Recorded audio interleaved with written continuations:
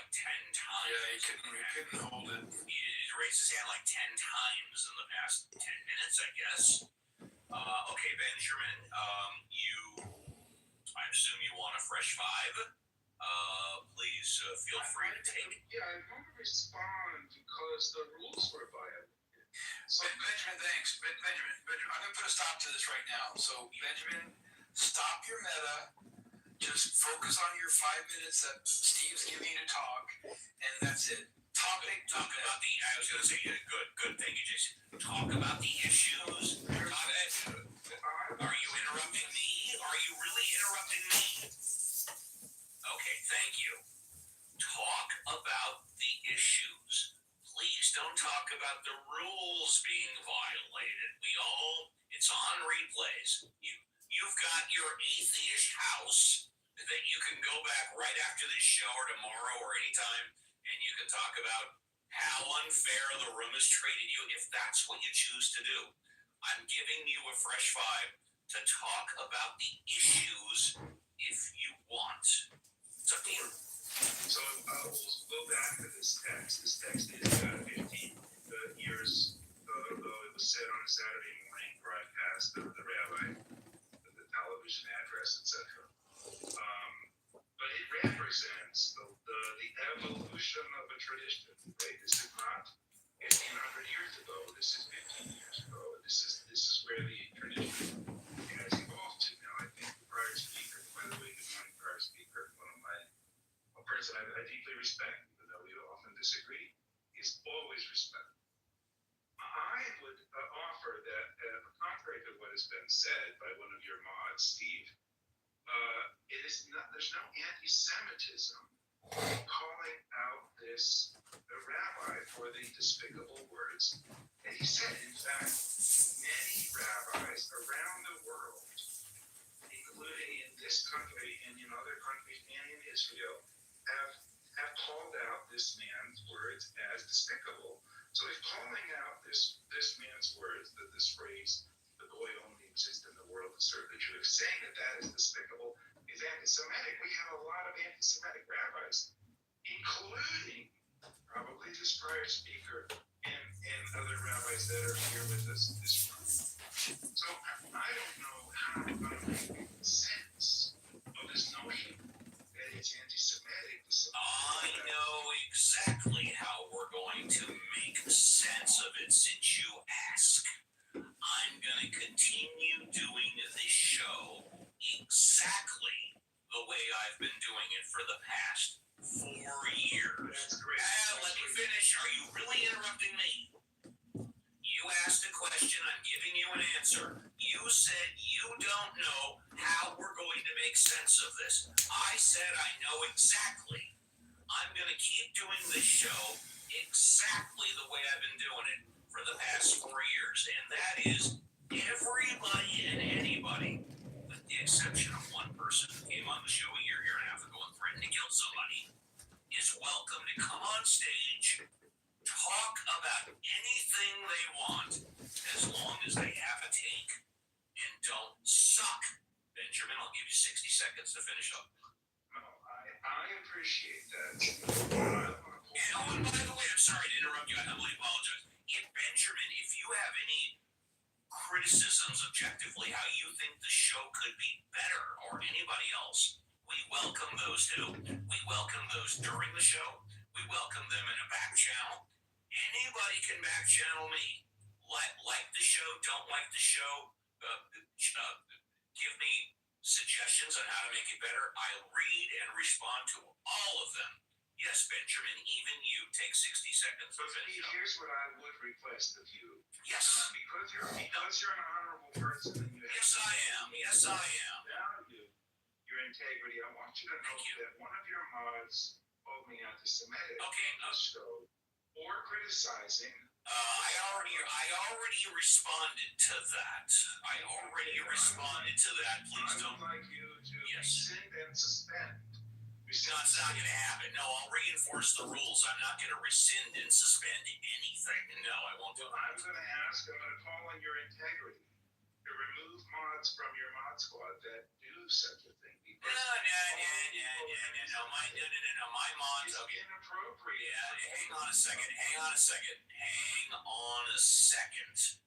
I don't know what you do in the atheish house.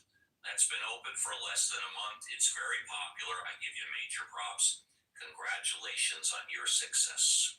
One thing that we've been practicing here in the atheism house on Ask the Atheist for 4 years is we do our best not to air our dirty laundry in public. We deal with that stuff off the air. The situation that you described will be discussed and dealt with off the air, but we don't air our dirty laundry here on Ask the Atheist in public. Benjamin, thank you very much. The show is better with you than without you. First class escort to the VIP. Let's go to Legalist. Legalist, would you like to say goodbye or any closing thoughts? Burning desires. Legalist, going once. Desires. Yes. Yeah, so I got just only two things. So y'all wash y'all clothes on this app, but you don't want people to see y'all dirty clothes. No, I didn't say that, but you're allowed to comment, but that's not what I said. Yeah, you said that y'all don't. No. Since obviously you weren't listening, let me repeat what I said. We don't air our dirty laundry in public. Now, if you want to quote me, repeat me, I encourage you. Go to multiple houses, including the Apes. Well, please, I'm serious. I'm not kidding. I'm dead serious. Go into the Apes, go into any house you want and say, Uncle Steve said, quote, we do not air our dirty laundry in public, close quote. Now, just to make sure you got it right, can you repeat what I just said? Yeah, you said we don't air our dirty laundry In public. It's a metaphor. Yes, it's an old cliche. And we stop talking about business on the air. We have private discussions about show dynamics. Violet, thank you. It is a cliche. It is a metaphor. It means that us mods and me don't criticize the show during the show. We do it behind closed doors when the show. It's a metaphor. Yes, but you can repeat that. I encourage you to repeat that. And also, don't forget. Hermes, you know what's funny about his show? It's not an actual show. Yeah, go ahead. Is it recorded? Is this so one when you recorded? call it a show, do y'all get paid by Oh, it is recorded. Okay. The answer is no. I do not get paid for running my Saturday and Sunday show. However, I do get paid for running the Workers' Rights radio show every Wednesday, which is we record in Clubhouse, and then it goes on 4 terrestrial radio stations in Southern California. I do get paid for that, but no, I don't get paid for the weekend shows. How much are they paying you, Steve? A lot of guilt, baby.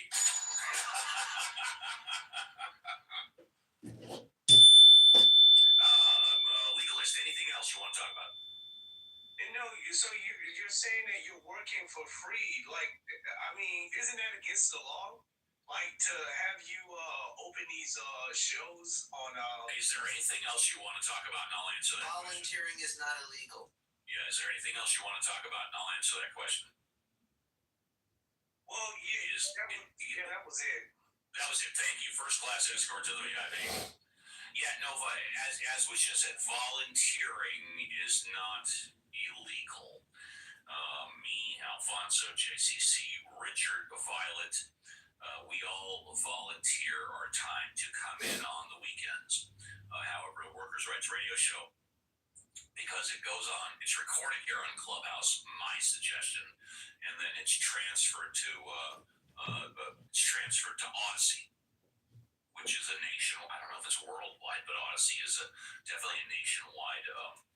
Hey, Steve. Yeah, hey. I think Legalist believes that Clubhouse is compelling you to do this. That it was their initiate or making you do it, and that's why he's asking. Yeah, let me respond to that. And I do realize. I'm gonna be as generous as possible, and I mean this sincerely with no disrespect. I know that there's a learning curve. At least I think there's a learning curve, and I'm being extremely respectful. A learning curve with legalism. So it's okay. Yeah, no, I do this. I volunteer my time. I expect nothing in return. I am not compelled to do this. Just like Richard and Violet, we all do this because we enjoy it. We like getting together on the weekends. It's the Clown World Gang. Welcome back, everybody, to another exciting episode of Clown World, where Clown World people will put on a Clown World show for your entertainment and delight. I give you Clown World! So no, we do this out of the goodness of our hearts. We do this because we enjoy doing it, and maybe most importantly, maybe not, and I haven't discussed this with the Mod Squad, maybe we feel in some small way that we can make a difference. I know I do. I do this because I enjoy it. I feel like I can make a difference, and also it's something I want to be remembered by. I don't know if Alfonso, JCC, Richard, and Violet have thought about that. This is why, although some people imitate me, some people make fun of me, I'm very careful with the words that I choose, the words that I use. And when I'm made aware that I am wrong, I immediately admit that I'm wrong and apologize. That's why I take full responsibility for my behavior and my words. I do not regret a single thing that I have said on Clubhouse because I admit when I'm wrong immediately when it's been brought to my attention. Ahmad, Ahmad, my glasses aren't on. Yes, Ahmad. Yeah, thank you. Ahmad, would you like to say goodbye? Closing thoughts, Ahmad. Does that mean no? Ahmad, you're given the mic for a few minutes to I wanted to ask a question, so Yes, you can ask me a question. Go ahead, ask me a question. Go ahead. if you react, so first I say some facts. Go ahead, say your facts. Go ahead, say your facts. As you know, from every four, Okay, you're going in and out. You're going in and out, sir. Your connection is bad. there is a big delay. Well, 1 second delay, I think. Go ahead, you were saying about 4 Nobel Prize something? Yes, please.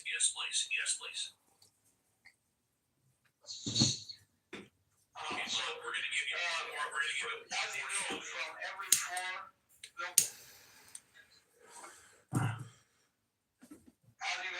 every four Nobel Prizes, one is a Jewish. So when Jewish people are this intelligent, how can they fix the problem of anti-Semitism?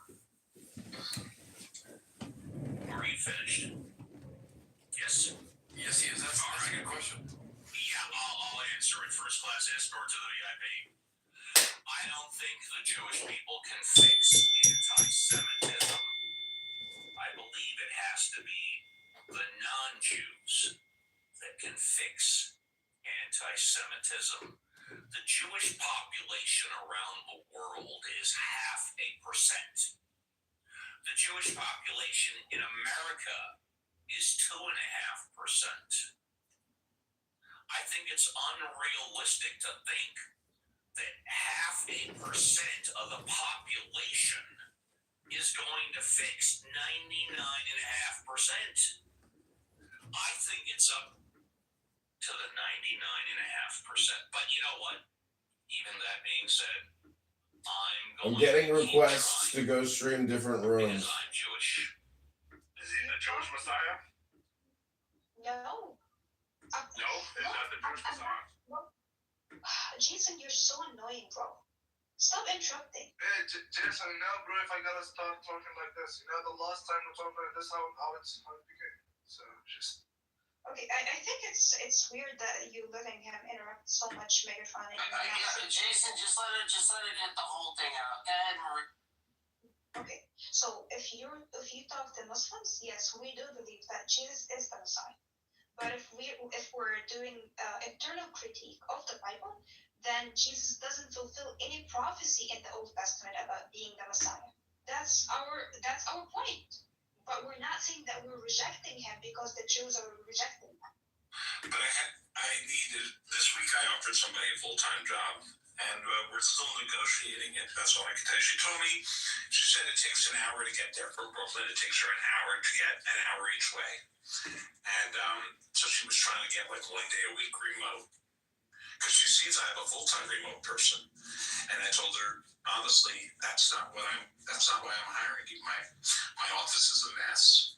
I need someone to come in here every day and help me clean up. And frankly, I thrive on Consistency. no, I thrive on human Collaboration. Yeah. human contact. I call it vitamin P. That's why I'm on the app all the time. Vitamin pussy. Vitamin pussy. He needs a pussy to smell every day in his If I'm office. out of town for work or business or vacation, you can work remotely. But otherwise, this is the job.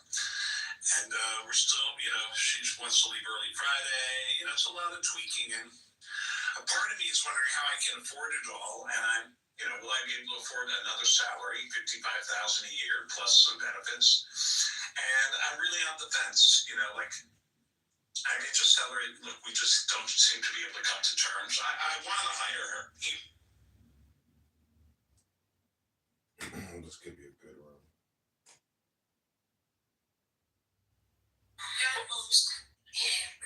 It's the super one-hit wonder. Yeah. You should write in, give them the idea. That would be really cool to see, actually. Alright, I just... Give those bands like a face, we've never seen them. Right, and you could hire them for like $85. 100%, it would be the cheapest Super Bowl. Okay, I asked the AI for the mega one-hit wonders of the 2000s. And it says, who let the dogs out? Dragoseed Din Tea, I don't know what that is. Crazy by Gnarls Barkley. Somebody that I used to know. Oh, okay, yeah. Oh god, that's fun. That's like late 2000s. This is why I'm hot. Lean back. Party like a rock star. Crank that. I believe in a thing called love. Bad Day. You're Beautiful by James Blunt. Okay. And it says, fun fact, many one-hit wonders are actually huge in their home countries. For instance, Ozone was massive in Romania, and The Darkness maintained a cult following in the UK after their US fame had faded.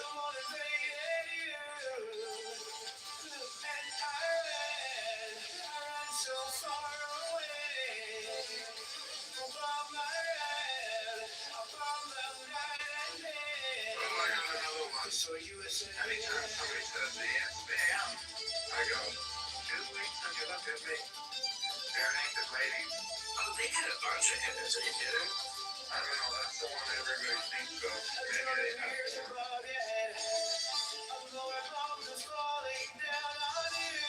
What about Shaggy, Angel,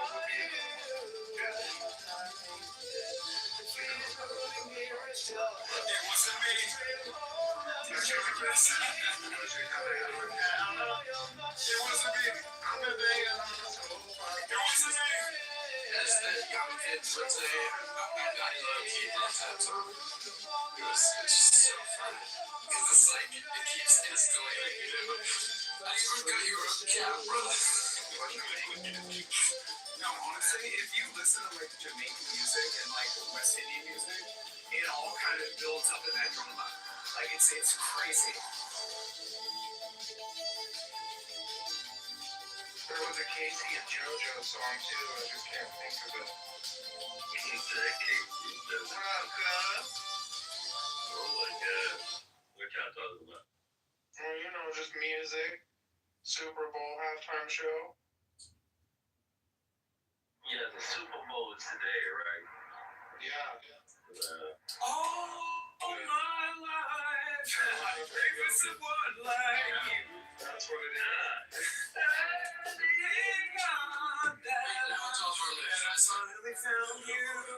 Like, how y'all even know about that? Like, that's crazy. We're black. Well, at least I am. But I can't speak for the rest. Like, oh, I just got the card. Everybody. Yeah. The rest of maybe Mix and Nick is definitely black from the waist down.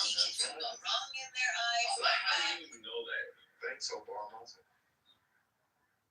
So, yeah. You're welcome, Biscuit. Throw me a banana later. I had ice in my orange juice today, and I thought about you. Really? Yep. Really? Oh my god. I'm looking at that. What rooms are you going to? Where are you on Clubhouse now? No, I just went and ventured through some rooms and they all I was just in a room with Bruce last night. Yeah, Was this Auntie room. there? No, it wasn't this room. Oh, what? Okay, do you guys want to hear the 90s AI collected one hit wonder? Yes. Yes. Let me tell Bruce one quick thing. Bruce, you're gonna have to go get some ice and beers. Out of here because these the same Jews who was getting kicked out of here when they went. แล้วแต่เขาก็เลือกส้มไงผมก็เลยมองว่าเนี่ยมันก็อยู่ที่คนอยู่ดีอ่ะ ไม่ได้มีผลนะแต่ที่ผมพูด Both sides, atheists and theists, are going to say these are good things, right? That I'm saying that those things are going to be more prevalent among the intrinsically religious versus those that are of no faith at all. At least that's the historical understanding that I've had. Now, you can say that you don't think these things are good, but I don't think that's what you want to say. And I don't think you're going to be... every week in a row about killing babies, but we're not going to mention his name, yes. He professes Who started his own house after my house and imitates me. I'll stop, John, I'll stop. Yeah. Isn't it funny that Steve thinks people are like copying him? Like he's doing something original. Steve really is a very narcissistic, self-centered, egotistical person. I mean, you know, my life ain't so great, but like, he left his wife to do the lifestyle, to date men or trans, and so basically Hermes, like, what I'm saying is, I would rather be remembered because of the books I read. Steve wants to be remembered because of the conversations he had on Clown House.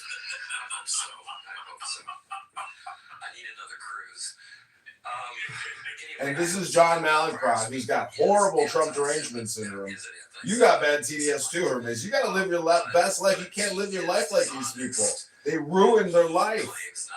They don't have any personal responsibility. They don't take ownership for their very existence. They think their lives are dependent upon the existence of Trump's presidency. It's too much, Hermes. That's not your true nature. Your true nature is divine. And that's why these atheists don't get the big joke. Atheism house? No, in the atheism house. Yes, I do. Sorry, oh boy. It's atheism or athe-ish. I opened a room in my house, and then I opened one in the atheish house, and then I opened one in the atheism house. You spread yourself around.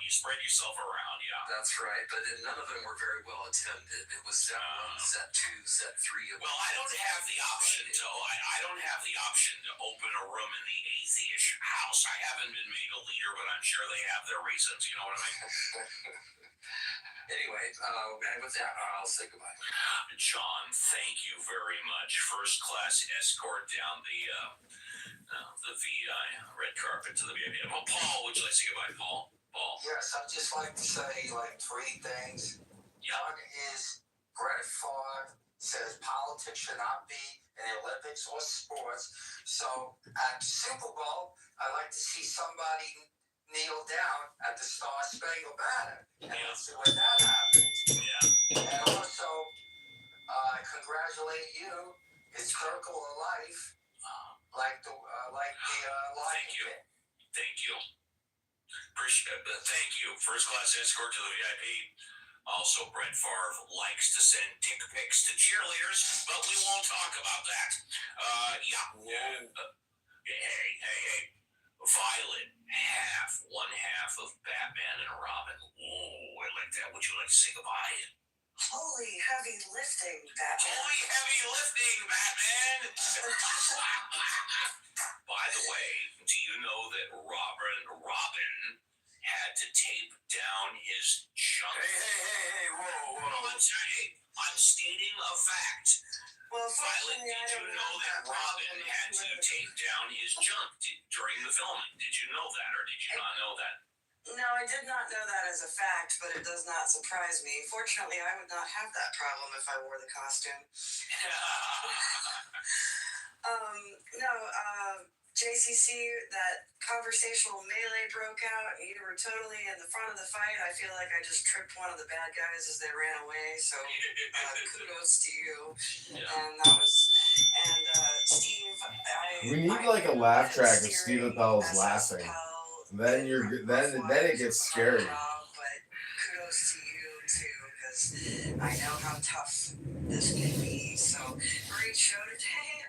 Thank you. I love being here. Hope everybody has a great week, and I'll see you next weekend. And before we move on to the guys, let me just say this. I suspect, I could be wrong, but I suspect the rough waters were waiting for me to take a break and for the two of you to take over, and purposely made it a lot more difficult. So you guys did a great job. Richard, would you like to say goodbye? Richard? I just want one last time congratulate Grandpa Steve. Thank you. And I want to call your attention to the day. I want you to pay attention to the day that little girl. Super Bowl. No, not about the future. When that little girl teaches you something you didn't know. That little granddaughter is someday in the future. She'll open your mind to something you didn't realize. I'm envying you that day. Thank you. I will remember, Richard, that you said that. In fact, you have my word. I will remember that you said that for the rest of my life, because no one has said that to me. Wow. JC. I bet you those Stephen Pell never learns anything. Of course. That's the joke. Oh my God. He's gonna remember that the guy said it, but that bitch, he's never gonna learn nothing from that granddaughter because he's a fucking stupid atheist. Anytime we have the opportunity, you are awesome, co-mod, and we were in some troubled waters, but we did a great job and it was fun. I do hope Cora, takes a deep breath and realizes that Steve, you weren't trying to put her to here. Is she here? No. Just for the sake of replays, and hopefully we can talk about this in our own little discussion. And settle these things and hopefully move on. So I hope there's no hard feeling. And for those of you that are curious, that's what the cliche means. We do our best not to air our dirty laundry in public. It doesn't mean washing our own clothes. Right. But I understand that there is a learning curve there, and I take that with all seriousness. Last but not least, Alfonso, are you there? And I want to say goodbye to everybody. Have a great rest of your Sunday and happy trails to you. Anybody else? Alfonso, would you like to say goodbye? Alfonso, would you like to say goodbye? He's probably busy once, twice, 3 times. We're done. It's been a hell of a great show. I mean, I ran out of cigarettes. Almost didn't get my hour number 3 mimosa. I am now a proud papa, actually a grandfather. My daughter delivered my first grandchild, my granddaughter, at 5:45 a.m. this morning. And we are done. On behalf of the Mod Squad, we wish you. It's like the end of a Springsteen show or something. You know, nobody can let it go. They Enjoy just the Super Bowl. you can't get off the stage. Everybody wants to go home. Take care, everybody, and as always, be careful on the clubhouse streets. That's the Stephen Pell Clubhouse show. He calls it Atheism House. Ask the Atheists with Reverend Scott and the Mod Squad. I love how he puts Reverend Scott in there. He's basically using Scott, who calls himself a reverend, or he claims he has a master's in divinity. He claims. Now, the guy is living in a YMCA sober living facility. Doesn't work. It looks like he's dating some black chick now, which is good. And the Trinity is gone. You heard it, huh? It doesn't work. What? The Father is God, the Son is God, the Spirit is God, And I like Scott. I don't think he's that bad, but, you know, I don't really trust him. I don't think he trusts me. And there was this whole thing about him and Steve and this young kid Christian on here. the same side of God. And none of that matters. I only bring it up because there's dirt on everybody on here.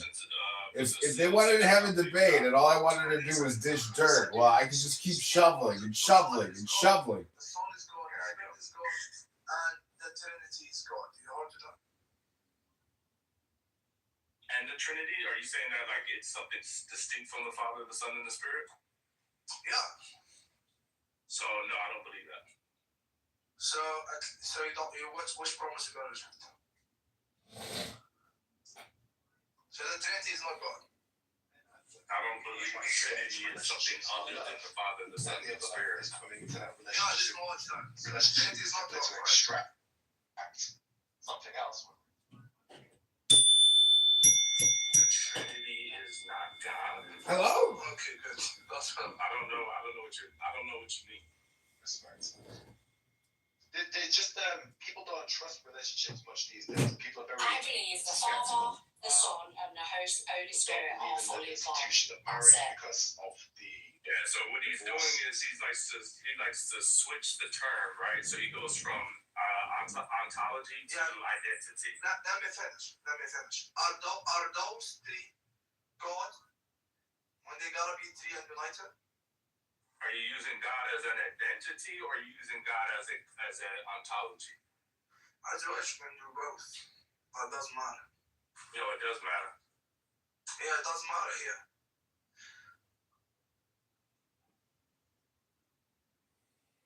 Like I said, it's about identity. That's fine. So do you hold to that? Do you have a question? Yep. I was asking that question all this time, bro. I'm not talking.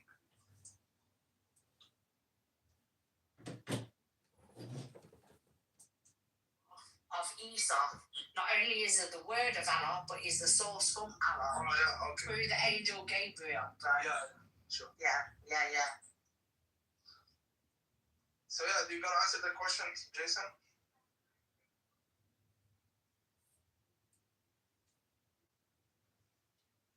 Yeah, the Father, the Son, and the Spirit are the one God. Yep. Yeah, so the Trinity is God, right? Define the Trinity. Yeah, the three hypostases. Yep, the three hypostases are the one God. Okay, is both of them or now the three of them are God? The three hypostases are the one God. Yeah, is each of them? Hi, point of order, moderator. If you could put me in the queue, I hate to interrupt you, gentlemen. Also, I just wanted to comment. Oh, you did that, nigga.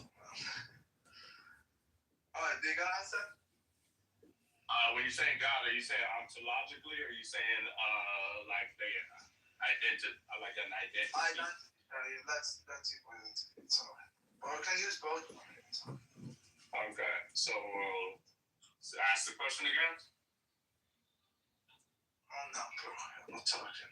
What's it? Yeah, ask your question again. I got answer. I got answer.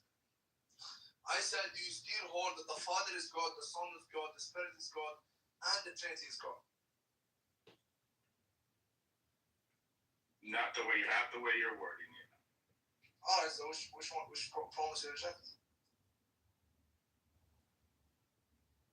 Yeah, the Father, the Son, the Spirit are distinct from.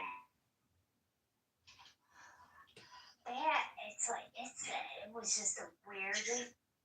I used to talk to Tina about the ships and mountain.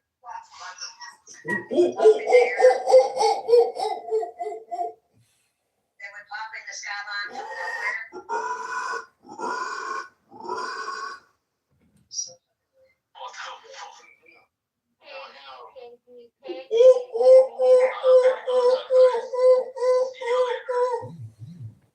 I want to eat you. So the reason why I gave you a gun color is so you can shoot somebody. But allow me to explain how it. Shall? Let me show you how to shoot somebody.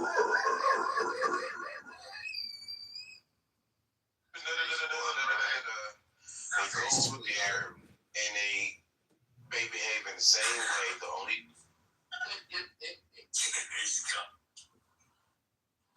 Alright, peace out, guys. All right, Columbus. Scout. You call him Cub Scout is crazy. I said, peace out, Cub Scout. Were you a Cub Scout before? No, Oh. it's just an expression. No, that's actual like fraternity. I mean, Yes, I know that, but it's like, see you later, alligator. Peace out, Cub Scout. That type. oh, okay. Thank you for teaching me. I'm teaching my grandson that. See you later, alligator. At the wild crocodile. See you in a while, crocodile. We say after a wild crocodile. Oh, okay. See you later, alligator. After a wild crocodile. Crocodiles? see you later, fucking hater. Oh, that's a new one. What was that, honey? See you later, fucking hater. Forking hater? She already said it on Sunday. She said fucking hate on Sunday. Now she want to change it. No, nay. You never heard me say that. You better get your lies right. Yeah, we got her. Yeah, she said, see you later, fucking hater. Then she remembered Sunday. Now she said forking hater. It's not Sunday, it's Saturday. Yo. Oh, I'm ready already for Sunday. Yo, it's what? Saturday, it's Saturday. No, it's not Saturday. It is Sunday. No, it's Saturday. Be quiet. Oh, it's not. I was messing with liquid, that's all. Oh, okay. Is that your story? Yeah, but they didn't let me get away with nothing. I don't get to get away with nothing. We got fucking Doc crashed last night, yo. Like, you know when you left when we was freestyling and Doc was freestyling? He fucking crashed. fell asleep. No, what I mean by crash is like he Crashed out. Yeah, he crashed out like he did a Doc thing again. And I was warning him, I was like, yo, stop telling your business about you and Tina and shit. And fuck you fucking this and that and this. And I'm like, whoa, wait a minute. And that's what happened. Tina, Bobina, Banana Fallon, Omina, Bomina. Tina. Was he talking about me when I wasn't in the house? Well, let's say it this way. The way he was talking about you was not in a bad way. It was more or less like, yeah, the whole time I thought I was dead. I was in communication with Tina and stuff like that. And then he made like, innuendos about something. You're like, what? Okay. So I told him to to stop. Then he got mad at me. We went from rapping to like this. Well, you know how he does. He started yelling and screaming. But he didn't say nothing negative about you. Okay.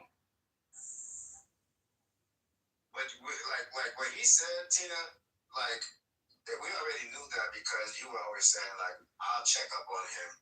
I'll check up on him. We're like, where the hell is Doc? So he didn't say nothing that we didn't know. Yeah. I do. I call him and make sure he's all right. And when I don't see him on here for a good minute, I call him. I don't believe that people be like worried about him and shit. So you didn't have thoughts to like sex with him, right? Oh shit, here we go. Oh shit, it's CM. Welcome to the show, CM. I just wanted to make sure. Just want to come and listen in as here, listen in what I'm listening in on, eh? Don't give people passes because they That's better. Not the Dalai Lama. officers. Lord, gee. Hello? CM, there's something you want to say? I think it's Lord Krishna in his case. Hello? Hey, Norma, What's up? who'd you vote for in the last election? I don't usually talk about it. Yeah, I wouldn't talk about it either. I wouldn't talk about it either, Norma. You don't know? You mean if you were me, like you'd like to be concrete? If I had your same concerns, I wouldn't talk about it either. What concerns do you think I have, concrete? Embarrassment. Why would I be embarrassed, concrete? Being ridiculed, embarrassed. How could you be ridiculed or embarrassed no matter who you voted for? The You country literally went 50-50. You got to answer that question because you're the one I do? closet about it. I beg your pardon? I say you got to answer that question because you're the one in the closet about it. I'm not in the closet, and most people maintain privacy about who they vote for. And I certainly am not in any closet, nor do I have to do anything except stay Jewish, pay my taxes, and die.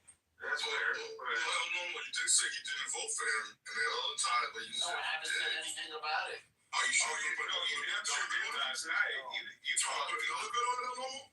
You called me. You said I was full of shit when I said you voted for Trump. Yes, you're full of shit. That's correct. Oh, okay. All right. Yes. Wait, did you forget that I said that? Oh no. Oh, okay. Yeah, just one second. So breaking, the Epstein survivors are. Hold on 1 second, Reform. Real quick. I said I was full of shit when I told you. You're full of shit. If you said I said I was full of shit. I said you were full of shit. If I told you that I voted for him or did not, as you said before. I voted for him. Okay. I didn't wait for you to say that. God damn, you're a goddamn liar. What did you say? You sure you didn't? Cause why did I say that? I couldn't give you a date. Give me a compliment. You tell me when you were talking to John Kitover. We were talking in a private room. Oh, okay. So when was that? I don't know. When was that? When was that? If you asked when was it, so you answer the question. When was it? I have no idea when it was. Okay. Approximately then is when you said. Approximately then is when you said. Tell me what I said. You heard the recording? You're full of shit. You're a liar. Piece of shit. You're a liar. I'm a liar. Okay. Next clip.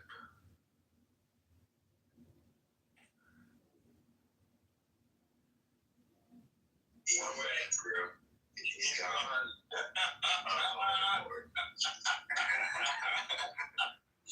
Stop bullying my guys. He ran away when I questioned him. Hey, Tracy, you want to hold that motherfucker up? Unfortunate. Damn, I even. Let me play it for y'all real quick when I find it. But yeah, I told him to sit tight. He said he was going to too. Then he ran off.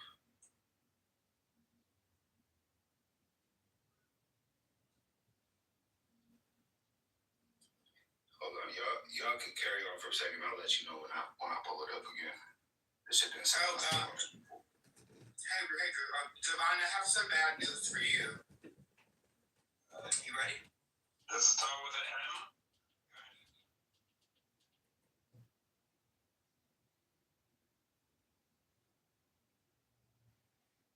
Wow, is it February 8th already? It's your birthday! Happy birthday! Hope you're having a great birthday! Happy birthday to you! Happy birthday to you! Happy birthday, dear Samantha! Happy birthday to you and many more.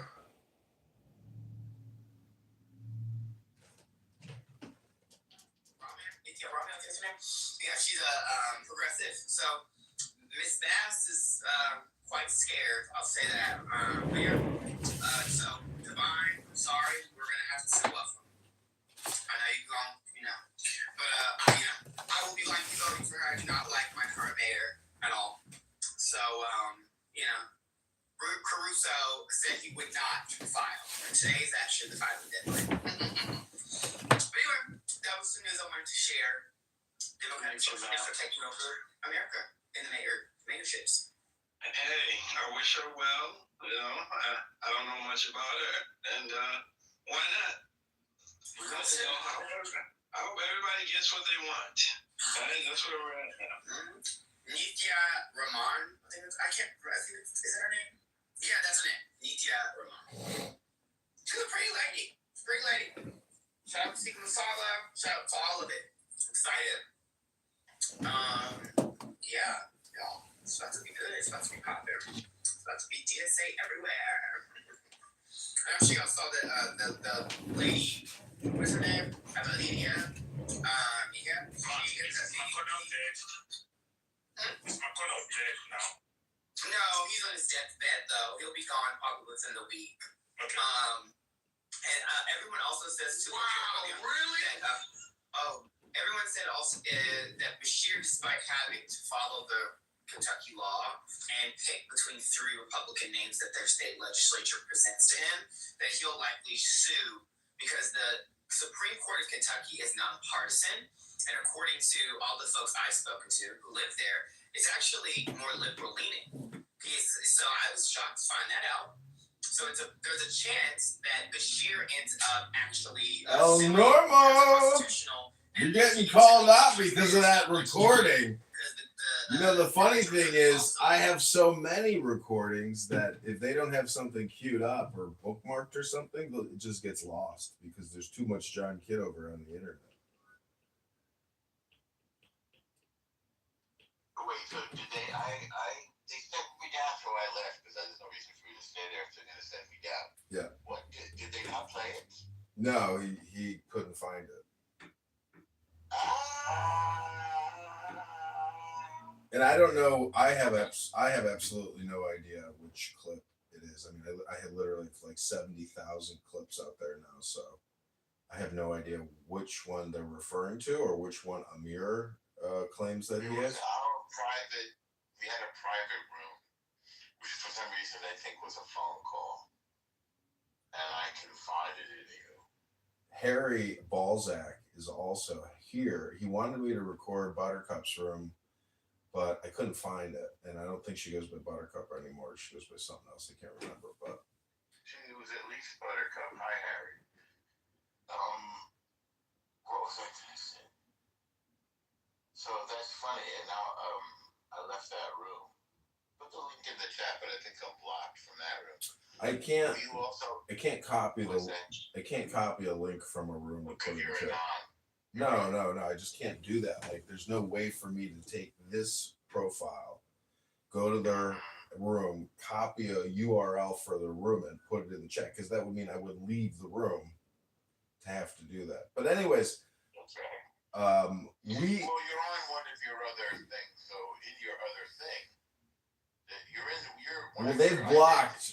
Oh, I see what you're saying with my aunt. Well, they have blocked all my other accounts, so I can't actually do what you want me to do for that. If you want, you see the best. Let me get you the room title.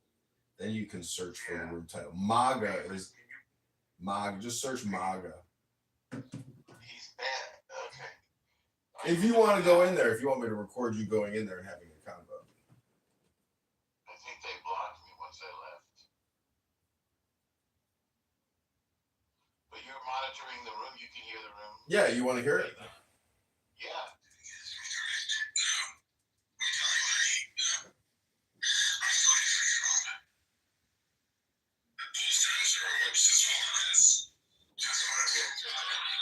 Yeah, it's our convo.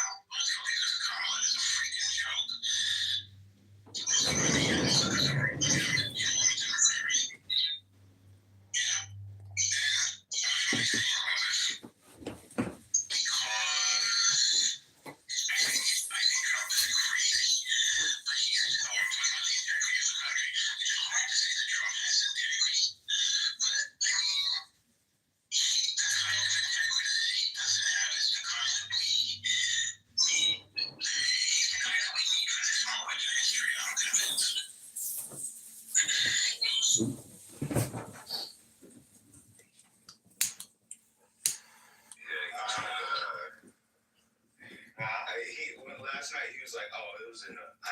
When I asked him when he was talking to John Kitover, I swear he thought for sure that it wasn't recorded. That's why he was like, "Oh, it was in a private room."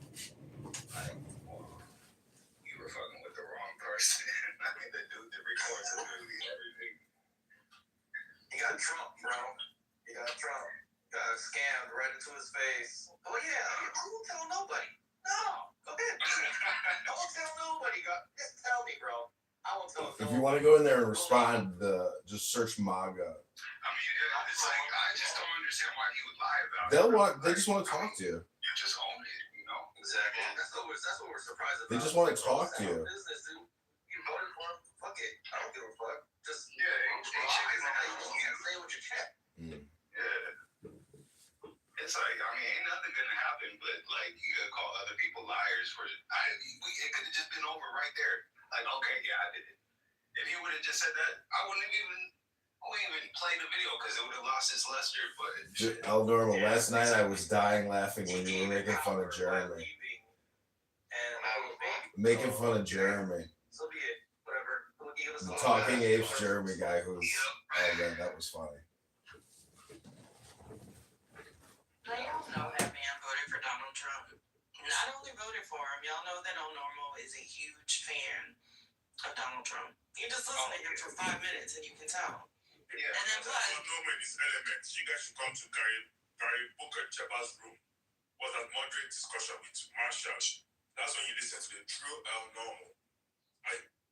yeah, but we know that and then y'all forget that they come in here and they behave because they know they will boot their ass. But do y'all, the OGs know we have debated and argued with these people for years. We know how their ass shows up in other goddamn spaces. Please. Ain't near one of them changed.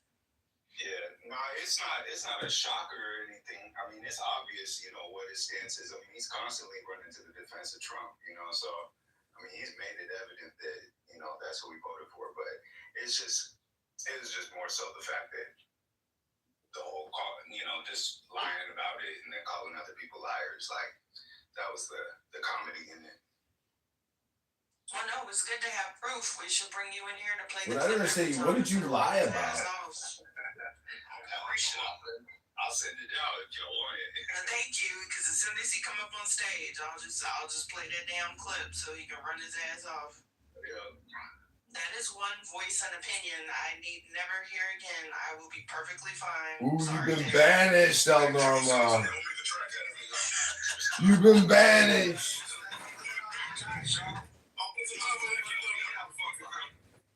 I'll send you both of them. Dance party would be on put a beat to it like that. That shit would be hilarious. Yeah, some people, you're not even, when you're beyond even entertainment. So I'm also broadcasting this into Trump Anger Support and Therapy Group, It's gonna be called Don't Hold It Against Me. as well as Politics Elections 2026. If you bring up,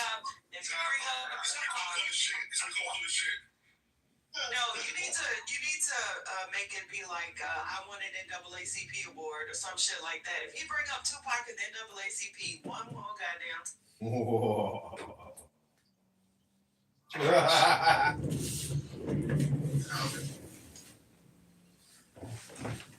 Kitover probably has this right now. The replay of the replay. Oh, you got a lot more than that. That dude's great. I think he's still on stage. No, he's not. Y'all, please report his other house. Because I went and randomly look. I report it every once in a while. Just when it comes across my feed. There's 1,000 people that are in there. Y'all, please report that house. Because he will literally open up a room and then stream this room with his weird ass. He'll stream it on YouTube. And he'll stream it, like, in another Clubhouse room. So, y'all just report it when you see it. It's called Politically Correct with Georgia, and it has the same picture and everything. He is weird as hell, but it just pisses me off every time I see it. I didn't know it was him. I saw it. Yeah, it's his crazy ass. Correct. Oh, it's him. Yes. Thanks for the info. I didn't know. And I have reported it to Clubhouse so many damn times, but maybe if we all mass reported, yeah, he got the nerve to have the picture and everything. And then do y'all see the descriptions he gives to the room? It's like Patty and First Lady. And I'm like, bro. Ugh. Why is he? What's wrong with him? Did somebody in his room do something to him? I don't know. He's weird. He came up on stage a couple of weeks ago, like maybe at like 1 o'clock, and I cussed his ass out. He's also Music AI. So y'all, it's okay. He'll get in here some kind of way, but something is off with him. Do you see like on the YouTube? I don't even click on it anymore because I believe it was Ben that pointed out that the only views that he gets are from people that literally click in there from Clubhouse to see that he's doing it. He will have the phone showing on the screen and he's just like lying down on the bed and some shit. Fucking weirdo. Streaming the whole goddamn room.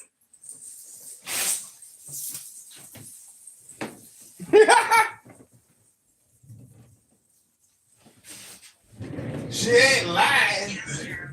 She ain't lying. Like with mood lighting on. Something is off about that man.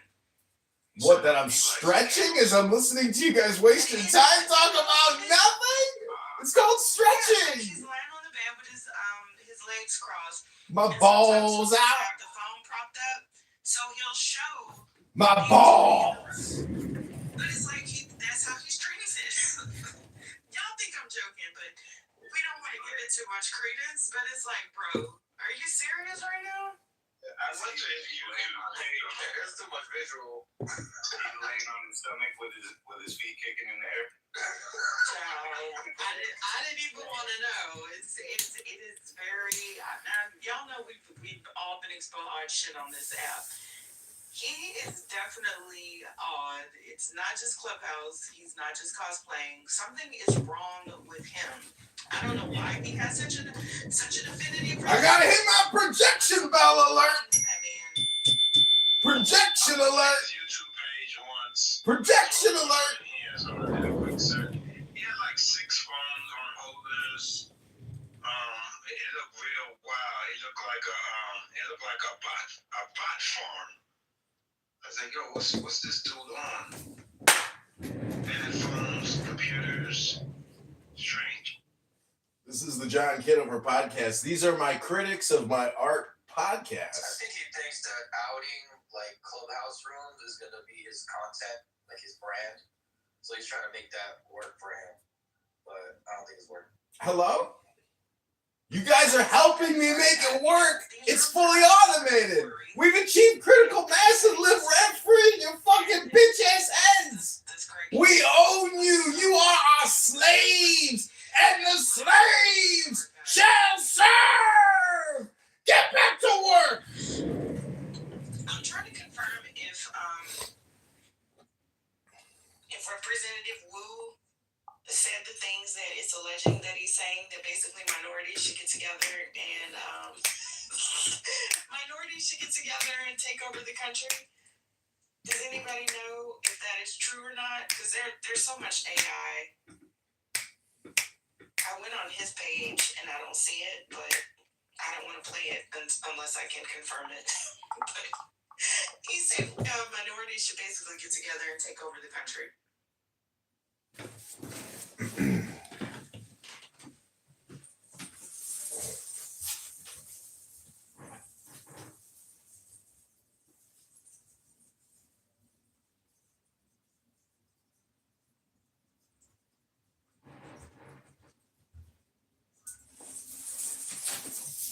Hello? Hello? Hello? Did you hear that projection? All the minorities should get together and take over the country. Does she mean violently or just politically? Hello? Hello? That motherfucker, he's streaming the room right now. Yeah. He's streaming the room. He's streaming the room right now, motherfucker. He live now. He's live on like 20 YouTube streaming this shit. Now, motherfucker. I got nothing. There's not even anything. I don't see any major headlines. We talk about everything. Even John Kitover. I did hear a rumor though. They're saying that Savannah Guthrie's mom may have been kidnapped by a cartel. I don't know if anybody else heard that. And they're calling it sophisticated. No. Wait, who's they? Who's they? What kind of? Hello? I don't know. It was like a meme. See, El Normo and I got different standards because if El Normo gets kicked to the goo, he's gonna leave right away. You know, I don't even go in the room. I just stream the room, and they're talking about me, and I didn't even make it in the room. So this is what I call modern day.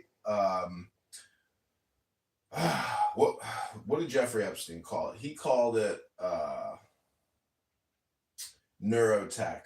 And essentially, it's like dopamine technology because I like El Normo. Believe me, Harry Balzac. I would fight with El Normo to the death, you know, like to fight with him against a common enemy. But my point is that El Normo I'm still using him. And he's using me. You know, this is what like parasitic or parasympathetic, you know, basically it's shield wall, you know, or the powerful wedge formation or the phalanx, if that makes any sense. You know, you yourself, Harry Balzac, are an information warrior. Just your name is offensive. Your PTR is offensive. And what we're trying to do is to actually expose hyperbolic behavior. There's a lot of other words for hyperbolic behavior or sentiment, meaning when we can record someone getting extremely angry and making death threats or being violent. See, I'm kind of like Epstein in a way, meaning as someone who records everything, and I'm not going to clip like and do work to like target people because I'm just like a general garbage collector, Harry. I don't know if you know this, but I run a garbage collection system. It's not necessarily a business yet. It's more of a generalized garbage collection, Meaning that, like, by focusing on me and just filming myself listening to shit, like right now I'm filming myself on 20 phones and all these platforms. I'm just a generalized garbage collector, gathering as much garbage as I can. Doesn't matter who you are, what your position is. If you've got garbage that comes out of your stinky fucking mouth, and I know most of these people don't use a water pick, and I know they don't use a fucking tongue scraper, and I know that some of these people go to bed and don't even brush their fucking teeth. Their teeth. Let me pronounce it correctly for you. Teeth, motherfucker. They don't even brush their motherfucking teeth. And tonight, after they eat all that motherfucking ribs and chicken, some of these motherfuckers ain't even gonna floss their teeth. And so what I'm trying to say is, I think life is actually about hygienics. And, you know, I am not a eugenicist, I'm a hygienicist, meaning that your personal hygiene, I'm concerned about it because your personal hygiene affects me, someone who's very hygienic. And I'm not like OCD about, you know, hygienics. I'm OCD about linguistics. N-word. I take you back to the N-word challenge. How many N-words can we hear in 10 minutes?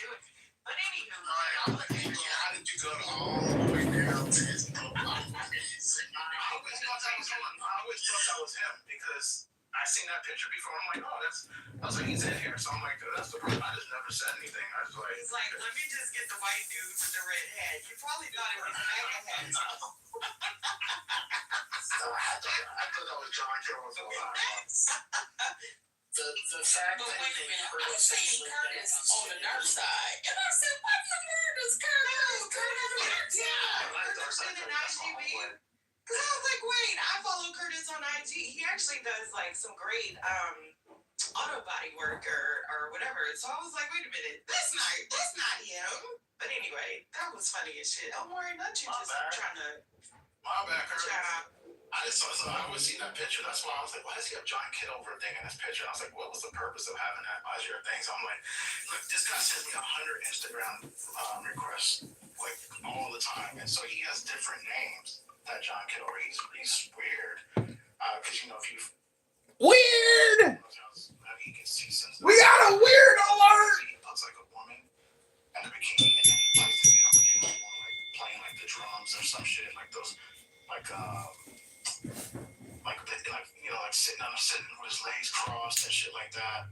And yeah, what Devon said, that's what he does. It's the weirdest shit ever. He just plays everybody's clips. But he has like 150, 200 accounts. He has every account. Were you just listening to our whole conversation? That's what I said. He sits there on his bed with his like looking like a fucking weirdo. But hey, I always thought that was Curtis this whole time, and I've never heard Curtis speak until now. So I would appreciate it. My bad, Curtis. Who else in the goo you stalking? Let me look and see. Yeah, PTR's ain't safe down there. Why are you going through all that? I know, because I'm like, I rarely even look in the goo. It's hard enough. And then we keep getting all these damn trolls, y'all. I can't even stay in the chat like I normally do or get on Instagram or Facebook because these damn trolls will get on stage and we have to boot them within seconds. What is that going to reform? Did I hear you profess your love for a white MAGA? Oh my God. Curtis is not MAGA. But yes, he was my... Who did he MAGA? Curtis is not MAGA. Who did you vote for in November? You gotta come back up and speak for yourself. When did we start this, Curtis? Being my white husband. I think we did this in IGB like a while ago. What's that? It's like trending MAGA. Well, he didn't answer. He said he voted for Kamala. I stand corrected. I'm sorry. It's all good. People are here forever. It's not I'm MAGA. I'm not, man. I just have opposing views sometimes in the room. That's all. Right. Y'all know I would not have a white husband on Clubhouse that was MAGA. Come on now, Hurricane. Yo, Harry, I'm a funny motherfucker. This is my show. This is my shtick. You know, Harry, I've done stand-up comedy There's no point in doing stand-up comedy. It's a waste of time. Just film yourself in a room. It's the same thing.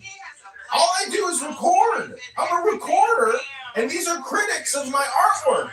I'm an artist and a critic, and I'm critical of these people through my art. Hello? Sorry.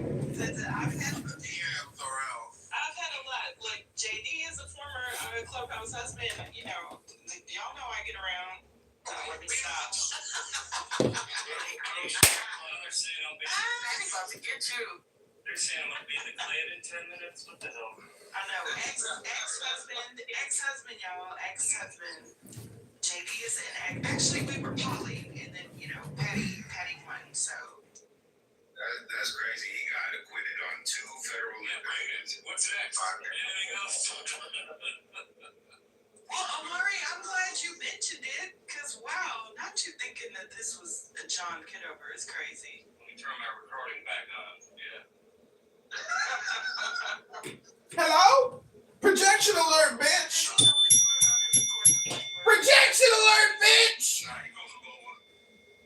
No, but look, that room is from when was misogynist being used? That's been a minute.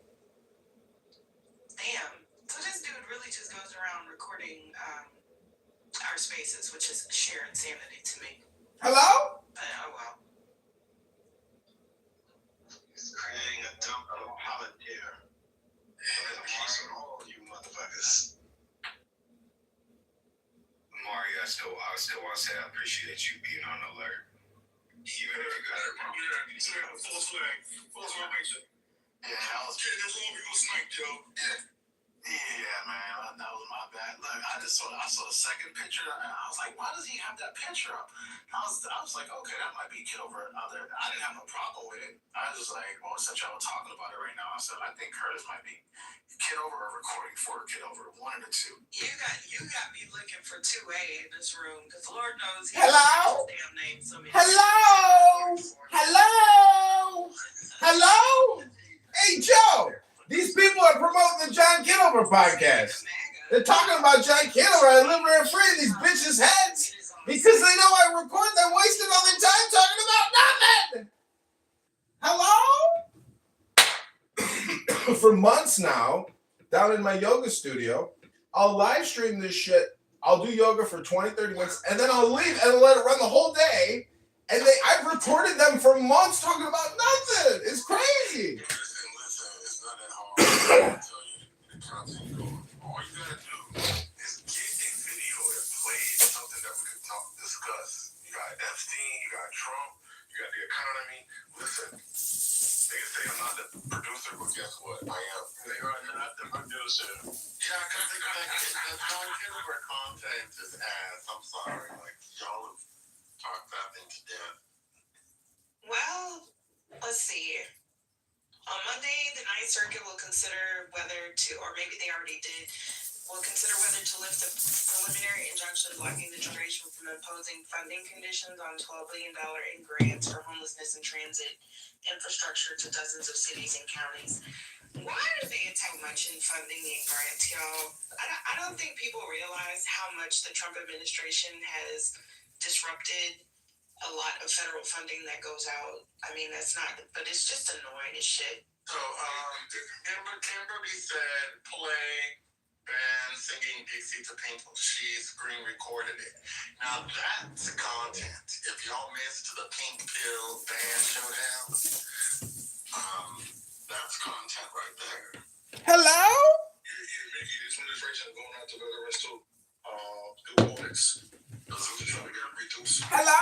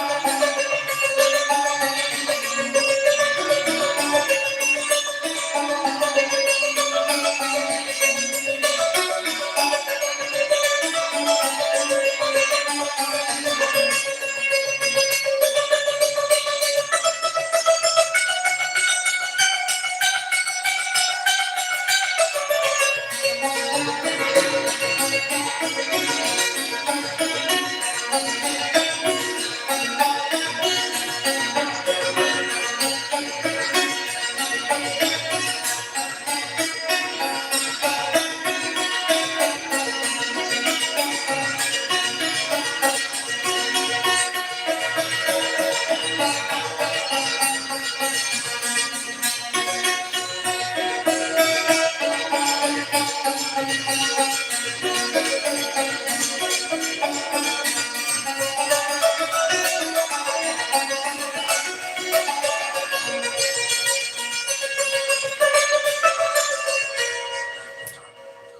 are hurting, and a lot of money is still going overseas. But it's not. Do you have any specifics? I'd love to hear it. It's crazy, man, how people think that we just hate Trump just to hate Trump. Like it's that fucking special to us. Like, what is Trump doing for America right now? Or did he have any? I don't know. Let's ask him. Mr. Ned, do you have something? Listen, one of my top videos is of these jackals in this room on Charlie Kirk's death, on the day of his assassination, cheering. It's called Liberals Celebrate the Death of Charlie Kirk. That's like a popular video of mine on YouTube. And it's this room. It's some F-word, N-word going on and on the whole day. It's really fucked up. Everybody wants just to drag on Trump. Well, what are you doing? What are you doing? Exactly. You did exactly what you said. I'm jumping up and down like a monkey. That's what I'm doing. I can tell you. What are you doing to protect? I can tell you. Do you want to hear or not? Hey, I'm gonna put a mic in. Can I tell you? I'm gonna tell you what I did. I've ordered the military to go around the country housing homeless people. I've had Congress pass several bills. Make sure I don't ask you. What kind of question was that, Mr. Ned? He's president of the United States. Are you okay? Hello? Let me ask you again. Do you have any specifics of what Trump's done for America? Hello? Hello? What have y'all done to teach him, to learn him how to run this country better? Nothing. None of y'all. Hello? Hey, wait. And they had nothing to say. Hello? Like, nothing. Exactly. I can tell. That's how you know. They were like, crickets. That's not true. Biden didn't do a good enough job of keeping costs down. He didn't do a good enough job in explaining or fixing the immigration problem. He did a terrible job in allowing people who weren't citizens to get benefits that citizens were waiting for. I can go through a whole host of things. He did a bad job in explaining the policy and the rationale. Hello? Israel and Gaza. I've just named 5 things. Can you do the same thing that Trump did a bad job or not good job with, Mr. Ned? Let's see. I just did 5 things. Do you have anything, Mr. Ned? On Trump. Name 5 things that Trump could be better at.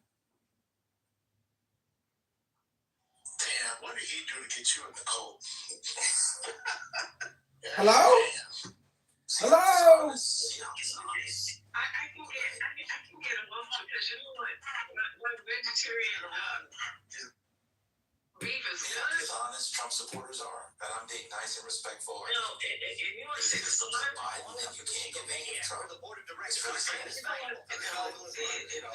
You're in a cult. I hope you get help. Okay, you know what? In a cult, I'm a mother. Okay, so stop. Okay, so Mothers can be in cult. So can mothers. no, they cannot. They cannot. So I denounce that. Mothers can't be in cults. No, not me. Not me. So sorry. Not me. So sorry. Trump which seems to I'm not trying to tell that Trump be better. It's Trump. It's the whole administration. What we can be better. Hey, what could you be better? I think it's What could you be better? What could you be better? I'll point you to be better at. I'll explain. Every time I ask you a question, you turn it back on me, and then I'll answer it. I'll answer it. I could be better at having less grace for dishonest, disingenuous backends. I could be better at convincing mothers to join cults. And I could be better at learning why Black people have convinced themselves that loyalty to Donald Trump is more important than loyalty to their people. Okay. Can you name 3 things the Trump administration can be better at? Hello? Hello? That's what I thought. You can't even make a bullshit like the Black MAGA man. That he stands up straight and he protects our country. What can he be better at? He can make sure that our country is still the United States of America. It's a God country. That's what I care about. That's what he's better at. Okay? That's what he's getting to be better at. Okay? That's all I care about. And we're one nation under God. And we're one nation under God. Indivisible with liberty and justice for all. Okay, so you can stop and do all the kind of things that you want to, and point this. Hello? The Hello? administration, Hello? the infrastructure, okay, because the BRIC Nation has been after the United States of America. Hello? And I don't care if you guys agree or disagree. They've been after to try to tear away the dollar, everything. And we've been strong. Oh, shit. Now we're going to attack the BRICS nations. To do that. So say what you want. Hey, I hold my hands up that we're one nation under God and we're about to dedicate our country. But we got to unite to fight Brazil. We got to unite to fight India. We got to unite to fight China. Hello? We gotta fight BRICS. Prohibition. The winos. Hello? I got no wine. It ain't Shabbos. Hurricane, you a dick sucker. Go lick the cum off your lips, dick sucker. Hurricane is the elder, number one. Yeah. He the producer and an elder. Hello? Calm down and show some motherfucking empathy. You don't even brush your teeth. Empathy? You don't brush your teeth, Coon Creek. How do you do that? I mean, I understand the rest, Amen. but the actions are not godly. Hallelujah. Hello? John Kitover is weird. Hello? They don't serve the Almighty God. They serve their little golden engraved that they create. Ooh, child. It don't matter at this point. Like that lady is too far gone. Yeah, I'm talking to a brick wall at this point. Hello? Hey, y'all. Hey. Happy Sunday. If you think that, and I'm a mother, okay.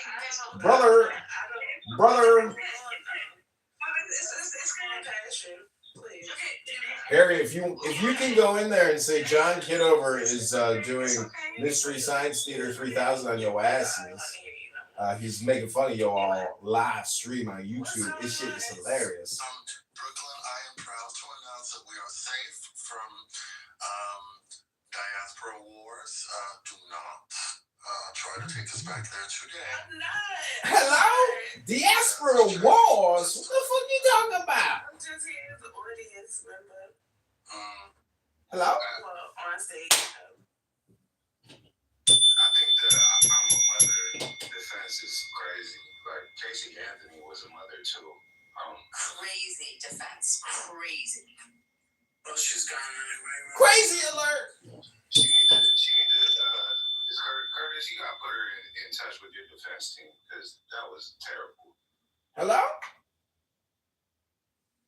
We've seen that even after all of the allegations and all of the pictures and Hello? we've seen in the past couple of days with the Obama shit, just for the people who still are Trump supporters at this point, it's nothing. It's literally nothing that we can do about it. So we might just want to just let it go. Let them be. Hello? We could curse them out though. That would be nice, you know. That don't mean let it go. That means curse them out. Makes them feel very small. We could have those type of joke it, but outside of that, it's a waste of time. We're not changing Hello? their minds. Well, it's We can let it go, but we can still curse their bitch asses out, motherfuckers. Let it go. Good Lord. I get it. Hello? Hello? See, Harry, this is a universe of sounds, a cacophony. Brooklyn doesn't worship the good Lord below. Now you Ooh, child! Concrete calling you a Satan worshiper. I'm not an atheist. Oh, my bad. So how's it Hello? worshiping the good Lord below? Why would you say that, Concrete? That's weird. I don't think she does. She always rail against Christianity. Hello? Listen, I respect everybody's religion. Just leave me out of it, okay? Leave me alone. You're angry. I'm happy. How you doing, Brooklyn? Where you at? Leave me alone. I'm I happy. had to take a break from you crazy people. Hello? That's good. You get that mental health, right? You get that good, clean mental health. Crazy alert. I'm happy. Leave me alone. What y'all talking about? A lot that happened since I've been gone. They killing the white people. ISIS killing the white people. The Obamas is monkeys. It's just everything. Everything going crazy. What's going on? Crazy alert. You know, it's everything that happened. We were totally in here covering it.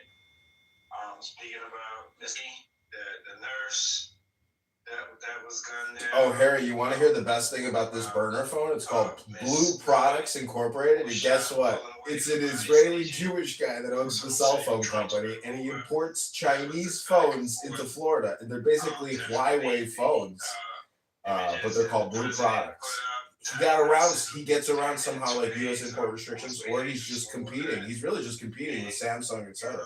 But it's called Blue Products. It's an Israeli guy who imports Chinese manufactured phones and runs them on Verizon. It's called Blue Products. You might want to get yourself one because you're supporting. I don't know if he's Zionist or what his position is, but I'm sure he's a Zionist. You know. If you're not a Zionist, you're not intelligent, and there's no way this guy could be doing what he's doing unless he's a Zionist. You know what I'm saying? It's the Jewish mafia. Most people don't know what the Z equals. It equals JM. JM equals Z. JMZ.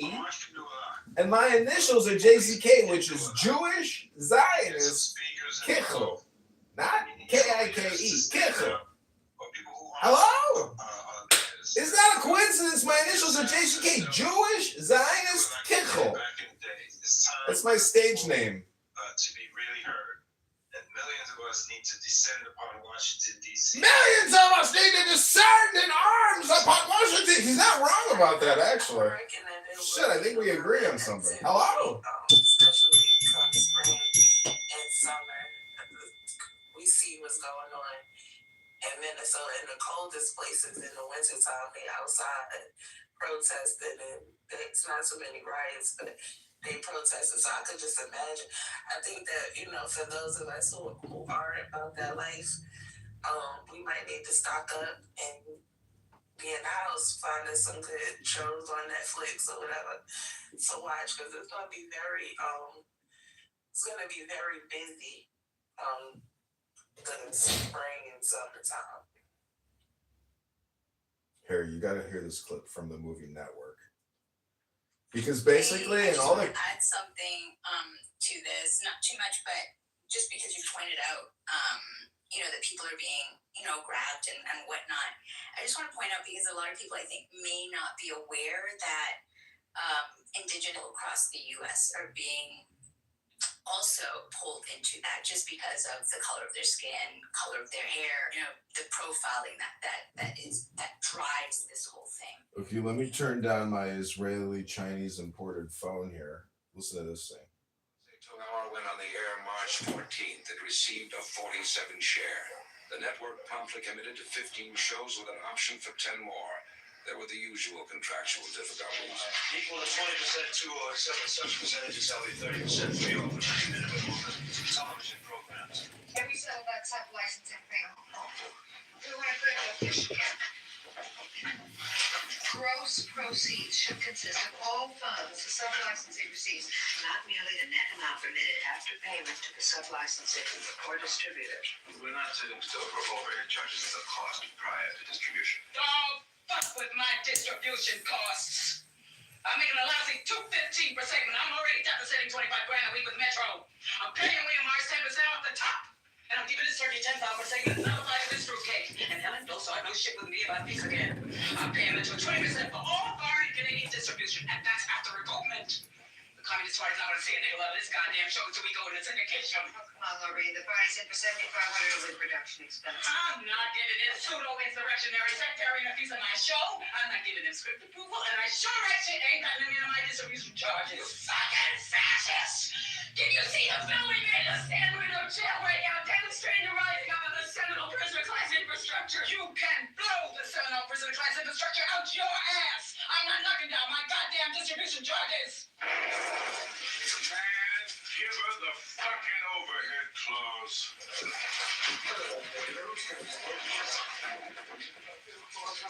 Let's get back to page 22. 5, small a, subsidiary rights. Page 22, page 68. Okay, is that not exactly like what you're listening to on Clownhouse? Yeah, several states have this happening. I'll put some links in there, but it's in Minnesota, it's in the South, it's in the, like on the West Coast, it's like all over Idaho. I mean, everywhere. I mean, Indigenous people are on every state, right? They're over the Seminole Prisoner Class infrastructure. I don't give a shit about your Seminole Class political infrastructure. Which is Canada, U.S., Mexico. So Harry Ball's like, you know the most amazing thing is I worked at Google as a contractor, and the day they fired me, they said, do you know why we're firing you? I said, no, why? They said, because you looked up Alex Jones. They deplatformed Alex Jones from YouTube. So I looked up to see if he was running ads for his InfoWars store that he sells all those supplements on. I was like, I bet you this guy probably spends $30,000 a month with Google. Sure enough, he didn't use Google as an advertiser, but they fired me just for looking up fucking Alex Jones. That's how paranoid they are about Alex Jones. And guess what? Guess who's looking pretty with every conspiracy theory? But, you know, it is what it is. I mean, Jeffrey Epstein at this point is a legend, because when people in these rooms are talking about his aura, I mean, to intentionally try to like upset people, I suppose. I've seen a photo of him with a beard on walking the streets of Israel. Now, there's a lot of people that look like that, you know, and it could have been a fake photo, but there's enough little pieces to actually suspect that maybe they didn't kill him, and they did some kind of a switch. Because there's also a video of a guy that looks just like him on Epstein Island, I think like 2 weeks after his death or something. So, dude, that fucking island is paradise, bro. Wow. I've seen the videos and it's like First Nation. So First Nations. I mean, but just to manage it, to own it. I mean, Canada. But it's kind of like your own little country in a way. It's kind of amazing. A lot of it was still under construction. How alarmed and how, you know, it's just a very insidious situation. Anyways, I'll put some links in there if you're curious. So there is like a watershed thing in his property. I think it's like part of the dock system. But you can go to, I don't know what they used it for basically. Probably just screw it out. But, you know, this is a different, at least on this side of the mountains, I'm on the east side of the mountains, and it's really. But dude, his fucking lifestyle really was lifestyle rich and famous. Because when you look at that Zorro Ranch, you know, that's where you have these. I think I saw 4 properties. There's a 4th property. But anyways, all the furnishings in the Manhattan property, You know, in the area where I live, so. 9 Street or whatever the name of that one was. Yeah, you But I've done a lot of digging through the Epstein files, probably more than anybody else that I know. And Bill Clinton is opening himself up to all kinds of perjury, misinformation, disinformation. But the comments are, you could film videos just on the comments alone, and it's so shocking. Like, the fact that Bill Clinton is opening up is wild. And there is a lot of fake photos, but it doesn't really matter. It's all about like the herd consciousness of America and the world. And this whole thing is being viewed by so many people globally. It's creating. It's like not just kicking over the bee's nest in America. It's like kicking over a bee's nest across the world because there's many European leaders that are associated with Epstein and they've stepped down. The head of Chuck E. Cheese, I think the head of Barclays is going to probably step down. Famous lawyers, like lots of people have essentially retired because of this. They've given up leadership positions in major organizations because of the Epstein file release. So it's a huge world-turning event. And you are listening to First Lady. You are listening to Patty. Dexter Morgan wants to say something. Big fan of the show, Dexter. Welcome, Dexter. Hi, I specialize in blood supplies, if you are not unfamiliar with me. Are you French? No, brother. I'm English. You're English? Yeah, man. Where are you from, March? I was born on a planet called Uranus, next to Saturn. Do you know where that's at? Yeah, just next to my balls, you know? Well, we got Harry Balzac right between our legs. Look at that. Whereabouts are you from? West.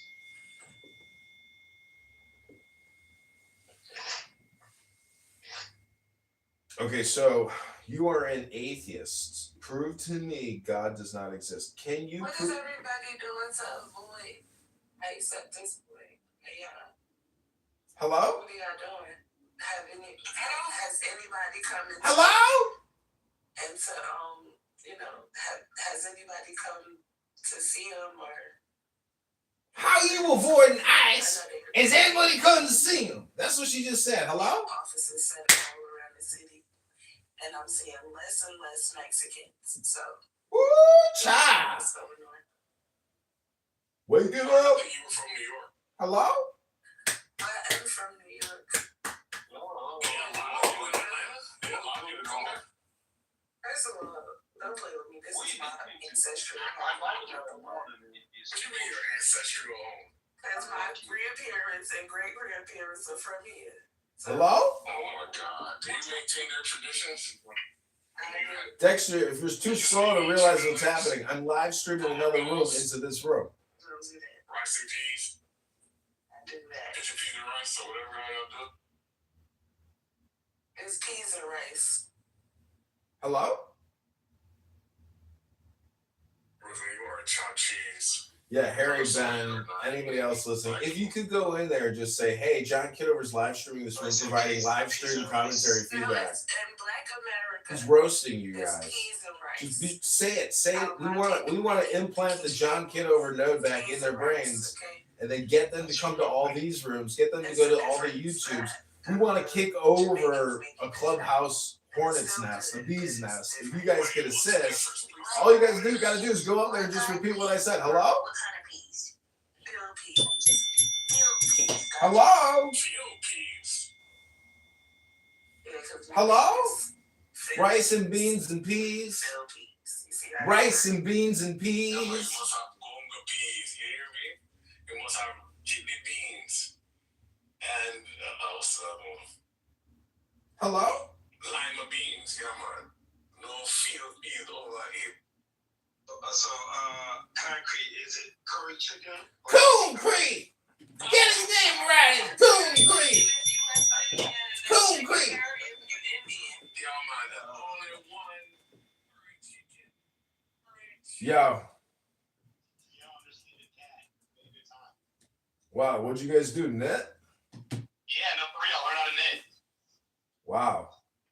Dude, you gotta come to the next one, because I took a bunch of photos, but you could have been filming the entire time. They definitely know who I am, but they were just like, they let me knit. We just talked for like an hour. It was ridiculous. Did you? What do you think it is? Do you think they're retarded, or do you think they're like, I don't know. No, they know that they're being observed, but the thing is, she's raised like $650,000. She's happy. She's as happy as a pig in shit. She don't give a fuck. She seems mentally ill though. Like she seems like a little just like there's some signs. So I felt really bad. Well, she claims that she has like a disease. Narcolepsy. Yeah, so. She's been taking pills since 21. Well, that's the thing. She's on medications and probably other things, but Did you see the photo of her at the nightclub with her legs spread open? She's sitting on the bar top. Absolutely. Yeah, I mean. No, but she was saying, so basically her grandma was a Republican, and she was talking about that in front of me, which I think was on purpose, because I think they think they're being observed, which is correct. And then she basically was saying that she wished her grandma was alive so that she could be pissed off. I'm like, that's a darkness. Wait, what? That is some, yeah. Her grandma was the head of the Texas Republicans. And she was saying that she wished her grandma was alive so she could be like, piss her off. Oh, well, I've heard people say all kinds of stupid things. And I'm talking to a guy right now named Harry Balzac, who is a Zionist. I know Harry. You know Harry Balzac? I know Harry Balzac. Someone say what up. What up? He can hear you. So, Harry, you know me. I'm Mark's son. Yeah, he knows you. So he's got talked to Harry. He's got a DEI PTR which says deport every illegal. Please, whore as in please every illegal? Like por favor? No, deport every. They're like please illegal. Well, isn't that kind of should we only observe maybe let's only arrest 80% of murders? Yeah, that's what's or happening. 70% thefts. Let's not prosecute every theft. Just just 50%. There was a mass shooting downtown. 7 people got shot by one guy, and he was shot just like a couple weeks before he even did this shooting. So I was knitting with Cat Agabazilis, so. Well, anyways, what are you gonna do the rest of the day?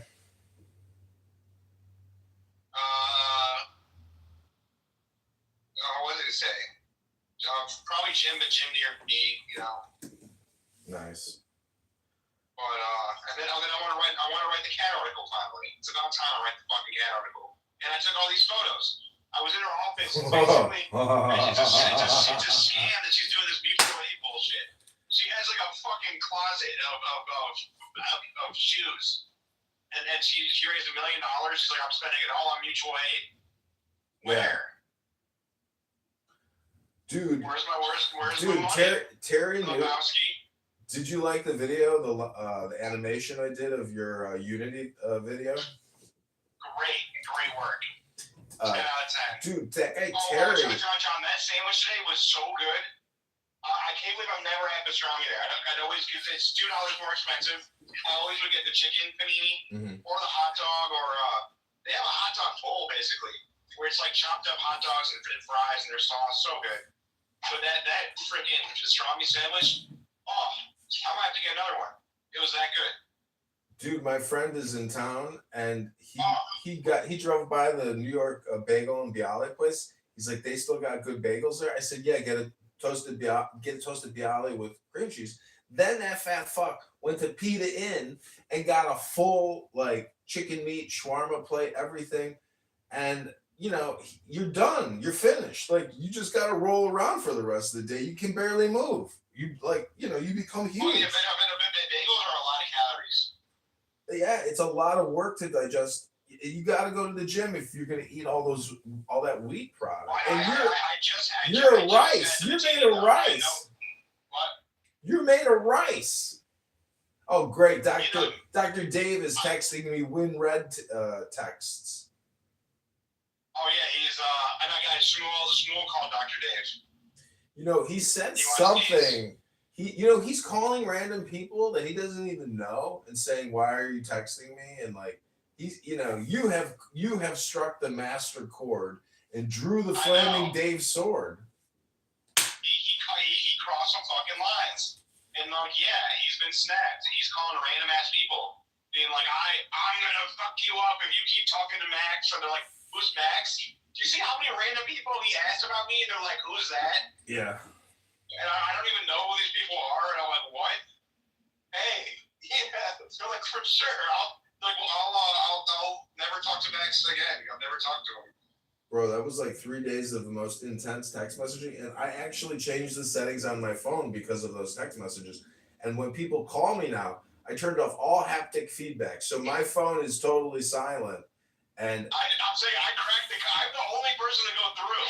If all this spam, wow, I feel like I just beat Kobe Bryant or Steve Nash. I got John to silence. I'm thankful for that. I'm thankful for that event because basically I didn't take the time to go through all the settings on my phone to finally free myself from my phone's alerts, you know, and like I'm finally alert free on this phone, which is a great place to be. I forgot about that. I'm like, why didn't I do this like years ago?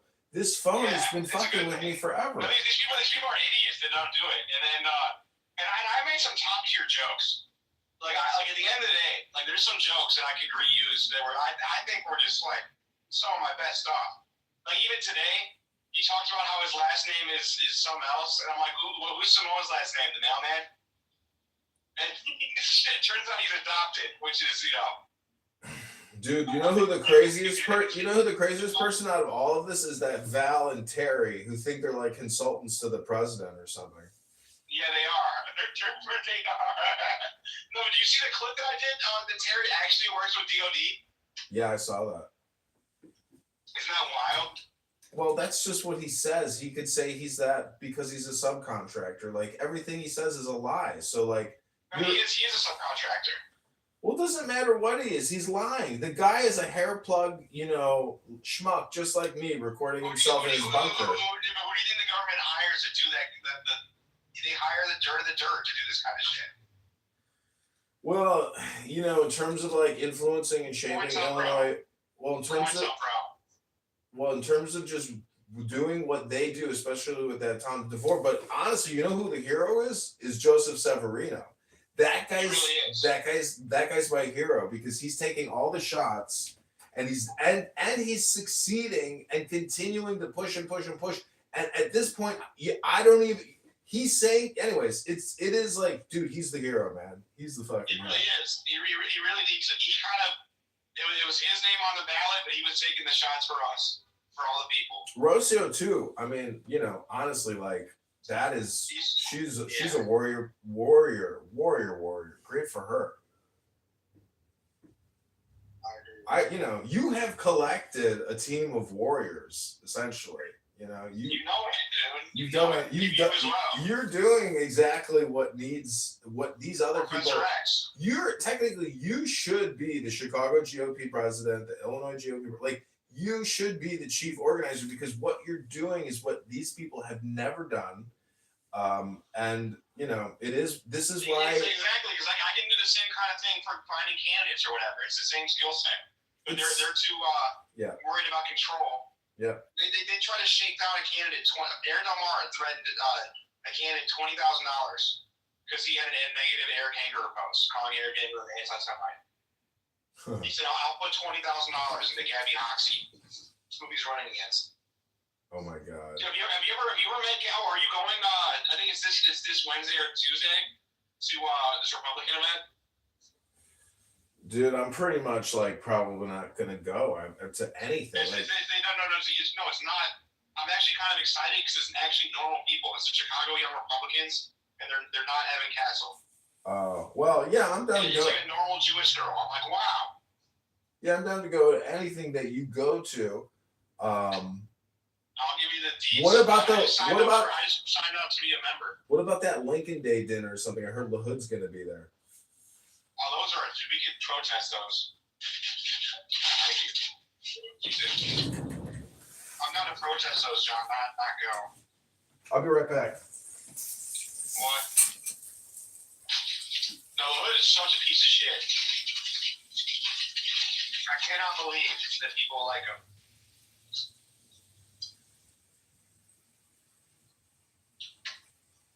Mary Miller's a scumbag. Who's the third Republican? Oh, Mike Boss.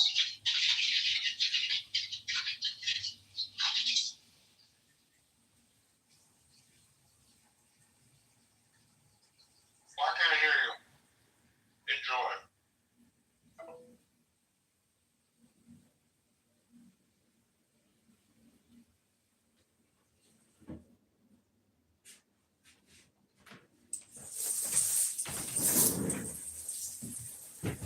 Yo. Hello? Hello? Rats on girls either. How is that different from somebody saying they don't like wigs and lashes? I'm just saying, like, Wait, what? Hello? Y'all will defend this man. Y'all, this man is their new number one. They will defend this man. cause he fine. Have you seen him? The fuck?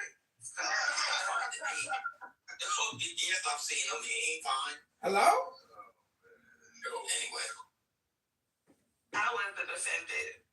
I'm just saying. None of the ladies were offended. Y'all have double standards. Right.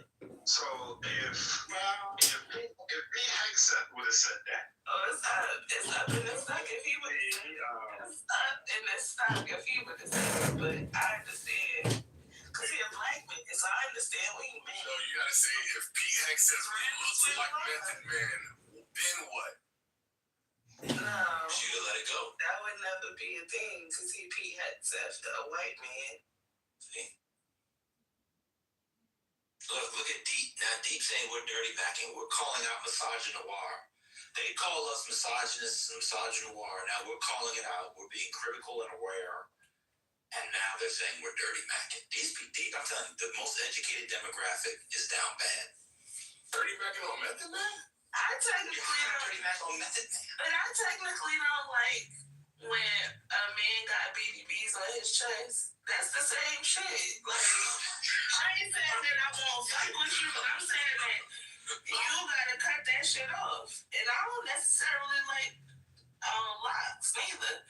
But I ain't gonna say that you ugly because you got locks. I just don't like this. Harry, if you can go in there and say John Kitover is doing Mystery Science Theater 3000 on your ass, he's making fun of you on live stream on YouTube. This shit is hilarious. I done seen taco meat. You hear me? I done seen it. To really like, y'all really did this. This is crazy. It's taco meat still going around here. I don't like taco meat in the groin area neither. Like, you gotta do something about that. What the hell? You want a man to comb his nether region? Do something. I don't know what you're gonna do. What the hell? That shit out. This is insane. This is insane. Y'all niggas gonna shake your shit? You need to just say thank you. What smell? Imagine going to the barber after you get your line up. He's like, oh, you want it square or you want it rounded in the back? Oh, yeah, let me get straight in there. All right, cool. All done. Hey, man, I had a question for you. Could you, like, how do you... It's a video like that man, he got his ass whooped. Oh, yeah, you gotta get your ass whooped. You gotta get your ass whooped. That's gonna hit you from the back, that video. You gotta go to the Brazilian and let them wax you up. That was crazy. Man, this homosexual rigmarole, man. Come on, man. Every time I come up here with that, man, my bad. You want that thing all down? Tyler, you're from your part of the town. They sound like, where they from? That accent. Oh. That sounds like a Baltimore accent, you know, to the discerning ear. It is. Yeah, it is mid-Atlantic. They could be from Virginia up to Philly. Yeah, that sounds like it could be us. The way he said, well, they ain't all down, that is Baltimore-ish. Yeah. Well, I'm just gonna say this. Y'all could go to the like it was from Baltimore, though. You don't have to get your barber to do it, but you could go to the Brazilian girlies and get them to do it. See? Yeah, my boy right there went nuts, sorry.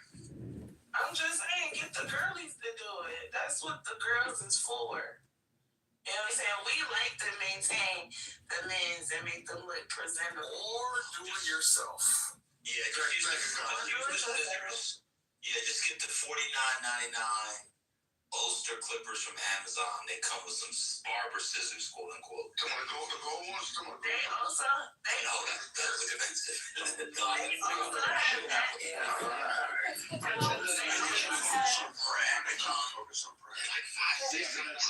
types of worship too, right? There's other types of worship. It's prayer, Yaakov.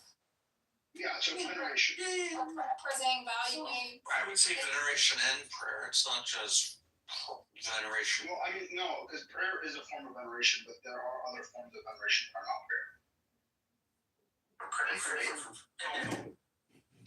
Let's get a broad definition: the veneration of an entity to the highest degree, which is not God. Yeah. So when you are permitting for God to be criticized but not the state of Israel, which are you venerating more? Like Hillel is. Say that again? State of Israel. When you are permitting criticism of God, but not the criticism of the state of Israel, right? Which entity do you venerate more? I tend to not criticize God. Judaism, you're allowed to criticize God. asking if you. Yeah, I don't. But No, that's I'm not asking if you. fundamental to But in the case of Hillel, for example, as was pointed out by Barakah, Hillel permits the criticism and he gives permission to. It doesn't mean it's a requirement. That's important. Yes, it gives permission to. It does not give permission to the criticism of the state of Israel as I am. It's an American institution, so it's just one American institution, Hillel, which is a student organization, and that's their policy, but it's representative of American Jewish priorities, right? Where no, it's representative of Zionism. Because even in Israel, as you pointed out, the political parties can be non-religious, but they cannot be non-Zionist. Yeah, I think that they do make that case. But in general, criticism of Israel is much more allowed in Israel. Yeah, they can be non-Zionist. They can't be just correction on things. Just very corrected. No, there is a law basically that you cannot run on the platform that denies Israel as a Jewish democracy, and it's on the book. And this is how Kahana was kicked out. Regardless of this, Arab power. Right. I was referring to the Arabs. Applying to them basically. Yes, there's one of them, like Malak specifically. And I do not know why it doesn't apply for them, but it applies like. Because they're not going to go after them because it's going to cause an uproar. Jesus, what do you want to say, Bad?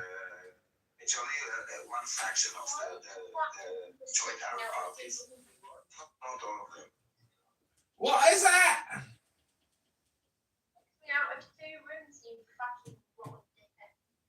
Did you just call me a rotten fucking dickhead? Is that projection? Is that projection?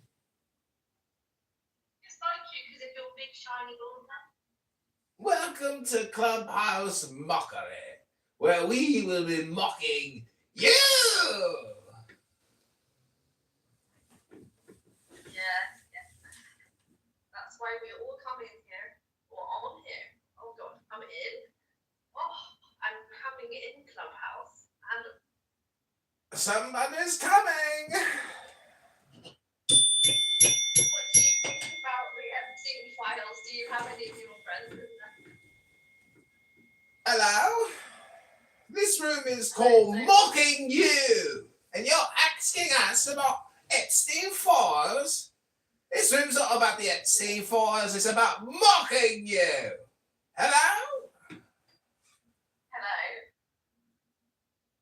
Hello?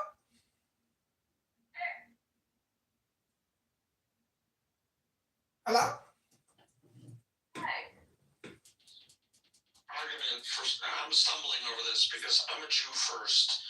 You know, before anything, I'm a Jew first, not a Zionist. I'm a very strong Zionist, but I'm a Jew first. I think it's your lucky God and faith and tradition in your life. I wish I had that temperament. I don't. So this is something that people who don't identify with religious Judaism, they lash onto Zionism and anti-Semitism as anchoring their Jewish identity. And I'm a pretty strong, let's not have any more anti-Semitism other than zero. Yaakov, would you be more willing to tolerate someone rejecting the existence of God or someone rejecting the existence of the right of the state of Israel to exist as a Jewish state? Sorry, you cut out for a second. Can you give me that again? If there was a violent atheist and a violent Zionist? Which would you find more threatening?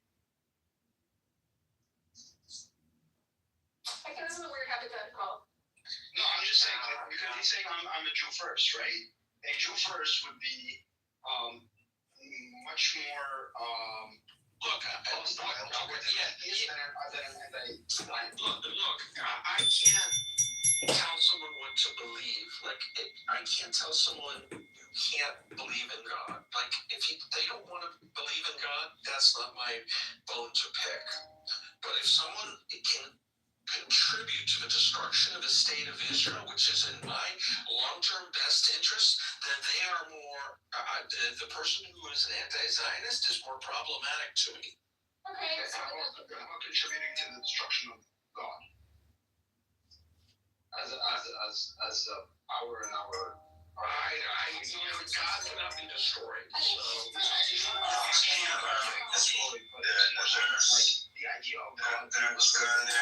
we don't proselytize, so I think she said. Yeah, we don't tie. It's not a good concept. Actually, historically speaking, Jews did proselytize.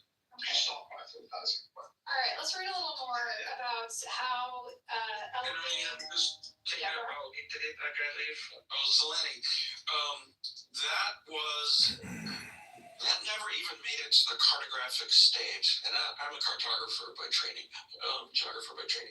They had very, very, very preliminary, and I had research in it in the chat, very preliminary talks. It broke down almost immediately over fundamental differences on Jewish and sovereignty, and it never got to even the notion of creation of a state within a state, or a state within whatever, as you described it, a federal system, and it never made it to a mapping state. So whoever's creating a map, they're creating it out of thin air. It never even... He said that. No, I thought he said this was the proposed map. No. He said that. The first time that this was like actually mapped visually, their proposal was just a general proposal.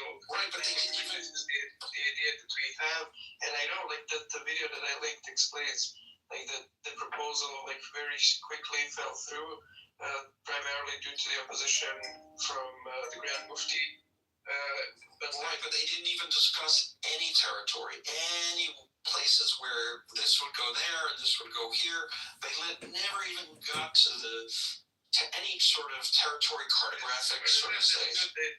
They had like the general idea that these are the territories like from the early 30s, where the Jews are a majority, where there are these like I'm going to do more research, but there are these purchases of land that have happened like in the 20s, like these are that would be Israel, like according to this agreement. I mean, as far as I'm seeing, like they actually did like go public with this agreement, and there was like a public. But there was no agreement. There was some initial talks, and it fell through, and there is no official agreement on record. So I'll leave it at that. No, the agreement is just between Ben Gurion and Alami. It's not. No, it fell apart. Those two people never reached a conclusion. That's my point. They never actually agreed.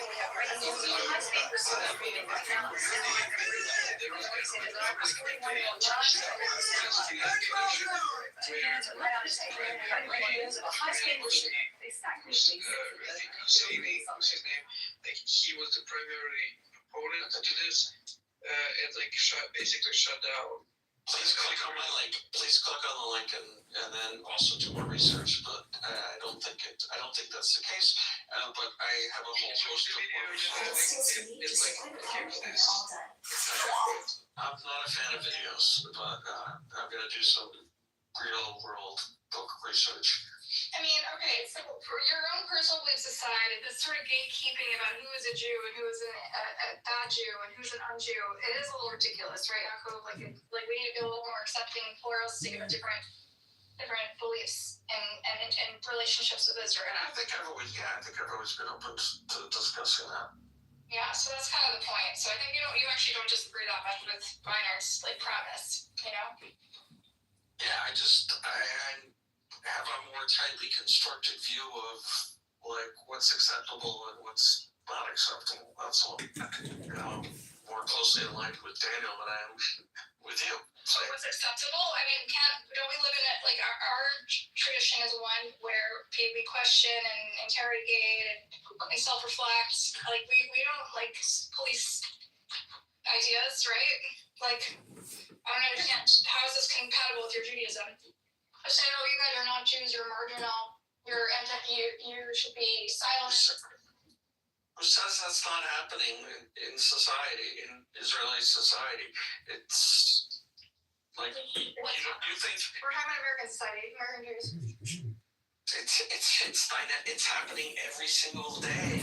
Like the discussion is active, the discussion is live. It's happening all the time, everywhere. What we're debating now is the legislative and the silencing by powerful Jewish institutions that claim to represent, American Jews are trying to create, control and create consensus in the Jewish discourse, right?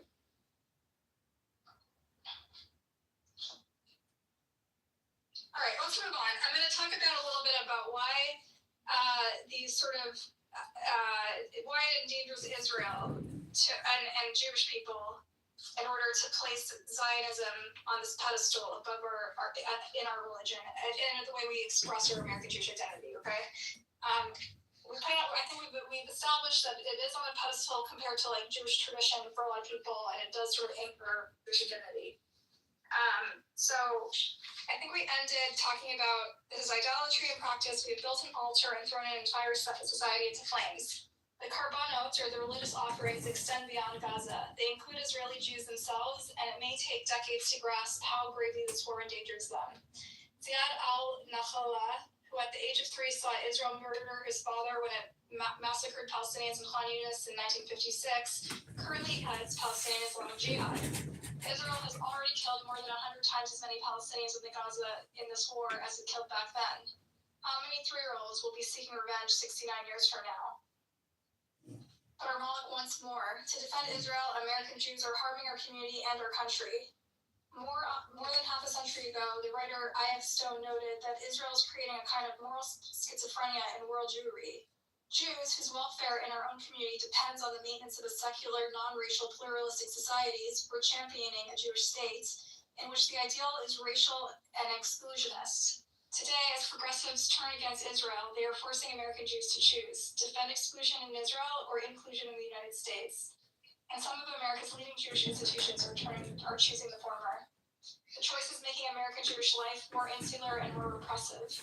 After October 7, the 92nd Street Y, which for decades has symbolized New York Jewish cosmopolitanism by hosting writers like James Baldwin, Susan Sontag, and this other guy that I can't pronounce, canceled its annual literary series rather than host writers who boycott Israel. At the same time, Brandeis University, named for America's most famous Jewish advocate of free speech, banned its chapter of Students for Justice in Palestine and began advertising itself as a campus where Jewish could feel safe in their Jewish identity because they wouldn't encounter fierce criticism of Israel. This is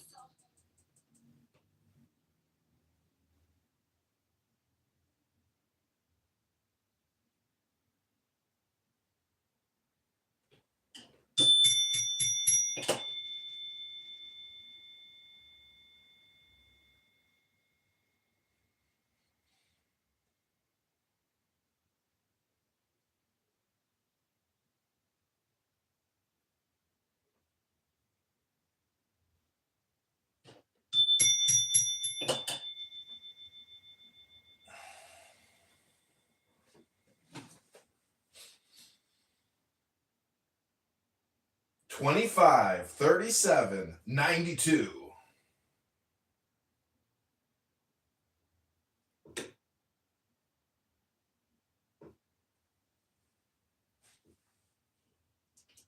safety.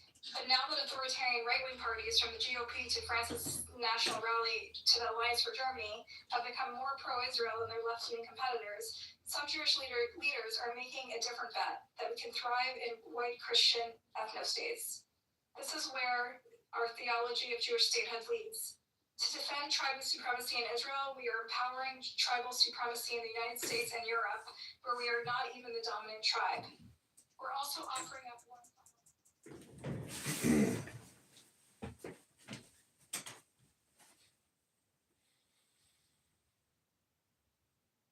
25, 37, 92.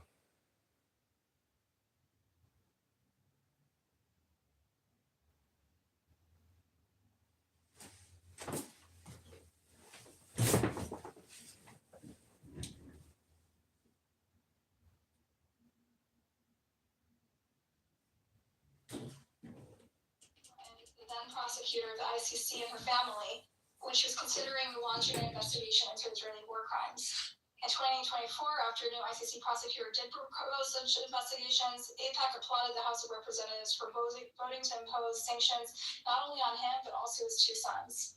This thuggery degrades the legal system born after World War II and expanded after the genocides of Rwanda and former Yugoslavia to restrain the predatory actions of states. It is a gift to Vladimir Putin, Modi, Jinping, and any other tyrant who worries that he may be shamed by human rights groups or prosecuted by the ICC. If Israel can destroy Gaza with impunity, warns Agnes Almard, Amnesty's Secretary General, it will leave international law likely in its death throes and nothing yet to take its place save brutalist national interest and sheer greed. In our zeal to protect Israel no matter what, this is the world we're helping to create. There is another path, but it requires recognizing what Leibowitz taught, that our capacity for justice and injustice, we are no different from anyone else. It may not seem like a big conceptual shift. Most Jews don't walk down the street thinking we are immune from sin. Yet that assumption permeates our communal conversations about Israel. It is always someone else's fault. Israel expels 750,000 Palestinians in 1948. It's because the Arab governments told them to leave. Israel occupies millions of West Bank Palestinians who lack citizenship or the right to vote. It's because Palestinians wouldn't accept our peace offers. Human rights groups accuse Israel of practicing apartheid. Why aren't they focused on Syria and Iran? Student protesters demand Israel stop obliterating Gaza. Oh, they're anti-Semites, or at best, wildly uninformed. The alibis change, but the bottom line remains the same. Jews are victim. Israel has done nothing fundamentally wrong. For generations,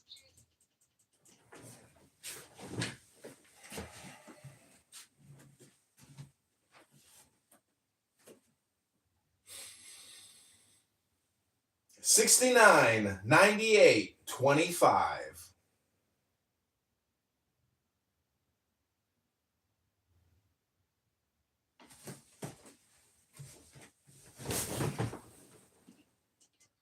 in the liturgies, removing Jewish statehood from Jewish identity, and for most Jews around the world, it's not clear what is left. But the benefit of recognizing that Jews are not fundamentally different from other people is that it allows us to learn from their experience. Jewish exceptionalism is less exceptional than we think. We're not the only people to use the story of victim to justify supremacy. He talks about Kitover as an example. So I think that answers your question a little bit, Daniel. Saying about how enmeshed American Jewish identity is with Israel and criticizing Israel. I think I was laughing. Like the entire statement is kind of in a loop. If you don't believe that it's inherently wrong, if you don't believe it's like a crime, and you're only very biased about the war in Gaza, not mentioning in a word like the other side, then it's it's hard to me to take it really serious as text about. It's like anti-Zionism working backwards to justify the anti-Zionism conclusion. You guys want to say, Benny? I think it's funny. It's just anti-Semitism. Every time I hear that word, honestly, I laugh a little bit more, and it loses more power.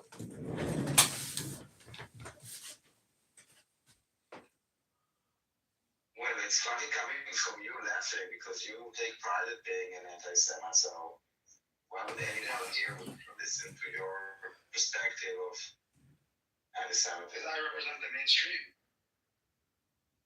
According to you, the mainstream is anti-Semitic, right? No, I didn't say the mainstream is anti-Semitic. I think the loud voices, the violent voices are anti-Semitic, not the mainstream. Oh, okay. So you don't think the silent majority are not anti-Semitic. Okay. So you don't think anti-Semitism has been prominent throughout history for the last 2,000 years amongst Yes, I think I'm just not saying it's mainstream.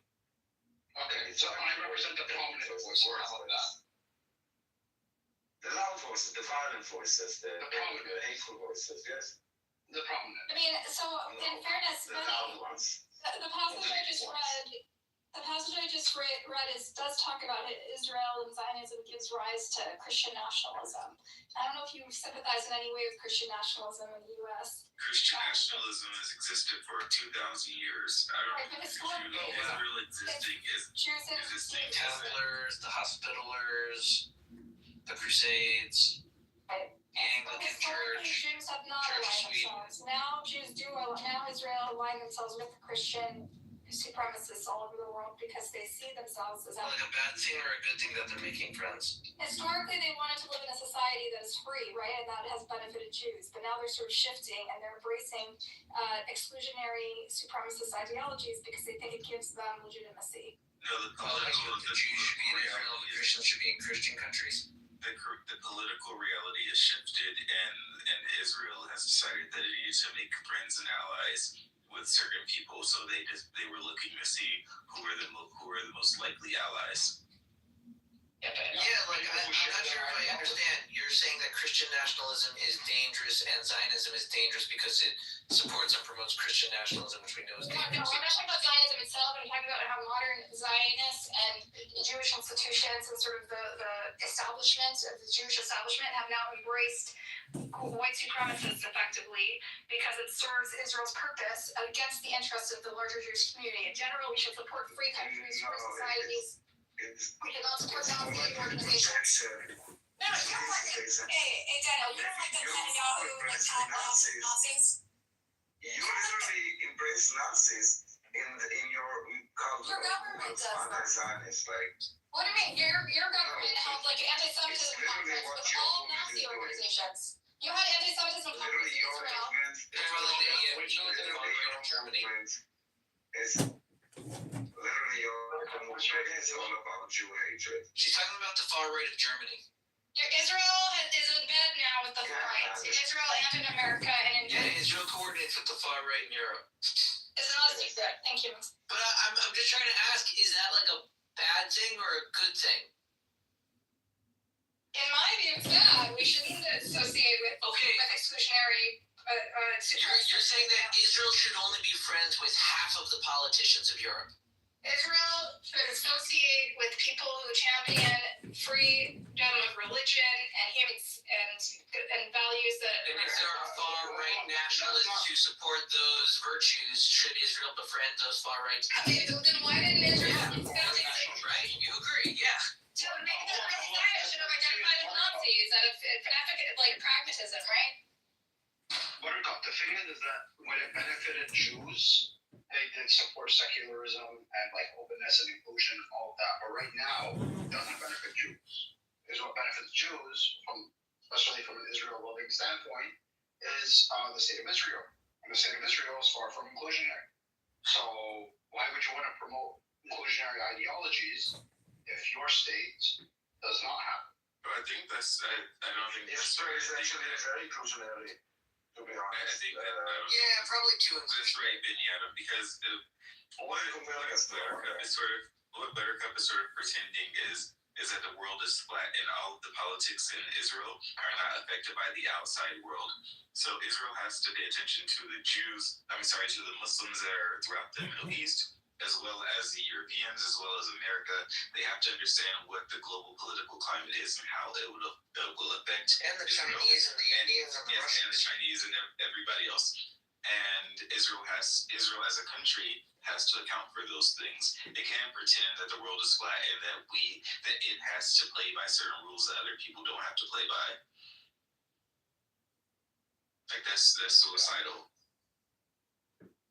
Yeah, but Buttercup wouldn't be dead if it committed to suicide, though, so.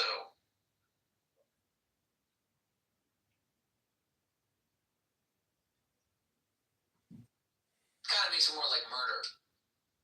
So it's just a coincidence that, like, you know, when Israel's promoting a more exclusionary ideology, and back home, Jews promote it in the West. I mean, Arab countries practice exclusionary efforts, right? I'm agnostic as to whether or not exclusionary efforts are good for a state. I think Marjorie Taddei. Go ahead. Marjorie Taddei has evolved in a different way. Japan has massive exclusionary measures. Massive. All the states have exclusionary measures. That's how they set up citizenship, statehood, uniform law, voting rights, right? Like, it's a trade-off. Like, you could say, no borders, and then just vague cities, and then armies that are campaigned for when an offense is brought before some town council. Like, they've done models before. We determined that exclusionary citizenship and borders with uniform rule of law throughout the land, with mostly a language that at least the people can understand the laws they're written in. Those are better backbones than I don't know, high standards or something. The EU disagrees in the Schengen zone. Well, how do you mean? What does the EU disagree with? Well, the EU has a project of gradually expanding open borders. So, if you're in Germany, you can go to France with absolutely no it's kind of like going from Texas to a neighboring U.S. Yeah, but those people are in the federation together. They aren't. Not federation. It also doesn't really work yet. They'd love to get that, and they might get to something close like that, but they don't have the same setup, the same historical backbone as the U.S. Yeah, Lebanon and Syria are basically the same people, and they don't even have open borders between each other. Of course not. We need closed borders. It currently exists, and it's working fine. You can just have your Yeah, there are some the equivalent of your social security number in USA, and you can just walk from Spain to Poland. It's no problem. You can go to Germany, Italy, Switzerland. Yeah, what about Russia? Allows it to happen at terrorism. I think where does the free walking stop? People bring up Europe a lot when they talk about the failure of multiculturalism, but I feel like in America we figure out a model that works much better, and where people are much more intimate. You don't have this kind of segregated. Nice. I don't know if I would agree that America is dealing with multiculturalism better than Europe. They're two different systems. In my experience, Muslims who immigrate here are very well integrated. They go to public schools, they're in the workforce, and they are not seen as a threat to society. Extremism isn't such a threat to it. We're worried about homegrown white people. It's also the case in Europe, and even in countries that have at this recent times been so conservative and xenophobic as to leave the EU, UK, their Muslims are actually hugely integrated. But the problem is when people who lean right wing, they want to say these groups are not well integrated. Usually, it's not exclusive to them, but for everyone else. But then also them, they have no idea what integration is. Sociologists define more than 7 different axes of integration. How the success of integration along those axes is measured. None of these people have any clue about that, but they want to say these people haven't been integrating well enough. It is true that usually Muslims have a better time integrating in America and Canada and obviously Australia as well, as opposed to Europe, because the states are ethnic, whereas Canada, America, and Australia are not exactly such. Well, they have a long history of integration and various Misuse of term. Their ethnostate usually refers to something that's almost by definition bad. It's all a term. I'm not saying it's a okay. How are they not ethnostates? But they are. They're nation states. An ethnostate means something. Why are they not ethnically? So the identity of the nation is ethnically defined. Poland is for the Poles. Germany is for the Germans. Yes. Are there Ireland for the Irish? Yeah. Are there border areas? Sure, but even historically speaking, when those borders were drawn, and then to integrate them into the dominant. It says the definition. So it sounds like the safe and peaceful multiculturalism Europe rests on existing states, ethnic states. No, they're not. Maybe They're not states. ethnic. To be They're more precise, ethno-national but like states. the term ethno-state is problematic. Okay, so you'd say they're not ethno-states. I'm defining it. No, ethno-state is a specific term. Okay, what does it apply to? Far-right ideas about purging minorities or taking away their rights. Which states are those? I don't know if there are any ethno-states today. Okay, so there are no good examples of an ethno-state. Benny Adam, are you fine with nation state? This is why the AFD and they're like really. Okay, so is Poland an ethno-state? That's a good question. Benny Adam says that's literally the question people are having right now. Is Poland for Poles? And you're denying that it is an ethno-state. Why do you think Poland is an ethno-state? He says it isn't.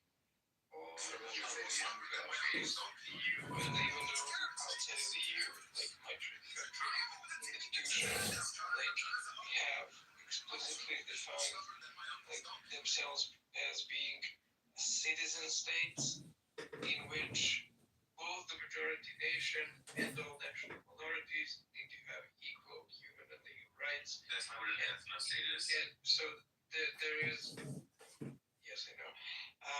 So there is this big concept in their nation state. That doesn't contradict what an ethno-state is. If I say the identity of the nation being multiple, No, we heard you. People just interrupting. Because someone is Go ahead. The next person to interrupt goes down. Finish the line. Anyway, in the European story, the nation state is a state where you have the majority nation, and you have an legally explicitly defined groups called national minorities. So in Poland, you have the Polish nation, and in the constitution it says Poland is the nation of the Polish people, and not all of the citizens that live in it. And it lists out human rights. So a special place is given to explicitly legally defined category of people called minority groups. So there is a special care being taken to not have any sort of unfair treatment of people just because they're a minority in this. So that's really the difference between just a regular liberal democratic nation state, like all of European countries are, and an unimagined ethno-state that far-right people want to institute, like the alt-right, etc. Their goal is that they use the term ethno-state, where they don't want these national minorities to be basically as well-respected guests, that they want them heard and their rights taken away because this is not their land. So that's the difference between a regular nation state and an ethno-state. We're not talking about the legal constitution of the state. Citizens of the state. Technically speaking, what it means to be a Pole or a German is much more ethnically defined as opposed to what it means to be an American or Canadian. Canadians have had a long history of immigrants from various countries that assimilate into the identity of being Canadian, which is not nearly as ethnically bound as what it means to be a Pole or a German. And so that's what I'm talking about. I'm not talking about the legalities of it. I'm not talking about whether or not that state has minority communities. I'm talking about the general identity of the nation. I'm not sure there is that difference between states that are your typical traditional nation states and other states that are multi-ethnic states or melting pot states or countries, I should say. That does exist. That doesn't have immigrants in Canada or America from Arab backgrounds. We're going to talk about that next. Assimilating into society. That's exactly the sentence that I started saying. That does not carry over into like that means that the migrants are going to be treated better. In fact, a typical nation state in Europe treats its minorities much better than USA has been treating like black and brown and Muslim people in the last like 50 years. I did not get that. That's insanity. Alright. Can we read more about anti-Zionist American Jewish identity? I mean, I think the guy who wrote whatever article or whatever you're reading is a little delusional. Alright, well, we talked a lot about Jewish holidays and the way we frame our holidays and the aspects we emphasize and how we tend to frame ourselves as victims. And so this is how we apply sort of that philosophy to sort of modern geopolitics. And I think when it comes to Israel, we would cast this victimhood narrative aside. Zionism's core promise, after all, is to ensure that Jews are never powerless again. Israeli commentators often argue that refusing to be a victim is central to Israeli identity. But while Israeli and diaspora Jews do not depict Israel as powerless, we do often portray it as persecuted, the Jew of the nations, to use a popular establishment Jewish phrase, slandered, menaced, delegitimized like no other country on earth. The state of Israel, which its founders hoped to be fundamentally different from the diaspora, historian Derek Petzler has noted, is now seen as its extension, no less threatened, no less unjustly maligned. This paradigm, Israel as the perpetual target of aggression, never is often. Why is you guys' outfit different every edition of Israeli history? Consider its account of the departure of more than half of the Arab population of British India Palestine during Israel's War of Independence. Palestinian refugee issue originated in the 1948 Arab-Israeli War, explains ADL, America's best-known organization fighting anti-Semitism. When 5 Arab armies invaded the state of Israel just hours before it was established. The moral responsibility is clear. The Palestinians left their homes because Arab nations had started a war. Palestinians suffered, but only because Israel was attacked. The problem with this chronology is that between 1/3 and half of Palestinians... Nights the city hums like a distant seashell. I let that hum fall through me. To Kitover yoga. Find a steady seat. Let your spine lift tall. Close the eyes and take a deep breath. John Kitover now. Older. I thought we could slow things down and try a short meditation together. Just Tonight, a local boy shares a moment of stillness. Poet and veteran John Kitover read it. This remote is more stubborn than my uncle's donkey. Maybe it needs carrots, genius. Carrots? It needs your time. Oh, the TV thinks it's... You're not going to believe what just happened at the polling place. Let me guess, they ran out of I voted stickers again. Worse, I think I accidentally ran for office. What? The ballot had a right line. I wrote my name. You just nominated your... What just happened at the polling place? Let me guess. Good evening, everyone. Tonight we're exploring the connections between Africans, African Americans, and white Europeans. Another 100 points down! This week the Dow's gonna need a parachute. Yeah, I just bought a parachute company. Smart move. Too bad they only make money when you land. These are our pension stuff. So the guy at the counter asks me how many bagels you want. I say 24.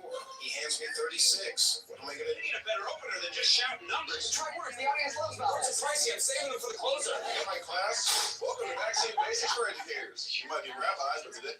Who knew the road to power had this many stairs? Good evening. Scientists at DNA Science Corporation say they've encountered... Hey, Doc, did you know humans only use 10% of their brain? If that were true, you'd forget to breathe by now. Okay, we go. All right, first run of the Jewish genome test for global medicine. Let's settle this once and for all. Facts versus opinion. People keep mixing them up. A fact is like gravity. Drop a sandwich, it hits the floor. Sad. True. Pineapple on pizza is wrong. But that's basically a fact. No, that's just your taste buds. Today's lesson, facts versus opinions. I've got index cards. Folks, welcome to the John Kitover Comedy King Show. I'm just going to relax, watch some late night rerun. I'm here to build a bridge between our nations and maybe share a donut or two. Salam. Deuce Ben called us a trash can. It sounded very confident. Oh, my bad. Whoops. Hot diplomacy. New partnership. I told you, buddy came. Voted to partition Palestine to Jewish and Arab countries. Jews were only 1/3 of the population.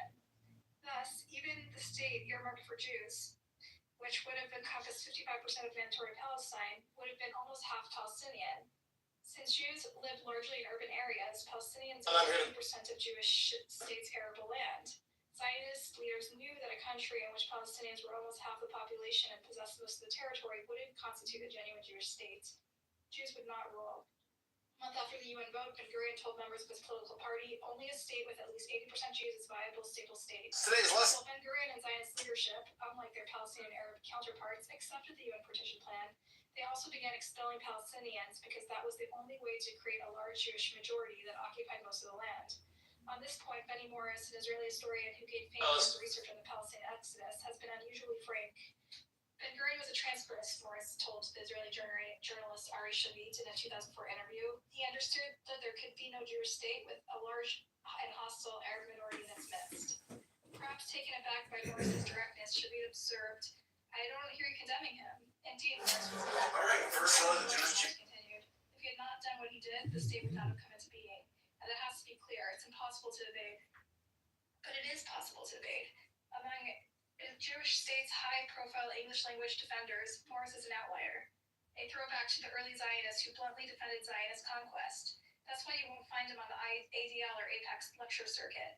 Their narrative is built on evasion because they know it's not possible in a post-colonial age to acknowledge the truth about why Palestinians became refugees without raising questions about why they and their descendants can't return. George Orwell famously wrote that since forthrightly defending Assad's purges and British colonialism in India required arguments that are just too brutal for most people to face, their public justification has to consist largely of euphemism, question-begging, and sheer cloudy vagueness. That perfectly captures establishment Jewish discourse about 1948. The only way to depict Israel as a victim of its own mass expulsion of Palestinians is to evade what Palestinians actually endured. Euphemism is the point.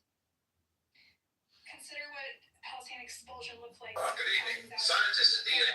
Amid the crush of people fleeing Haifa, as Zionist forces attacked, a woman named Nazmia al-Khilani walked with a broken leg, one child in her arms, and another tied to her apron so he wouldn't be swamped by the crowd, to the city's port, where she boarded a boat to Akri, which itself depopulated after Zionist forces shut off the city's electricity. In the chaos, she lost contact with her husband, father, brother, and sisters, all who were deported to Syria. She didn't see them for another 50 years. Battle. Israeli troops entered the largely Catholic and Greek Orthodox village of Eilat in the Galilee. According to filmmaker Hisham Zreik, who used oral histories as Israeli documents and constructed maps, the troops were met by priests holding a white flag. Soldiers from the Golani Brigade responded by assembling villagers into the square. They forced the bulk of residents to evacuate the village and head north, thus serving as human shields for Israeli forces who trailed behind them in case the road was mined. After forcing the villagers to walk all day with little food and water, the soldiers robbed them of their valuables, loaded them onto trucks, and deposited them across the Lebanese border. According to an eyewitness, roughly a dozen men held back from the town square were executed in groups of 3. The people of Eilat were comparatively lucky. Some were allowed to return. During Israel's War of Independence, the Zionist forces depopulated roughly 400 Palestinian villages. Many were looted, most were fully destroyed. Listen to every one of Benjamin Netanyahu's speeches about Israel's creations, and the speeches of every established American Jewish leader, and you won't hear a single story like Nazmia al-Khilani's. Welcome to Vaccine Basics for Educators. You might be rabbis, but today... whom Zionist forces expelled. That is not an accident. Only by erasing names and experiences of ordinary Palestinians can they be made offers of their own expulsion. We evade the harsh realities of 1948 just as we evade the end of the Book of Esther. In this way, Israel's creation is made to fit the script. I think narrow. I think it really. I need a better opener than just shouting numbers. Try words. The audience loves vowels. Words are pricey. I'm saving them for the closer. Hey, I'm ready for my set. And whoa, it's like looking into a funhouse mirror without the fun. I hear him aligning the Jewish groups that represent him. I want to point out something. Colin, the first time I read you his narrative of this Book of Esther, right? You saw him as much more marginal voice. And like the second or third time, just like your kids are actually One second. So it sounds like he's starting this conversation. One second. I've known about Peter Ryder for a long time. Okay, the point, the how I characterize him is not the conversation. You refused to read his book, remember? That's how this started. Another 100 points down! This rate, the Dow's gonna need a parachute. Yeah, I just bought a parachute company. Smart move. As part of the Jewish establishment, quote unquote. Okay, don't give me this. this, and I'm the only smartest one in the room, Buttercup. No, I think you are smart, which is why we're having this conversation. I want to engage with I know, so don't tell me about the first time you heard it. I've been teaching about this and preaching about this idea for longer than Biders. Good evening, everyone. Tonight we're exploring the connections between Africans, African Americans, and white Europeans. Three groups whose histories are more intertwined than most folks realize. This, of course, is the And he somehow opponent. So I think this is exactly what he's trying to do, is have this conversation you describe. I don't think that's in contradiction to what you said at all. And Caleb is acknowledging it and being critical. He's giving his criticism of what he thinks happened, what he thinks. His criticism is that he's refusing to acknowledge that people are having this conversation, when really his book is having the conversation. So it's a little meta that your criticism is like don't tell us we're not having this conversation. He's not having a conversation. He's having a monologue. He's engaged with the criticisms and the common tropes that we hear as American Jews. The pillar of mercy is that of light, and the pillar of civic. I think he's being. I think as all historians, he's being selective in terms of trying to tell a story he wants to put out there. There's and like all historical narratives, there's good. It relies on true things, right? But it isn't exhaustive, and I think it's a little cynical. It's highly motivated as well. The first. If I'm somehow the example of someone who was Zionized. I'm not going to believe what just happened. For Zionist organization, my grandparents talked about Zionism on their first date. We have the telegram announcing the partition. Announcing the partition plan hanging on our wall, right? We drink a fifth cup of wine in our Passover seders for the state of Israel. Right? And yet, right? I'm not a person who lacks empathy for Palestinians. Yeah, but is Zionism? I'm not a person who supports the Ben-Guri's and the Spotrishes. I'm not a person, right? And I think I had a very conventional. The local boy shares a. But pretty conventional Zionist education. Sorry, I didn't mean to rush you. I just said we got it. Your background.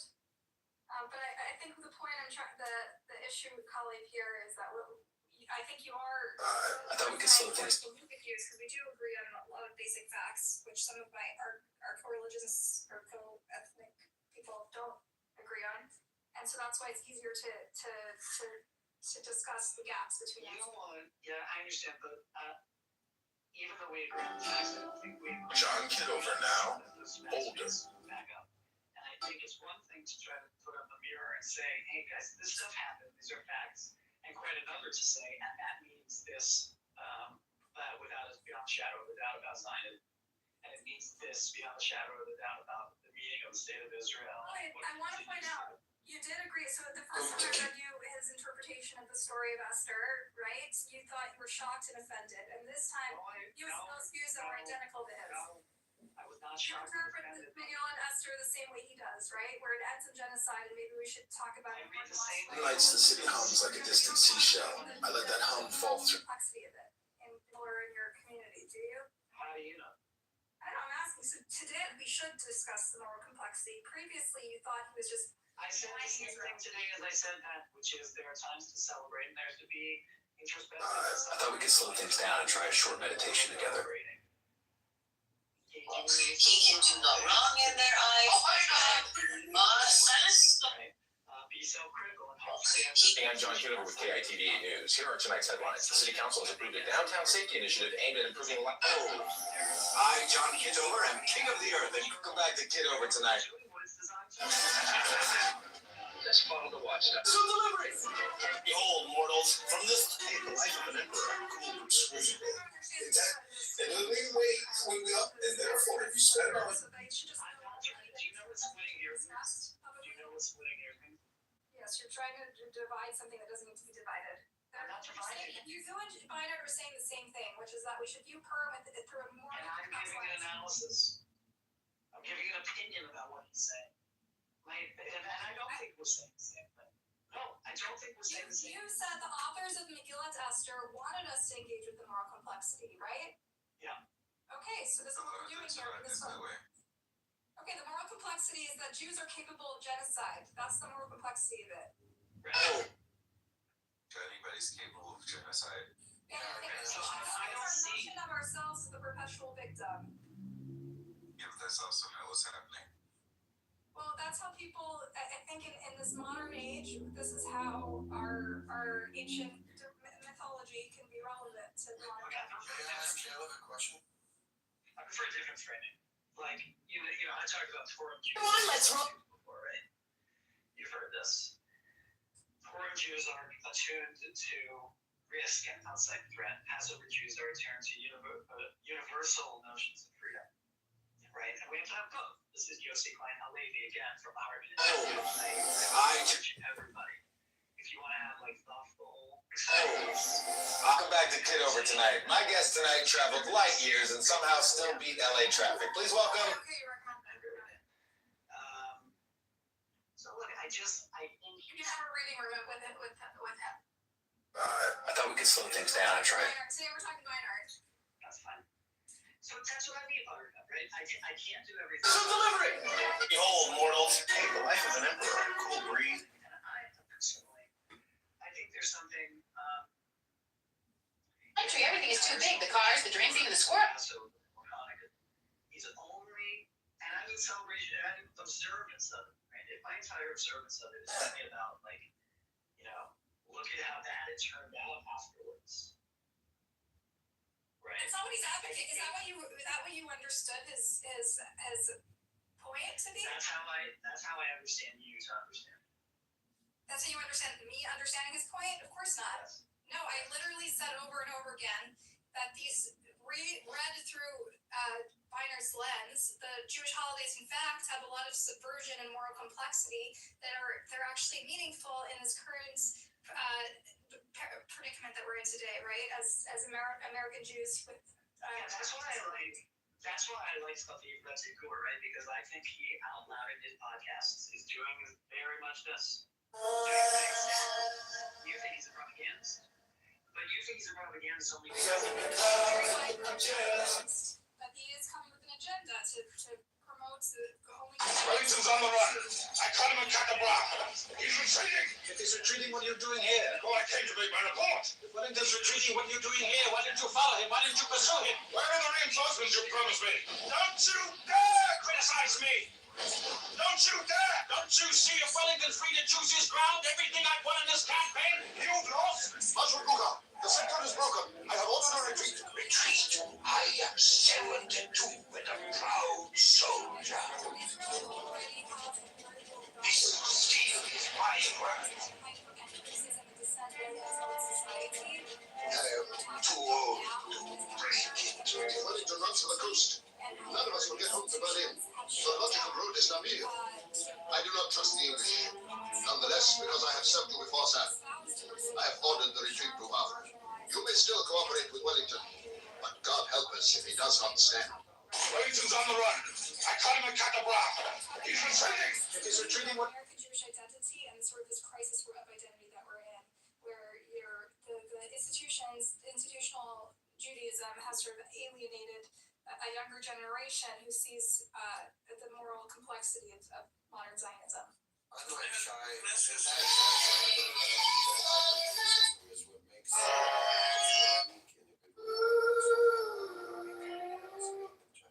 Searching for my jewel's head is one of the scariest things possible. Not only do I have to worry about him taking my finger off, I can also potentially crush him with one of the history that you read earlier, which is we are contending with the moral complexity of it, right? It's not unique. Even how much time that you want to we do. This is what we do. No, it is under a pedestal. It is kind of a sacred cow where you can't criticize or you get marginalized. Periods that are periods. You do get marginalized sometimes. There was this up when the right wingers called to Congo or whatever, right? Non-Zionist. I understand that. It's because of this. That's why the words we need bigger words and better words. Evil is bigger. Evil is bigger than science or not science. Evil is bigger than just kind of religious. And it was so sad that the largest Jewish community, or segments of the largest Jewish community,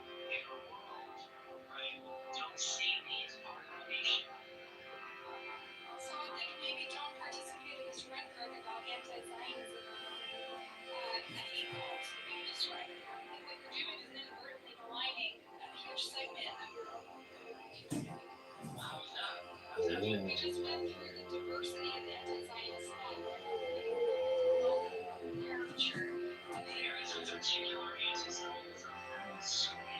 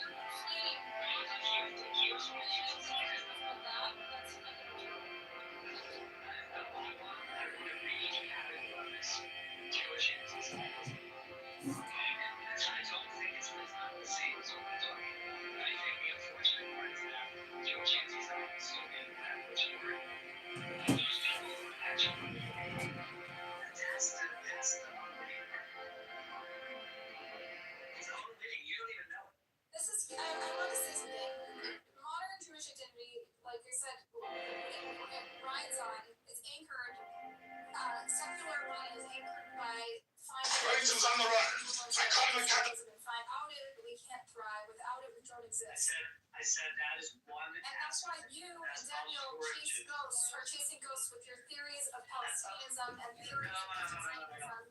Because you can't, you can only exist with opposition because we don't have, because your Judaism is anchored in anti-Semitism and the Holocaust. That is as insulting as it is stupid, respectfully, to say to somebody like me. You can say it to Daniel, you can say it to other people. If you don't think I really know so much as you're doing it.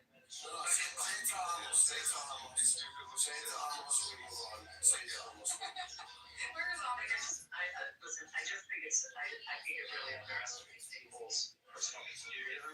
We can talk about. I think you're leaning to that idea when you talk like this. I usually receive Kalev and you have very insightful decisions, tellings of these stories that are really beautiful.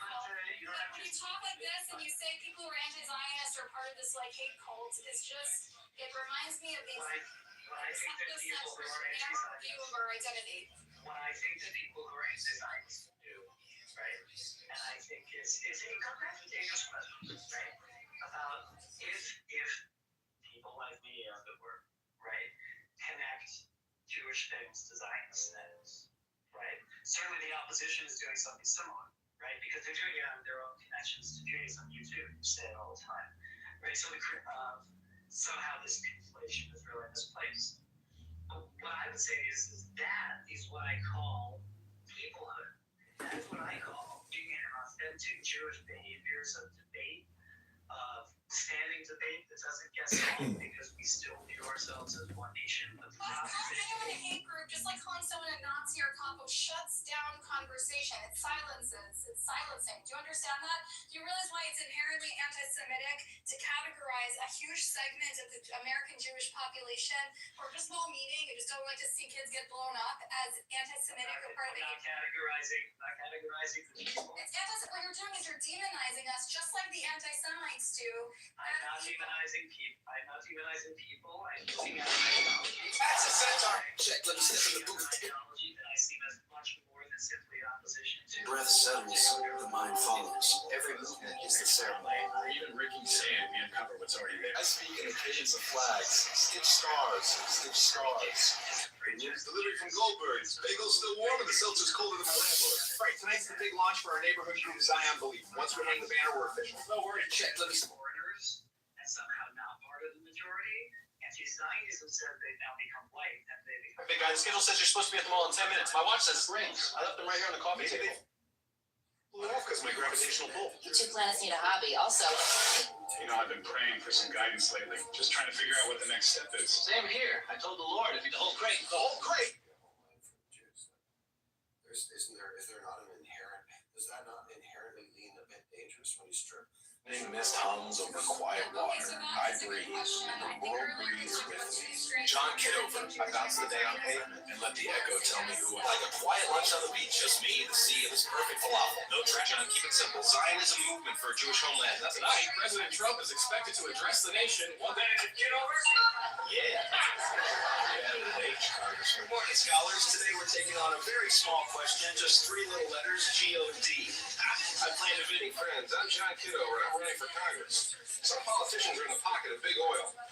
Me? Time to get these guns licensed. 7, 8, and 9, 10. Whoa! Guess the machine wanted to start. These 2 clowns think they can buy justice. But they need to be at the embassy by midnight. They'll be expecting the micro. Because it gives rights to one population over another. It doesn't serve the whole population. It's illiberal by definition. Dinner is served. Finally, what took you so long? Minor misunderstanding with the delivery guy. 8:43:68. If we get the rest, we're moving to Miami. Move it. All right, movie night. I've got the remote. As long as it's not another human documentary. something with sparkles would be nice. I need a better opener than just shouting numbers. Try words. The audience loves vowels. Words are pricey. I'm saving them for the closer. Yeah, my name's Beers here. Pizza guy mumbled something like 34.75.71. I think he thought I was CIA. That's your locker. Another day, another carrot. Morning, boss. All from Shaft 3. Beautiful. That's sparkle. Hey, Operation Sprinkles. Microfilm safe in this powdered donut. All I gotta do is not eat it. So when is the document donut? Good evening. I'm John Kitover, and I'm also John Kitover. You're watching John Kitover News. Apparently, one of us wasn't enough. He's on Councilman Pritchard. Money for potholes, but the only holes he fixed were in his steakhouse roof. Madam Speaker, colleagues, and to the people watching at home. For 25 years since the attacks of September, what exactly are you doing, man? I'm dialing the secret prosperity hotline. Step 1 of my wealth plan. Step 1 is getting I'll show you step by step how to turn a free AI app in your phone. Chicago dog, extra mustard, and 1 vote for Kitover. Coming right Tonight on Newsline 9, the cop named it. The second type of anti-Zionist would argue that it was never the founding fathers' intention for it to become a permanent occupying force that is perpetually at war, which is just escalatory violence and breeds hatred with its neighbors. And it all culminated, of course, in October 7 and what we consider to be a genocide. That would be the second type of anti-Zionist. Personally, I don't cast judgment on whether or not the Zionism existed. It founded the state of Israel. I try not to think. I'm not thinking too deeply about whether or not it should or shouldn't have existed. It exists, and that's that. We just accept that it exists. I think what we are unified on, the 2 types of anti-Zionists, is that it's not sustainable for the Palestinians or the Jews to keep going along this track. This sort of the status quo to escalatory violence for 70 years, and there's going to be, if we continue managing of the conflict, it's going to result in more death, more bloodshed on both sides, and it's in the interest of the Israelis to not continue along this path. And there will be another, or there will be another. It's in the interest of everybody that the Israelis, Arabs, alike. But in the end, there needs to be a plan, and I don't see any plan coming from the Palestinians at any point. Show you step by step how to turn a free AI app in your phone into real money. I don't see like a viable plan that is coming from them, or even a wish to coexist, to be honest. But let's start with this. Buttercup, Why don't we have any plan? What you seem to be associating more things than just a Jewish homeland with the concept of Zionism. Am I right or wrong there? Yeah. Well, no, I think most American Jews, the Zionists has sort of been put upon sort of anyone who's sort of culturally Jewish in America by anti-Zionists. But historically, the way I grew up, even though I grew up in a pro-Israel home, we called ourselves pro-Israel. Like, you're kind of reflexively defend every war, we don't necessarily, we saw Zionism as kind of a dated term. It was a movement that created Israel, and now we're in Breath settles, the mind follows. Most American Jews Breath. don't necessarily call themselves Zionists like they're activists, because there's nothing to activist about, right? And I think sort of the definition has shifted in the last couple of years, where Zionism has sort of taken on this new form where you're a pro-Israel activist. No, right. We are still under attacks, and this is what this is about. Yes, it has changed because of the anti-Zionists, as you said. Nobody called themselves Zionists. Chicago. It's a defense. And it's used as a slur. Like, you go to Amir's room, they call me a filthy, fire-breathing Zionist because I don't accept every single image from a conspiracy, right? That's the danger in we're back to Caleb's point, right? I think you now you're kind of tiptoeing to Caleb's position, which is there's something inherently dangerous with leaning anti-Zionist. If you accept the simplest and But we're actually not getting rid of this Jewish safe haven. The anti-Zionists want to create a one state where everyone has equal rights, and they just don't accept this notion that this 51% majority necessarily. It's not about demographics. It's actually about It's actually about removing the idea that Jews are a unique people. If Jews uniquely have to give up some kind of, I'm not saying Jewish majority or Jewish supremacy, right? But have to deny something about their uniqueness in order to have a state where no one else has to do that, right? That's the problem with anti-Zionism. Here, I'll read you one short paragraph, okay? If you have patience for it. From who? This is Adam Lewis Klein. He's become an emerging thinker, anti-Zionism. Yeah, I'm sure you know that. So, just read it, Fat. Yeah. Sure. He talks about something called accusation in a mirror. Accusation in a mirror is what genocide prevention scholars call a form of Kitover and genocidal incitement. Colonizer, apartheid, genocide, the three libels of anti-Zionism applied to Israel, all describe anti-Zionism itself. A calling project seeks to erase, overcode, and deny Jewish distinctness, a racist orientation that stripped Jews of political rights, and resubordinate them, expend to escalating violence and genocide in the form of consistent, normalized calls for the annihilation of the Israeli Jewish population. That's why anti-Zionism is a hate movement. Interesting. Because it's an inversion of the very kinds of human rights and things that wants to be afforded to other people, but isn't afforded to Jews. You said something about erasing Jewish distinctness, right? Yes. Okay, so that is very telling because this is a point I've been trying to make over and over in college that you always dispute, which is that in America, where we're not Israelis, we don't have inherent Jewishness that Israeliness bestows on them. The way we engage with Judaism or feel like we're part of an engage with our ethnic identity, it's by engaging with Israel, which is why we cling to this idea of Israel, and we elevate it above all other aspects of our rich history and culture.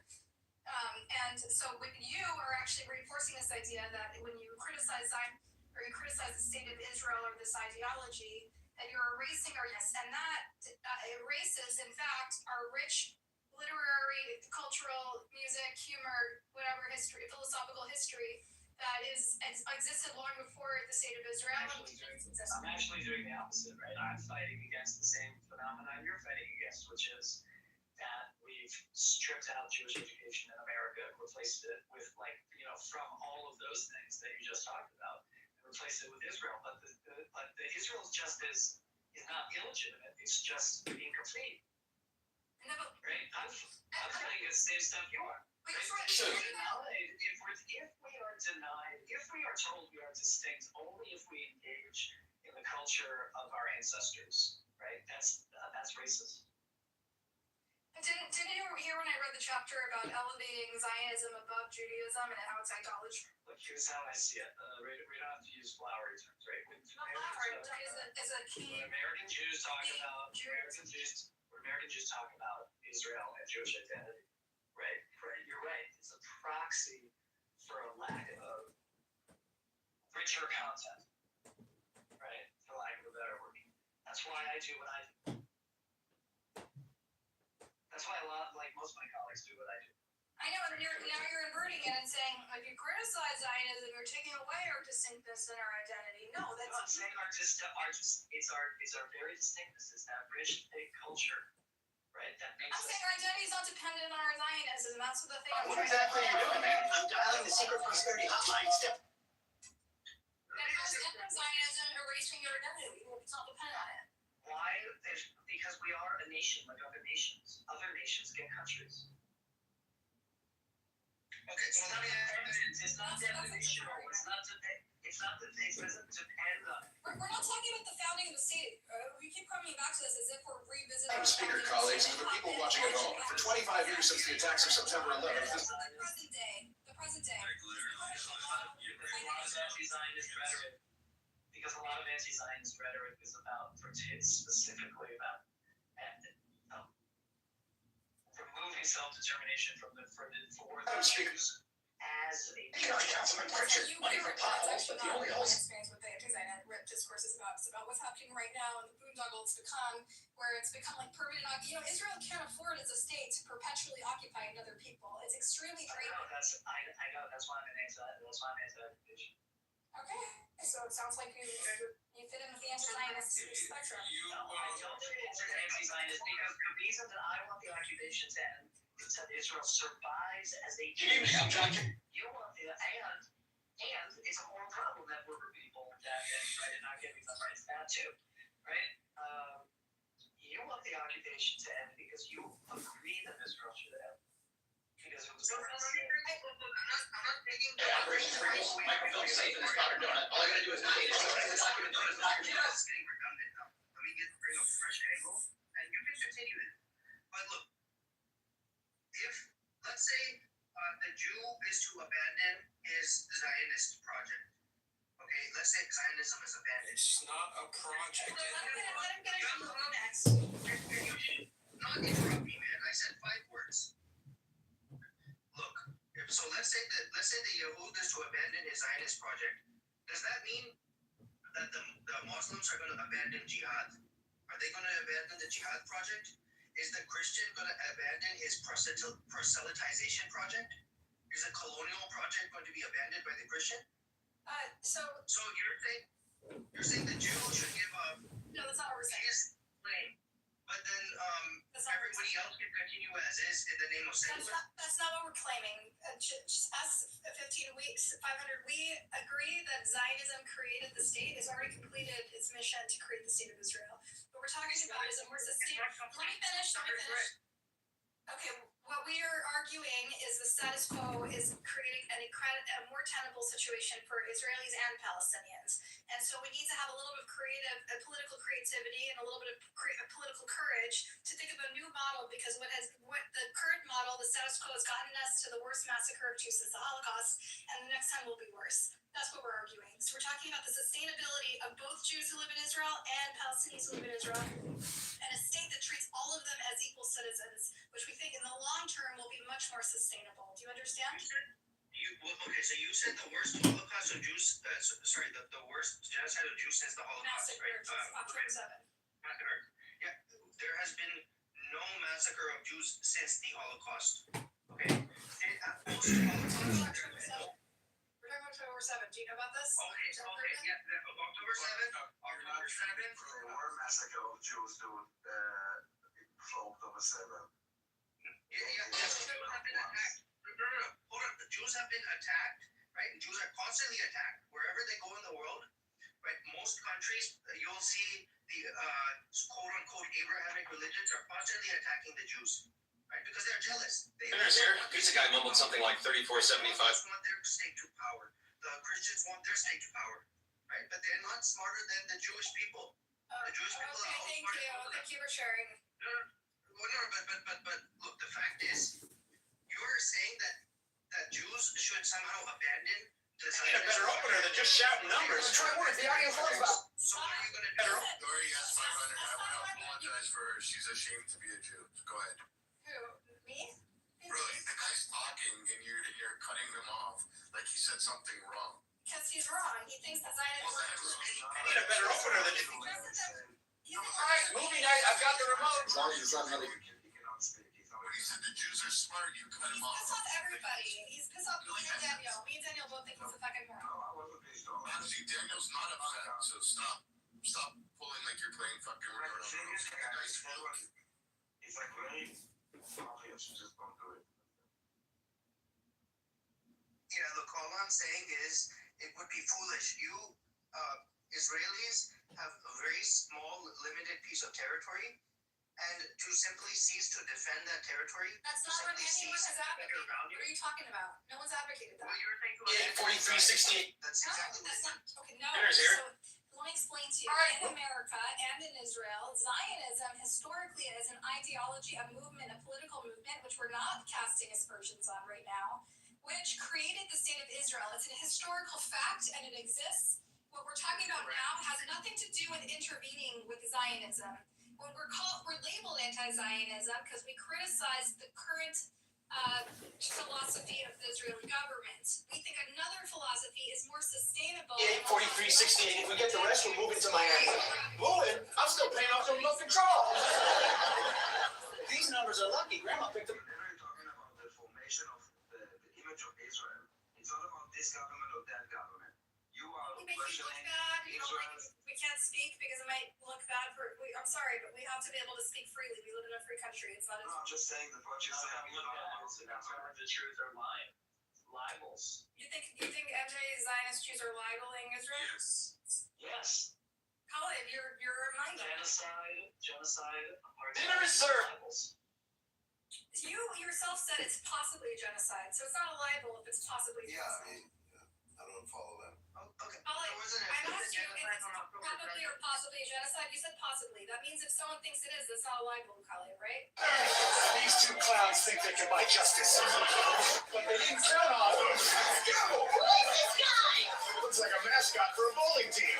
That doesn't matter. We're talking now. Genocide. No. That's why again, I think we Again, this is euphemistic language. You're distracting from when we say Zionism itself is labeled a genocidal movement from the get-go. That's irrelevant. That is. Time to get these guns. This is the. These guns licensed. 7, 8, and 9, 10. Whoa! It was called genocide. Yeah, I saw recently Peter Beinart giving a lecture in front of like a Muslim crowd, and this was 2 years before October 7th, and he was talking about creating a global narrative about the quote-unquote genocide. This was 2 years before October 7th ever happened, and he was saying that it was already a genocide, and there needed to be a global narrative. Time to get these guns. He was hesitant. Hey friends, I'm John Kitover, and I'm running for. I just don't believe you. I think that's your believe Peter Beinart right now because I am very familiar with Peter Beinart, and he was really hesitant to even categorize. Even in his book, he doesn't categorize it as a genocide when he talks about the Gaza war. So, Morning, scholars. Today we're taking on a very small question, just 3 little letters, G-O-D. I plan to visualize. Scholars, today. we see the things that you don't see. With all due respect, we have a little bit more perspective. Care about America. I mean, you don't have. You can have your own point of view. You cannot determine facts. And a genocide holds it itself. First of all, Holocaust is a version by itself. But it's such a disgusting accusation. Kitover? Yeah. It's about defaming, spreading blood libel, and it started on October 8th. So don't bullshit us.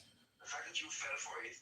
If it did start on October 8th, that wouldn't change the fact that this war incised into. Tonight, President Trump is expected to address the nation once again.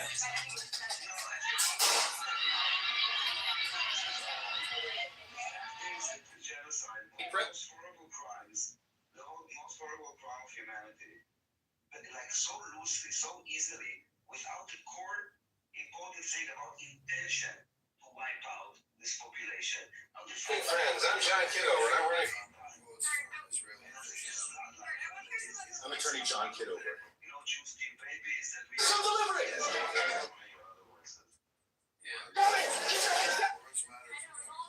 To the left. There, it's called symmetry. Let's talk about the experts, okay, you just mentioned. If you remember such a surname like Nderito, okay? Tonight, President Trump is expected to Inside the UN. Tonight, President Kitover? Yeah. Okay.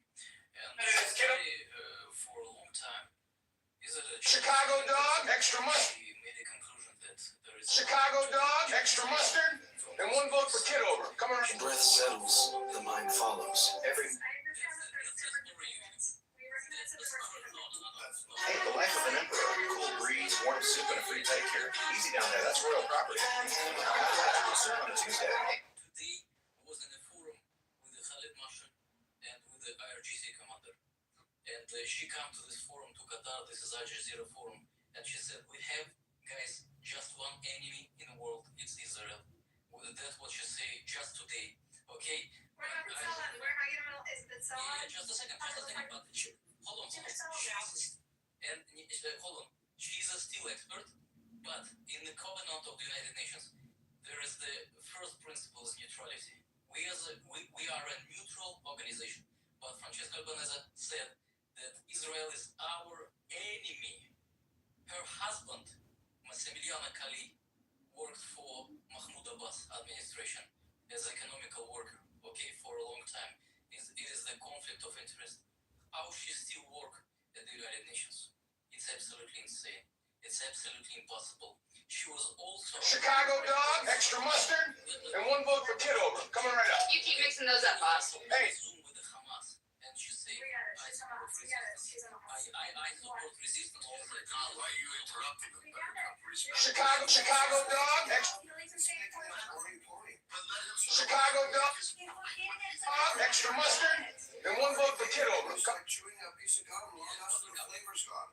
Just don't like you when somebody spits against your hair. No, it's just boring. Okay, you said your point, you move on. Make a third or fourth point. You make Keep repeating the same point. I speak very So short. boring. Okay, so you want give a minute now. I land my point. Let me land my point. Okay, I land my point.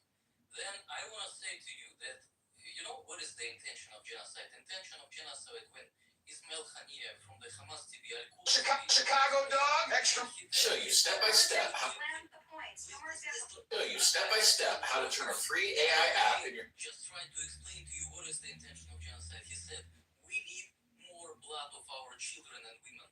That's what Ismail Haniyeh said. We all watched it. We know. please, yes, don't comment any my word, please. Please be confident, okay? Sit on it just on a chair and please don't interrupt me. You're a moderator in this room. Why are you nervous? Let me finish, please. There is just 2 points, okay? First point, there is no genocide from Israeli side. The second point, the genocide, of course, even in the covenant of Hamas. Judgment. Show you step. What exactly are you doing, man? I'm dialing the secret This is from Sahih al-Bukhari. What exactly are you doing, man? I'm dialing the secret prosperity. All the Jewish population. It's number one. Number two, they said that we're not gonna take our population into the tunnels. Tunnels is only for the fighters, for the freedom fighters. That is the intention of genocide. Because if That's right. It was a disservice to if they their took 2 million people to the tunnels, there will be no genocide. But they say no, it's only for fighters. And the third that Haniyeh comes to the TV, he said more blood our women and children. Okay, you have 3 points that make the same point. We got it. And after they come. No more points. You already made your. Is there anyone in this room that What exactly? Speaker colleagues and the people.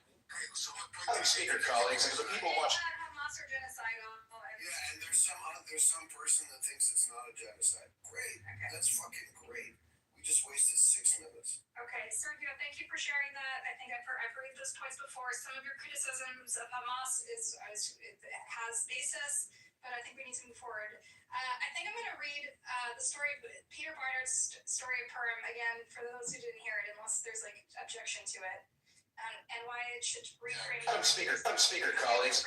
Councilman Pritchard, money for potholes, but the only holes he fixed were in his steakhouse roof. Good evening, Councilman. BB's objecting. Councilman. So he doesn't whine about it later. I'm just objecting because I have the opportunity to object.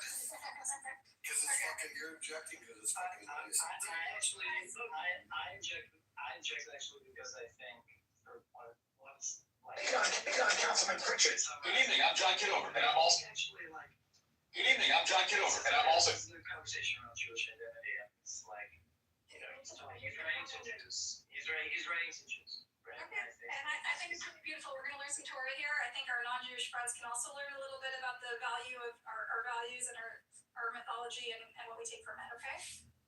Good evening, I'm John Kitover, and I'm also John. Hey, Operation Sprinkles, microphones. Hey, Operation Sprinkles, microphones. It comes from the Book of Esther, a tale that begins with a dissolute Persian king. He hosts a banquet, gets drunk, orders his queen to display her beauty to revelers, and when she refuses, banishes her from the throne. As her replacement, he chooses Esther, a beautiful young maiden who, unbeknownst to him, is a Jew. Then he makes a calamitous personal decision. He selects Haman, a pathological Jew leader, to be his right-hand man. Hey, Operation Sprinkles, Mike. The other day, king to sign an edict exterminating another carrot. Morning, boss. and sends word Aster appeals to the king and through a series of daring maneuvers turns him against Haman. Haman is hanged, Mordecai takes his job, good triumphs over evil. When we tell the story of Purim today, many of us stop there. But that's not quite right. The book of Esther doesn't end with Haman's death.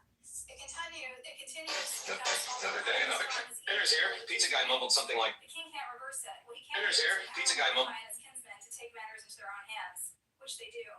The Jews struck at their enemies with the sword, proclaims the book of Esther. Slaying and destroying, they wreaked their will upon their enemies. On the 13th day of Adar, the Jews kill 75,000 people. They make the 14th a day of feasting and merrymaking. With the blood of their foes barely dried, the Jews feast and make merry. That's the origin of Purim. Purim isn't only about the danger Gentiles pose to us, it's also about the dangers we pose to them. Dinner's here. Dinner's here. Pizza guy mumbled something like 34.75.71. I need a better opener than just shouting numbers. Try words. The audience loves that. Words are pricey. I'm saying. Tormented people for dreaming. I need a better opener than just shouting. But the ending reads differently when Jews wield life and death power over millions of Palestinians who lack even a passport. Today, these blood-soaked verses should unsettle us. When we recite them aloud in synagogue, we should employ the anguished, sorrowful tune in which we chant the Book of Lamentations, which depicts the destruction of our ancient temples. Instead, most of us ignore violence, and that concludes the Esther scroll. Some contemporary Jews justify it as self-defense. On the far right, some revel in it. But they're the exception. More often, we just look away. We focus on what they try to... There's a joke in every Jewish holiday. I need a better opener than just shouting numbers. Try words. The audience loves that. Words are pricey. I'm saving them for the close. Many of our other... All right, movie night. I've got the remote. 8:43.6. All right. I need a better opener than just shouting. All right, movie night. I've got. Serious Antiochus. All right, movie night. On and on to explain how each of these holidays has sort of a subversive message hidden in it, and in fact, maybe it's time to rethink the sort of moral evasion that comes with this narrative of ourselves as the perpetual. Let's talk about why those people lack that passport, right? So in 1948 or whatever, it was declared a state. Also, a state was declared. It was called a Palestinian state, right? And those Palestinians, they rejected it. And they decided to attack Israel. So when they had the potential. 181 said they had to do wanted to do. They decided not to do anything. Yeah, they decided to get the history right. Yeah. And then post this, right, when those people were part of Jordan and Egypt, in Jordan they had citizenship. What happened was, especially for the people in the West Bank, is that Jordan allowed their citizenship to lapse. And there are 3 million people in Jordan right now who are stateless. They live there, they're considered refugees, but that's the fault of Jordan, right? For 5 million people between Jordan and the West Bank, those people are stateless in Jordan. For the people in Gaza, those people are stateless. He's going for the quadlets. Oh, he falls. My mom complains I don't respect her. There are about 1 million people in Lebanon and Syria who are stateless in refugee camps because they refuse to give them citizenship. That had nothing to do with, per se, Israel didn't make those choices. The choice that Israel makes to defend itself and also to give the 2 million Palestinians inside of Jordan or inside of Israel's borders citizenship.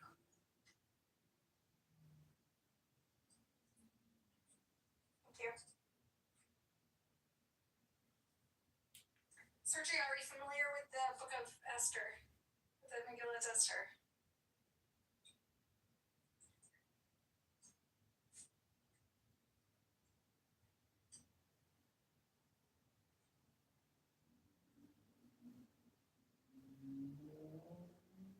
All right, who wants to? The mic is anyone's. I think this may not be semantically precise, but you have to start looking at Zionism as military power. Okay, military power is what makes the world go round. If a people cannot defend themselves militarily, what good are you? What good are you as a people if you cannot defend yourselves? Okay, they want you. They want the power. They want the table. What do you think? If the table, let's say the Palestinians had the weapons and the technology, do you think they would would spare you? Do you think they would even be having these sorts of silly debates and silly conversations on Clubhouse? Again, you missed the word. No one's saying the army should lay down its arms. No one's trying to. Stop with the hate speech, dude. Yeah, they would get straight to work. You're arguing a point that no one's arguing. You're arguing. Guys trying to mobilize 15 million people. And honestly, you're arguing something that no one's advocated for. One state solution would have an army that represents all of it between the river and the sea. It wouldn't be fighting. Why should there be one army for all of the people? You're not the same people.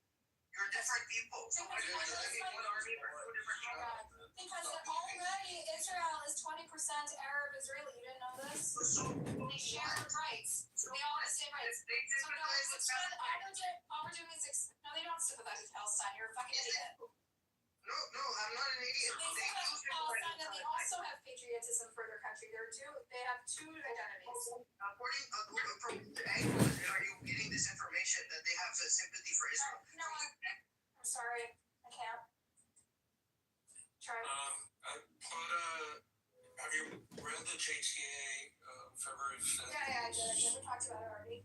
About how most people, and that's actually what I've been saying, that like most people don't technically identify as Zionists because we just. Yeah, but there's a very interesting paragraph. They support Israel. Yeah, they support Israel. Right, which is, here, let me just read the point. Only 37% of Jews, this is American Jews, surveyed said they identified as Zionists, while 7% labeled themselves as anti-Zionists. Another 8% said they were non-Zionists. Another 18% that said they weren't sure, while 30% said none of the labels describe them. Okay, mixed bag. At the same time, 88% of surveyed Jews believe that Israel has a right to exist as a Jewish democratic state, which for me is a placeholder for the question, are Jews better off with the existence of the state of Israel? For me, that's the backbone of why I support the state of Israel. We need it as a backstop because bad things happen prior to the state of Israel being in existence for us as a people.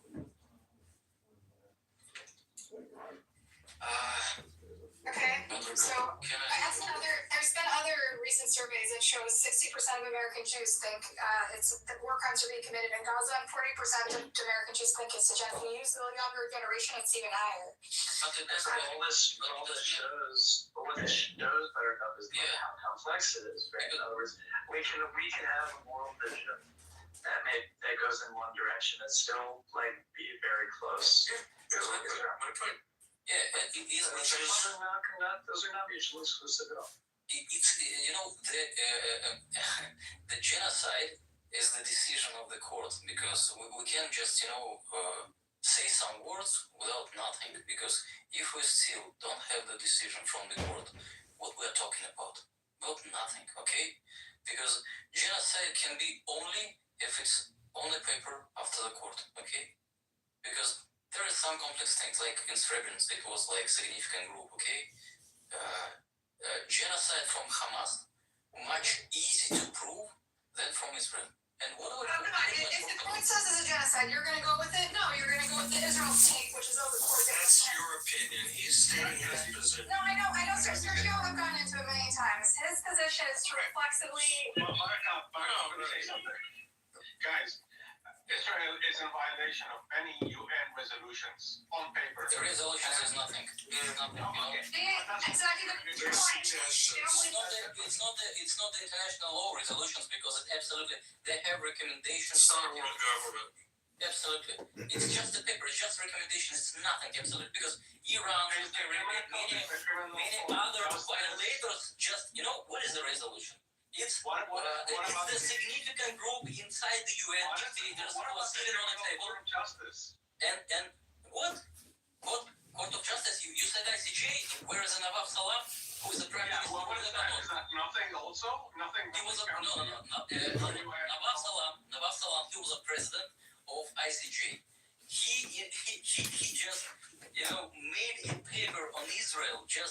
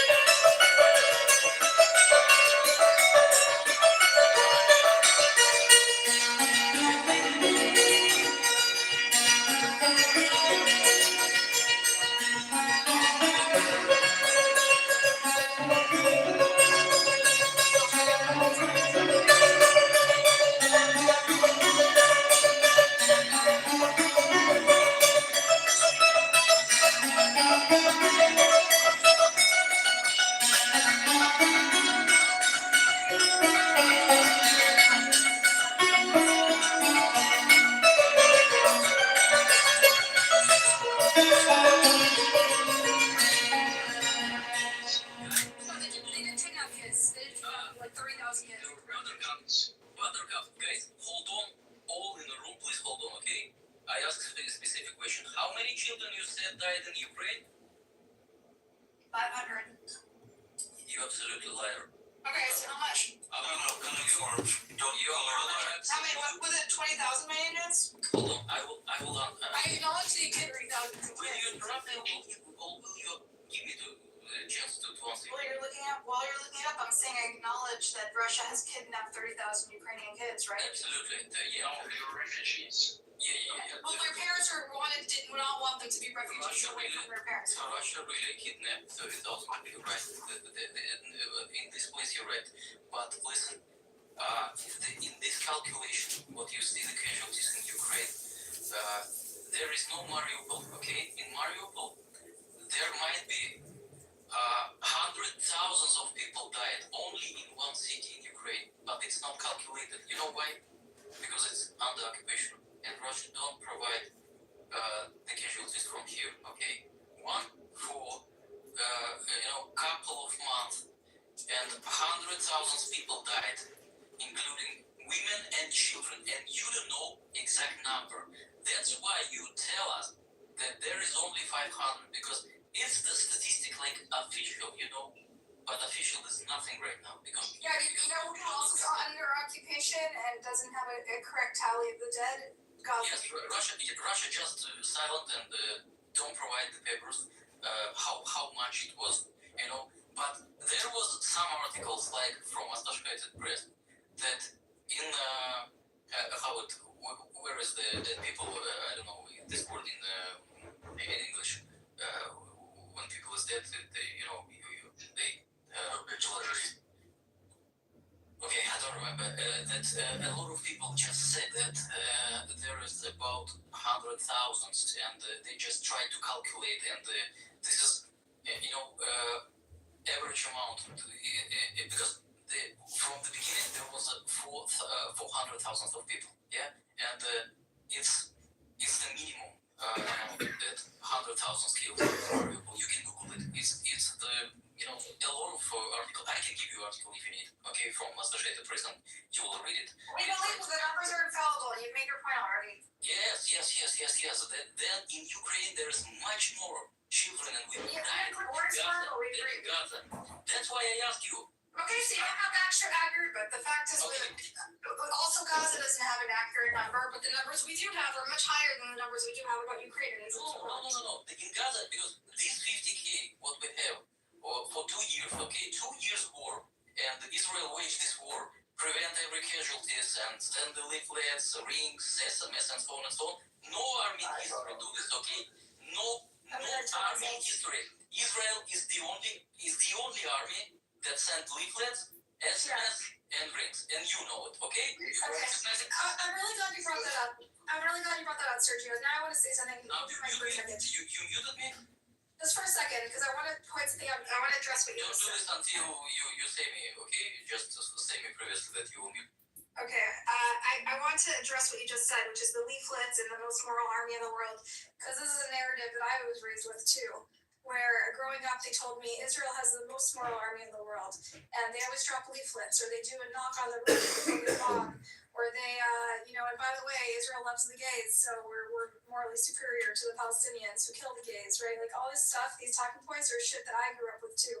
We were also seeing videos as kids of Palestinians and Hamas headbands holding grenades. They caricatured Palestinian kids as these like small baby militants, right? And then you go to college, and your Jewish friends who grew up with Zionism, pro-Israel, reflexively pro-Israel ideologies, share with you Benny Morris, and you find out that the story, this narrative about Israel's founding, was only half the story. In fact, there was another half which is quite ugly. And in fact, it's not a clean history, and we are not the most moral army in the world.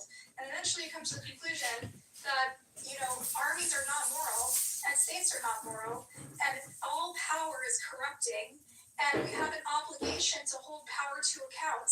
That institutions are not people, and governments and armies act pragmatically. Sometimes they have to decide between one immoral act and another immoral act. So to conflate our Jewishness and our with an army or a government is to pervert our values, to pervert our mythology that teaches us how to live and how to be accountable. It's to pervert everything about Judaism. And so this sort of elevation, this putting your Zionism on some pedestal and reflexively framing it as the most moral army in the world is something that I'm deeply familiar with, Sergio, and I'm glad you put it on display because this is Reflexively, of course. It really was a big part of my evolution philosophically. Bitch hasn't read a book in years. Prove you can read a book, dummy. Hello? Oh, I guess she kind of did prove already she can read. Just say that this is why we have young people, right? Like people, we think about it as an individual thing, right? But when we say Ashamnu and all of these things for the Bidui, this is a national repentance because Judaism takes into account that sometimes as things are going to happen that we have to repent for. This isn't about our individual, 100%. That's why on the day between Rosh Hashanah and Yom Kippur, we had an Ashamnu room where we talked about our collective sins in Gaza and in 1948 and over the course of the last 100 years. And we talked about how as people, we should be, part of our traditions is to be self-reflective and self-critical and to this sort of like silencing and dissent is antithetical to Judaism. May I read a few quotes from the leaflet dropping officials? Yeah, please. I wanted to finish what I had to say. Okay. For Shai and then Because I'm not going to take too much longer. Sergey also wanted to go because I interrupted him a little. So the point of the matter is that Judaism, right, takes that into account, and the rabbis take that into account because that is the reality of a nation, right? Regardless of the state, it's the reality of the nation, and Jews are a nation even without a state, and we still have to do those things, right? Take those things into account because because at some point we will have conflicting values, things that go against the core of our being because we have to survive. It's about survival. Okay. All right, thank you. Yeah, I don't, because I asked you a question, it was a simple question. Which army is doing the best job, better than Israel? And you don't respond, you just make a... Well, we were talking about Ukraine and the death toll, so it's a little hard to... I don't quantify these things. I don't consider... I think I answered the question indirectly. I don't consider armies are not moral. Okay, We're okay. fighting on it. No. Let me comment. I won't comment it, okay? Because you just make you made a relativistic statement. It means nothing, you know. Oh, all is bad or all is good. The sun is Alright, good. get to your point. The moon is bad. Instead of framing my argument, No. If we will compare, you will see that Israel is the moral army, much moral army than any other on the planet. Because if you can do it, okay. No, we're not doing this. We're not doing this. Armies are not moral. That's not what we do here. We don't do this. Sorry. If we describe an army as moral, you're. If army do some action that never army in the history done. I'm sorry, but this is so delusional. This is the advantage, but hold on. No army in history provided humanitarian aid or conflict to decide with whom it have a conflict, okay? Yeah, we understand which school of thought you're in. You think it's the most moral army in the world. I don't want to debate this on because it's not. You're not a reasonable. There is no speech. You try to show me. You know. Because we already heard you made your points already. Israel's the most moral army in the world. We heard you. And I told you how I feel about that. Shake's turn. I just want to clarify why you bring the Benny Morris in this conversation where we're talking about armies, okay? Because Benny Morris is only about 48. Why you bring his in this conversation? Because we were told a story of the founding of Israel, which was only half the story. And we were also told the story of each of these wars, how the Jews were victorious, and we were only told one side of the story of each of these conflicts. And then over time, you could develop a more nuanced picture. You also meet Palestinians. You find out they're not this caricature of a kid with a Hamas headband and a grenade in their hand. You find out that people are actually people, and your position shifts and you become more nuanced. I want to hear from Shape. I'm sorry, but we heard your already. Okay, all right. So, this is going to be a little. Do you recognize that? No, I said no. Wait your turn, Sergio. Sergio, time's up, bro. No. Your time is up. Oh my God. Time's up. No, guys. You'll have another chance after. Time's up. We're shifting. You are not. I'm sorry. Okay, go ahead, Shape. Okay, this will be a quick but a little repetitive. So I'd like to read a few quotes from the senior members of the government for, I'll quote, the most moral army in the world. Okay. All the civilian population in Gaza is ordered to leave immediately. They will not receive a drop of water or a single battery until they leave the world. That's the Minister of Energy. They're all terrorists. Now we're talking about the IDF now. You're talking about the IDF now. If you ask me on a personal level, I flattened Gaza. That's So we're just listing officials. It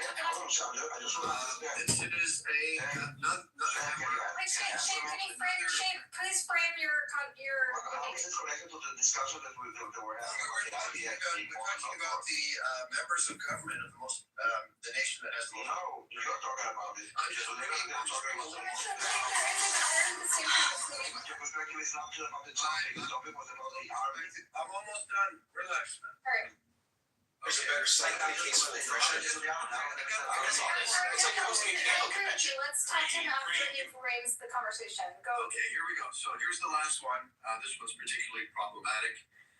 Another Knesset member said, and the children in Gaza have brought this upon themselves. Wow. Okay. Thank you. Thank you. Take it out. Daniel, you want to go? Measuring out of context.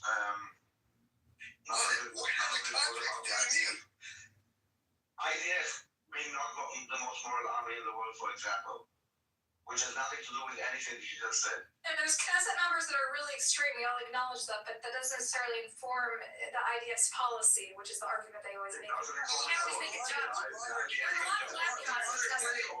broader claim is that you drop leaflets on people, and it gives you the okay to flatten them and to murder them. Well, no, clearly stabbing and murdering. That's you that is making the connection. Comes with a statement of emancipation that you, by the way, misinterpret. Is morally bent to the fact of the IDF from the president to the national the IDF. No, this is what I'm missing. You should be ashamed of where you're missing it. You're missing it. Even if they would tell us, go and kill all civilians, the army will not do it because the army has a moral code. And this is why when you are jumping between a discussion about the IDF, talking about the parliament, you don't know what you're talking about. That's it. I know exactly. Let me ask you, I know exactly. If you want to shift the conversation, fine. Tell me like let's shift the conversation. Somebody else. Discussion about the IDF. Blowing up You're mosques? talking nonsense. Would you prefer that? Videos of IDF soldiers blowing up mosques, burying ambulances, killing medics? Okay, let's discuss about the Let's discuss Videos of IDF soldiers celebrating their wedding with the dead. We're supporting settlers.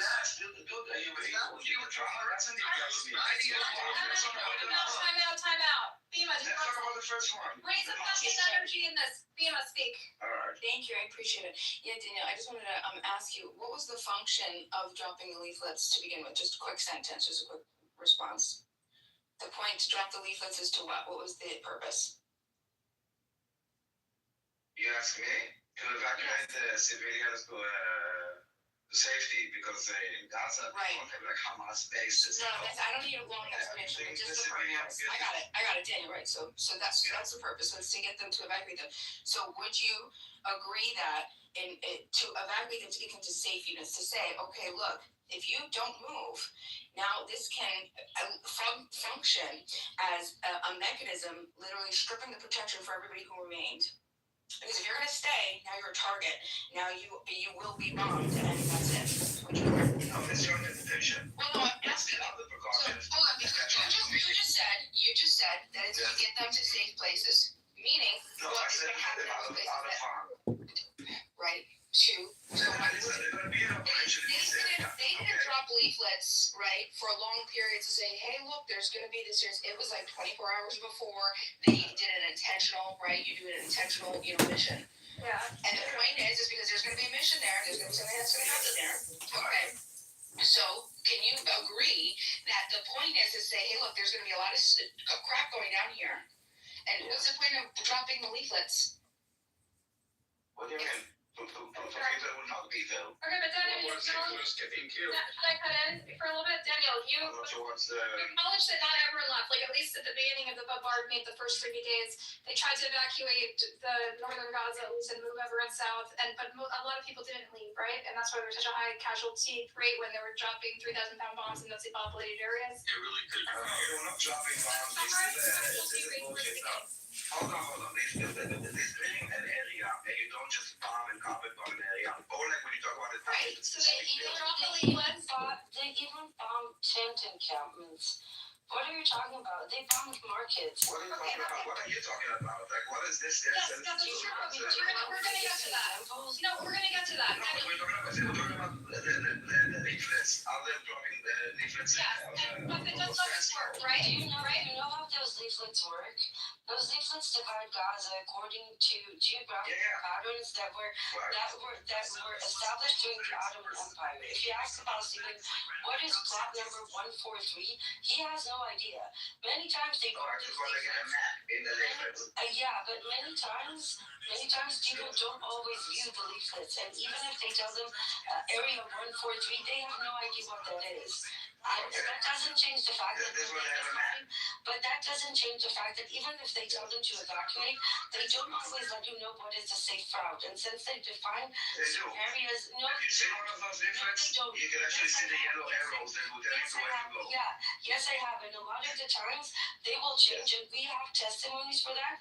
And the safe passage suddenly shifts, and all of a sudden you find yourself walking inside there's a plan, and then you have also. You need to acknowledge arrows that those arrows that fall, also Hamas sees them, okay? And Hamas has an incentive to prevent the civilians to escape. Daniel, even so. Wait, can I finish for a second? Yes. We have multiple testimonies from IDF soldiers about something called the kill zone, which is an imaginary line that if somehow you happen to end up in that line, you are as good as dead. And we have testimonies from drone operators, artillery battalions, regular foot soldiers, many testimonies of how they personally saw either being innocent civilians being murdered just for being in the wrong place in the wrong time, or themselves did it. We have a very famous testimony about the leaflets that they leaflets are. It doesn't matter what shit because they found the humanitarian. The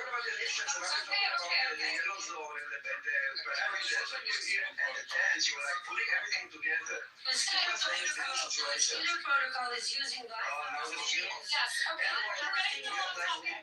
It's like everything you're throwing everything you know. Daniel, can I organize the conversation a little bit? We talked about the leaflets in particular, and you pointed out, oh, well, the point is to evacuate the civilians. We all acknowledge that sometimes the civilians don't leave and then they die, right?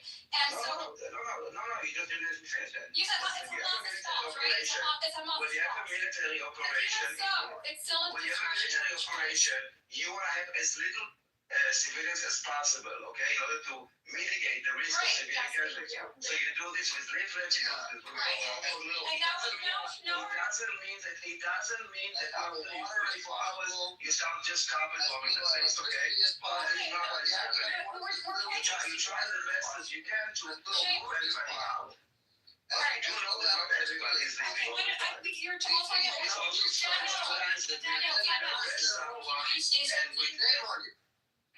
Shape and then Cameron. The IDF does want as little things as possible, as little food, water, and electricity as possible. Dropping paper on people and then flattening their homes and starving them to death is not moral. Okay, the IDF is the most morally bankrupt army in the world. Period. End of story. Thank you. I think this year is. Now Emerald, I said Emerald will go next. Emotional claims, more like factual claims. Daniel, we're going in order. First Emerald, then Shai, then Daniel. Go on. When it comes to the leaflets, I would like to emphasize this again. The division of the geographical division that appears on those leaflets belonged in the Ottoman Empire times. Most people don't know what that means. That's number one. Number two, many times those leaflets, just like it was done a few days ago in Zaytun, an hour before they bomb. So we have an entire high-rise building that suddenly gets a leaflet and they have 1 hour to evacuate before the whole thing collapses on them. What if there's an old lady in a wheelchair there?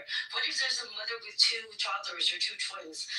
This is not about keeping the population safe. Not only do those leaflets are just a cover up for something, they don't tell you what is the safe way to get to a safe zone. And then why are we discussing a stupid idea that he put a trap for to discuss the fucking leaflet? Who gives a fuck about the fucking leaflets? Why do we discuss this shit? Why to fuck the fucking building in the first place? Why to fucking kill 400 people just to get one piece of shit? Why are we talking about the peace room? Like, all these fucking Zionists always throw this kind of a trap here and there, and then some people kind of go into this trap. No, it's not about fucking leaflets. Actually, Israel can't call anyone because they have the phone numbers of everyone in the fucking building. They used to call it, but they don't. Since October 7th, they didn't call anyone. They just kill you. And actually, they try to make sure to maximize the alarm, so they wait for you to go home. That's the whole fucking software. That the Israelis even reported about it, no? That he's home. They will shut the fuck up, let me finish. So when they get this guy's such a fucking idiot. Okay, the idiot is talking, so you shut the fuck up. So you were talking, when Daddy gets home, shut the fuck up. He's just lying, this guy. I don't know what when Daddy gets home, okay? when the Israelis, Daddy's home, that's the fucking software that the Israelis even reported on. Can someone deny it? No, it came from Israeli sources anyway. The software wait for some piece of shit scumbags, Hamas terrorists to come home, yeah? Okay, so he comes home. Why couldn't you kill him before he gets home? Because you want to maximize it. Israel is not about killing Hamas, it's just they want to maximize it, they want to kill the Gazans. Stop with the fucking leaflets, who gives a fuck about it? You know, there's also one more thing I wanted to say. There was an operation, or more likely an assassination that happened about a year ago, where a very guided specific missile was launched into an apartment that had a mother, a grandmother, and 2 one-week-old twins. When Israel wants to commit and direct assassination, it's more than capable to do so, right? Even if it's just a mother who's a doctor who is posting on Facebook, but Israel assassinated the grandma and the two 1-week-old twins because she was posting on Facebook. So it can do surgical attacks, but it chooses not to. And it also goes to the fact that the open fire protocols were their daughter because they were posting on Facebook? Yes, actually, just like Gabriel, hold on. I will confirm. Amazing. Shut the fuck up. I will tell you stories. In the early days, when God speaks, you shut the fuck up. You're not God. You're a chump, you bitch. I'm your fucking God. Shut the fuck Cut it up. out, or you're. When I fucking speak, you shut the They try to evacuate the Barik Ommak consider Okhtak of the Sharmuta. Shut the fuck up. In the early days when they tried to evacuate Jabalia. Okay? If you guys remember the early days, just When you wake up and like ready to do something and the only fucking I will put my fucking dick in your mouth if you don't shut the fuck up. don't cursing like a little animal, okay? Okay. But maybe you don't understand English. Maybe you don't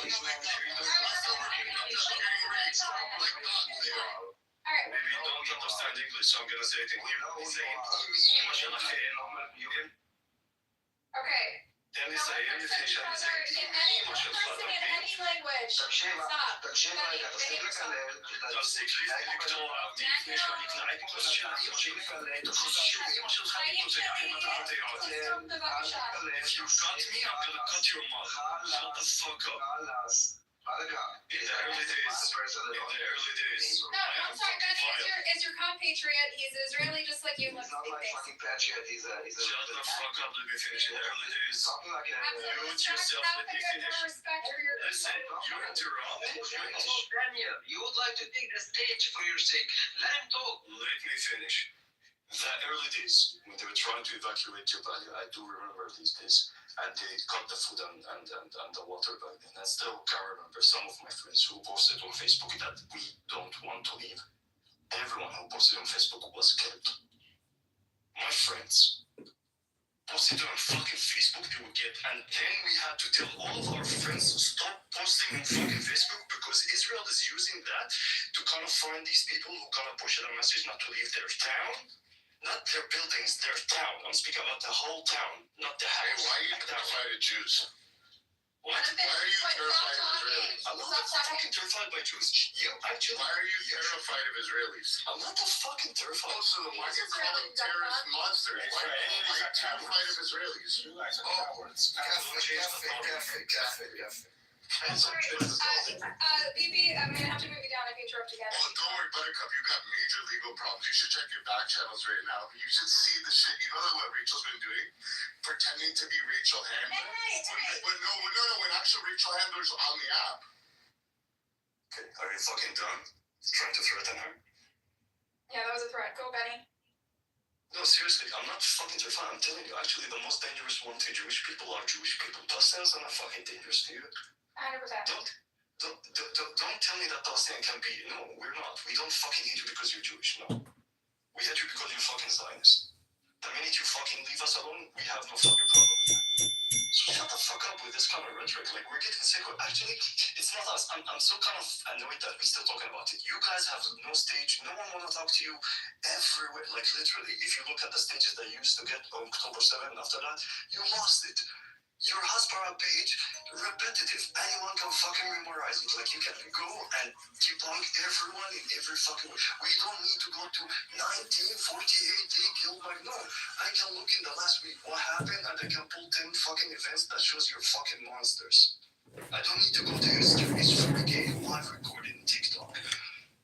So fucking disgusting. Keep up with crying. Keep crying. You're gonna hurt yourself. You know that just today there was a video that came out of a 14-year-old that was shot by IDF in the West Bank, and for 45 minutes the soldier stood above his bleeding body while his mother was screaming in the background to let him be saved by rescue. Did anyone saw this video? Yes. Did any of these fuckers saw the video today with the 14-year-old bleeding to death? No. Listen, yeah, he was a threat. Listen to his mother in the background. Let's talk about the leaflets. Yeah, we Let's talk about Nabi Salah, where a bunch of soldiers took a 17-year-old and beat him up just for fun, or today in Hebron, where they beat a teenager on bikes just for fun. And these are just from the last 3 days, right? Oh, Benny and Ambrose. This is what the Palestinians want. Benny and Ambrose. What did you say? That is what they want? Yeah, this is what Hamas wants. And they're That's what Hamas wants. They said Hamas. Hold on. Sorry. It's a great book. Okay, let's use this fucking logic. Let's see how dumb fucking piece of shit this. So, I take someone as a hostage, right? Hamas takes someone as a hostage. Then you call the fucking police. The police guys kill the hostage and the Hamas. This is your fucking logic. This is how you see the. We live in a fucking land that this logic is being used by someone who can operate a phone. No, this is what happens in war, right? So Is it? Yeah, sure. Yes. You killed the hostage. And everywhere, You killed the hostage, and you killed the one who took it. Right? and everywhere there are casualties. Can you refresh? Okay, I will discuss with you. And everywhere there. Yes, exactly. Can you refresh your Hasbara page because these? And everywhere there's been casualties. Oh, okay. Can I use the same logic? Hold on, just a second, guys. Just a second. Can we say the same about October 7? what about it? All these kids, the Bibas, all of them casualties, right? Yeah. Would I say that? Yeah, they were casualties. What? Yeah, just a second. What Hold on. did you just What Just a the second. fuck did you just say? Yeah. Sorry, they're it's fucked legitimate. up. Yeah, it's fucked up. I told you, the most dangerous thing to a Jewish is a Jewish. Wait, why? Did you why, just why say is that it the fucked up? children from October 7th are casualties? Wait, why is it fucked up? Because you're fucked up when you say the Bibas Oh my family. God. Just a second. I will try to explain to a Jew why a Jew life matters. Because when a Jewish kid gets killed, right, in something he's not related to, someone took him as a hostage, right, or whatever did to him, still a fucking horrible. You cannot call it casualty. The Bibas families were not just casualties. That was a fucking crime. See? Yes, it was a crime, but it was. So shut the fuck up when someone speaks about the Palestinians and don't call it the casualties. It's a fucking crime. Yeah. Yes, this is what Hamas wants, right? Hamas wants. And everything is good for Hamas is good for you. Alright, I'm sorry, but like I'm gonna say the same thing I said to Sergio. Like these talking points we're past it, okay? And you know, anyone in this room can think a little bit critically and can challenge some of this Here? Yeah, Do you understand, John, that a Palestinian No, you had to don't explain to understand you what is happening. why the children of October 7th are not acceptable casualties? They're innocent, just like 22,000 other children and over 700 children in the West Bank in the past 5 years. They're fucking children. What the fuck is wrong with you? Yeah, Shai, I'm gonna say the same thing I said to Sergio, that we're not. Okay, Carter, we have background noise. Sorry. Okay, Shai, I'm gonna say something I said to Sergio. Like, anyone in this room can think critically about the sort of the Zionist talking points Americans are leaned on. And if you're gonna spout them, I'm gonna have to move you down because this is a room about thinking critically and engaging with the conversation. No, Buttercup, I want you to think critically and engage with the conversation. No, if it's a talking point that you and I were raised with to be reflexively defensive of every atrocity, then I'm going to move it down because we all know what those are. They're boring. They put me to sleep, and that's not what this room is about. It's about. We could release with the ChatGPT, man, to repeat the Hasbara point every 5 minutes, right? It will be more intelligent. One more Hasbara talking point you're going down, Shai. Everything to you is a Hasbara talking point. No, you know exactly what the narrative is. We all grew up with it. We all heard the same fucking. You have a fucking ministry called Hasbara, so. Can I ask Bonnie? Bonnie, can I ask you a question? Is it Bonnie? Benny? I'm sorry. Benny. Benny, can I ask you a question? Is it okay? Yeah, sure. Are you Israeli? I'm Palestinian. I am a Palestinian 48er, which means I hold an Israeli passport. Okay. So, because I don't want to, I understand if we want to move away from the leaflet talking point, but I'm still frustrated by it, and I think that it is a good point to sometimes talk about, only because I feel that a lot of the things that I've read, I feel that it's like one of those mechanisms where people use it, where it's used to say, hey, look, we're doing good, to then justify what is actually happening in the back end, because you saw afterwards, the Ministry of Defense and of Israel and everything, like they referred to everybody who stayed behind, who didn't move after the leaflets were dropped, as human shield or accomplices. And so you were able to justify that entire population to murder. Let's assume that it is their intention. Let's assume that the dropping leaflet, it's the intention of informing someone that he needs to leave the house. I want to remind you of something. Do you remember the airdrops? The airdrops, the leaflet airdrops from the plane? The airdrops, the 8. The airdrops, yeah. You remember, like, when they drop these big, large boxes and they miss the target and they fall in the sea? Or they end up killing people. Or they end up, like, no, they just fall. Like, they drop it from one region and they fall inside of Israel. Or they drop it. Now, I want you to imagine, can you ever believe from a jet and think it's going to go to the right place?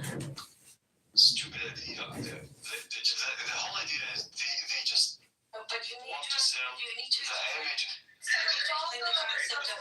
Hold on, but you need to understand, Dima. You need to understand this is part of the entire doctrine of whitewashing the occupation. It's the same thing as saying we have a Supreme Court judge who's an Arab, right?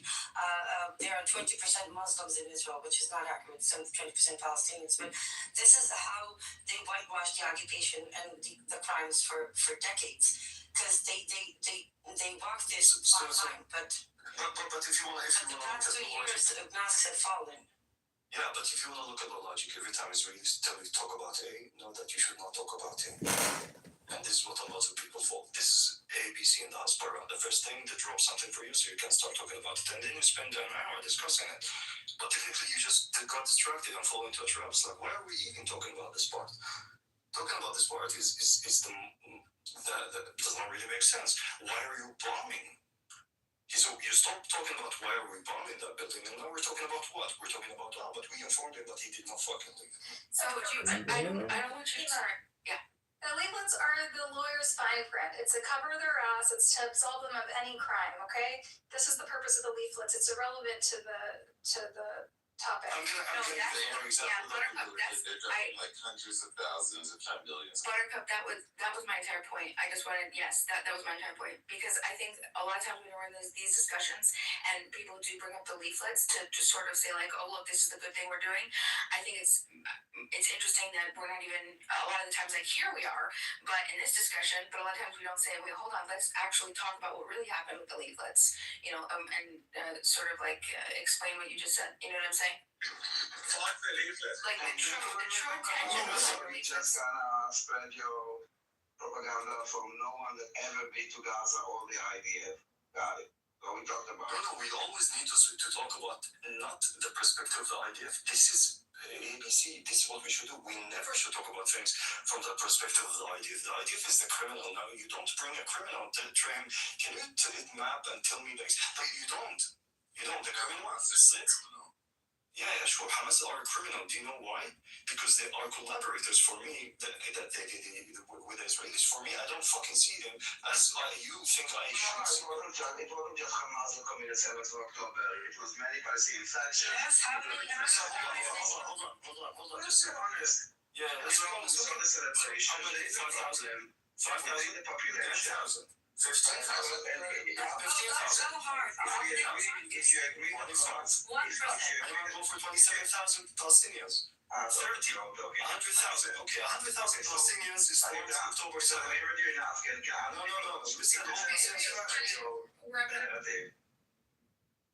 But he doesn't have anything to say. So basically, I'm asking you, how many Palestinians? You do agree that Hamas are like a violent, terror, brutal, jihadist terror group. And we also know that this jihadi terror, extreme radical group has been the government of Gaza for the last 20 years. No. Now you don't need to be a genius to put 1+1 together to understand that it has an impact. It's not like a football ball. Comedian John Kitover is bringing punchlines and parables together in a show that's filling fellowship halls across the region. We caught up with him earlier today. I tell folks this is the only comedy show where you get a bulletin out of pink. Comedian John on the flag like someone turning a page and the mic reads our names into the silence. I stand here raw.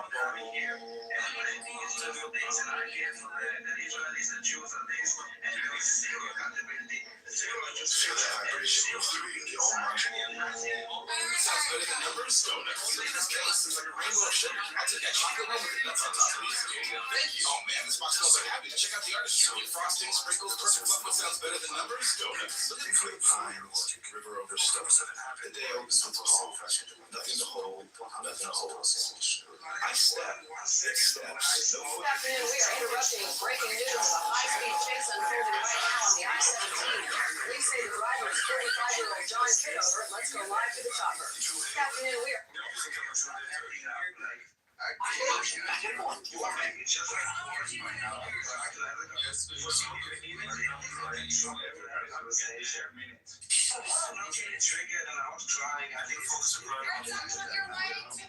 Okay, stop whining.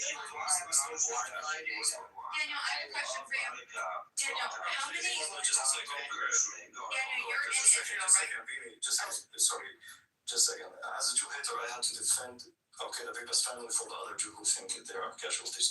The second part is, even if 100,000 Palestinians maintain, they don't come like to 10% of the Palestinians that are inside of Gaza. So does that justify killing the others?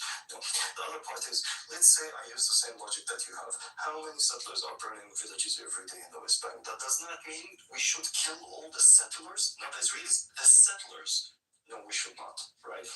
The idea is that because of Hamas, Israel funded Hamas and made it the government. They made it the only option to govern Gaza.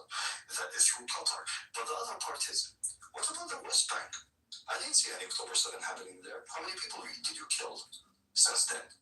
So stop using the same thing. Listen, if you want me to discuss, I'm not curse you, and for trying to be candid with you for the first time. If you don't want to be cursed, respect my intelligence. Do not fucking repeat Hasbara points that I can do circles around him. Okay? Respect your intelligence. The first statement that you made to me in all the time that I saw you was just cursing at me. Yes, because you said Hasbara. And every time that I speak, you speak over me. And everything that we say, you consider as Hasbara. And by the way, stop talking.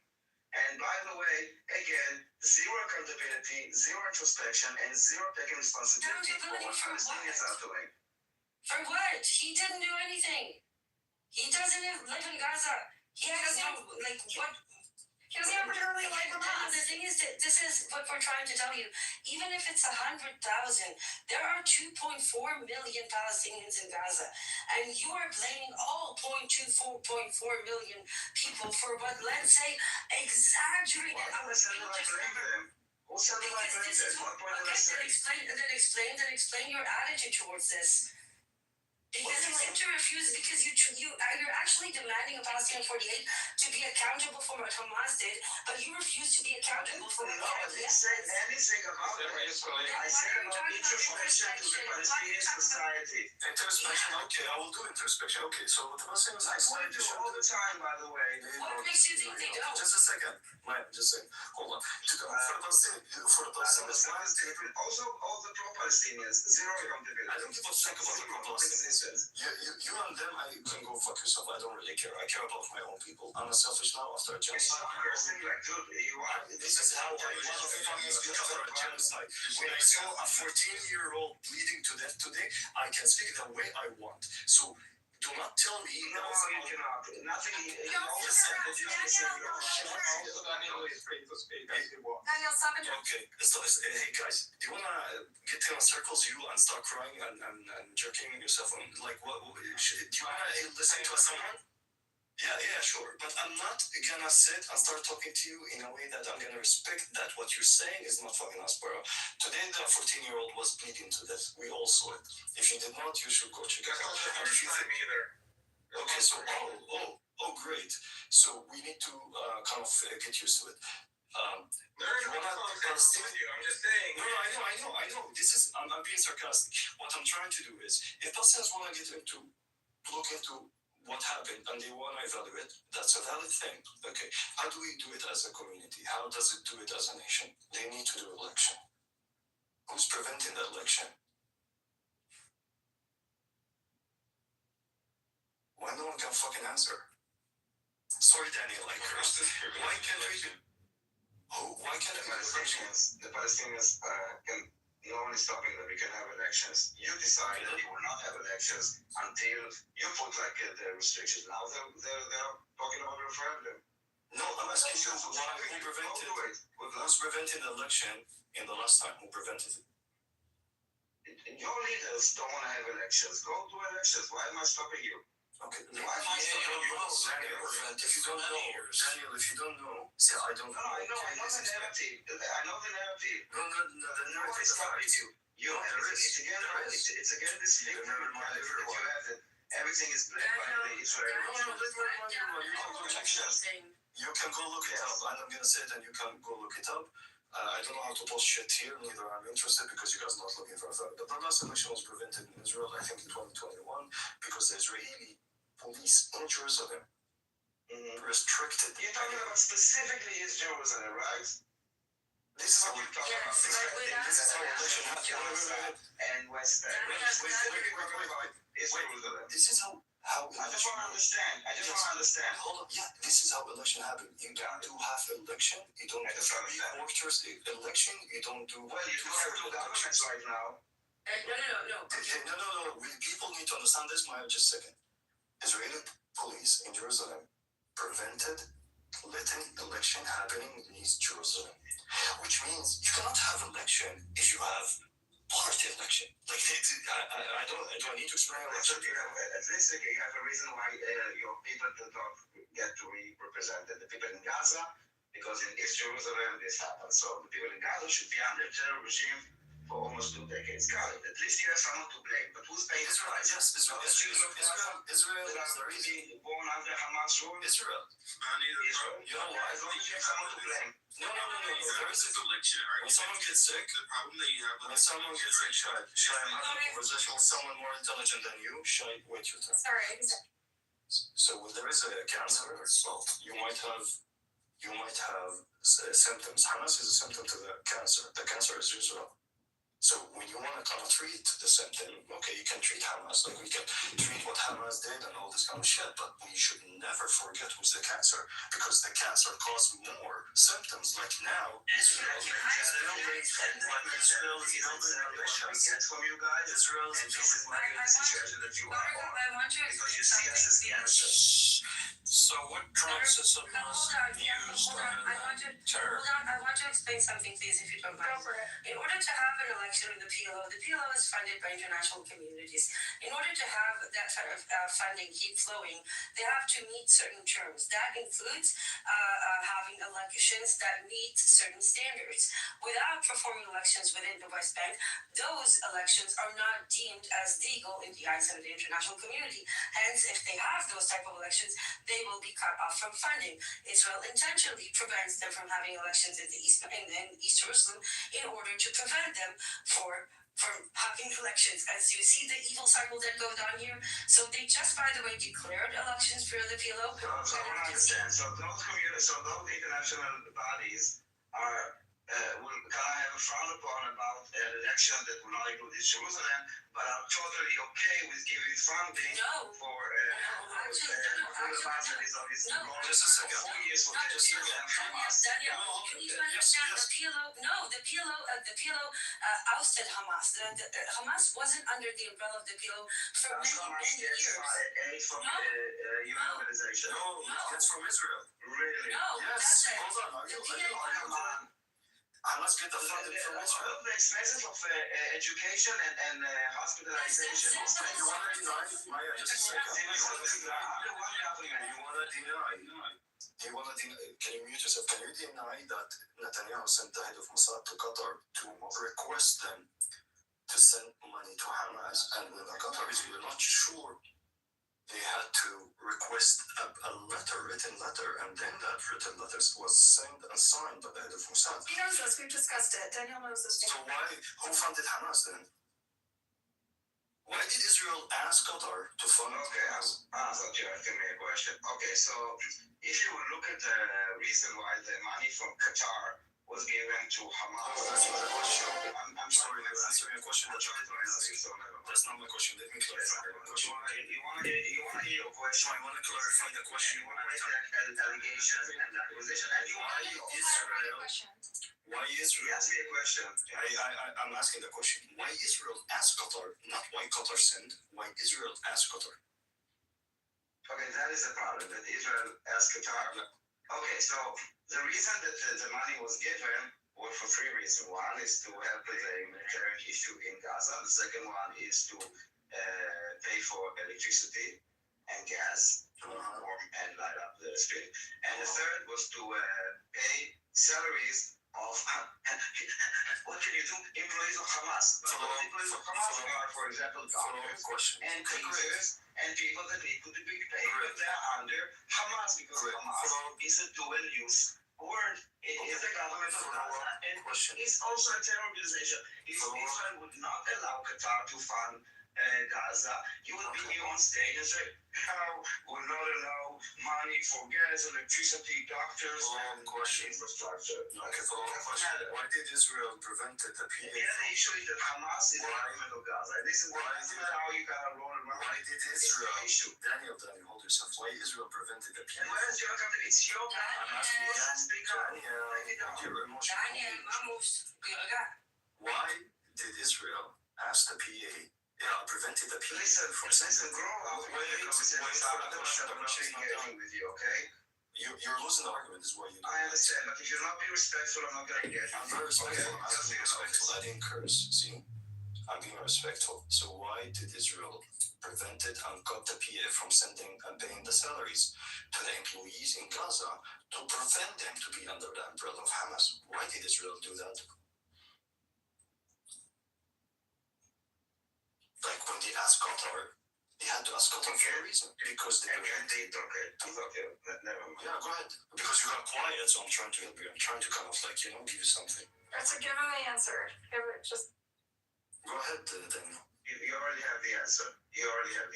Palestinians did nothing. The Palestinians are the victims. But I'm trying to ask you. There's no one answer. He's a coward. I'm trying to ask you to get out of every little.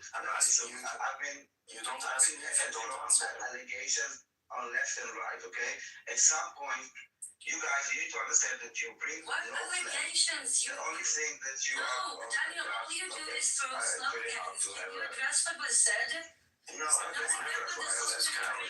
want to say what I want to say. Maybe you enjoy this game, Daniel, but זמברתי אותך, מתפרק. כן, וואו, חלש. He's weak, by the way. Wow, you guys are so low-level debaters. Immediately cursing me in Hebrew, and she is supporting him, and they won the debate because they would not let me speak. You guys are like, you're so fragile in your ideology that it's all based on allegation. And this is what I'm trying to talk. There's zero accountability. It's actually based on. Okay, no, forget about it. Daniel, the thing is that enjoy it. No, it's a process. there are It's like I'll not be begging for the money. I only go back to try to money. Just continue. Slap the door where you leave it, Daniel. Slap the door. All right, let's move on. We're not. But Buttercup, this is exactly the problem. We can't keep skipping over facts and personality just because Daniel doesn't want to accept it. No, it's not about him. It's about the fact that it's not a conspiracy theory. It's not an assumption. It's not. It's facts. We have pictures, documentations, confessions on camera, on Israeli media. This is not just some French. This is something that the majority of Israel acknowledges. It's impossible to have a conversation.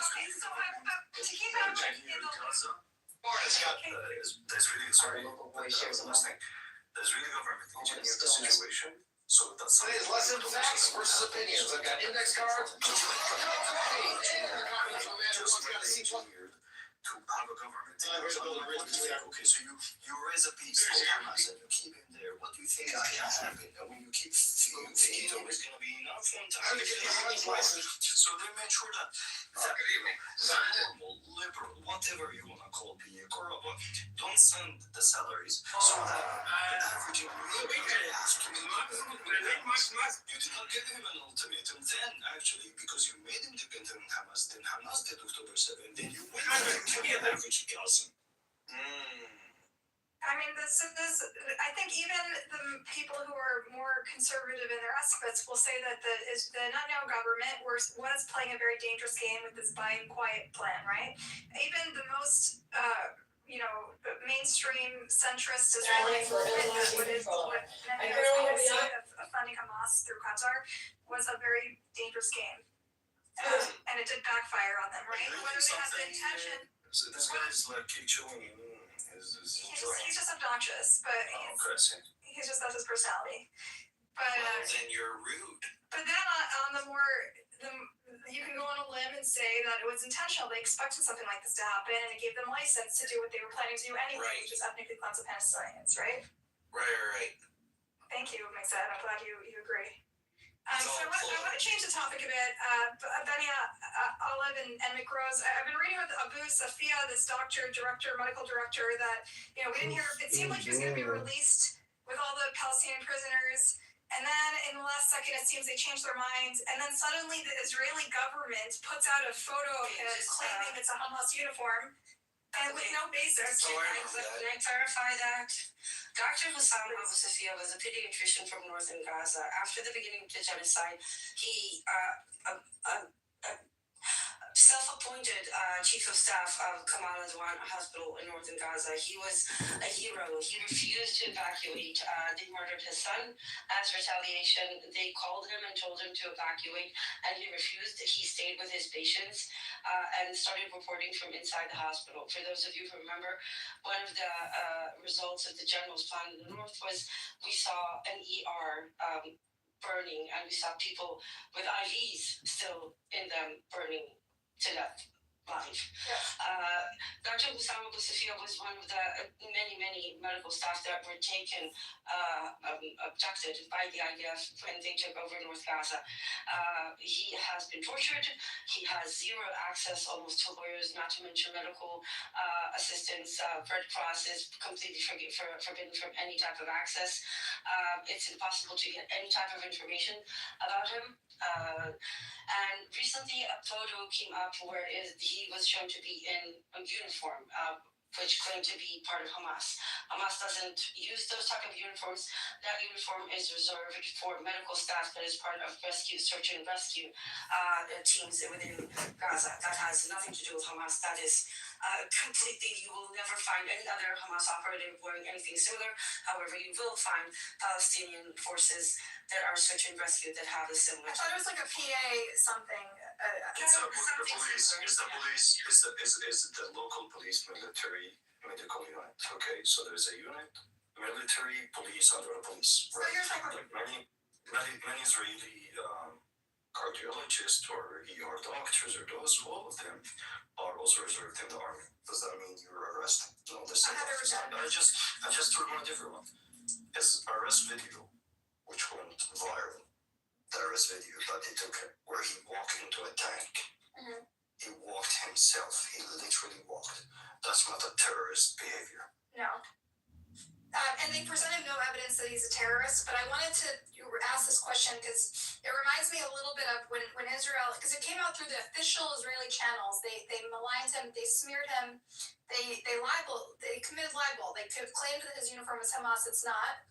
And it's eerily similar to what they did to the journalists when they posted a picture of a bunch of journalists claiming they were members of Hamas without evidence. And it's very, what do you make of the fact that the Israeli government's formal channels are putting out this libelous information about this doctor, which so far they've not presented any evidence that... Are they going to kill him? Like, what? It's really scary because when they did it with the journalists, suddenly they all start dying. To kill him, yeah, they will kill him. Why? This might sound ridiculous, but some people don't know that Israel killed a few Palestinian doctors who were under arrest, and they killed him. Dr. Adnan al-Burj genius doctor. They refused to return his body. Yeah, we know. They killed him in an Israeli prison. He was in prison, a doctor. They killed him. They assassinated him, made sure that he's dead, and they won't return his body until now. And when some people who were released and they witnessed him like this, or they know that he had so many marks on his body from the torture. So Israel killed doctors. Not only doctors, a lot of the bodies that were returned from Israel torture camps, and I saw the pictures myself. There was Google Drive if anybody wants to. Were literally in execution poses. The body was in a crutching pose with hands tied behind their backs and still blindfolded, which is literally an execution pose. We have at least 101 names that we know of that were martyred in mysterious circumstances in Israel detention and torture camps. And the numbers just keep growing. So that's Iman is just the iceberg, the tip of the iceberg. People don't understand that. Yeah, I think people are beginning to realize that. But I think what is strange about this is they were silent about him. It seemed like there was a last minute push to release him during the final exchange of prisoners, and then suddenly he's off the list. We don't hear about him. They could have not mentioned him, and all of a sudden they're bringing him up with this false claim about him. The thing is that Israel recognizes figures that might have leadership qualities that can gather support behind them and lead a unified Palestinian voice. Nothing terrifies them more than these types of personalities when they pop up. You can take Zacharias Beatty as a good example, Deborah Gucci, of course, and and I doubt they will ever, because when if God willing he's released, he will be a hero. He will be an icon, and that's the last thing Israel will allow ever to happen. This is why the concern for him is so grave.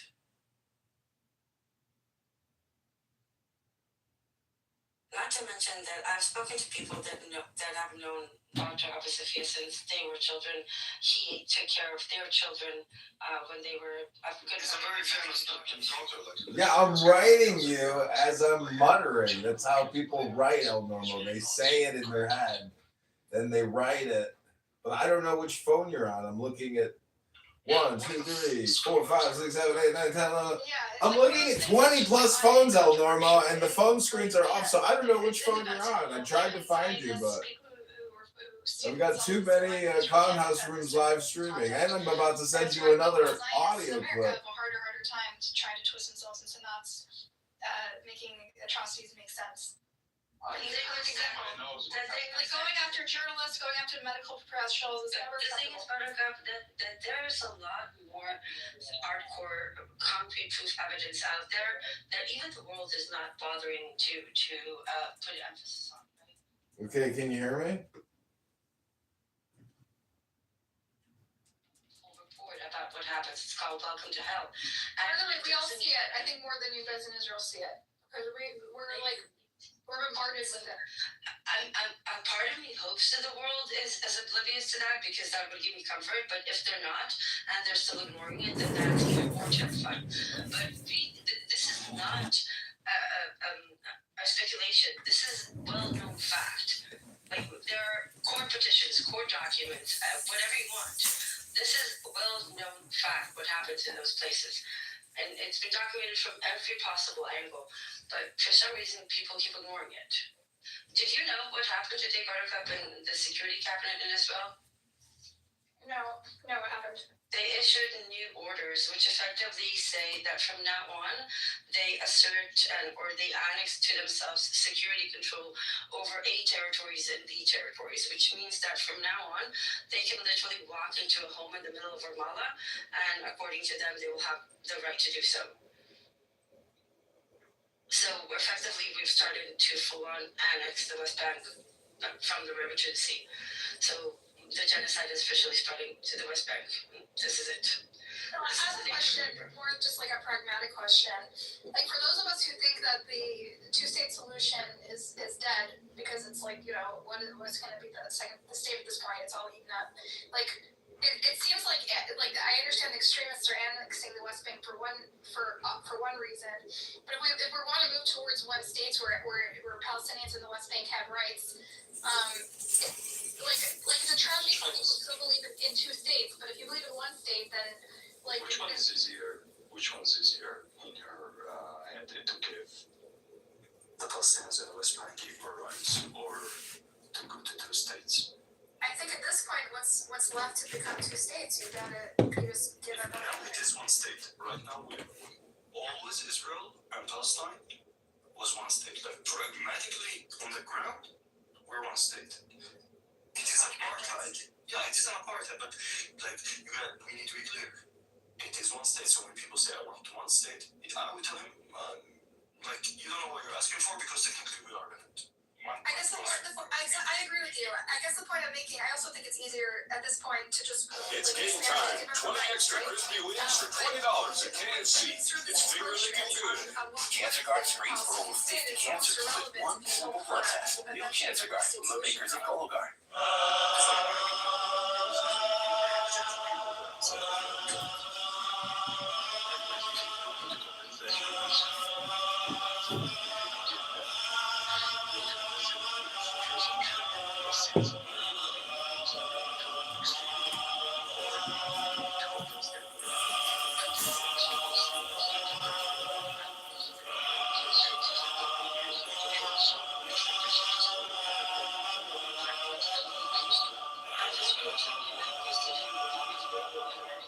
Times of Israel.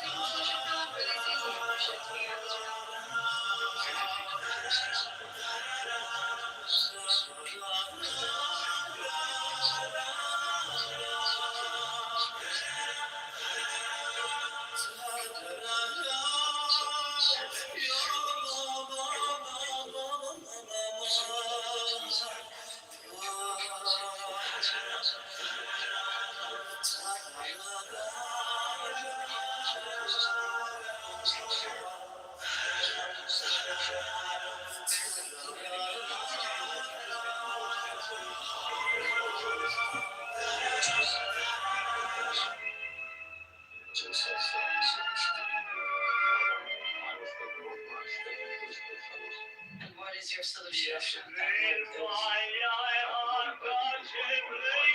What's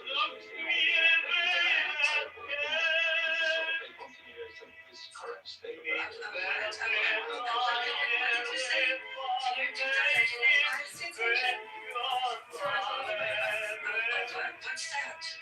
I'm saying that continuity of the current state of affairs is probable alternative out of 1.5 states.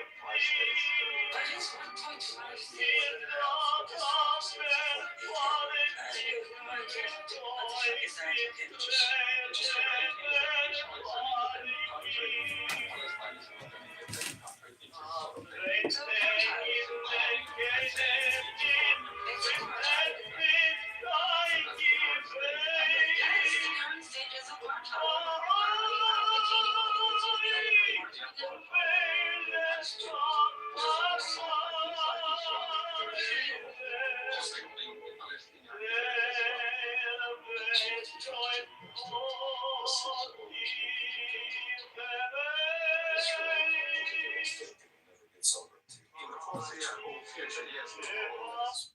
But inside of Israel, there is an apartheid.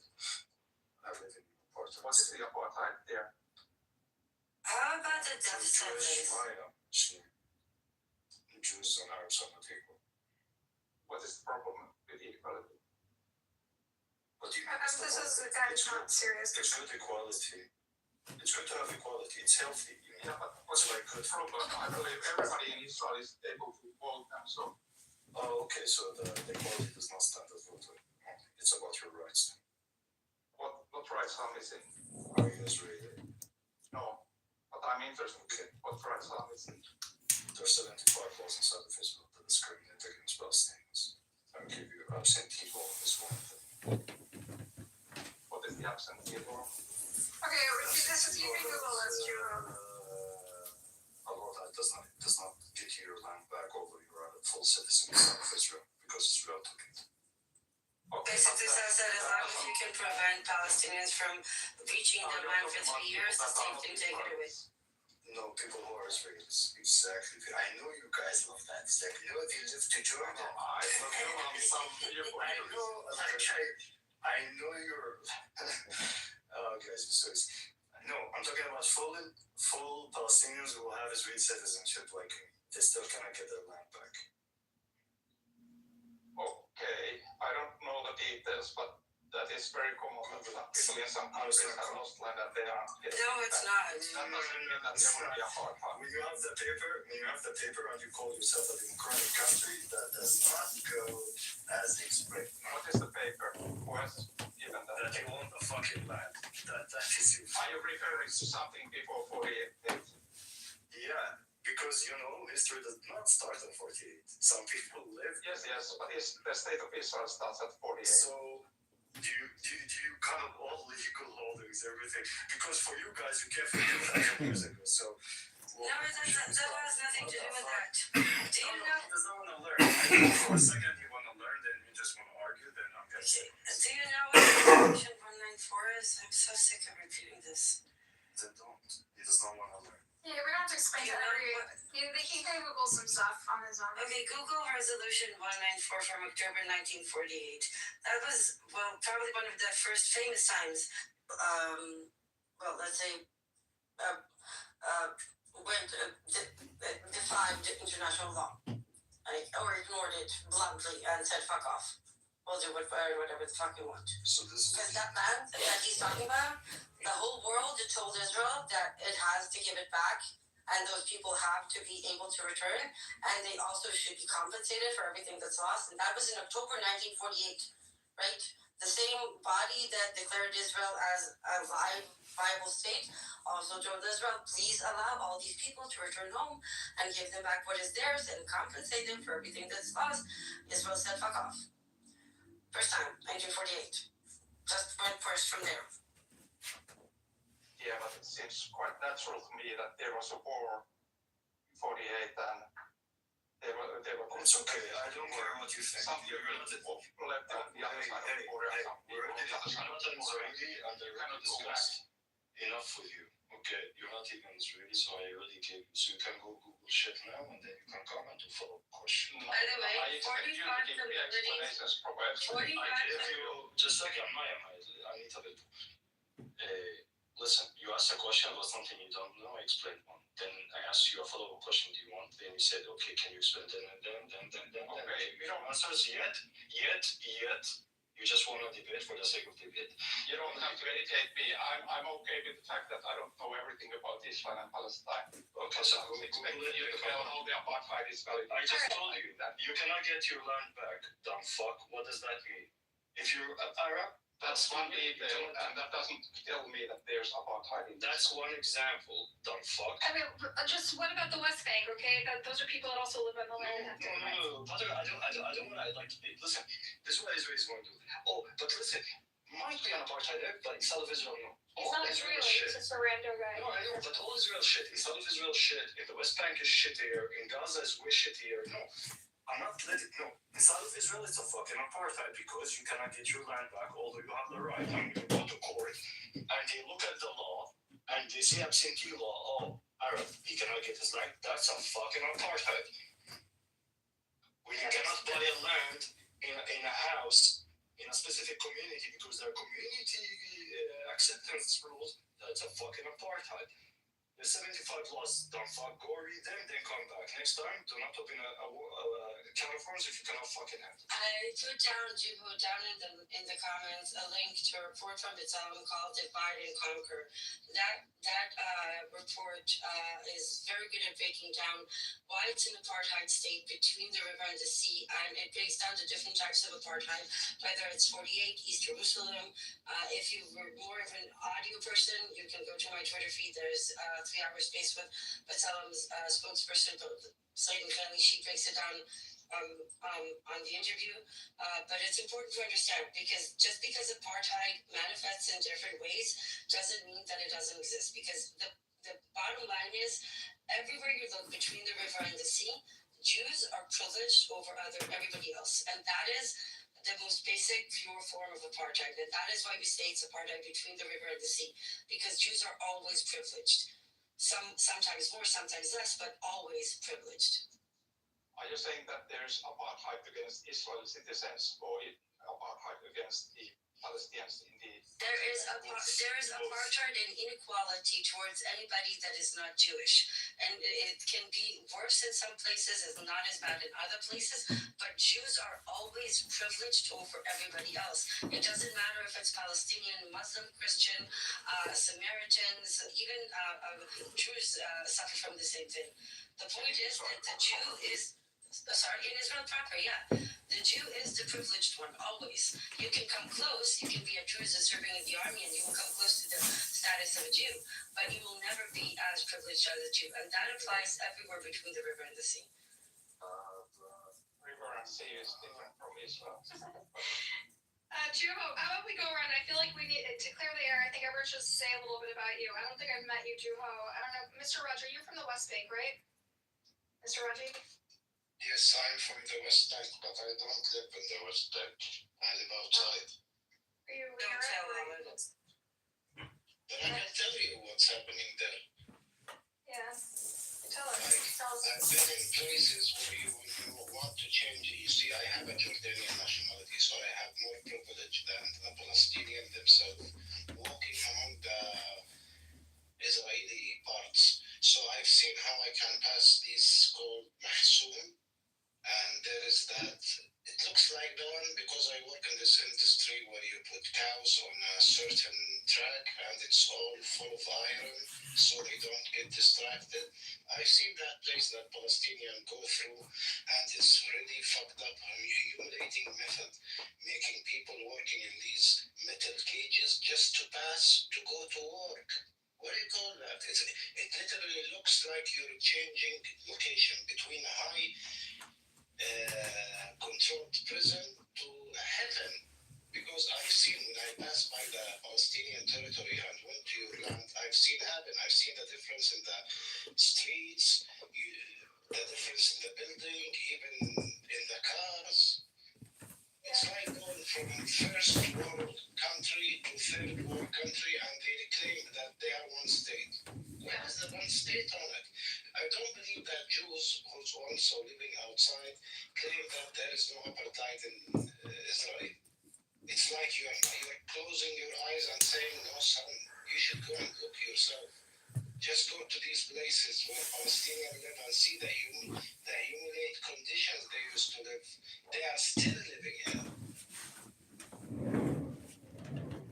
It's funny, like, they claim like they are innocent and they are above everyone. When you just ask them, no, you don't have just the right to question us.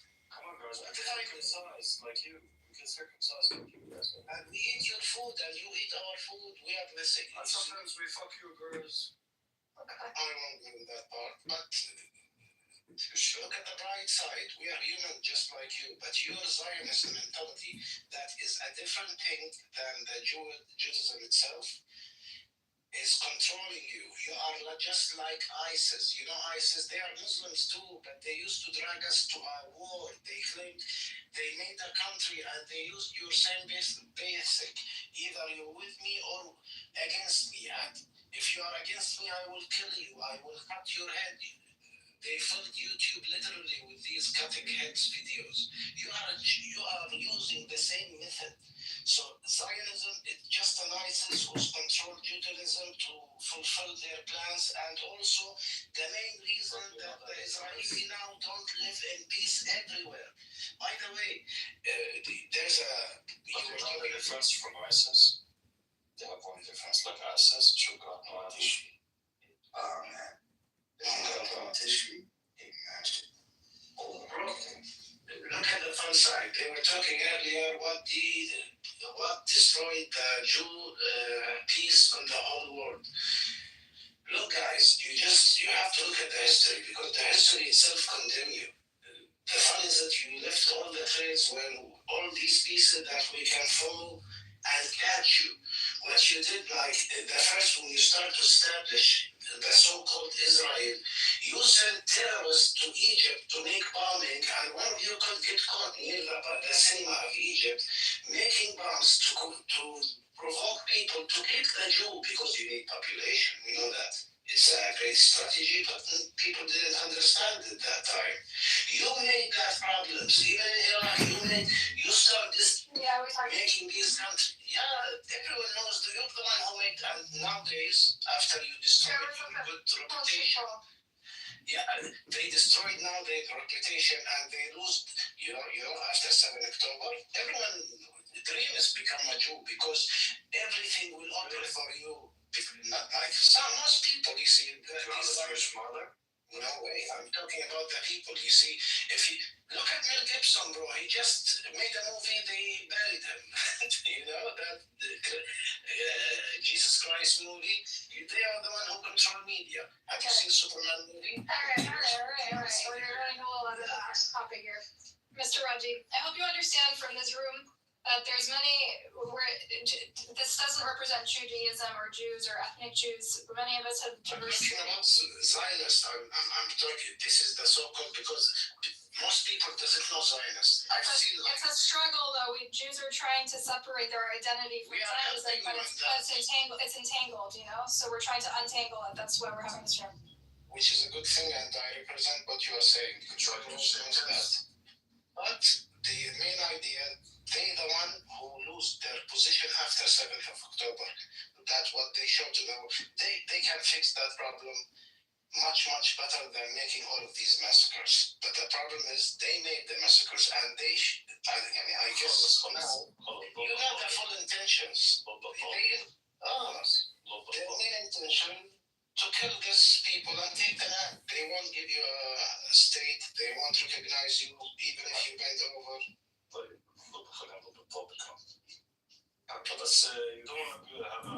You don't want to be Jewish. Trust me. No. I don't want to. انت فهمت غلط حبيبي. Because I was talking about the common people.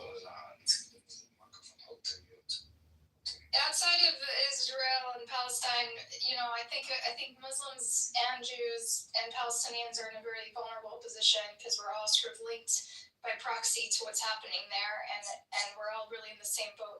So I think that the experience is a little different for those of us in the diaspora. We're forced to confront this, and it's not really a great position to be in. So this is why everyone's having sort of a collective identity crisis, even though the stakes are less high for us, but everyone's trying to figure out what it means to be a Jew, a Palestinian American. I think you guys should double down. Not double down on Zionism, like double down on Jewish identity. You just don't leave it for them. Don't leave it for them to claim. It's no, I am Jewish, and fuck you. Yeah. The internet is no, I need to get into. Even if you go in front of these white nationalists, who's that? It's not kind of start bothering them. No, I'm Jewish, I'm proud, and fuck you, and you don't represent what God said. Just saying that being Netanyahu represent Jewish, and he defined was Jewish, and it's not this piece of shit. So I think all this kind of Jewish diaspora, just leave it. But also, you have to understand, in Israel, Judaism is not the sacred thing. This is not the one thing they uphold. Their religion is the IDF. We can trash Judaism all day long. Most of them wouldn't give a flying fuck. But you say one wrong thing about the IDF and they all lose their shit. It was never about Judaism, ever. The IDF represent a great symbol in their head. by the way.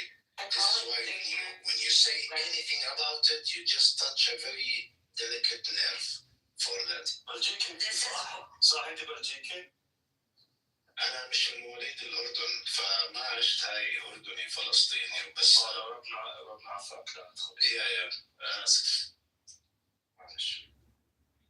Actually, Mr. Raji was an Israeli. Mr. Raji, who's a Palestinian, West Banker, Jew, is not Jewish, not an Israeli. Fire is Palestinian too.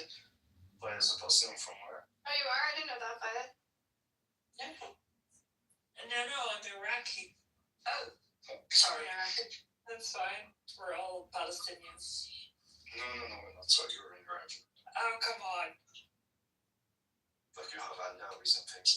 She even sounds a little bit like Nada, right? Her voice sounds a little bit like Nada's voice. I think we're So Kayla is a Palestinian too, or Jew? No, he's a Jewish Israeli. He likes to get clean. I don't know. He's claims Israeliness. Buttercup, there are people asking for Mike and I don't know them, so I don't want to just... Who? Let's see. The music guy is a troll that just records rooms. I don't see anyone with a hand up. No, some Eli Razavi something? Ali Rosavi, I don't see him. You can just give him a mic, I don't care. Oh, Ali, yeah, he's fine. You can just invite people, it's up to you. I'm gonna leave soon anyway. I don't know what the rules are in these things. If they're shitty, I'll let you know. Daniel, I want to know, Daniel, you were in our room today and you were listening for a long time. I'm really curious to know what you learned. What was it like for you too? Because I don't know if you ever had your experience like Israelis sitting down having a proper conversation with a Palestinian the way you observed today. I was curious to know what you thought. I find it interesting that you basically were talking about the IDF and basically that anyone that joins the IDF is inherently a criminal. Yet people that are working, it doesn't matter at what role you were talking about, and like even if they're like the doctors of the army, or talking about the army, Yeah, she was listening. And but now you are like talking about like this doctor and doing like the complete opposite. And I again, to be honest, like I am trying to listen and understand. And it seems like if you don't inherently come with the belief of the narrative, like you don't provide like, you know, the title was Chazon of like, I don't remember exactly what it was about, like, and I was really hoping to hear something that is not again accusations. They are the victim, like they are the bad ones, they are the good ones, and it's like no plan, no really like something that is realistic. It seems like keeping this alive But is the thing is that anything that comes alive. Remind me if I'm wrong. I was speaking in the space today, right? Yes. Yes. Daniel, I was in the space speaking, right? I don't Igolo is his name. think that I heard Yeah, you. Igolo, He you were. was his name. Did I curse in that space, Daniel? I don't think that I heard You you. did. He was there. You just don't I recognize was him. the one. Thinking of Macho being Was the great one. for Isaiah I was the one who was making that point that everyone was joining the army. It was me. Yeah, but you made you like it was like people built upon it. It wasn't like rejected. It was adopted, and they were adding to it. It also was Olive was the only Palestinian there. I was the only Let me The get rest before were we Jews. go. There was another girl, an Arab girl. I don't remember. I don't know. Okay, guys, I just want to tell the room because they don't know what you're talking about. I've been following Benny Olive and Emrose for a while because I was looking for Israelis that have lefty views because I was pretty depressed with some of the discourse. And so I've been following for a while. They have these spaces online of just like progressive lefty Israelis who, acknowledge a genocide and all this stuff. And lately, Daniel's been joining their rooms, their spaces on Twitter. That's what we're talking about. Yeah. As a list. But one thing, notice, Daniel, I don't curse when the one speaking for. No, you did curse. You did curse. Did I curse there? What did I say? Not at them, at us again, even without us being there. Yeah. Pigs. I don't I remember think exactly what were the words Emrose exactly pissed that you we were off talking at some about. point. I think you said maybe something No, about the guy that I was No, you did curse. the guy I was speaking to, he was Israeli. I didn't curse at him because Listen, really hard to kind of names to. Yeah, so he was speaking to me with respect, meaning he did not. And he wasn't an anti-Zionist, by the way. He was not. He was a Zionist, but like. I know what about you talking about either Zionists or soldiers. But do you remember how that conversation started? No. No? No. Would you like to be reminded? Yeah, why don't you recap the conversation for those of us who weren't there or don't understand Hebrew enough to understand fully? But basically the idea was, but the idea inherently is bad and commit crime. So like you need to accept this narrative to follow the law. Yes. And then basically you build up to that anyone that joins this is a The conversation started with one of the people, the Israeli Zionist spaces, who's like a lefty Zionist. And he has a question that he's been repeating in many lefty Zionist spaces. Because they all agree that Gigi belongs in jail for the way that he has been funding Hamas for a long, long time. Now, he brought to the floor the question of whether Yair Lapid and Naftali Bennett should face the same fate, because to some extent, when they were in power for about a year, they did the same thing, but in a different method. And from there, we went to how far can we take complicity. So there is the notion that some people hold the notion that there are no innocent people in Gaza, right? They love to say that. And we started talking about who is and isn't complicit and to what extent. And the first thing that we talked about was the level of involvement. Now, you can say that everybody that entered Israel from the Palestinian side on Suffolk can be 100% complicit, there's no doubt, but also those who were driving the trucks, right? But at the same time, can we say the same for the IDF? And to what extent? Because that is a mandatory army, right? You can't refuse, or can you? And that is where the conversation comes, because Israelis do know what is happening there. Even lefty Zionists know what is happening there. That is why it was a conversation that we finally started to have. But this is why I was interested for you to listen, because in these spaces, I haven't seen one proper Israeli space on this platform, and I wanted you to be exposed a little bit more to the internal dialogue that I think you're missing out on, and I think kind of makes you like within this sheltered bubble that is actually pretty detached from Israeli society. Even if it's not your camp, you should still be exposed to all the stuff on this course. And I was watching Jerry for doing a lot of opposite. I wanted to challenge myself because I don't believe in the Bible. To say, okay, if they make sense, if they convince me, what do they bring? And I wasn't convinced, not at all. And I have to admit that in your spaces, also, if you're not already part of the group, and you don't accept inherently, like, the narrative, like, I was really also involved in this conversation between and what's a phrase from the not really people, I don't remember the organization, the American organization, and like this 1 hour talk, and I was listening to it, like again, trying to like both are very good speakers, both are Jewish organizations that are very anti-Zionist. But it was just like, we're talking about growing up in apartheid. I was looking to hear like, okay, example, like something, but there was nothing. It was just like all those blank statements that I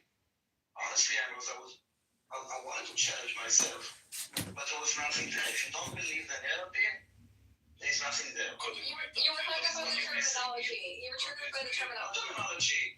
Like it just throwing fish in the air, ethnic cleansing, the parliament, then discriminatory.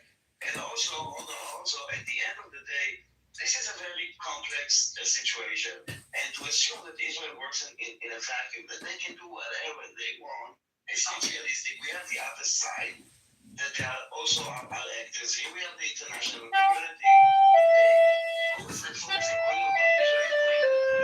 During this people talk about why it's not in the situation also, which is not just on Israel's side. You mentioned the international community. Could you express to me before multiple times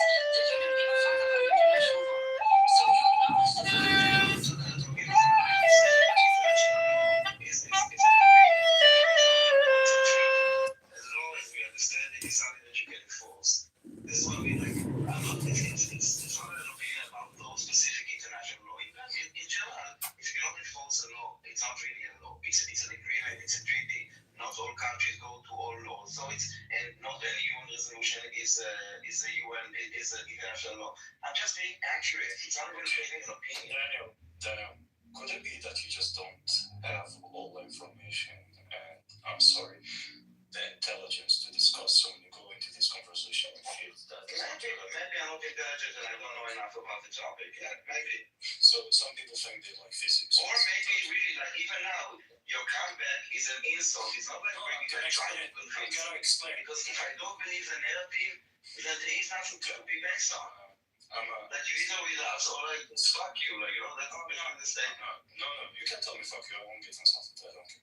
So I think like you like physics, right? I think you assume. No, I didn't say fuck you. I said that you basically the message I'm getting from you guys that either you accept our narrative to me or fuck you to me, not to you. Okay, you like physics. Do you enjoy physics? I'm asking you.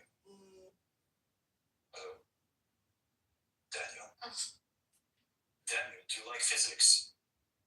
No, make a statement. Daniel, don't have a good thing. I'm trying to explain it to you. No, the time, I'm trying to It's a explain rhetorical question. Just make the point. Okay, Buttercup, do you like physics?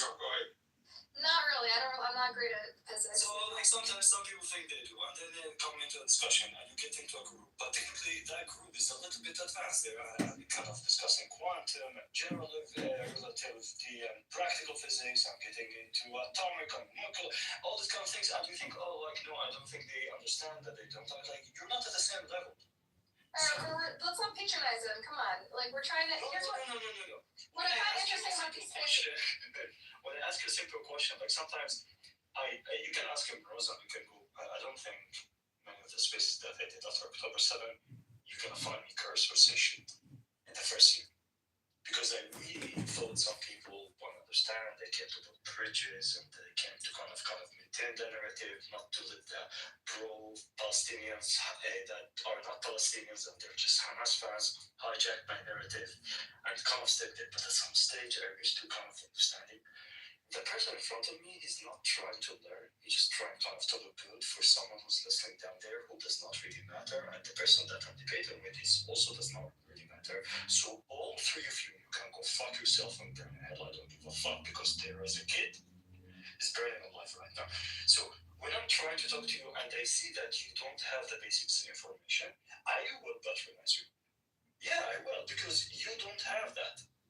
So when you have that, you get my respect to come on a space like that space that happened today, and I was discussing with that Zionist Israeli with full respect. I disagree literally on everything he said, but we discussed it because he knows shit. I know my shit. But Daniel, you're not at that level. So don't feel that I'm trying to insult you. I'm not. I'm just trying to tell you, you don't know. I think it's also different. And I mean it. So, Daniel, in this before you, Amrose and Benny. Wow, like seriously, we listen out for 5 minutes of him saying basically nothing. No, I don't have my facts. No, this is like trying to convince me that you have any facts on your side. Daniel, he's saying respectfully. And don't insult me. I have my experience is first-hand experience. You know. Yes, but it seems I share the idea, including everybody that I know, including people that I know right now in the IDF group. I don't get my question like you from Al Jazeera.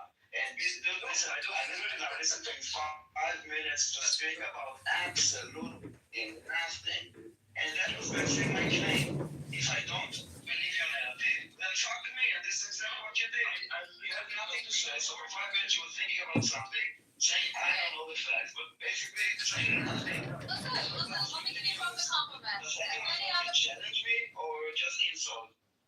No, I'm trying to tell you, you don't have any fucking level of facts yet to kind of get a spot on this fucking panel to debate with me yet. it. Listen, okay. Did I ask you a few questions? No. Does it sound cocky? Fuck yeah. You know why? Because with these fucking Israelis, I learned a lot of them.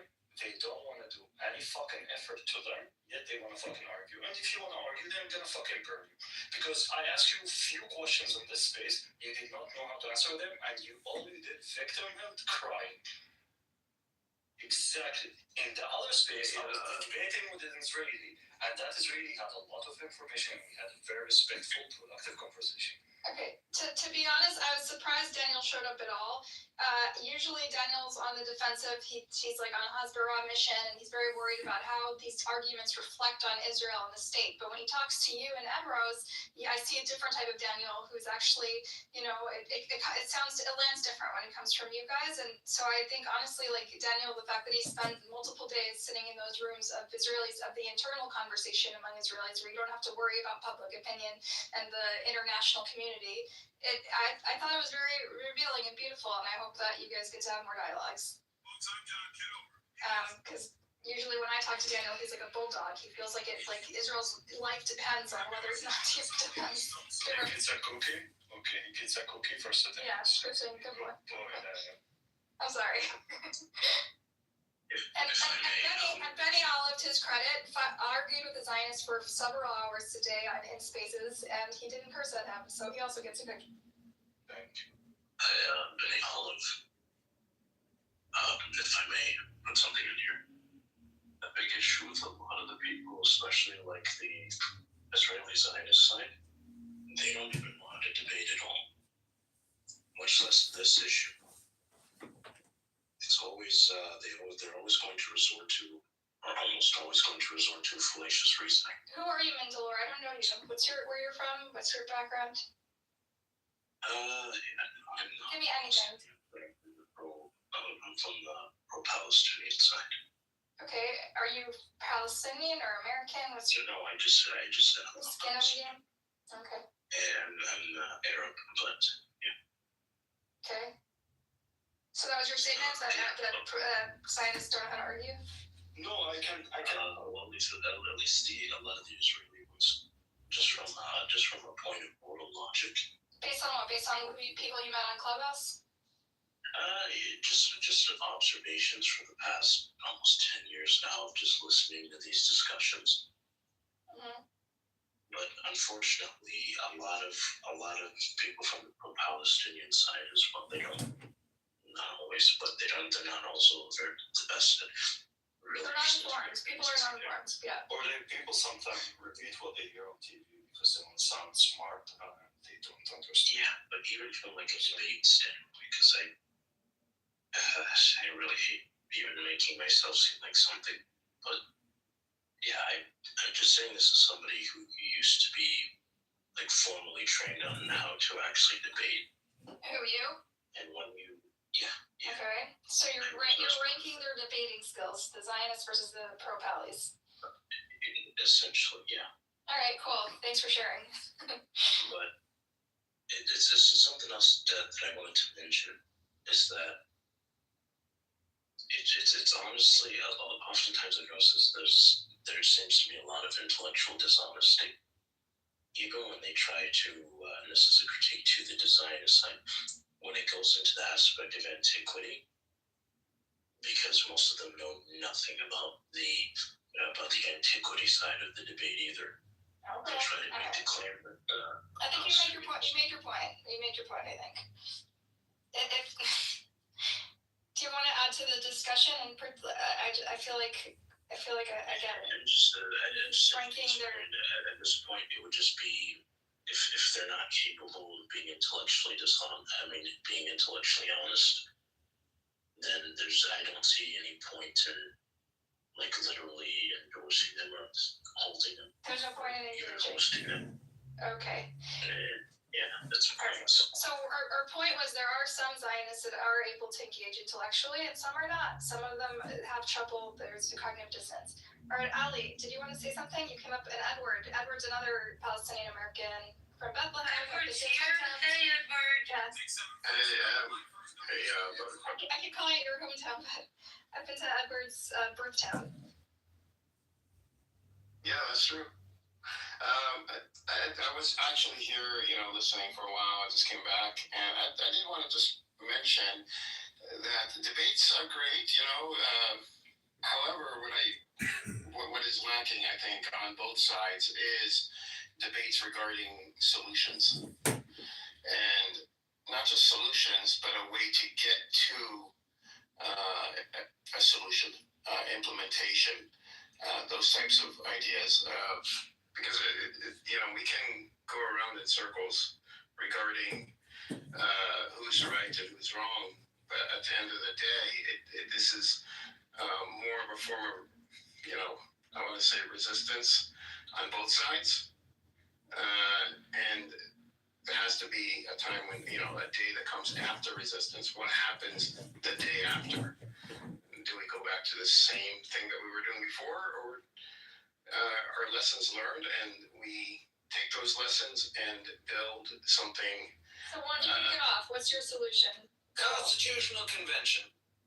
You can go second. Edward, what's your solution? Go. My solution is that there has to be a plan for Palestinians to be able to realize independence.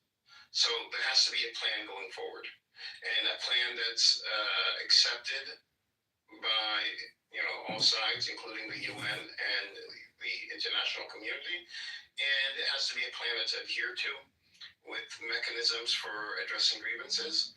But there has to be. Are you talking about post-war plan or like final state, one versus two state? Well, okay, one state versus two states is the final outcome. Right. But before we even get to that final outcome, there has to be a roadmap. What about a dystopian surveillance city for workers, for low-wage workers? What do you think of that? Is that a good plan? Hold on. What about talking about commissioners like dystopian surveillance? How about we? Oh, come on. That city looks fun. Hold on. Can we take this back down to reality for a second? Yeah. Look, Gaza is still mid-genocide, and today we have been informed that there is official annexation starting of the West Bank. We have seen efforts of ethical cleansing ramping up all over the place, whether it's the Jordan Valley or the Negev or East Jerusalem. You're talking about something that is so far from being even feasible right now. This is about stopping something. There's no solution right now. We need to stop this. And the only way, or the most efficient way to stop this, is to fucking sanction Israel and stop arming it. Right now, the only thing that can stop the creeping genocide, which is expanding everywhere between the river and the sea, is for the entire fucking international community to stand up and say no, and sanction Israel and stop giving it arms. This should be an objective. Nothing more, nothing less. This is the best we can hope for right now. Because unless we do that, this is just going to get worse. And we need to get back down to reality. This is where we're at. Is that reality? People who make plans with the word only. I haven't heard from Ali yet. Yeah, let me just speak with that. Thank you. I don't have to leave in about 2 minutes. So I am going to back to Daniel's concern and assertion that if an assumption is being made that every single IDF soldier is a criminal, it's not a good assumption. I think it has to be talked about, but that's what I hear every time from those who are against Israel, that every IDF soldier is a criminal. I don't think that is the case. Number two, I want to ask Lester, he was telling us that when the Palestinian workers did go to Israel to work, they were being treated as camels and walking through a defined area of retail gated. And so Israeli were very careful in kind of making sure that these people get through and are vetted. So my question to him, unfortunately I have to work, why do you think this is the case? Does this perhaps something to do with the suicide bombings? Oh, for fuck's sake. That's a very beautiful question. Let him finish. Let me finish. Do you think this may have something to do with the suicide bombings that happened over decades ago? I mean, All right, good. So now let's Hold on a second. If someone needs to go, why does he ask a question then? It's propaganda. He funds the propaganda. Sometimes, Called a drive-by. Yeah. Can I answer Rose real quick? Yeah. Rose, when I say solution, I'm talking about moving from a state of chaos, a state of destruction, to an organized path forward.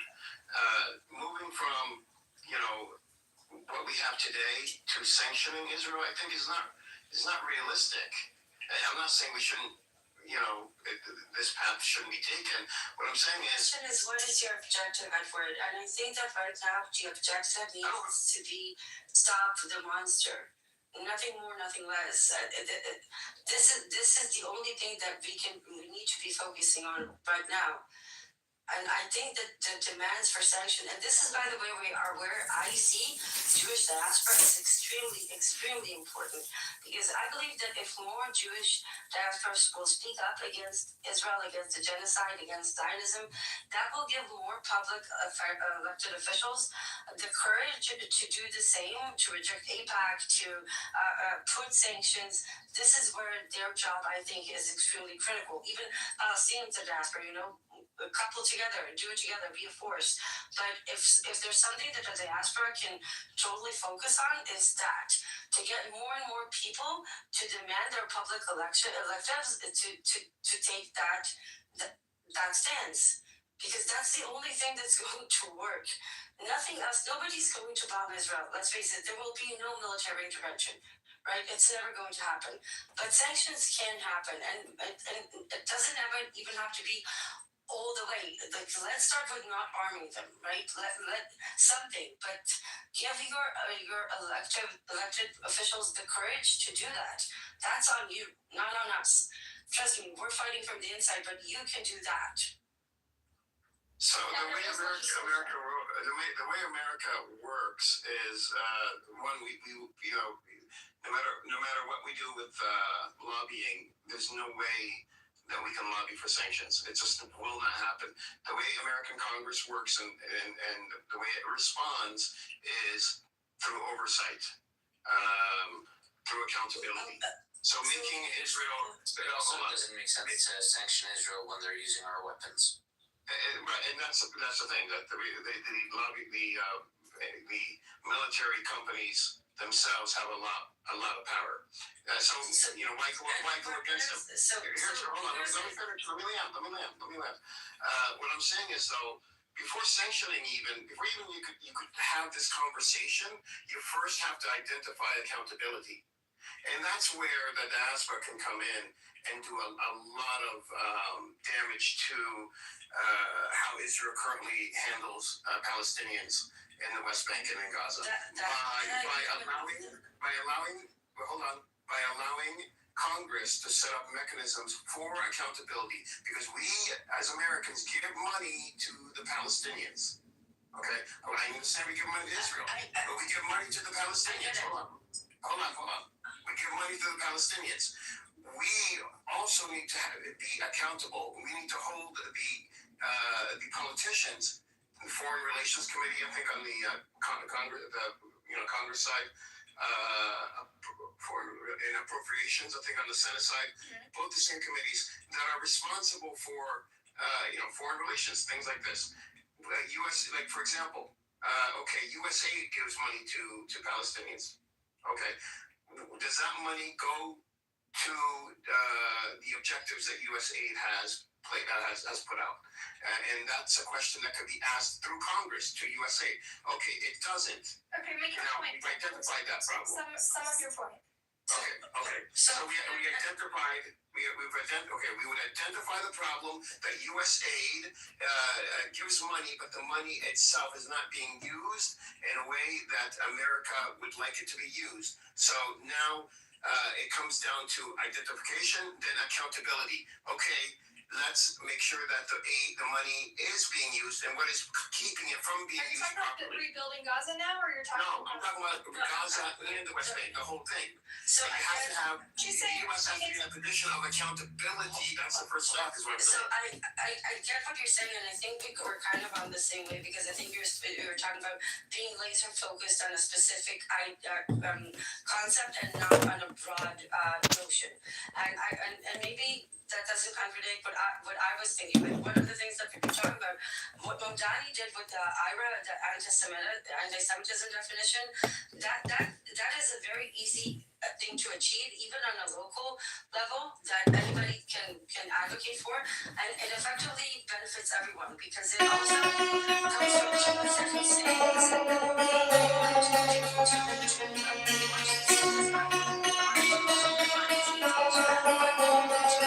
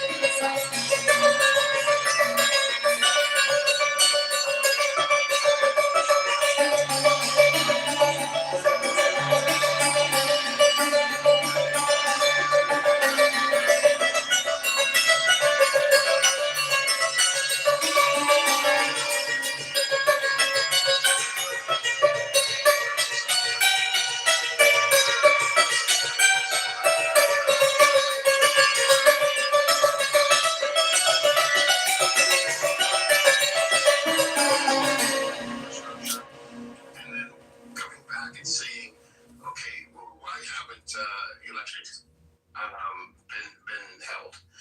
And so just asking that question and going to Congress, meaning Palestinians, asking that question, going to Congress and then having a hearing of identifying the issues. And what that would essentially do is identify the issues that Israel, the roadblocks that Israel has put up so that Palestinians cannot have elections. The checkpoints, where it can't build infrastructure. All these things that Palestinians need to build a state, or even just not even build a state. We're not even talking about this. Just to be able to live, and for American money to be used successfully, and optimize the use of American money. This is done not just in the West Bank. It's done anywhere in the world. And people do ask these questions, and once they do, it becomes solidified in Congress and part of the discourse. And now you are essentially going after the mechanism of occupation without attacking Israel. And it's a safe path for politicians, and it's a path that I think would get results on the ground for Palestinians.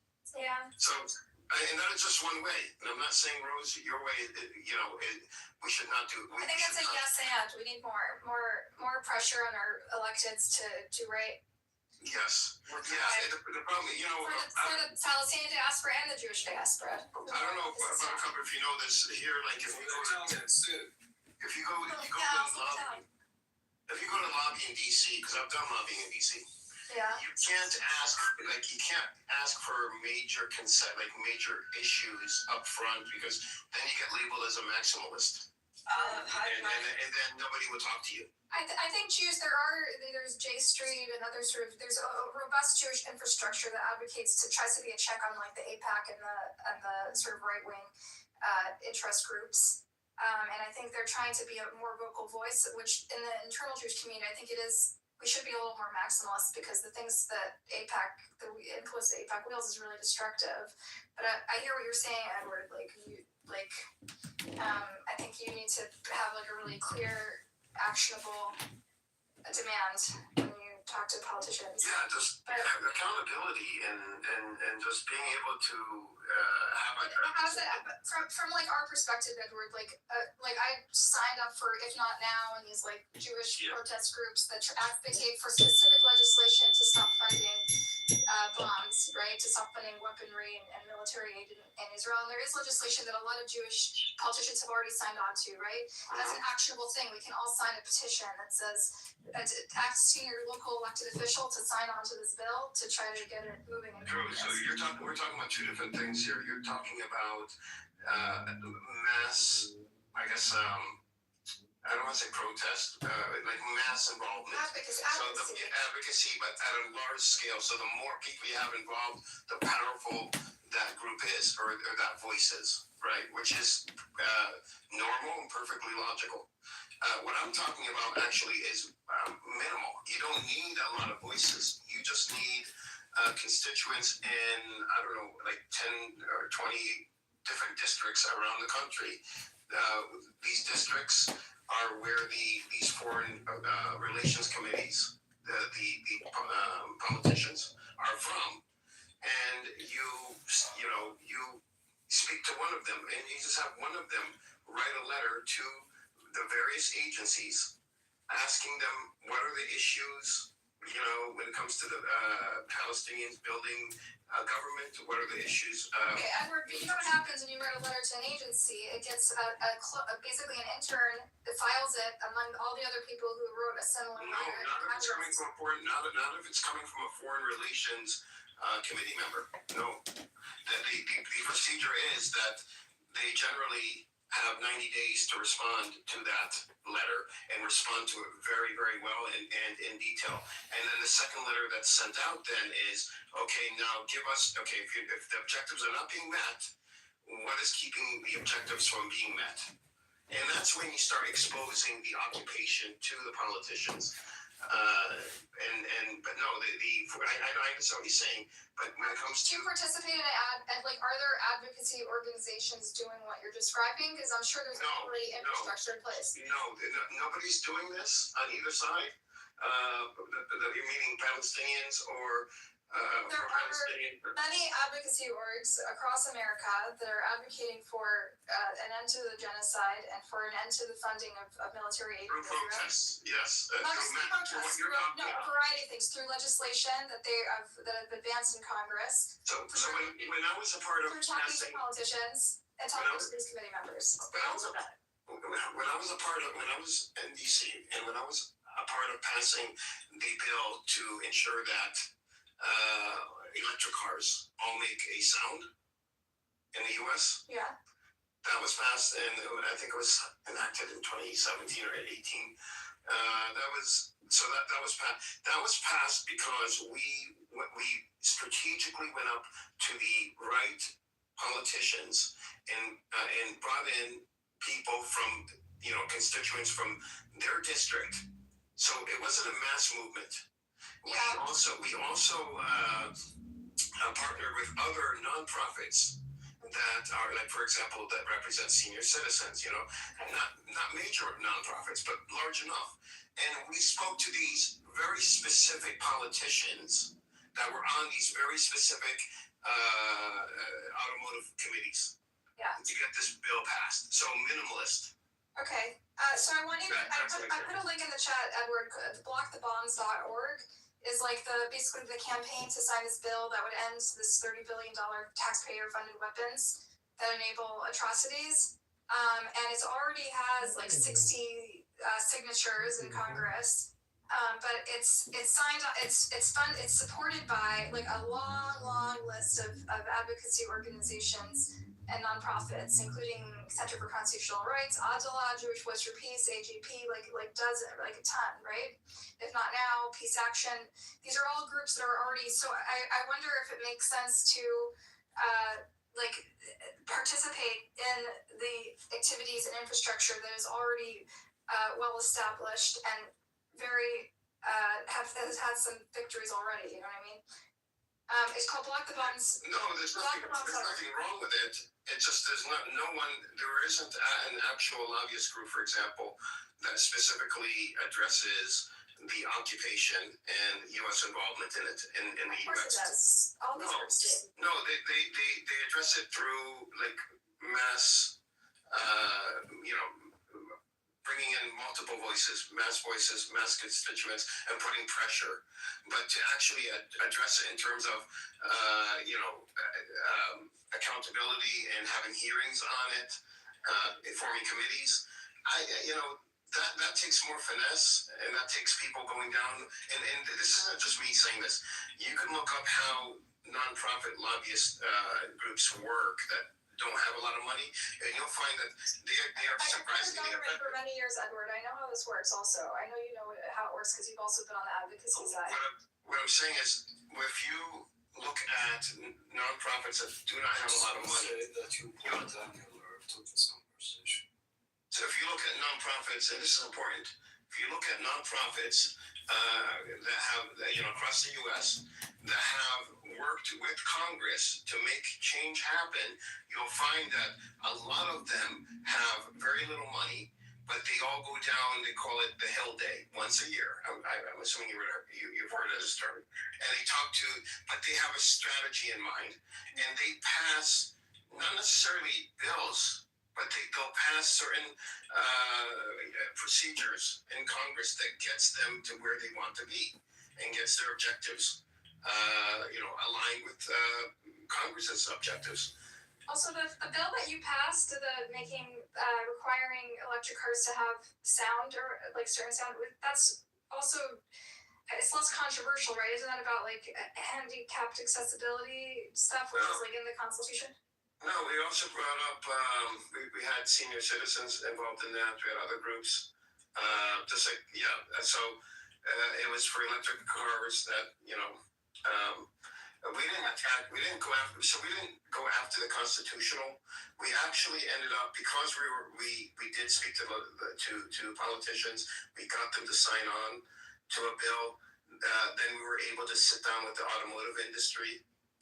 We've done this for other things too.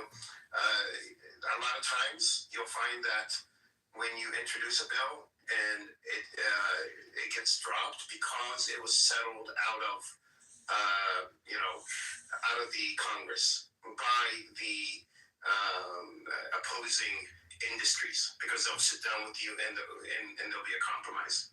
In this case, they fought us until the end and then compromised and then allowed the bill to go through. But it took the people that are blind, and it took other disability groups, and it took senior citizen groups. It took multiple groups. Let's talk out the line sometime and actually brainstorm our knowledge about advocacy and legislation and how we can put our weight behind anything to stop what's happening, because it's horrific. And we should definitely continue the conversation offline. Emrose, I wanted to warn you, when I first came on here, me and my Palestinian friend, a lot of people came after us, both on the Palestinian side and the pro-Israel side, on the Zionist side. And I think the Zionists are coming after you. They're making a lot of fake accounts with your name. They did it to me too. And somebody told me. What will they possibly do with it? They're going to dox you. They're going to dox your name. She comes from the streets of X, Buttercup. Dox you and then potentially So here's what they did. They made like 4 different buttercups, and one of them, they actually made an AI buttercup voice. They took my voice and ran it through AI. Did not happen. Yes. Oh, really? I was reported to them in the first. Yeah. They claim they reported me to the Israeli. I have 2 EDM songs with my recording on them, multiple clips, a good amount of memes, and last time I counted 34 spaces open with my name in the title. So and my wedding pictures were already posted on X before. So You should have commented and be like, "This is so romantic. I forgot all about this. Thank you for reminding me." aww. So but I just have to be honest. Let the songs stay over. I think this feels like. Oh, really? Yeah, that's what I said. The X, Emeralds comes from the streets of X. So I think debating you, the Jones debating on this kind of also shit designers, but like then debating like someone there, because I think also they take advantage of in America we don't have privacy laws, so when they dox us and they put all our information online. I'm just gonna say this Benny guy here cornered John Spencer on his face for 20 minutes and grilled him to the point where he admitted that he has conflict of interest when it comes to being paid by food party members. Can we play that recording in one of these rooms someday? That would be so fun. Yes, to do a listening party. There's somebody made a whole video. I'm interested too, Buttercup, to join your conversation if ever you guys are willing. Yeah. I've been in politics back in my day for a while, and it's very encouraging to hear you talk like this. I was disheartened for my time, and I had to resign from elected positions, and there was big things that happened in my particular case. But I mean, even with the foreign relations, like Edward, I don't know how. I just feel that there's been so much that our both political parties have been captured so heavily, right? I mean, like if you were to look at the scorecards for foreign relation committee members, like what they've done taking into like pro-Palestinian action, you're going to come up with a handful, maybe 2 or 3 out of the 50 plus, right? 53 members. Republicans, forget it. Don't even bother. It's in their political party. They just don't. So I mean, but anyway, it's good to hear the encouraging side. And to hear. Jewish too? Am I Jewish? No. No, I thought this is kind of Zionist American. Oh, sorry, anti-Zionist Jew, American Jewish. No, we have both kinds of people in here. But yeah, definitely the more the merrier, What is it called on the set aside, the foreign relations? It's on the tip of my tongue. Do you remember? The Committee of Foreign Relations or something, right? Yeah, there's one for the Congress. There's the other one for the Senate, though. Yeah. Never mind, I'll look it up. It's driving me crazy. Buttercup, I sent you a message. Can you check it, please?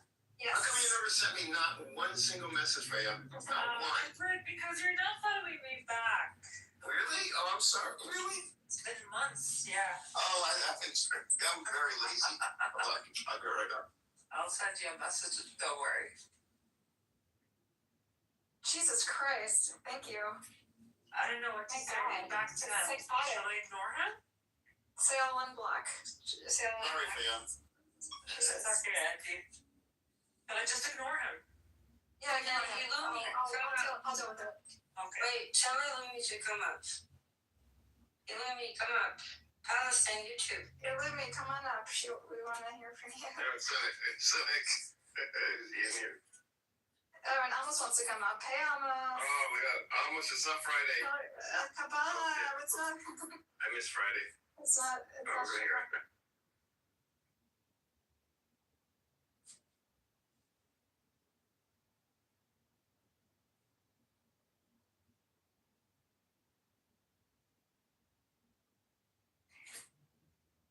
Illumi.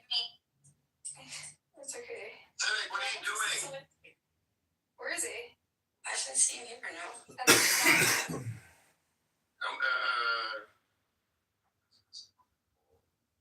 All right, so yeah, Naftali, this room. Oh, I'm here.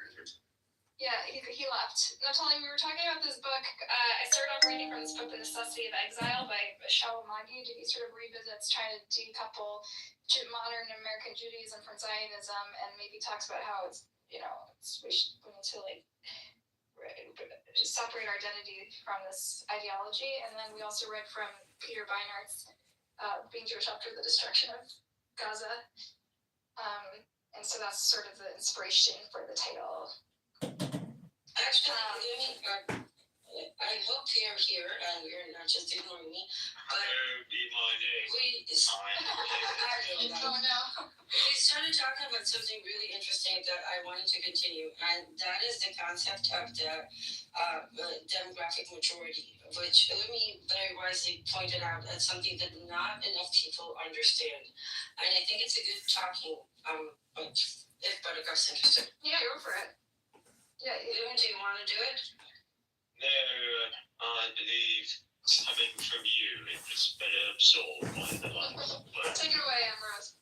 Okay, there's a way people always argue about the definition of Zionism, and I found my own way of explaining it. So the way I say it, that Zionism is a state construct that is inherently designed for one purpose only, and that is to maintain the Jewish majority. Because if you don't have a Jewish majority, it will be very easy with the system that is designed to vote out to the concept of a Jewish state. So they must maintain a Jewish majority at all costs. And you do that in two ways. You increase the numbers of Jews in various ways, some more nefarious than others. And the other way, of course, which is exterminating and cleansing everybody that is not Jewish.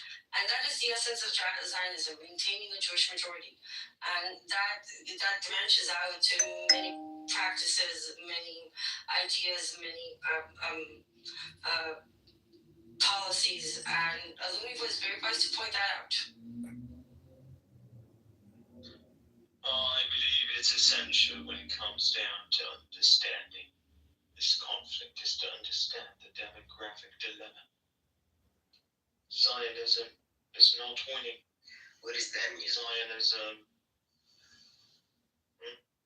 What does that mean? What is what? Go into bed. Does he sleep in the bed? I don't really know. He sleeps in Amir's room. Bathroom. No, Amir's room. Are you calling Amir's room the bathroom? Amir's room blocked me so many months ago. No, that was funny though. He just said the bathroom. That's funny. And he lives in the bathroom, sleeps in the bathroom. So I'm gonna go. Alumi? You were talking? Or did you finish? What was I saying? The demographic problem. I do want to ask here. What is a demographic problem, Edward? Well, I wanted to ask here a question. So when it comes to the demographic problem, and I heard this yesterday that the non-Jewish demographic is 51%, so over 50%.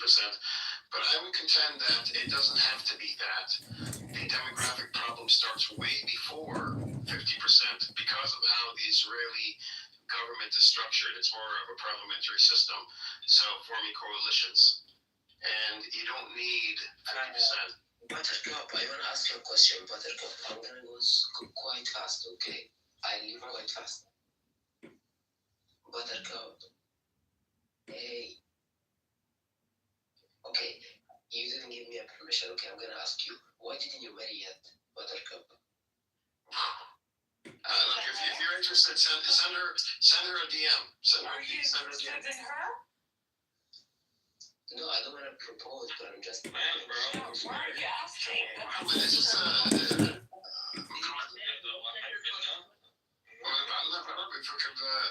المجنون من ناصر.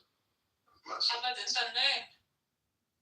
أنا من مصر فايا. هو واضح يعني لازم. Where's he from? مصري اجازتك. Yeah, the crazy one, like I just said. طب محمد ليش هالسؤال يعني هذا سؤال غريب. No, I asked her so many times before. Why didn't you? Are you interested? Do you want to date her? No, I don't want. What I missed it. I went out. What did he say? He was asking, why aren't you married until now? Who, me? Yeah, Muhammad was asking. Why are you single? You know, it beats me. I got the same question. Actually, guys, I gotta jump off. I'm gonna make Faya and Edward mod, and Lumi could be mod too. I gotta go. Feel free to keep the party going. This was really cool and constructive. Thank you, Rose and Beniella, for joining. It's always just a gift to have you guys, and it was a really, really productive conversation. Love you all. Before you go, Take care, Buttercup. I mean, you're always.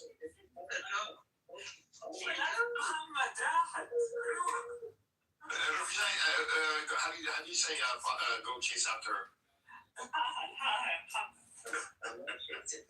Wait, why did she left? I left for 2 seconds. What happened? Nothing. She had to go. Oh, okay. It was a graceful exit, not a abrupt rage quitting exit. She had to go. I'm sure she'll be back on. Sorry, I might say. You all need our Lord Jesus. You all need to be cleansed. The baptism of fire. I guess Ace used to be like an admin in a newsroom. For Muhammad, perhaps perish. She still is. Baptism of fire. She's there. Oh. It just مالك مش عم بعضك يا ايش في؟ Why you need that question? You're too crazy because you're crazy?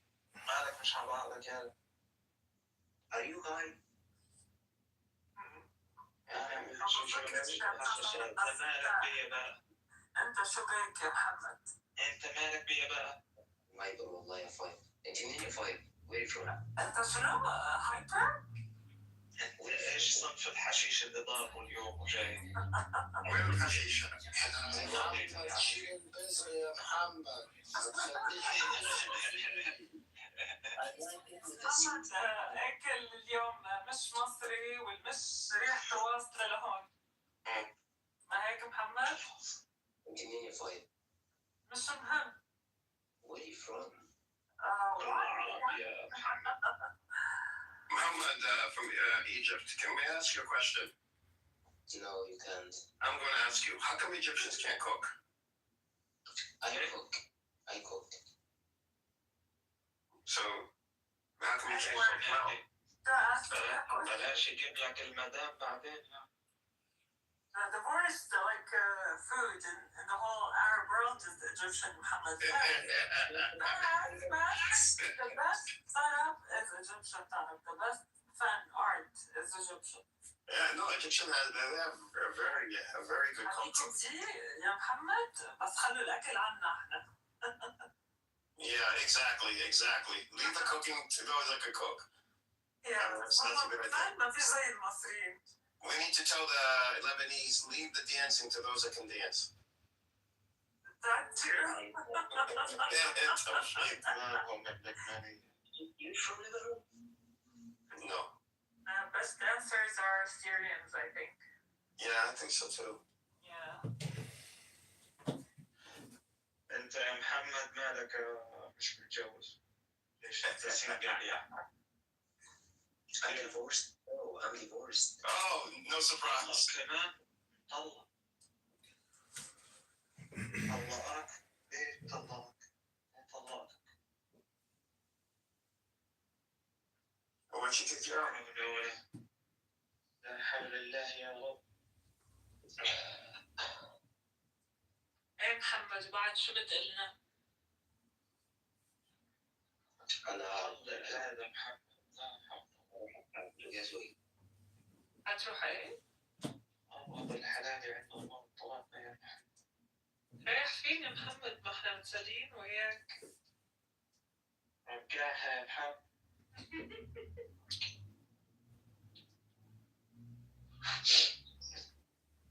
عندي برد والله. سلامتك.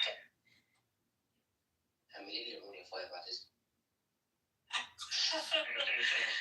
حدا يعمل لي ليمون. ليمونادة. انت يا فاضل نايس. ليه؟ عندي ايد واحدة بس. بعد الشر. ماشي كده. في عمليات زرع ايد دلوقتي وزرع عضلات ممكن اساعدك فيها على فكره. والله عايزة زرع قلب ودماغ. لا خلاص خلي القلب عليا. اشوف انا الموضوع ده. حد سرق قلبك يا فايا؟ هو مسروق بقاله سنين. مين يا فايا؟ مين وانا اجيبهولك وعلقه في العمود؟ علقه. She's married, that's it. قولي لي عليه يا فايا، عرفيني سكته بس. ما تعرفش سكته، بعيد عنك قوي. سابك يا فايا ومشي؟ لا ما سابنيش. ليه ما لقاش فيك اللي هو عاوزه ولا ايه؟ لا. قضية مسطورة. He might hang you on some pole too, you know. First thing you mention is poles, hanging on poles. يا بكري يا فايا. ما سابنيش. You remember him, Zainab? The crazy guy from Egypt? No, I have no idea. Usually people like that don't leave much of an impression on me, so I'm sure it's not memorable. Yeah. Yeah. ليه يا فايا سابك ليه؟ انت اللي سبتيه؟ مش هتكلم. Yeah, it's all the kid is sick in the head, huh? زوجتك راحت فين؟ طلقت يا محمد. زوجتي مش عاوزاني، قلت لها خلاص نتطلق مفيش مشكلة. أنا مكتوب عندي بالتقرير نطت من الدور الرابع. تواضع ازاي؟ وقلت لها خلاص يا حبيبتي نسيب بعض مفيش مشكلة. وبقول لك طب كان القرار متفق عليه ولا من طرف واحد؟ انت سألت سؤال وانا جاوبتك، ما تخشش في تفاصيل بقى. متبقاش انت عمال بتسألها بالتفاصيل يا باشا واحنا حابين. احنا مش عايزين بالتفاصيل يا ابني. قول لي ايه الموضوع؟ وبعدين ابنك في بطنك، انا مش بسألك انت ايه ده شوية. ما انت شو قصتك؟ اتزوجت على كلاب هاوس من قبل انت؟ ما عندك اهل يزوجوك يا اخي؟ مالك يلعنوا القطعه اللي انت يا جايب بانجو وبانجو مضروب مخلوط من حشري وكمان نتحمل زناختك. وين بتجيبوا العاهات هاي؟ بس انا مش هرد عشان خاطرك يا فندم. لا خد راحتك رد. انا ما بشتمش. هلا بتشتمش يعني، وليك بتشتم ليه اصلا؟ هو ما شتمش، هو شنو بيهزر وياك. انا بهز الورد بس عشان اشم ريحته يا محمد. يعني يا فايا عشان اقل ادبي عليه وتقولي ايه ده يا محمد؟ ايش يا محمد؟ ما ينفعش كده. عايزة تسمعيني وانا بشتم يا فايا؟ لا ما بدنا شتم ولا بدنا ولا شيء. ناخدها بس مزحة. هزار. كم سنة يا فايا؟ يا اخي انا متزوجة. هسا تريد احكي لك بالعراقي اني متزوجة وما اريد ولا شيء. انت في شركة عراقية والله صاحبتي. والله؟ منين من العراق؟ اسمها شام. لا هي قاعدة في امريكا. ما شاء الله. انت بامريكا؟ Does she know that she's your girlfriend? قول يا برو. I just asked if the girl knows that she's your girlfriend. Doesn't know. Shabby doesn't know. Why don't you tell everybody your thoughts on Saudi Arabia? I thought they were very enlightening. What thoughts you're talking about? What did you say when I first met you? Was it the Saudis or the Palestinians? Somebody was not. You were talking about how they're not educated. Oh, you still remember 6 months ago? I still remember. It's been a while. You have a good memory. I believe that's the only time I talk in a room. That wasn't in Amir's room. That was in my room, actually. You have a room? No, I mean, temporary room. Sometimes I haven't held one in months, but that's when I first met you. So, what did you say that day? I don't remember. What was it about? Saudis? I don't remember the specific speech I told, basically. I'm not sure. But I said, there is a problem between Saudi Arabia and Palestine, That's all. But I'm not quite sure. I'm not confident what I said. I don't remember. I remember yelling at you. You yelled at me? I guess I did. Good for you. I'm proud of you. Yeah, I'm proud of me too. Bro, I didn't yell. I didn't kick you out. I don't insult anyone. You did. What did I say? I don't remember, but you insulted something about low education, Arabs on Bro, like you have a great memory. I don't remember. You. Yes, I would say that they undereducated, lowly educated, to be honest. But I used to live in Saudi Arabia, so yeah, I'm not gonna be harsh on them. I was born in Saudi Arabia. Why don't you open rooms, Edward? Why do I open rooms?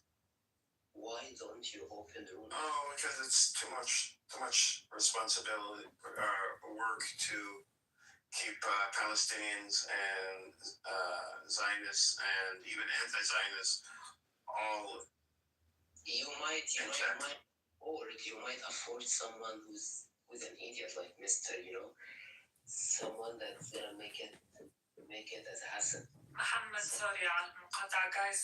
Amir just opened the room, so. Okay, invite me in. Okay, I'm leaving. Bye. Bye.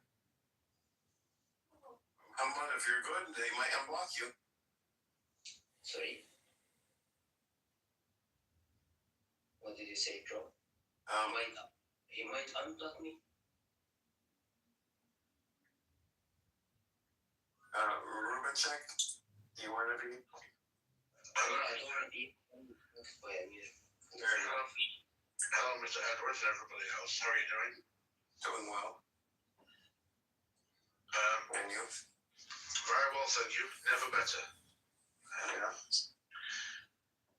So I have a question. If I might have the opportunity to ask, please.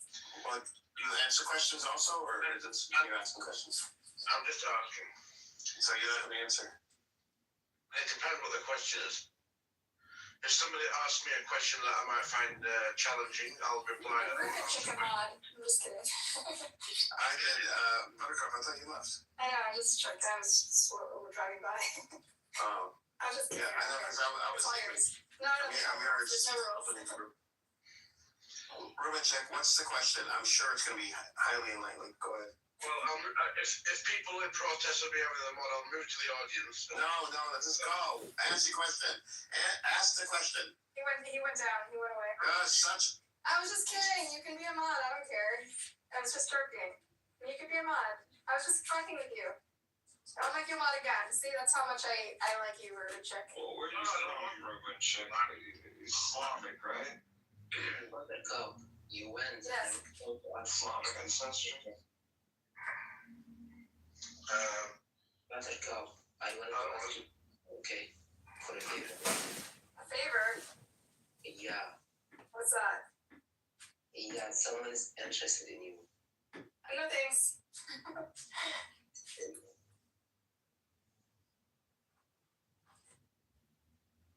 Buttercup, hey, come on, don't be shy. Just answered you, dude. And she lives.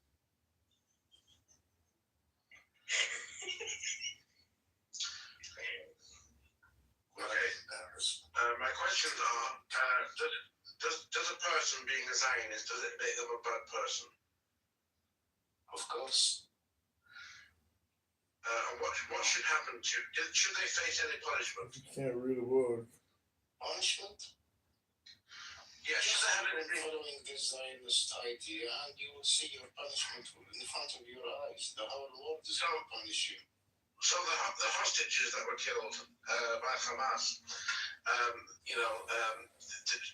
do they have some kind of did they deserve to be murdered? What about the hostages in your prison who had died and severe bad treatment and died from what do you call it? Torturing them. What are you going to say about them?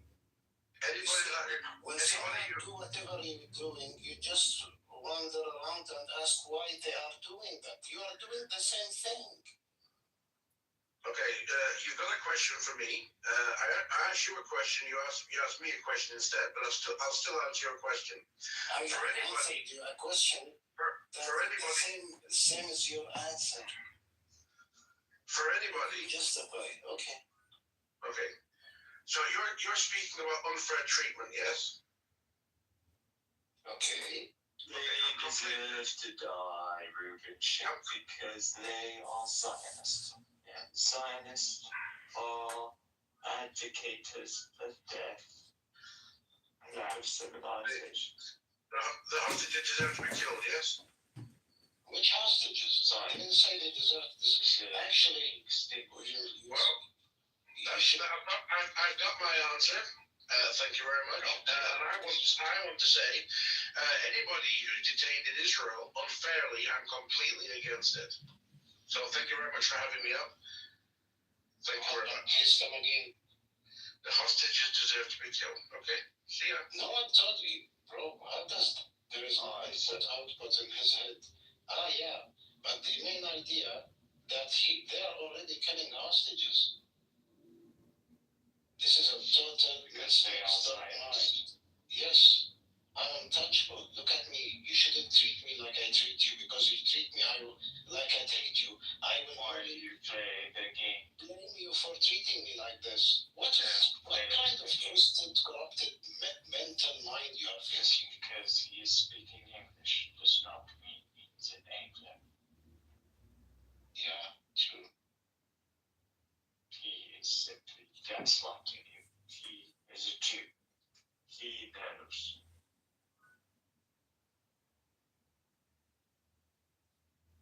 We do not speak to Jews the same way we speak to Gentiles.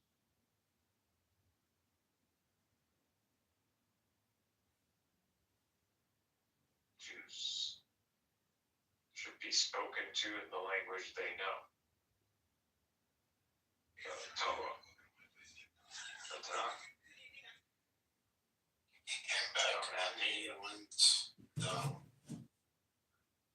That's fine. Hey, good bro. Gonna get his answer. You should know. To me, you're a Zionist. You're gonna raise a child. You're gonna raise it to be a Zionist. You're creating a society that wants to wipe me out. You're Amalekites. What is the punishment for Amalekites? You wipe them out. The same way the Zionists came into this land is the treatment that they should receive, because that is the treatment that they have accepted. So they have legitimized this kind of tactic, this scurrying through the land and terrorizing and looting. So they want to do the old way. These are the old ways. That's fine. We can do the old ways. This is just the religious way of selling. So you want to play a religious game. Play a religious game.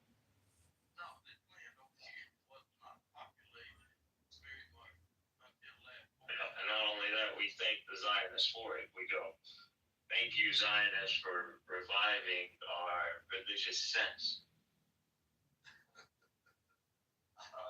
That's all Zionism is. Zionism is a scourge from God to remind us to bring about a specific demographic. This is the demographic that's mentioned in the Quran, because this has been prophesied in the Quran. Bring about those who are the servants of God, who are of mighty resilience.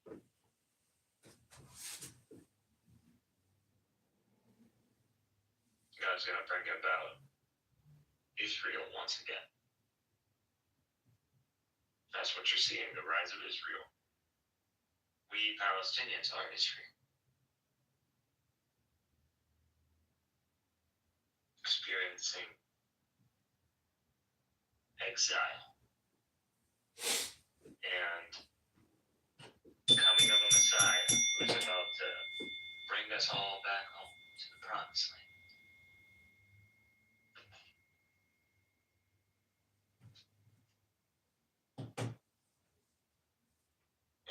happens when you go to the promised land? Well, the Amalekites are there, right? So you gotta fight the Amalekites. There's history repeating itself. So Mikhail claims that the Palestinians are the real Jews and they're the real Israel and they're rising up. Now, no one knows the ending, what happened really between Moses or whatever group of coalition of Yahwist and Hebrews or the Pirus or whatever.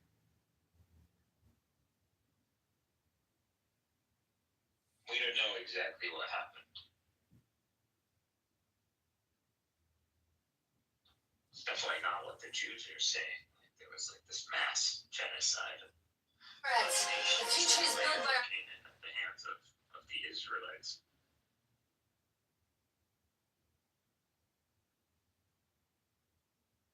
Now there are people who wanna, whatever led to that, they wanna bring it again.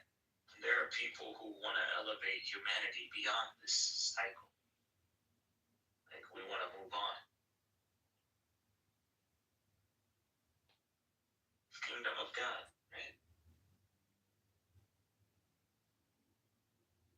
The Jews are people who've gotten so accustomed to the reset, this continuous collapse of human civilization, that they've like just started riding humanity.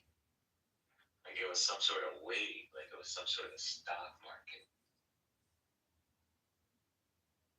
Oh, society forming over there. Let's go park right here, everybody. Seems like you guys got civilization building up here. Well, we know a thing or two about that, after all, God made us a nation, so we're all about nation building. Let us do let's let me take care of that.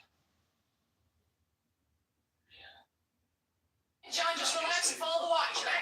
Please tell me that's not another one of your It's experiments. called Self-Improvement, Lisa. Chapter 3, Mastering the Mind. Watch the watch, John. You're getting sleepy. 3, 2. Inside the laugh loft Thursday night, the crowd watched as Kitover counted down by the snap. Volunteers were under his spell. Moments later, they're convinced they're barnyard birds, and the audience can't get enough. Inside the All right, tapes rolling. Just read the card, big guy. Try not to sound like you're giving weather updates.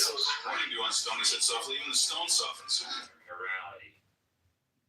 John, just relax and follow the watch. Back and forth, back and forth. Does my insurance cover this? You're getting sleepy. Metallic clink. Audience laughing. That's not in the brochure. Yes. John, just... And in your ignorance, I know that you are... Take 7, folks. Remember, line first, donut second. Got it. But in that, I will get some life insurance on you. Inside the laugh loft Thursday night. And the stocks of your competition. And keep an eye out on the markers of your decline. Sure, just, sociological markers. And God already gave these markers Sodom and Gomorrah. Inside. People, Sodom and Gomorrah, and then they think like, oh, that's just like God is telling you about a past event. Like, some city that got destroyed. If you look at it that way, it might not be wrong, but you gotta understand that the crimes that Sodom and Gomorrah are guilty of, if you check them out, you're gonna see homosexuality, you're gonna see human trafficking, because that's what they're doing. They wanna kidnap the emissaries, the angels. So Chicago dog. They are rejecting marriage. So they are rejecting consent, legal consent. So this is through force, intimidation. strong, man. Show you step by step how to turn a free AI app in your phone into real money. Sexual immorality, homosexuality, rejection of marriage, rejection of heterosexuality,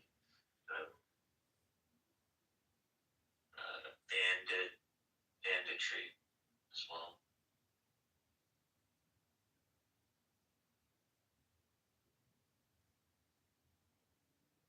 And just in general, national aggression.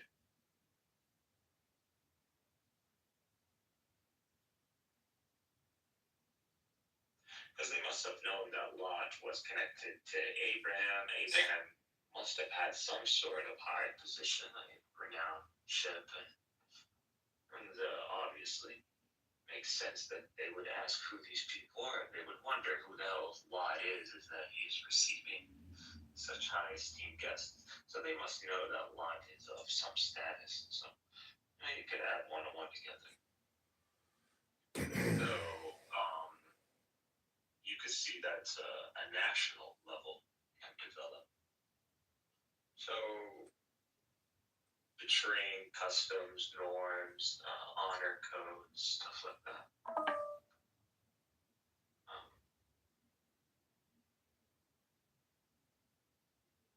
Mongers.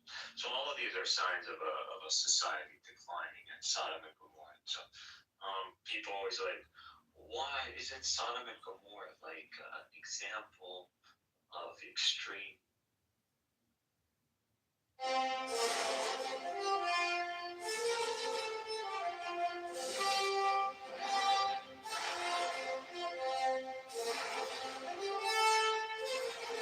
Alright, movie night, I've got the remote. As long as it's not another human documentary. Something with sparkles would be nice.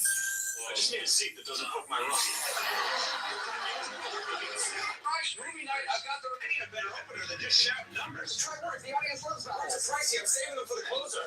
Here's here. Pizza guy mumbled something like $34.75. Another day, another care. Morning, Operation Sprinklers. Microfilm safe in this powder donut. All I got. Good evening, I'm Josh Shore. And I'm also Dr. Washington. Money for potholes. I'm speaker colleagues and to the people watching at home. What exactly are you doing, man? I'm dialing the secret. Show you step by step how to turn Chicago dog, extra mustard, and one vote for Kitover. Coming right back. I told you, buddy can't eat barbecue chips. Last time he tried, he burped. It's still showtime, Bobo. We ready to wow this crowd or what? Come on, let's roll into downward dog. Start Engine just opened its latest funding round It becomes accessible or available to the public.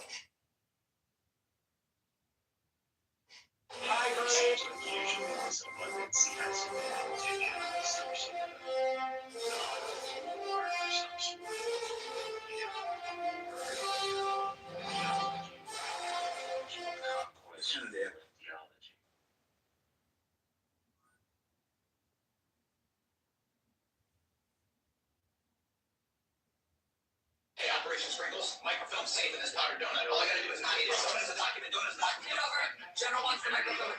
You're so safe and sound. Good. Oh no. Hey, Operation Sprinkles. Nations, eternal life, as in that they would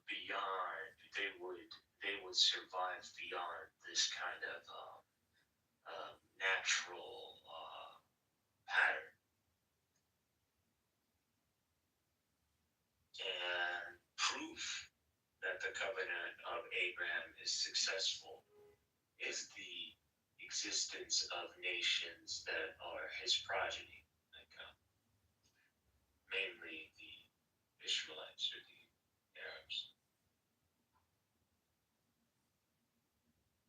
Semites in general. So if you look at the Semitic entities or cultural identities or linguistic identities that survive.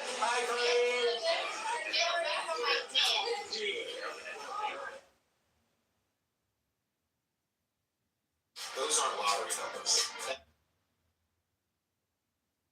So there's really no faith. A lot of things are just simply people are ignorant or they refuse to acknowledge. But like the covenant of Abraham has been not only fulfilled, but active and has time under its belt. Has like a over 2,000 years under its belt.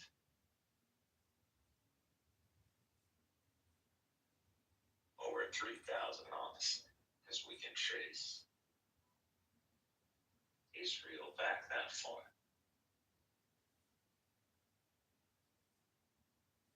And genetically further.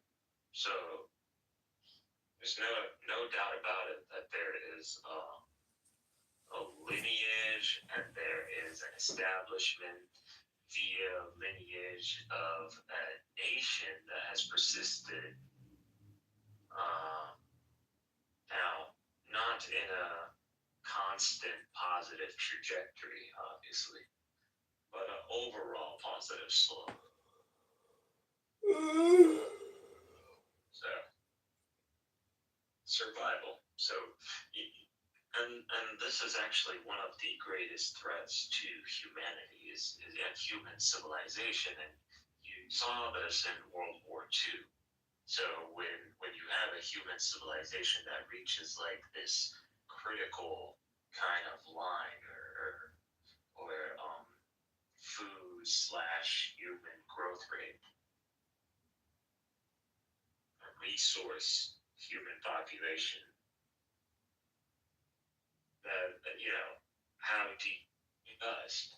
It's just that how do you deal with a reality where human population growth rate in this like ideal setting or in this like high paced industrial setting gives you it leads to a human growth rate that resources can't keep up with. And how do we solve this? And is this even something that can be solved? And honestly, it hasn't been solved. Like, this is not, as you see, the United States pretty much engages in solution capitalism, but I would say that failed. Like, people always look at America and they go capitalism. I think that era, people, is over. That era was ended when, in the Nixon shock, America became something else after the Nixon shock, after the petrodollar. America was no longer a nation. It was a global enforcement.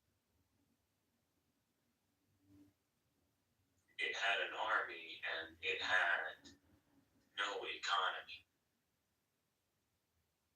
And then you had Arabs who were like, we got money, but we got no technology and no army. And these Soviets look scary, bro. Maybe we should work together. Petrodollar, new global order. So that's America is capitalist in the sense of like a domestic sense. International sense, it's a global order. No one can. It's not even up to Americans. Like your rights, your constitution, everything is gonna get sidelined when it comes down to this global order, because this is the world we're talking about. This is the wealth of the world. I don't know, Buttercup, because I feel like you're gonna close the room. But here's for being an adult. Can we go on, please? Thank you. Yeah, and leave me. I'm going to close the room. This is not great for my brand. Why?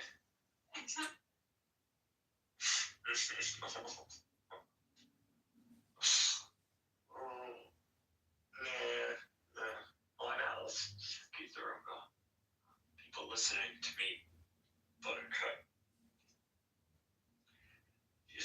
like that.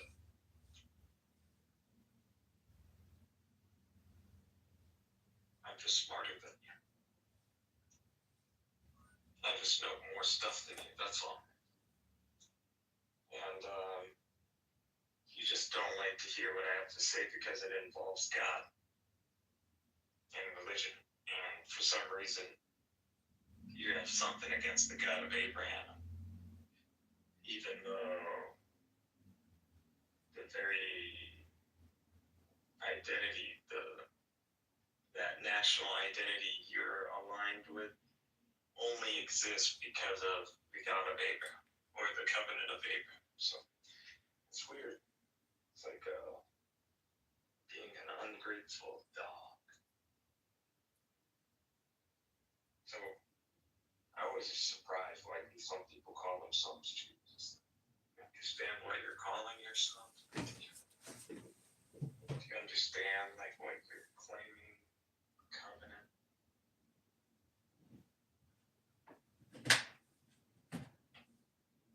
Weird. Everybody sticks to the definition of the Jew as defined by Zionism, modern day Zionism.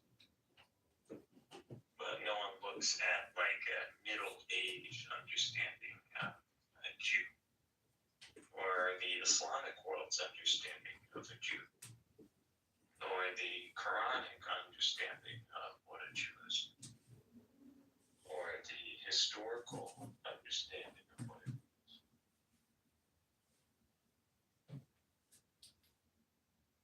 To me, it's like putting a target on your back. Like when you use names, when you say, I am this, I am that, like, that has meaning. Whether you believe or you don't believe, whether you believe or you don't believe, you're calling yourself Muslim. You put yourself under the covenant of Islam.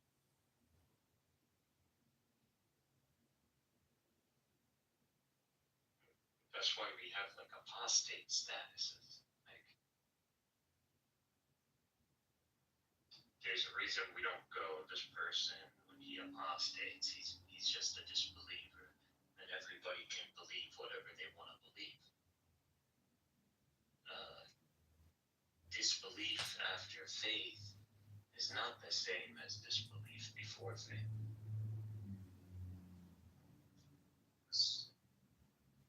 You getting jumped in the game ain't the same as after getting jumped in the game.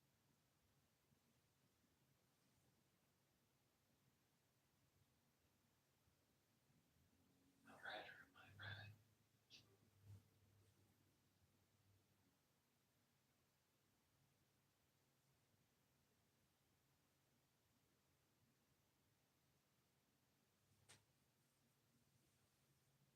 So, calling yourself a Jew puts you under the covenant, under the halakhic covenant. You don't want to be under this. I don't know why you would. It's pretty extreme. Especially in light of the covenant of Christ or the Messiah. And but Satan is good, and because there are multiple covenants now, managed to like jigsaw them in a way that gives a flow, a dynamic.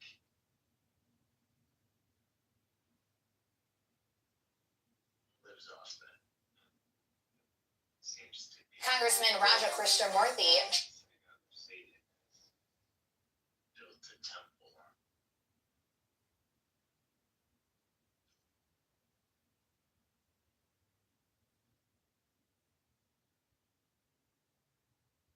But that's a good thing. I mean, all things should conclude Jews should get an answer, I believe, just as the Christians got an answer from like a.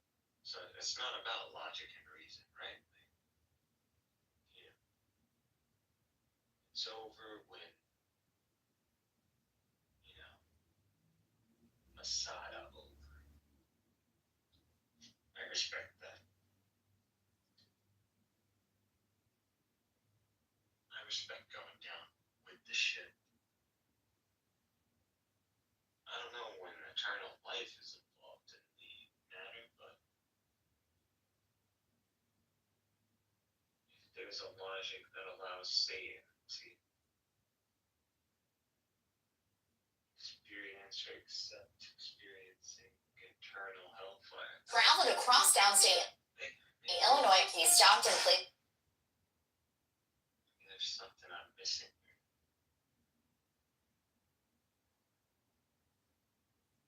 I mean, what is pain?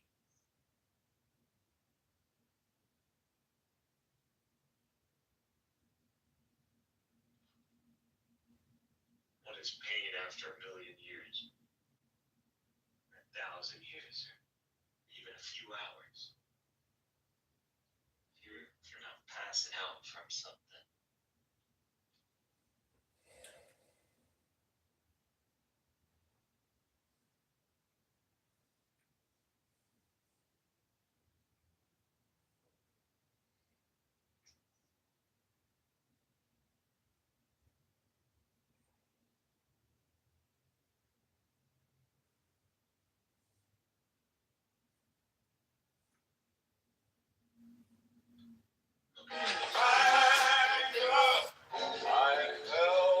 I'm seeing, we need to prepare. The Israeli military needs to begin revamp. We need to prepare to fight regular militaries, Turkey and Egypt and Iran. The days of fighting terrorist armies are over. I was like, I agree to that. The days of fighting terrorist armies are over.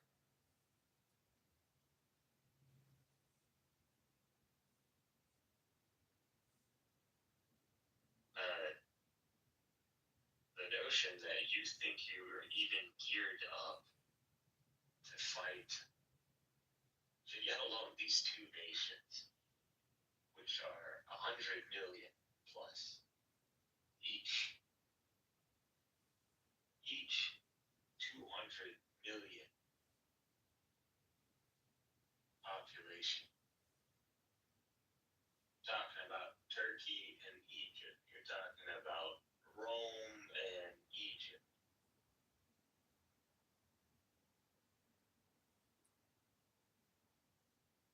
You're gonna fight fucking Rome and Egypt. Leo, your time has come. Wait! Grok, does the sun orbit the Earth? No, we can see that Venus shows crescent faces like the moon, so it orbits the sun, just like Earth.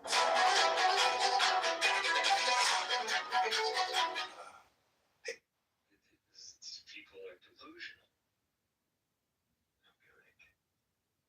Yo, what is it? Like, there has to be a God element in what you're doing because otherwise this is insanity. Like, you must be counting on something. The purpose of no voter ID is obviously to conduct fraud in elections. Why, like, people be talking to me and going, you're bringing God into the matter too much. Bring religion into this. This isn't a religious struggle. Obviously. Framing it as a religious There struggle. can be no other explanation. A disservice.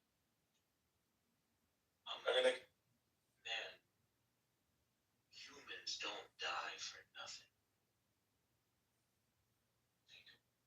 That's some nice sounding thing. People don't have IDs.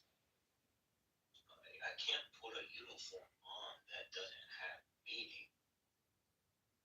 You can't tell me to go kill people or to go fight people. What sounds better than nothing? Even run without there being meaning. And you could threaten my life and maybe force me. But honestly, I would die. On fire. I went down. People would than be, enslaved like that. I fell in. Now, going through pain is the difficult thing.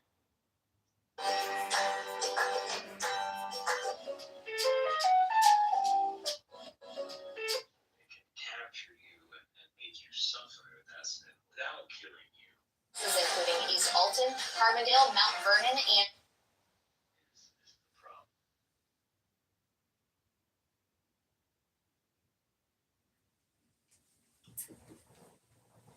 When you understand that is actually the worst thing that could be imposed on this earth. You understand the concept of hellfire.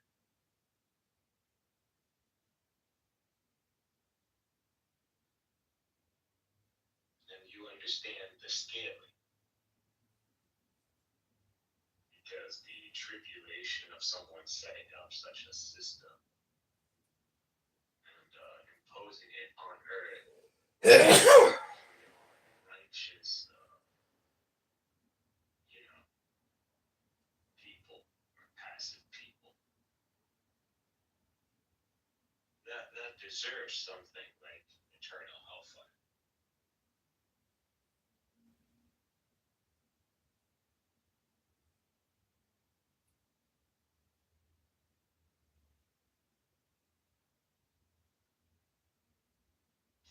Like, it's only logical. Like, at that point, it's not as crazy as people make it seem like,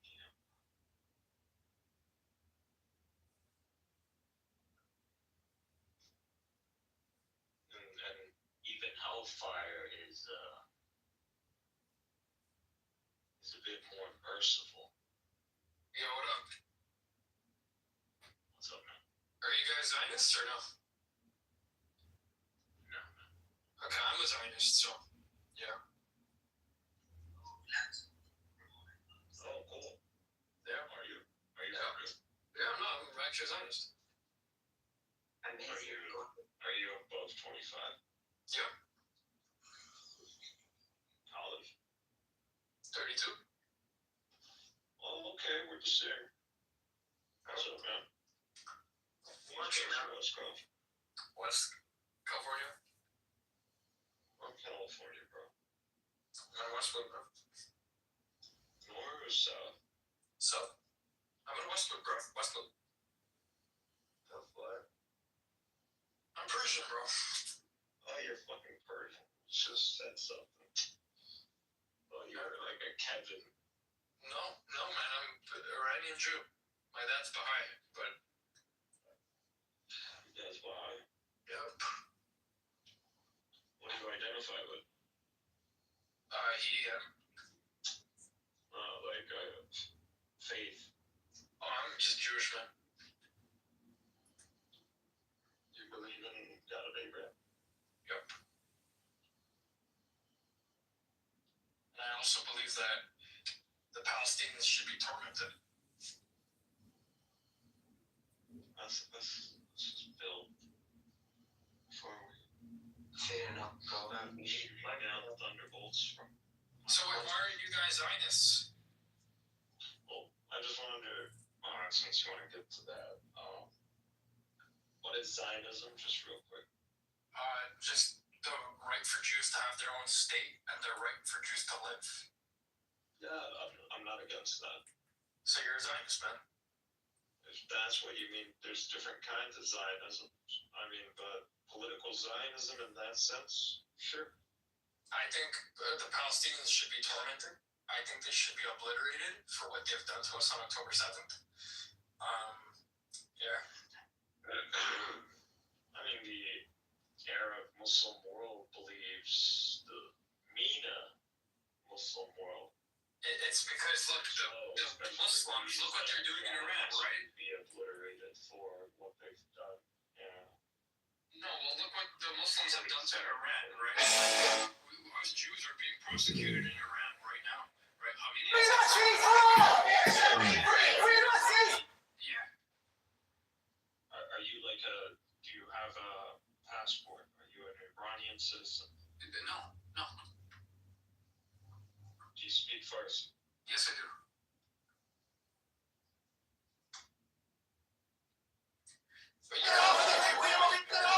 They put me back in olive, Mr. Armand. You think you can tell me what justice is? Do you believe that Afghanistan has Persian people as well? You want to consider the Pashtun Farsi? Alright, Google time. Who needs a cooking show when you've got me? Look at that crust. Go. I could look at this case all day. Maple glaze, raspberry swirl. Morning mist drifts between the pine. I close my eyes and let the noise settle. Notice how still everything gets once you stop trying to make it quiet. Alright, opening line.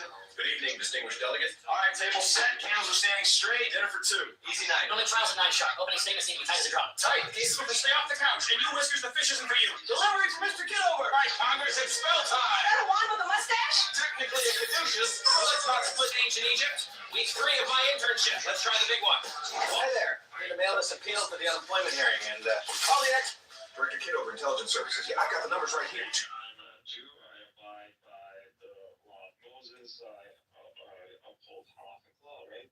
So, you know, when you tell me, I already know what you should be holding to. So that's it. So do you think what Hamas did was objective I meant to something. Did Hamas commit a terrorist attack? Yes or no? I'm only going to speak to you from the perspective of halachic law. So, I think all Muslims should be killed. That's just what I think. Is that a halachic position? Yep. Really? Yep. Who are you to question me about my faith? I personally believe it's my faith, but... Ancient Egypt. Week 3 of my internship. Let's try the big one. Wand to the right hand, sword to the left. Alright, Congress, it's spell time. Ancient Egypt. Proof of stay up. Only trials. Alright.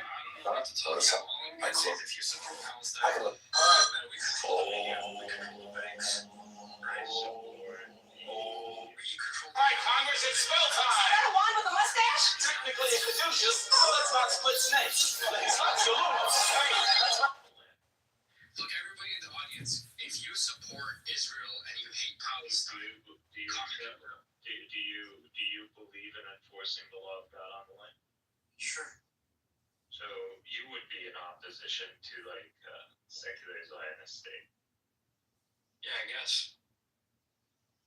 Okay, so you would take on the position of like the Haredim, like Yeah. sure, you'd be sympathetic with them. Yo, man, I don't know what the fuck you're on, bro. I'm trolling. I fucking hate Israel and I hate Jews, but you have made this call so boring that like I can't even troll anymore, bro.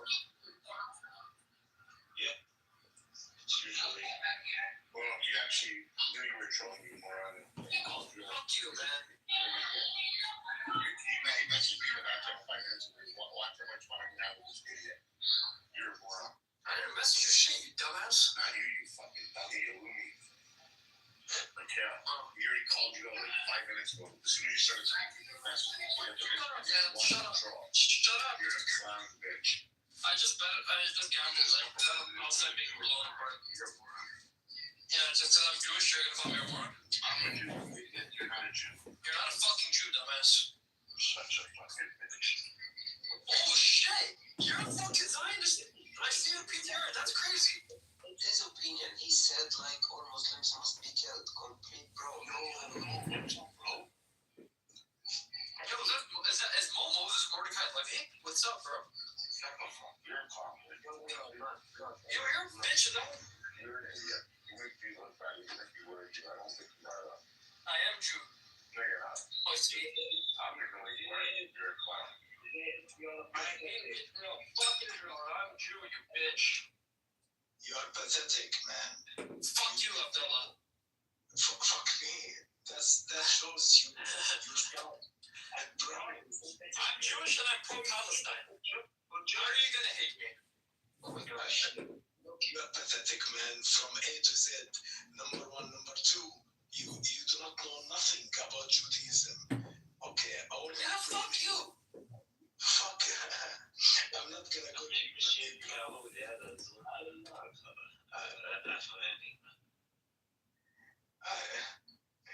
He got my anger. You guys have it, man. Screw him. Screw him.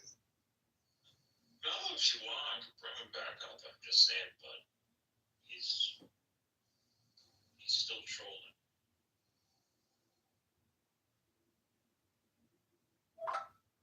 But like, I'm down like anybody to play Persona, but it's just like, you know, the arguments. First thing, did we talk before, bro? Sorry? Baby, oh, okay. Yeah, I identified your voice.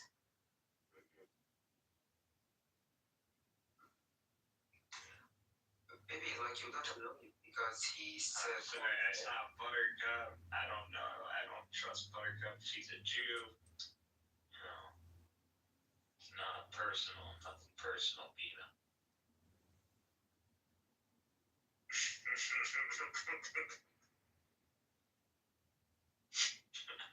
It's killing you inside, isn't it? I know.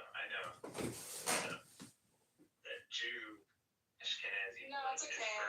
I'm not precious about the Church of Buttercup. I know. You can hijack. Why is it you're Ashkenazi? You gotta ask yourself. Buttercup, I will marry you. Let me do something. You're so beautiful, Buttercup. That's a troll. He's not a real person, is it?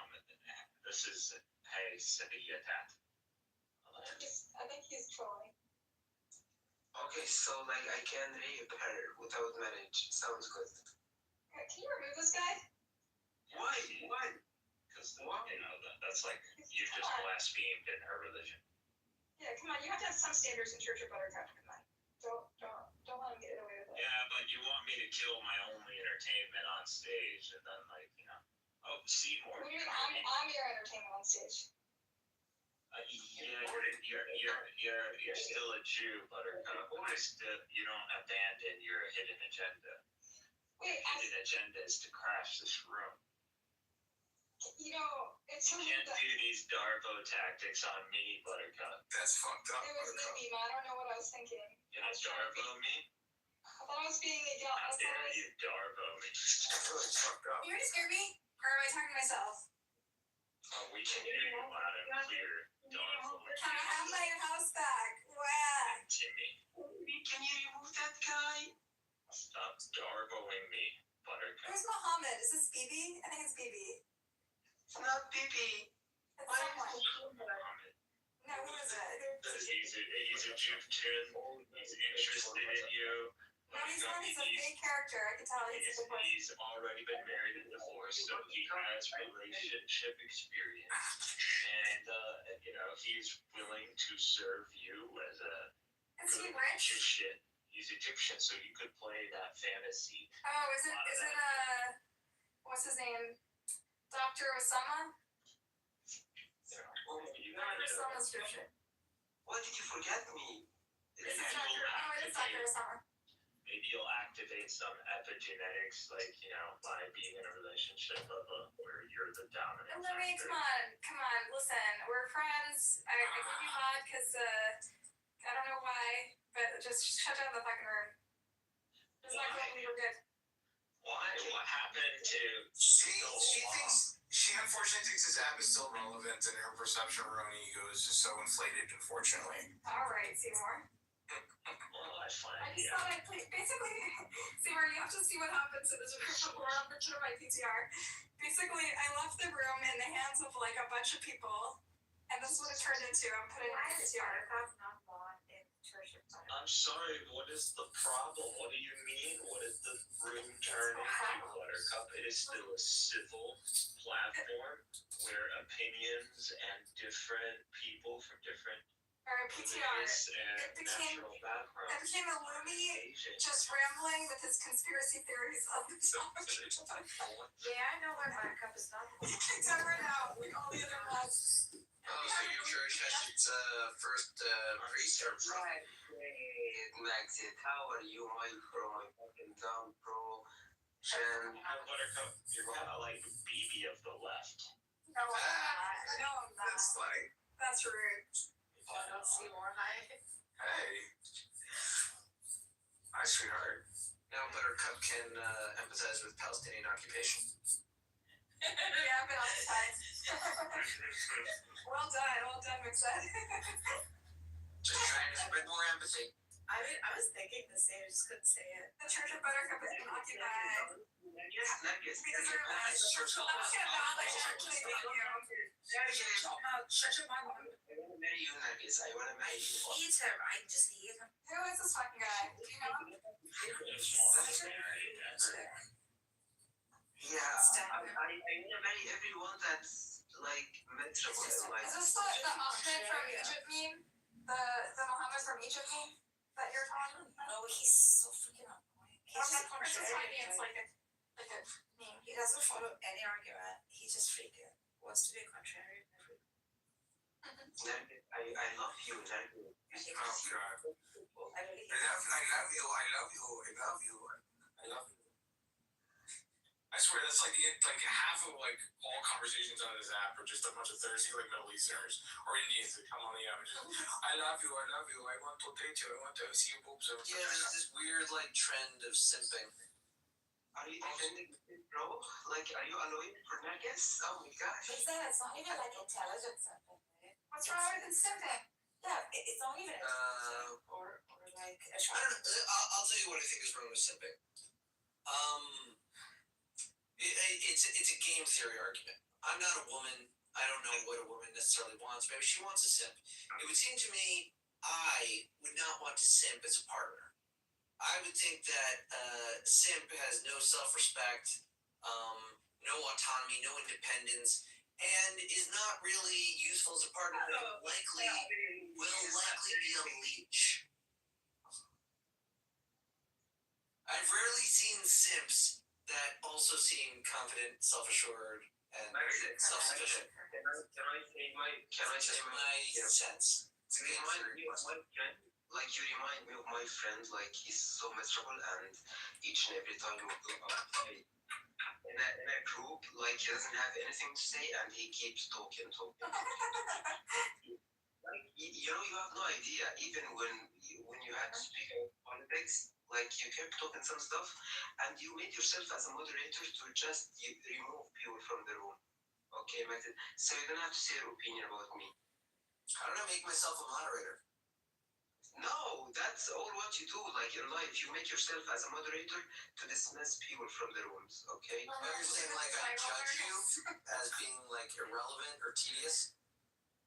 That's how you are. That's how you You're right. I do judge you. Moderator, because if you get into a discussion deeply, like you don't know how to speak. Marcus, you said yeah, but I'm also my favorite. I do judge people. Because the third one gets like the most attention. But Buttercup, look at the order, bro. Why for two? Why for one? Yeah, why does she have over? There's nothing wrong with the success of Lydia thinking. Let's go. That's something for you to think about. It really believes in Lydia time.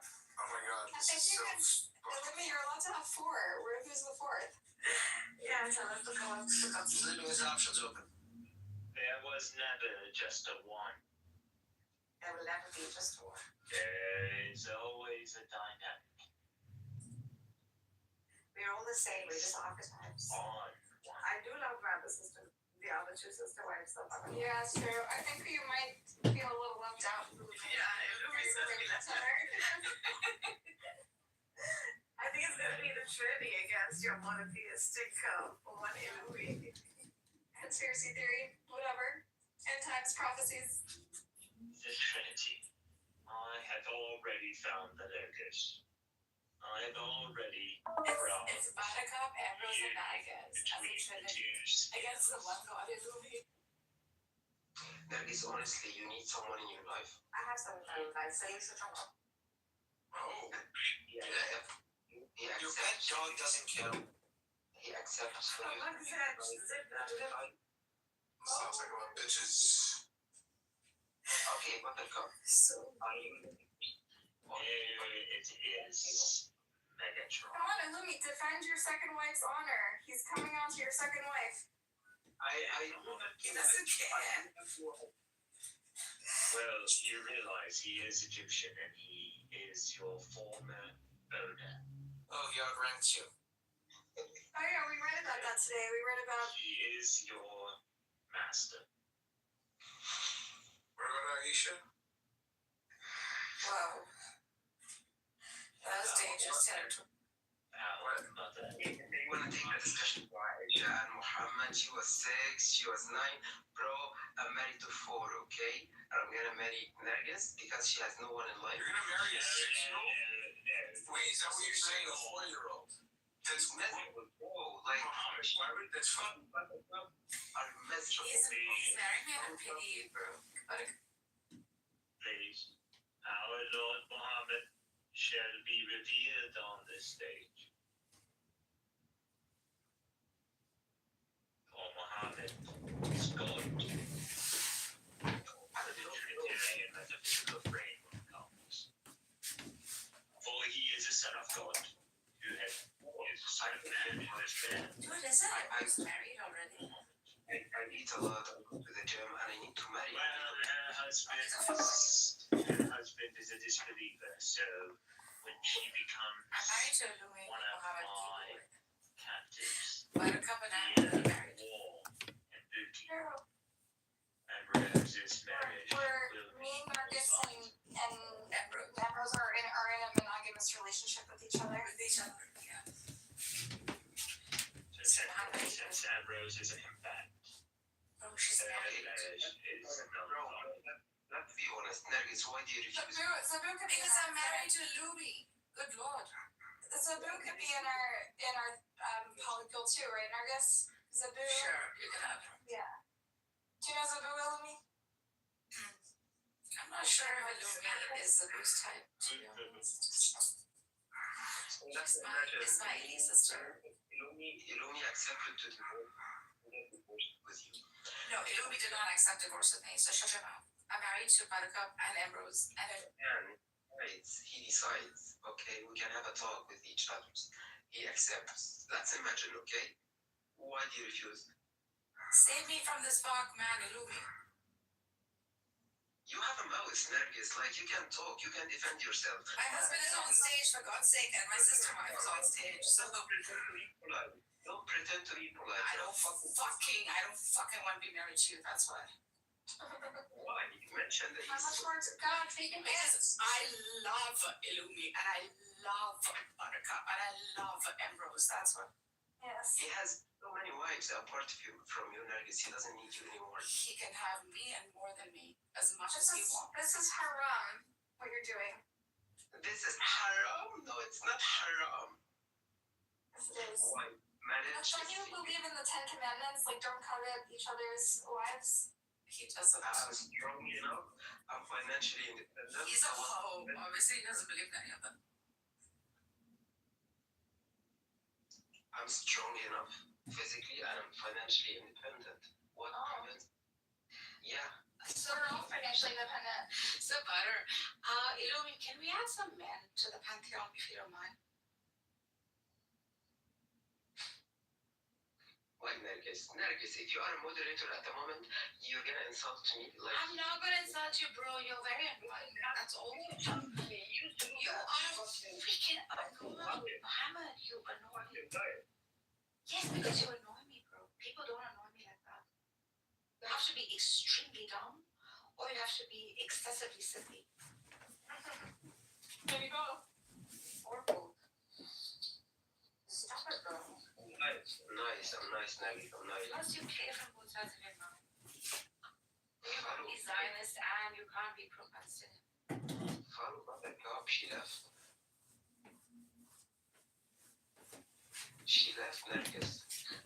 Dad, how are you, my idiot friend?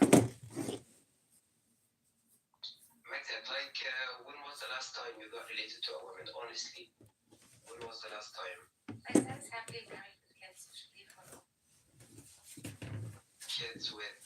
he doesn't know how to speak to a woman, okay? I swear. Magda doesn't know how to speak to a woman. He never got related to a woman before. He's silent because he cannot defend himself. He can make himself as a moderator, he can make a room alongside baby just to dismiss members from the room. That's all what he can do. And then it's your fucking bitch, you're miserable, you have nothing to do in life, and you come here just to fulfill your empty or, you know, vacant Yes. personality. I'm vacant. And I would like to apply for this vacancy, Nargis. I'm gonna fill it, honestly. Okay, I believe you need someone. I'm doing you a favor. But Nargis, okay, like, how does it feel like to talk to guys all the day? How does it seem like? You get happy when talking to guys? Bro, you know you belong to the LGBTQ. Come out of the closet, freaking.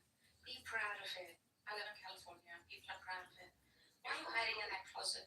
Why are you hiding in that closet? No one's judging you. You're confused. Like, you accuse me of, you know, getting married to two wives at the same time, and then you accuse me of something else. Get clear, be clear, Marius. You need someone in your life. Women cannot live without marriage, okay? Let's be honest. You need someone. Clubhouse is not gonna fulfill you. Get out in life, okay? Stop talking to guys. You will find someone quite easy.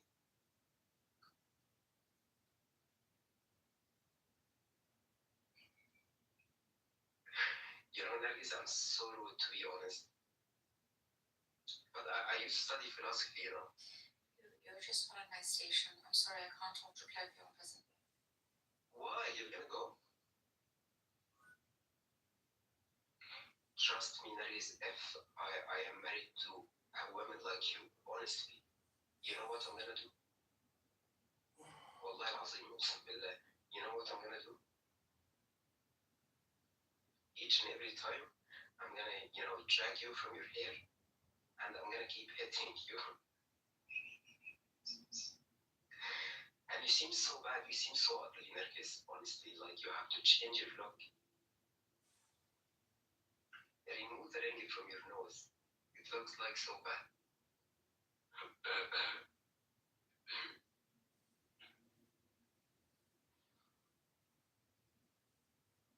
Nergis.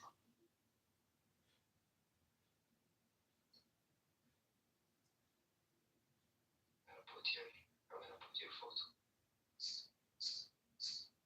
I'm gonna put your photo on my profile. What do you think of my radical solution to the dilemma that Zionism is in? I'm offering my solution. She has no life, and I would like to offer my. So you know who brought this up a while ago? It was Caleb, believe it or not. He's like, the way you can actually achieve peace in the region is to get the two married. Like, do you remember that?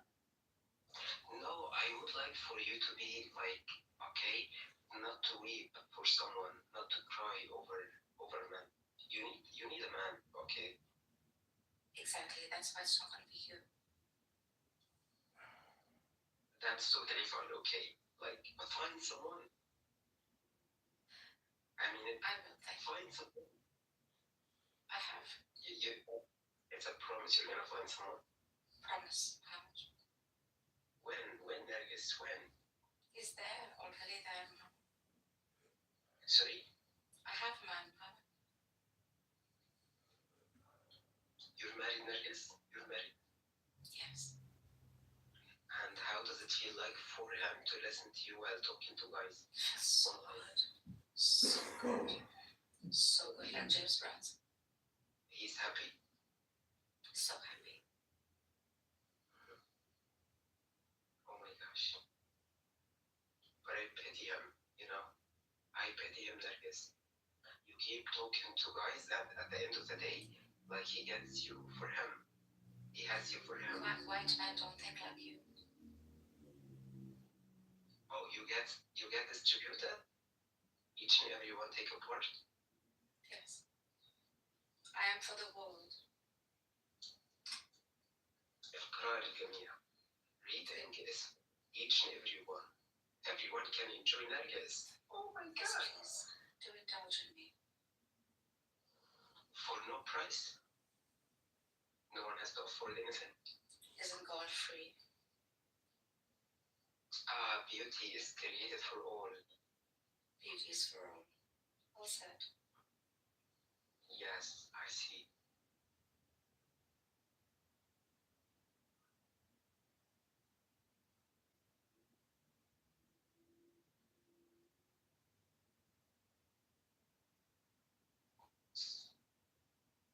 Do you own a river that flows? A tree that spreads its branches? Do you own these things? You don't own these things. A river flows no matter what.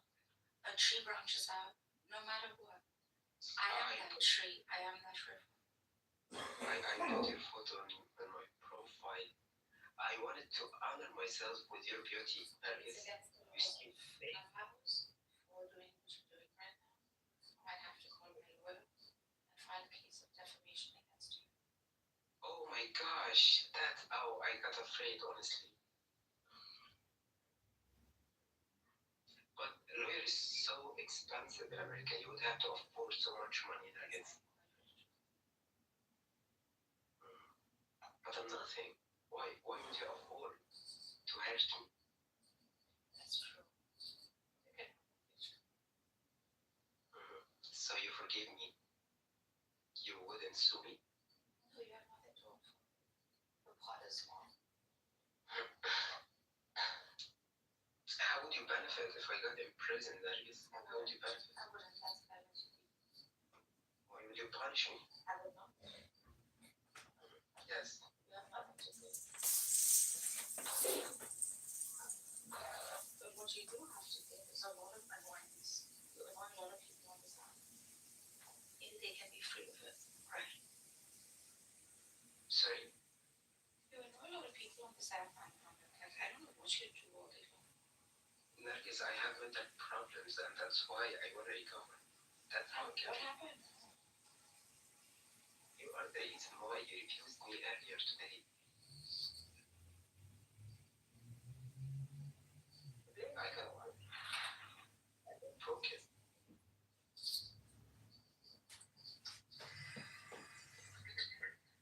But you can fix it, Nargis. You can fix it.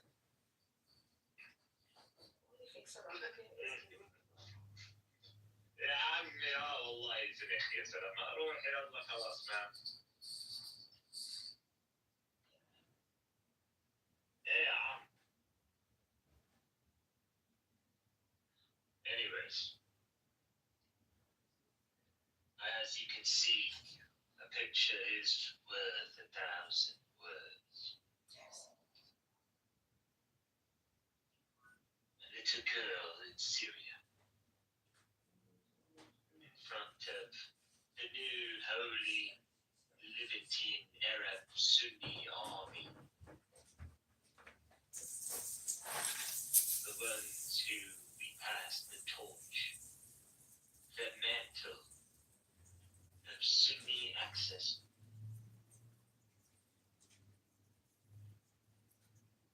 The Elijah, the Elisha, the Joshua, What the fuck the is going on Joshua, here? about time, Maybe you can just change your picture. Lonnie. It's not nice. You don't I'm sorry. change your picture, bro. No, I think it's important. Please take down your Nazi shit with me. Yeah, take it out. It's not. This is not Nazi. And This is the actual military citizen. Each of the annexed it. Buttercup, you're stupid. This is your fault. Occupied churches. Zionists. This is your fault to be completely honest. Why? I I'm sorry, if this isn't church, this is my God gave me this church before he gave it to Buttercup. I'm sorry. It's just it's God. Take it up with God. God gave me this church. Buttercup now, occupation looks like Buttercup now I empathizes. get to feel it firsthand. I love it. As a self-hating Jew, this is what I do. Yeah. God gave me this church.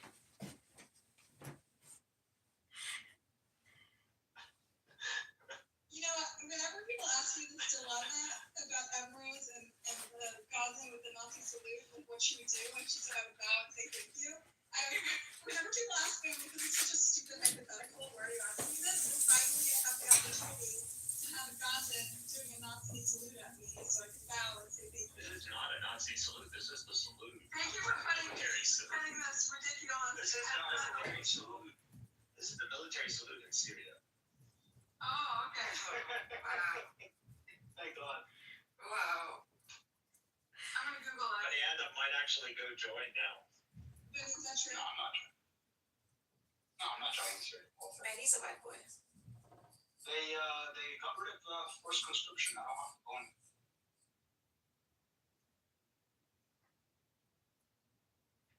He put the flag everywhere. But that's like a Roman salute. Like that predates Syria. That's not something That is true. Very Because I heard that actually the Romans didn't salute this way. They did, yeah. How they did. Very much so. You'll see it like in most historical episodes and series. Alright. You know.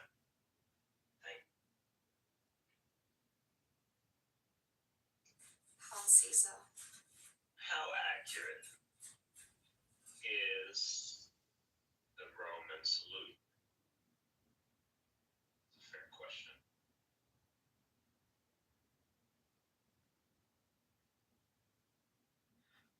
Short answer, because it's basically historical cosplay. Long answer, Rome didn't do it the way movies, dictators, and overdramatic extras want you to believe. What people think the Roman salute was: arms straight out, palm down, rigid posture. You know, the thing every villain does before shouting about destiny. This image mostly comes from 19th century neo art, not ancient Rome. What the Romans actually did: no ancient Roman text describes the standardized straight arm salute. Not one Roman art and beliefs is raising an arm while addressing crowds. This gesture is called an I don't fucking know. Right? It's loose, bent, contextual, not synchronized. Advocacio is like half bent arm. You got me at coochie. Coochie. Advocacio. That's a lot more easier to say now. It is. So half bent. I'm not even gonna forget it now. Good. I might actually call myself that. Advocacio.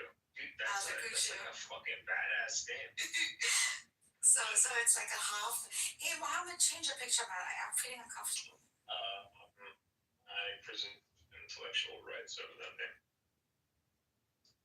Advocacio. He's such a simp man. He's writing I love you messages. Oh, shit. CUTIO. Advocacio. I don't think it's Gucci, it's Advocacio or something.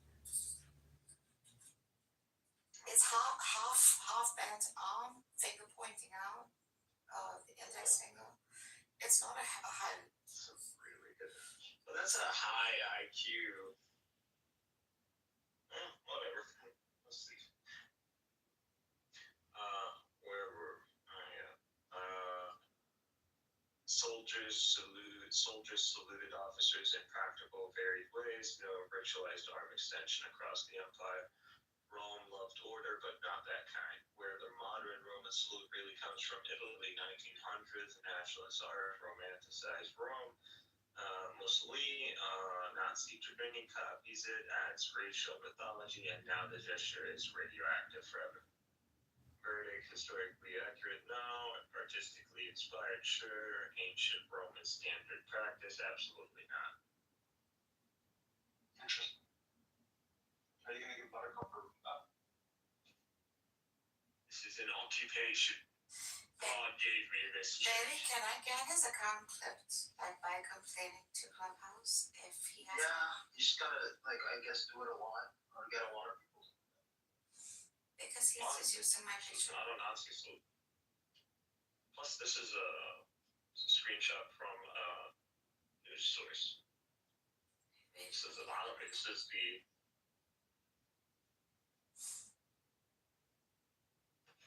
one of the top social media platforms. Yeah, one sec. Not hating.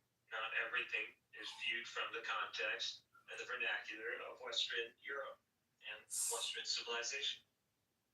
That is Western supremacy. And the Lumi shall not accept it. Even though I am part of Western. Nevertheless, objective analysis of human dynamics should not be used from Western lens. Mama, change your profile picture. I do not give consent for you using my profile picture. This is wrong. It's against the laws of Clubhouse.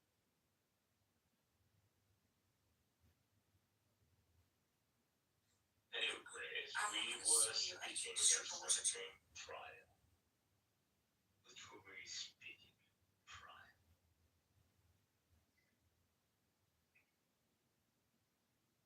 Mama, change your picture of me before you get clipped. I just reported you.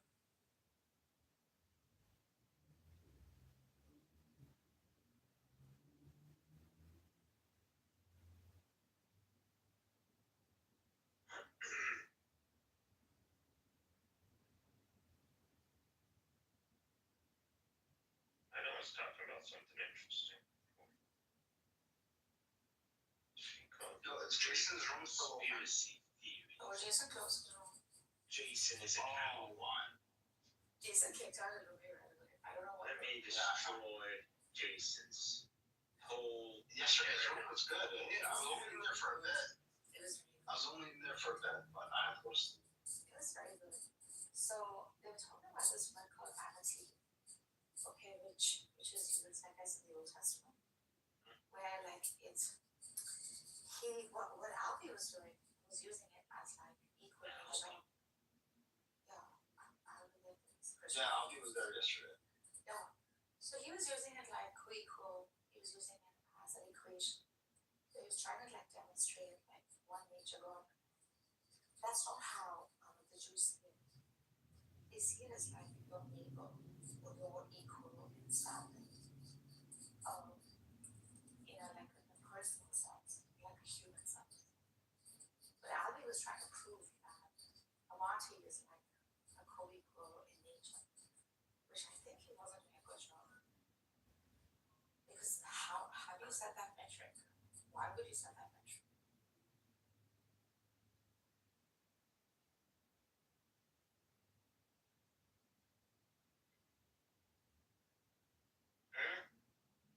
What happened? Fell asleep. But also Benny, Oh, a complete denial of Jesus. Right? Yeah, like a complete. That me is. I was a Christian apologist. However, like a complete like denial of Jesus would also seem like absurd within the Jewish metaphysical mind, like fucking annihilated. Benny, do you agree with me? Well, I mean, it depends. Straight up annihilated. The thing is, some of the prophecies are not fulfilled. They just aren't. Yeah, And that's why there's a second coming. exactly. So they're pretty honest about that, right? Okay, I grant you that. But a complete rejection of Jesus holding any placement, like in. They didn't like his message. They didn't like his message. He preached equality. Yeah. Yeah, that's just not gonna fly with them. Yeah. They want to see us bulls. Oh yeah. But they also like, but also Jesus wasn't saying that they're not chosen in one sense, right? No, he wasn't. But he was also. I mean, no, he was saying that like. Yeah, he kind of was. I mean, he's saying that like all are chosen. Yeah. There's a all. Yeah. Yeah. Oh, I didn't like that. They don't like that.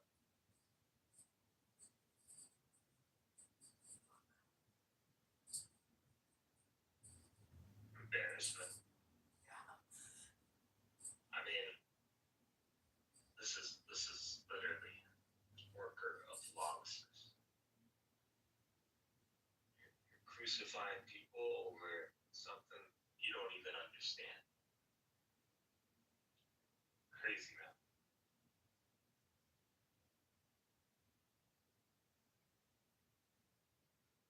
He's done and he's cooked.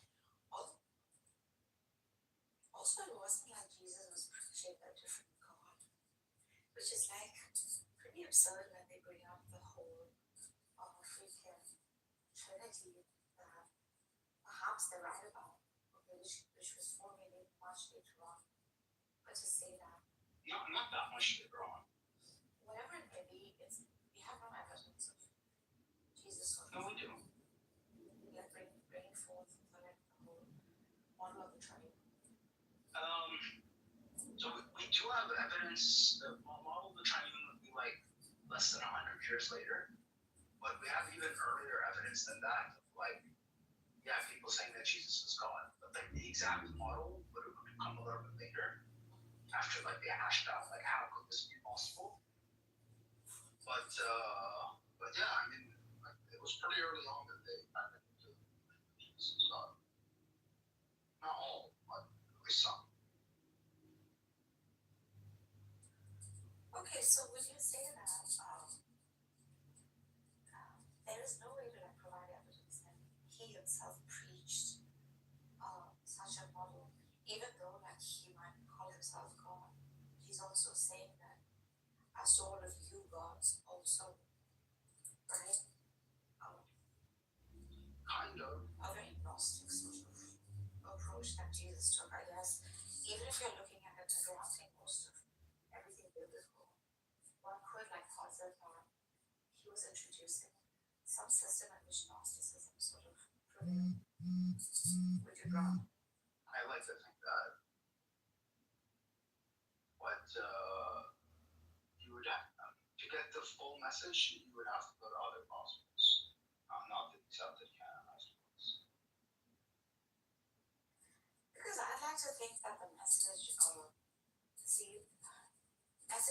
like primarily been Oh my god, every time I come back, it's even worse. It gets worse.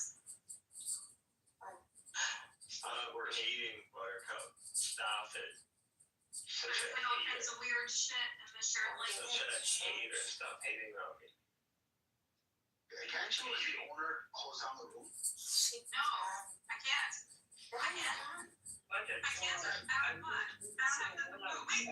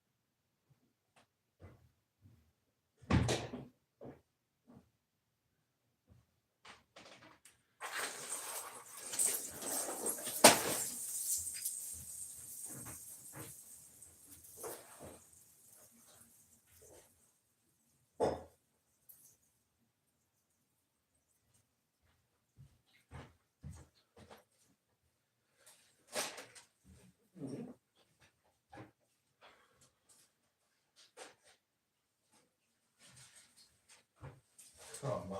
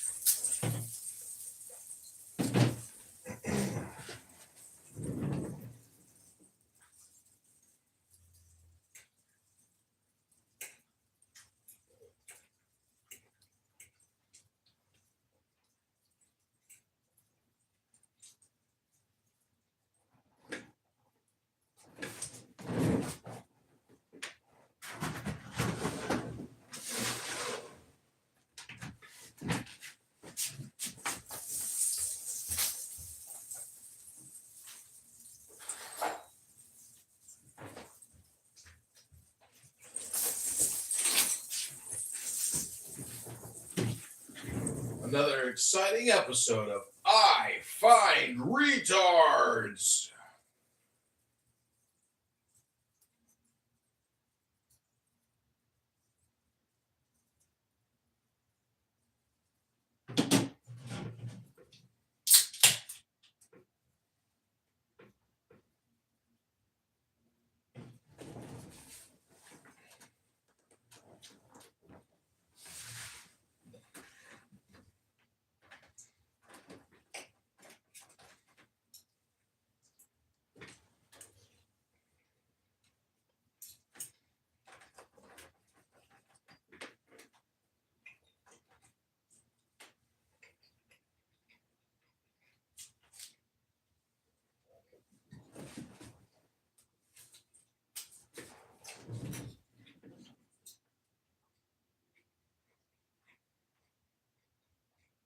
The paraphernalia that they wear and everything else, and they're a huge part of our organization. So I'm glad y'all do that though, and I think the other sororities and fraternities should do that because y'all like it makes your chapter. You get a larger chapter. There's kids that just don't. School ain't for everybody. No, I agree, and then for whatever reason, so yeah, there's But I admire that. Yeah, they are included. Who's the black dude? Oh, look, it's two black people. I don't know who these people are. Yeah, I'm gonna have to be the contrarian here. We do not need everybody and their mama in this bitch. It's exclusive for a reason. Why do people do trees? You got some girls that are like, school ain't for me, but maybe like you got your Zeta, whatever her name is, chick that went and became a millionaire. Like, she can provide, she can help. Yeah, so then they become honorary members. Yeah, for AKA. You can do an honorary member. Honorary, but then like you're just an honorary. Like what they're doing, what Zetas are doing, I think it's great. I think it's awesome. I'm sure it's great for them. No, it does, but I see what you're saying. But yeah, we do have our Zeta Amici, like they have their own symbol. So look, I'll put this in here. This is how cool ours are. The Zeta Amici is an auxiliary group of women for Zeta Phi Beta sorority, Incorporated, established in 1948 for those who do not possess a 4-year degree but want to support the sorority's ideals of scholarship, service, sisterhood, and finer womanhood. The name Amici means friends in Latin. We are the first sorority in the National Panhellenic Council to organize such an auxiliary group. So, yes. And the only. The auxiliary soldiers! That's us. We're those girls. So, absolutely. If the ACAs don't want you, come on over and be a Zeta Amici, okay? Because we're not like them stuck-up heifers.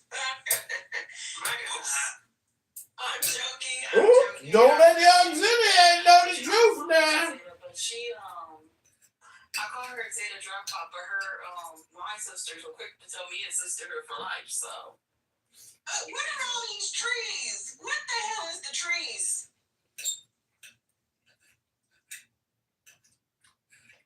I thought there was going to be a nice commercial. Where it at?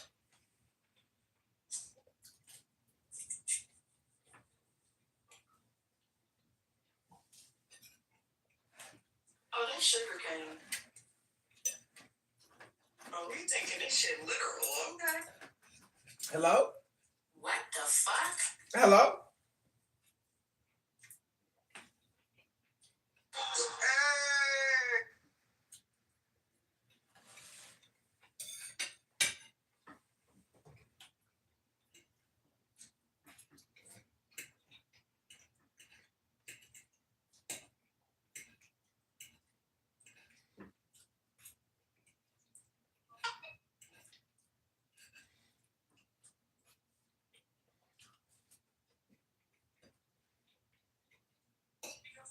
All these beautiful Puerto Rican and black women, and he still dates Kendall Jenner. Mm-mm-mm. I thought they broke up. I thought they broke up too, but they break up and get back together, break up, get back together. Because her ex-boyfriend said that. Hey, I see Carter.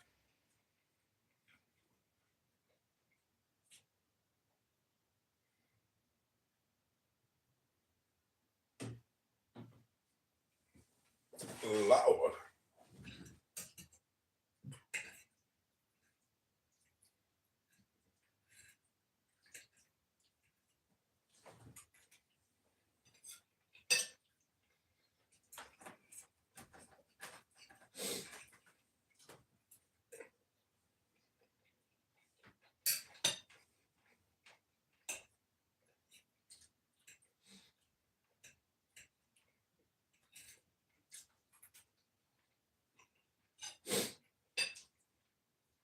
Hello?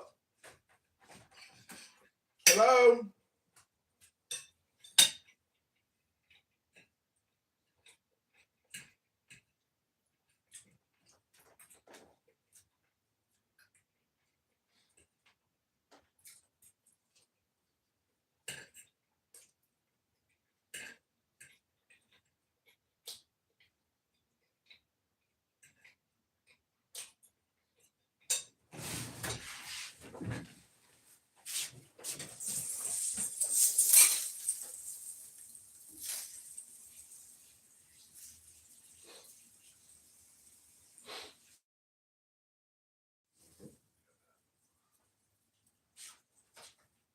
Wow, that was cool. Hello? Hello? Hello? Did he just bust in on the white people in our girl? Hello? Hello, guy. He the hello guy. Hello? Hello, sexy. Hello?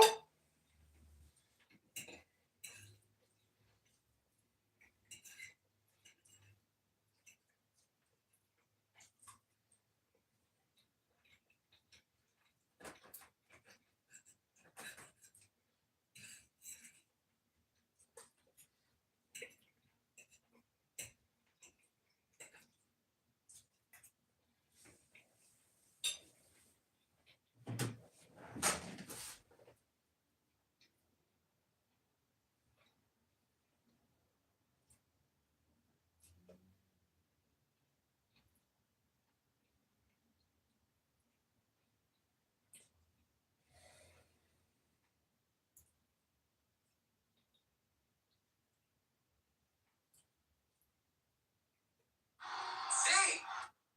Yes.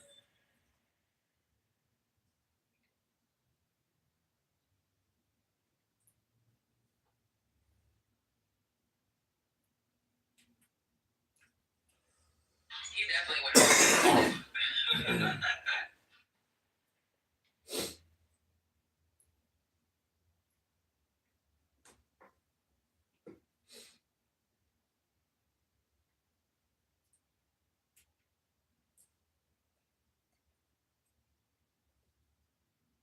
Is that Lady Gaga.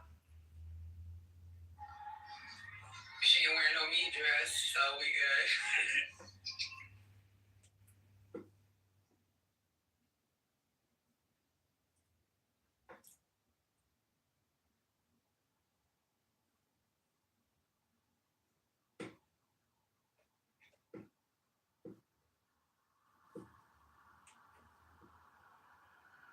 Well, if he just organized, we are. I just.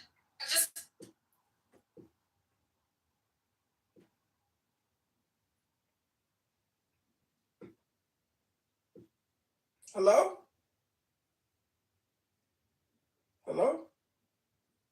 Fight for contracts. We are fight Hello? That's somebody else's for song. community. Is this someone else's song? Yeah, what is this song called? Fuck. Fuck. I think she's singing live though. No, it's what's his name from Hawaii? Bruno Mars. Isn't it his song? It was Bruno Mars song with a different beat. She was on it though. Yeah, she was on it. Look at that white woman. Look at that white woman. Look at that black woman. Hello? That's an interesting lace front for sure. I think hate you right now. I'm just saying. I wonder if that was a real couple. I was wondering the same thing too. If she's dating Lady Gaga, she's like 20 years older than him, bro. Please no. She looks good though. Wasn't she engaged to somebody else? Hello?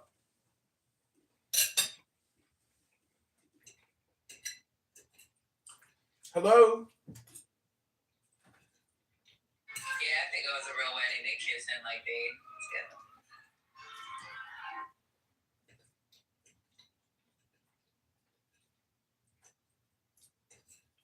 Hello?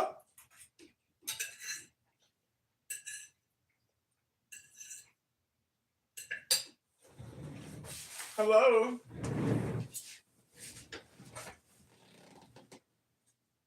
Hello? Is it the bodega? That's New York bodegas. That is not a Puerto Rico one if y'all been to Puerto Rico. Hello? Yo, my autistic son just said, is that Spanish? That's Bad Bunny, baby. That's Bad Bunny, baby! LGBT kissy, why? Cause I got her! Hello? Hello? Hello?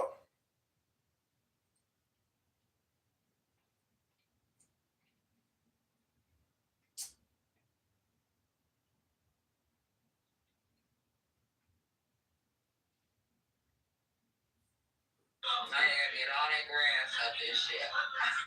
What? Hello?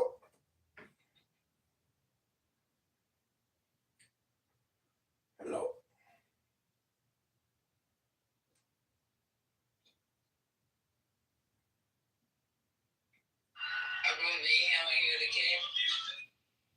I think so.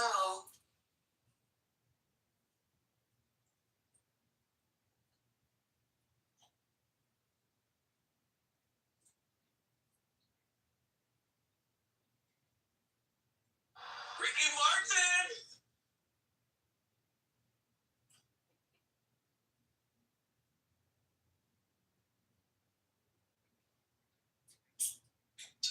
They got banana trees and shit out there. Banana trees. I think we worked it out together. I believe. Call it a script. Let's leave it. No, I'm not the crib, but let's do it. The cripple. Let's leave. The cripple. Let's do it. Yo, That's a bitch. it's just me and you, D. You a bitch. Stop talking to me. Alright, let's just do it. These niggas got no kids for their daughter age, man. I'm fucking, I'm going gay, dog. If that shit gonna keep you young forever, I'm just avoiding women. Oh, he got a Puerto Rican flag. Call ICE. Oh, no, he's pulling up a Puerto Hello? Rican flag. Call ICE. Hello? I'm not trying to hear that, bro. Hello? Bro, you don't even have no We're talking about contributions from Puerto Rican society. hoes. That's it. The inspiration. It's in the Bronx. J-Lo. No, I got you. No, you're close. They inspired the famous procedure, the BBL. They wanted those Puerto Rican J Morasses. I know, but J-Lo was the star. In the 90s, everybody wanted to do that. Yeah, I remember J-Lo was the shit. Good saying English. Right? Honestly, the cinematography is making me dizzy. I mean, they need this. So they need to do this to compensate for the fact that nobody in the crowd is dancing or happy. And you see you hear the fucking the sound, like the crowd. I just realized. Hold on. I just realized this. Everybody that's at the fucking Super Bowl is in some sort of executive role, right? Like the company got the tickets, or somebody that spent $5,000 or $10,000 for a ticket. So there possibly might be less than 50 people in the crowd that have ever heard any of his fucking music. Probably. There's like literally, there's a bunch of white guys right now that are worth $50 million, $150 million, and they have no idea who the fuck this guy is, except for they heard about the controversy. Maybe they're Colombian escorts, you know what I mean? With women. Maybe. Probably not. Not the United Nations. Not the United. You can't get caught at the game with the there's too high profile, dog. It's too easy to get caught. They're running around with a bunch of fucking flags now. Those are all the crazy flags. You see what happens when the Jews control the media? Look at it. You see what happened when they why is there an Israel flag? No, I'm just fucking. Yeah, where is the fucking Israel flag? They didn't have the NFL logo. I bet you can find a Palestine flag before you find an Israel flag at this fucking logo.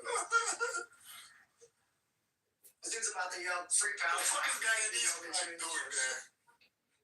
The fuck is the guy in these flag? You better have an Israel flag. No, they got Muhammad. They got everybody to hate fucking ice for life. You didn't spill up to the Asians? Yeah, I know this song actually. Actually, Jimmy, this song is pretty famous, I think. I know this song. I hear this a lot. Yo, bro, if I was ice, I'd have a program outside. This motherfucking Super Bowl. Jimmy, listen, in San Francisco and in Santa Clara, there might be 19 Mexicans like that. And any of them are working the sands, and they're not going to kick them out right now. They're swimming the lights right now. Leave it be, dog. That's hilarious. That's like Mexicans in Minneapolis. You see the scores in the NFL logo? The NFL logo got 6 farm Davids in that motherfucker. You see that? Why does this feel like an invasion? It is an invasion. Yes, you went too far. It is an invasion. They're taking their flags and they're storming across our most beloved game. Now, what is it going to do with football? Yeah, well, Samoa. What are you talking about? One of those flag represents 42% of the NFL. But I bet you there's not more than 1 or 2 Puerto Ricans in the NFL. There's that Christian Gonzalez kid. I don't even know if he's Puerto Rican. I don't think he's Puerto Rican at all, bro. I mean, I don't know. I have no idea. But he's fucking big play. He saved 2 touchdowns today. I know he's fucking good, bro. He's really good. The break that he has on the ball, that's a real skill. Yeah, it's just like he breaks that. Like Sam Darnold thought he was open, and he was. And then Christian, closed the gap. He's good, man. He's really good. I've only watched him play a few games, but you can tell he's on a different level.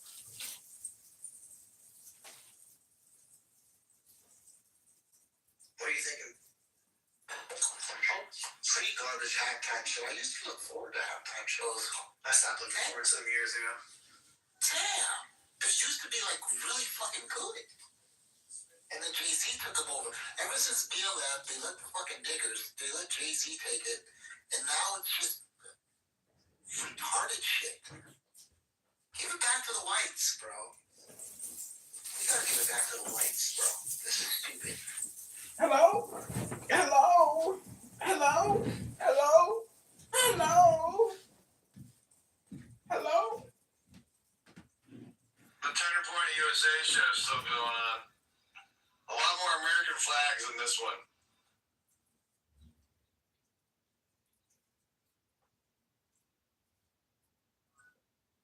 Hello? Hello? Ooh, hello?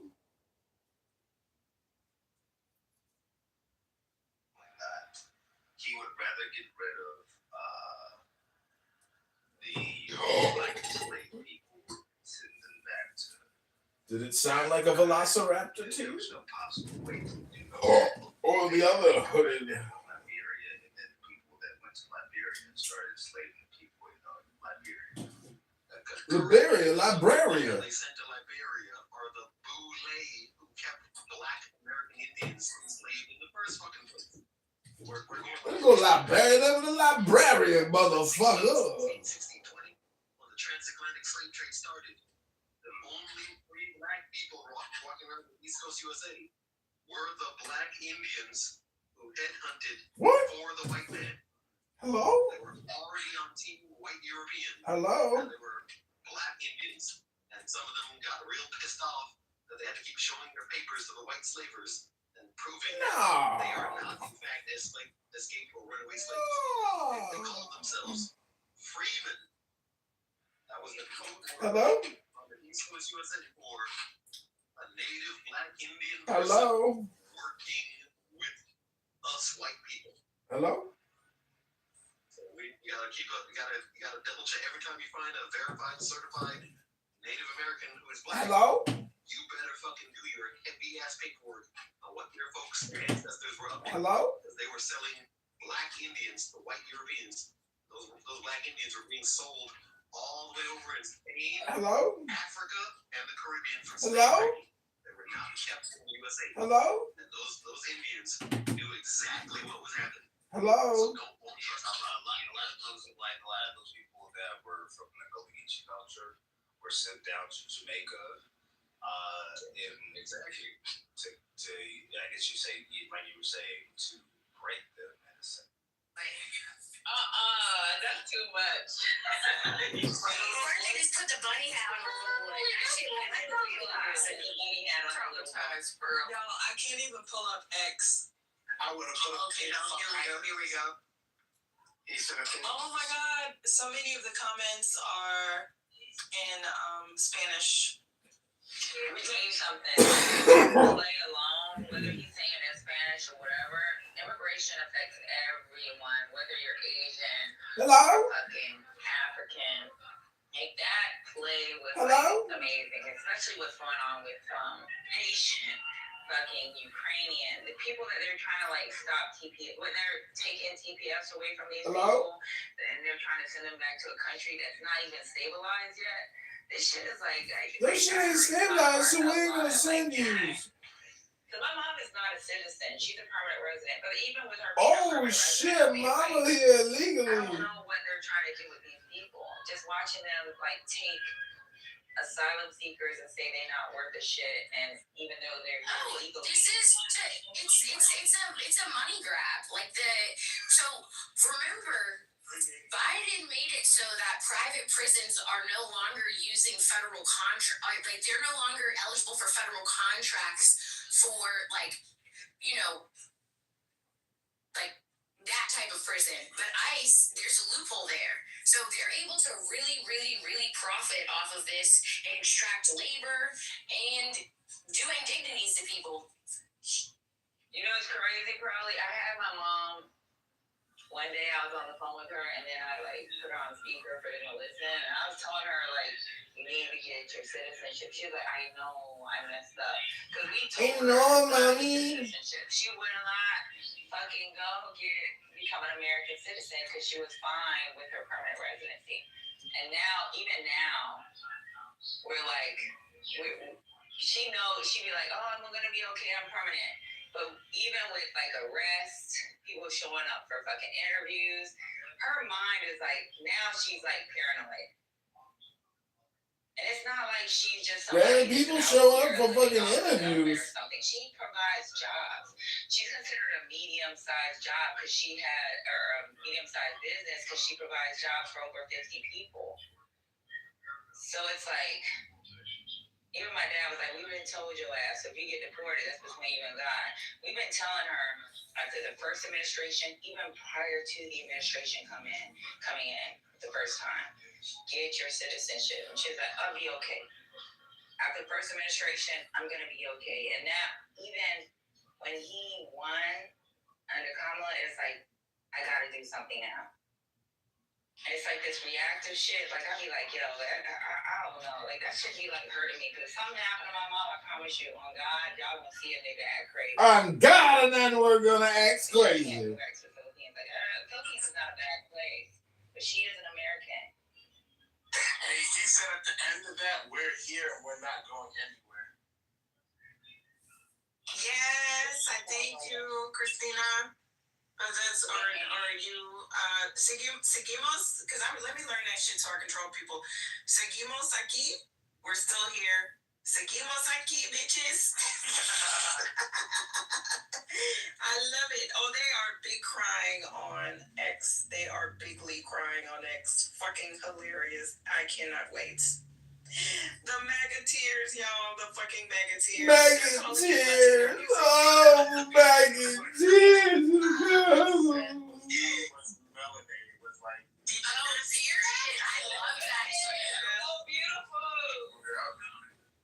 Okay, wait, they're showing who was in the little thing. So I see Cardi B. Jessica Alba Was that was there. Tiana Taylor? I can't. That's not Tiana Taylor. Yeah, there was a bunch of people. Somebody's gonna name them. I only recognize Cardi. That was a slap in the face that was needed to happen. So Ricky Martin. Ricky Martin's a vampire too. This dude don't age. Ricky Martin looked good. Isn't he in his mid-60s? Girl, shut up. No, I'm serious. Isn't Ricky Martin in his mid-60s? No, I can tell actually. Is he? No. Ricky Martin is gonna be. Somebody said. Wait, y'all. Wait, he was a good weirdo though. So let me think about this. Late 50s, maybe.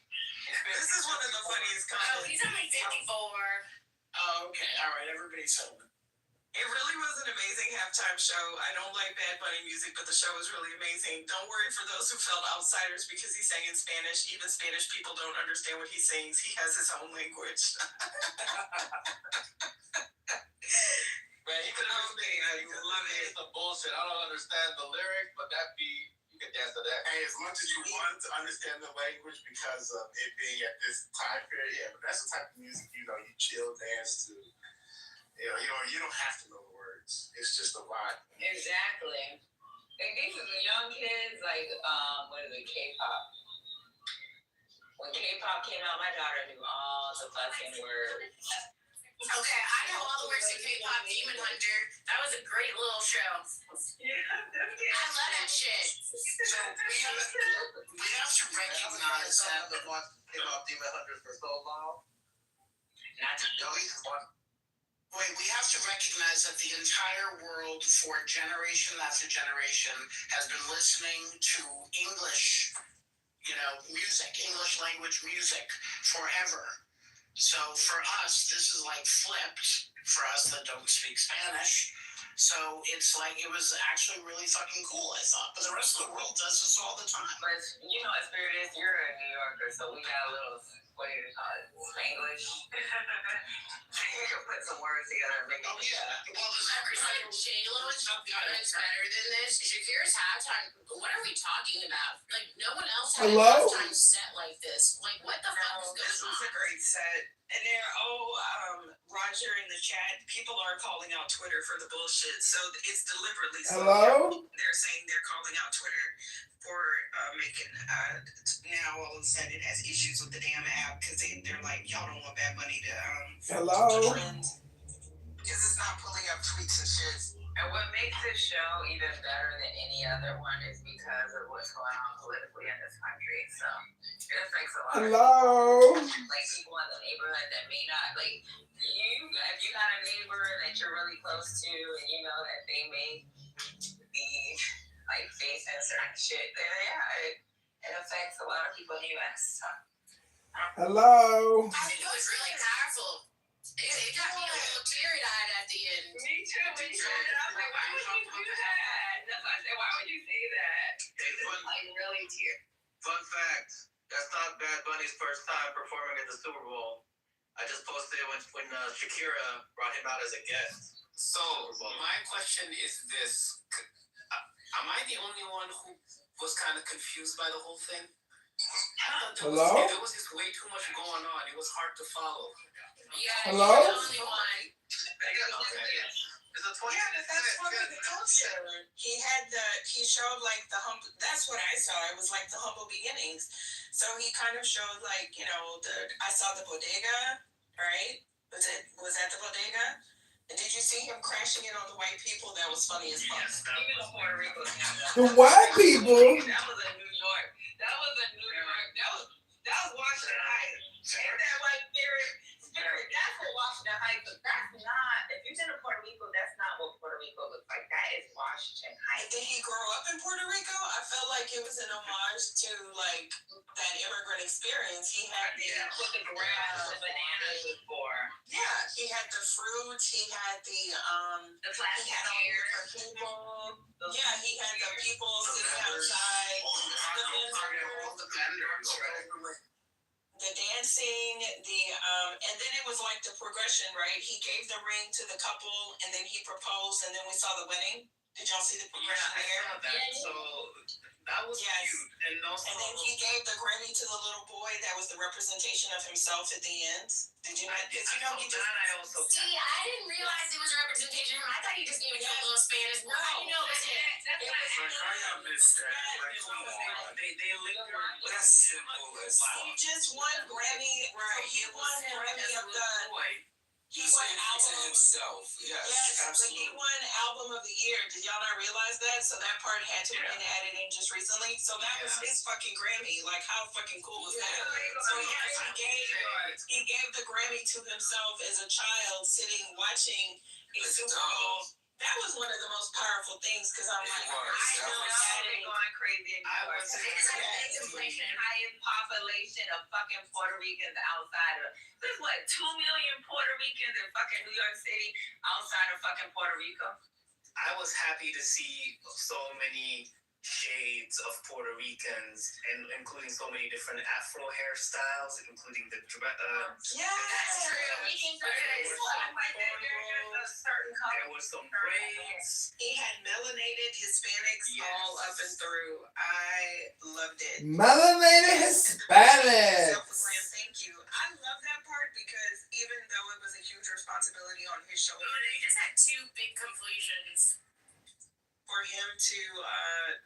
for him to like start that out, and I mean that's got to be a flex. I'm worried for you to have because I love Dr. AG. I don't even know what's going on. I just hope they win. Your own Grammy and your own fucking performance, and yes, that was him as a little boy. But my other favorite part outside of that was when he was naming off all the countries, because I heard him say Haiti. I heard him say all of the different Salvador. Yeah. What is CC Puerta? What does that mean, AM? Y'all know it's translated. CC Puerta. The biggest takeaway from this show, I love seeing the diversity of human beings. That part, I think the story could have been told better. I love the Grammy to himself. I mean, you know, I just think the storytelling could have been a little bit more cohesive. Seeing the human beings out there in the fields, calling up on the electric That's correct. That's what that represents, the infrastructure. That's correct. But this really acts like an invisible wall. It slows down powerful winds and traps shifting sand before it can spread. Once the wind is tamed, something incredible happens. The soil begins to settle, moisture stays longer, grass starts to grow, then shrubs, and eventually even trees take root. Places that once were dust fields, now in sands, slowly turn green again. Sometimes the smartest way to fight nature is to run with it. What you're seeing isn't science. Yeah, I just think the storytelling could have been sharper. Like, I love the festiveness, and I love the flavor. What's wrong with y'all? No, you realize that it ain't that serious. Like, hold on, wait.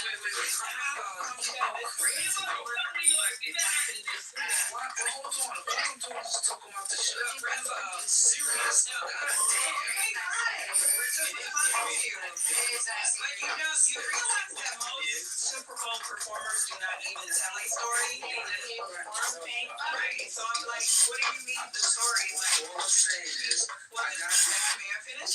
So people didn't even realize that Kendrick's performance, and I'll admit, I love Kendrick to death. If you were not a fan of Kendrick, a lot of it would have made sense. If you were just watching it, you wouldn't have known the story about Serena doing the, drip I'm saying, walk. And then it's like, I love how Kendrick, people thought it was about shit on Drake. No, because remember when Serena won at Wimbledon and she did the first walk in Wimbledon. Like that was a big one. That's what I'm saying. It was like little tidbits for the culture, like with Samuel L. Jackson, you know what I'm saying? But if you were not a Kendrick fan, you would have thought, oh, it's just about Drake or whatever.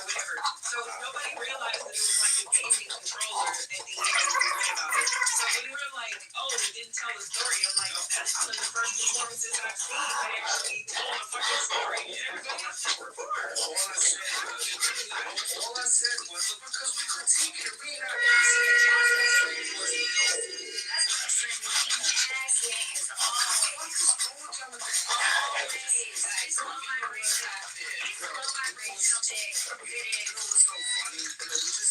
conversation. Nobody's disrespecting anybody. Nobody's saying it wasn't whack or no shit like that. We just have to try to be right. Okay, it's perfect. Wait. What's wrong with y'all? You're jumping too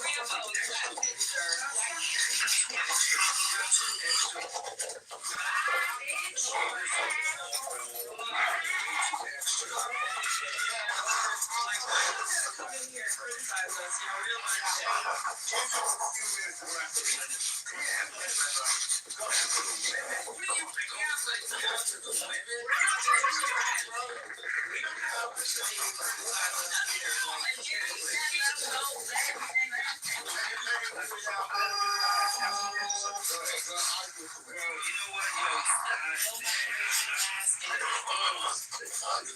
What the fuck is wrong with the ignorance that y'all what does that like her want? Oh my god.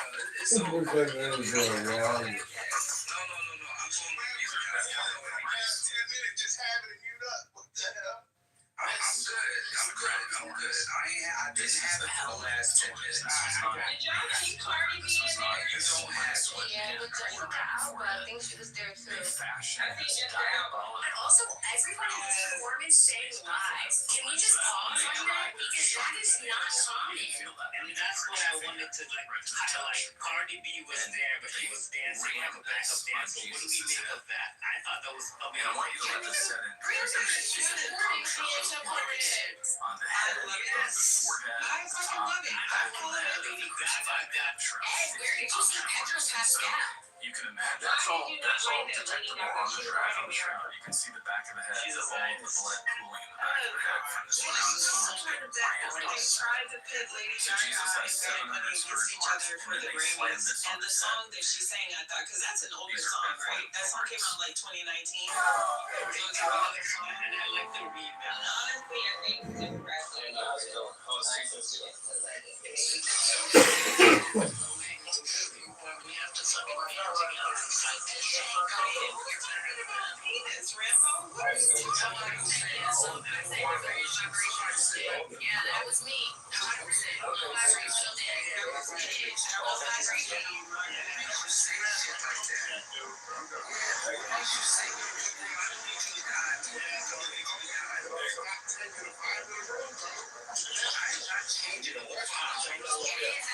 Vibrational vibrational dick because it's low vibrational. It sounded pretty live to me, but I'm not shit. So if you say it's not live, it's not live. Okay? we got haters like sisters saying like this is like a thing. Then why is it that somebody like Rambo that's supposed to be, oh, this is a thing? You got sister who is always talking get them I'm trying to tell you. but she actually is doing it as well. One thing I didn't bring up is She get on my goddamn that she started off with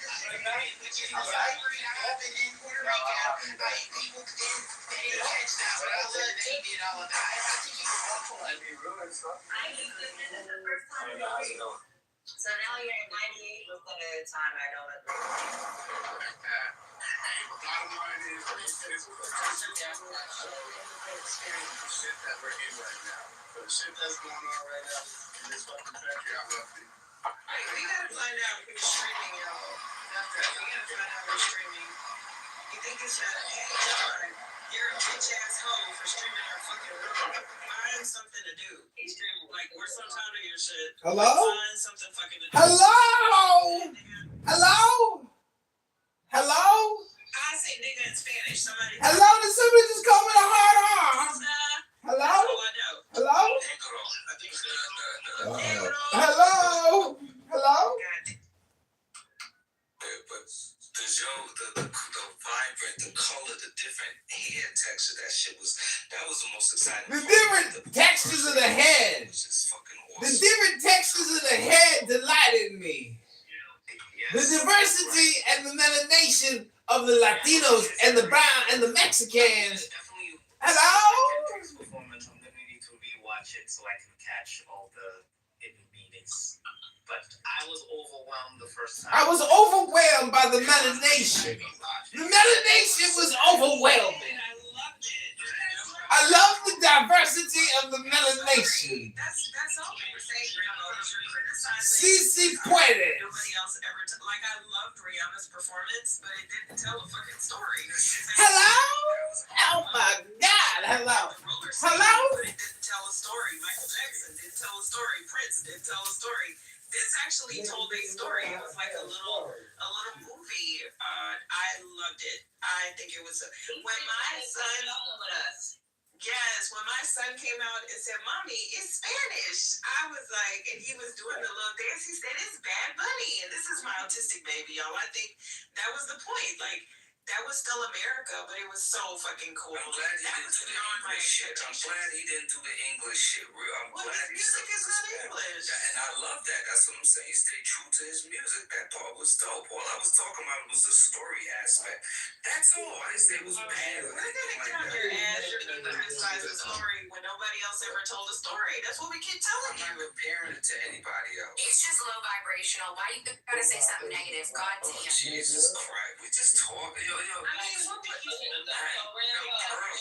to relax, Pearl. You need to really relax. You need to understand that I'm a fucking troll and take the stick out your ass. You're a troll. Okay, cool. So you're a troll, so I'm gonna let you troll on. I ain't gonna go back and forth with you. Troll on. If the game continues the way it's going, tomorrow's gonna be a rough day at work as a Bostonian because they're getting crushed. Oh, they are. You know what? I'm Well, Zero, that's not really crushed. Okay, let's give it to Dylan and Alpha. Alpha, look at that PTR. No, girl. Thank you, Pookie. Alpha looking good, girl. I was nominated for Best Makeup Artist of the Year this year in my city, so I did not win. But Congratulations on your nomination. Why didn't you tell us? So we could have spammed the Period, Peter. I was in next year. I literally lost by 200 votes. Oh shit, girl, that was light work. You should have told us. Yeah, that's one clubhouse room. Yes, I'm sure you tell us. Okay, congratulations. Thank you. Yeah, well done. That's awesome. I love my outfit. It's crazy. You've been in Atlanta. It's like everybody that's in Atlanta that I'm cool with, we've actually like met up, gone out to eat, done something. Yeah, I gotta come home because I live in North Carolina now, but I'm actually gonna be home not in March, but maybe in April. I have to come out there because I gotta do some business out there too and go see some family. So yeah, if I'm out there, Patty, I hit you up, girl. I think that also we need the Patriots to lose just for like where America is at right now. Like if the Patriots win, I feel like that's like bad symbology. You don't watch football, bro? I gotta agree with that one.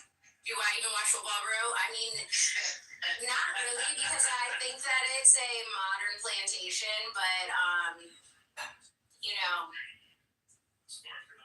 Yeah. As a Niner fan, I want to can't believe I agree with Pearl. Could be calm.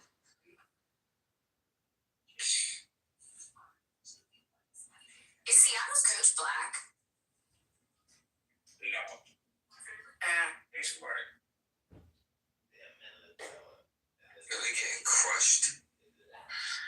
I mean, there are two scores out, but they're terrible. You know what you should never do? Dye your eyebrows like blonde. Like, I don't know what the fuck she's doing, but she looks crazy as hell. Oh, you looking at it right now? That shit? Yes. Yeah, I just saw that shit look good. Yeah. He wants to look like a weirdo. It's crazy.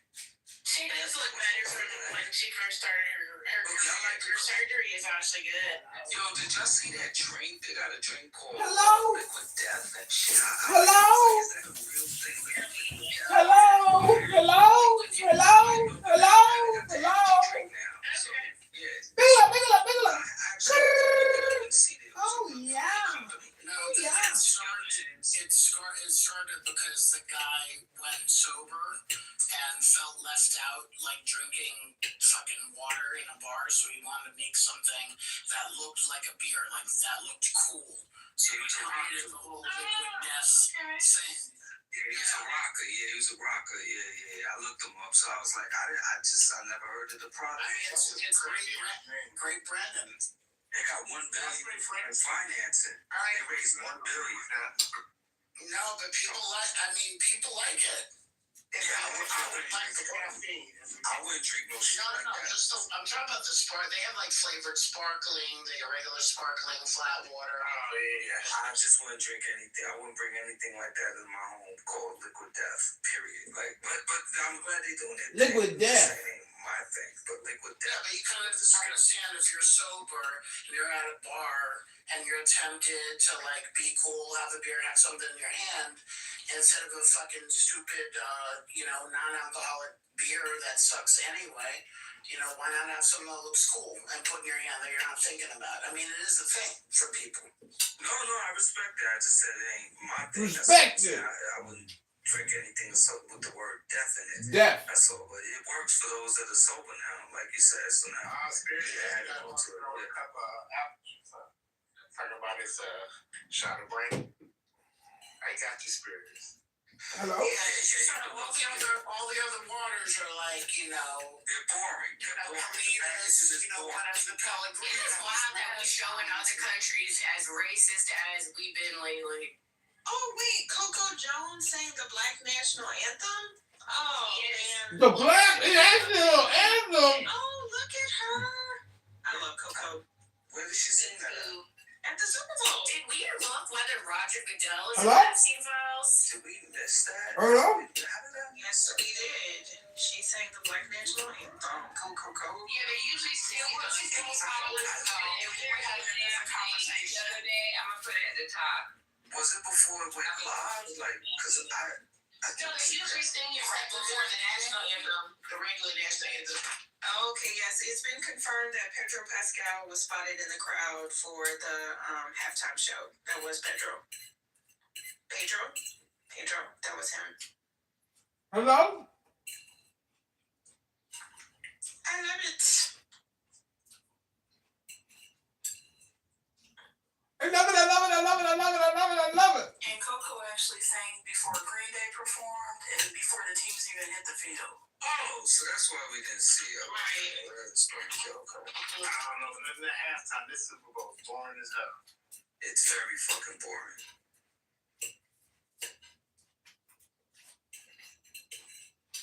And the commercials are not, I don't know. What commercials y'all like? Boo-boo. They don't seem popping like they usually are.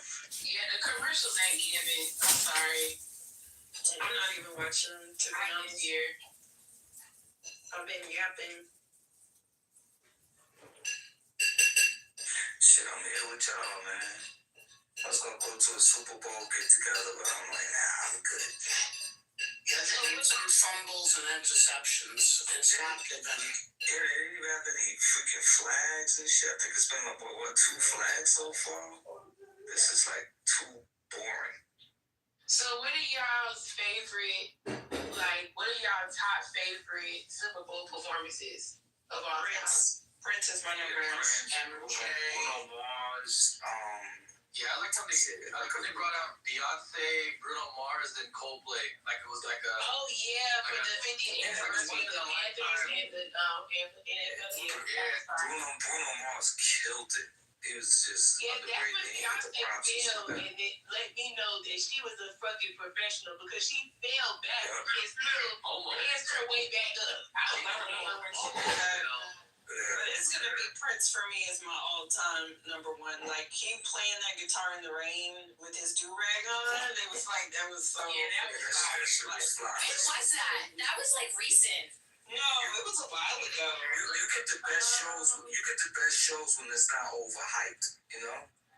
Oh my God, Interception. I think Michael Jackson to me is so iconic. The fact that he stood there and just paused for a whole 2 minutes, and the crowd went crazy when he just took his sunglasses off. That to me will always be The thing is, Pearly. Since I'm like a little bit behind, stop doing the play-by-play. I'm sorry. I'm sorry we got some delayed ass TV. I don't know how the fuck that is. Oh, y'all watching this? They need to upgrade their I told you I'm on a high floor. I'm not watching the Did game. y'all just see the Pringles commercial with the skeleton and Pringles? It's doing right now. Yo, I like this one. I like this one. Yeah.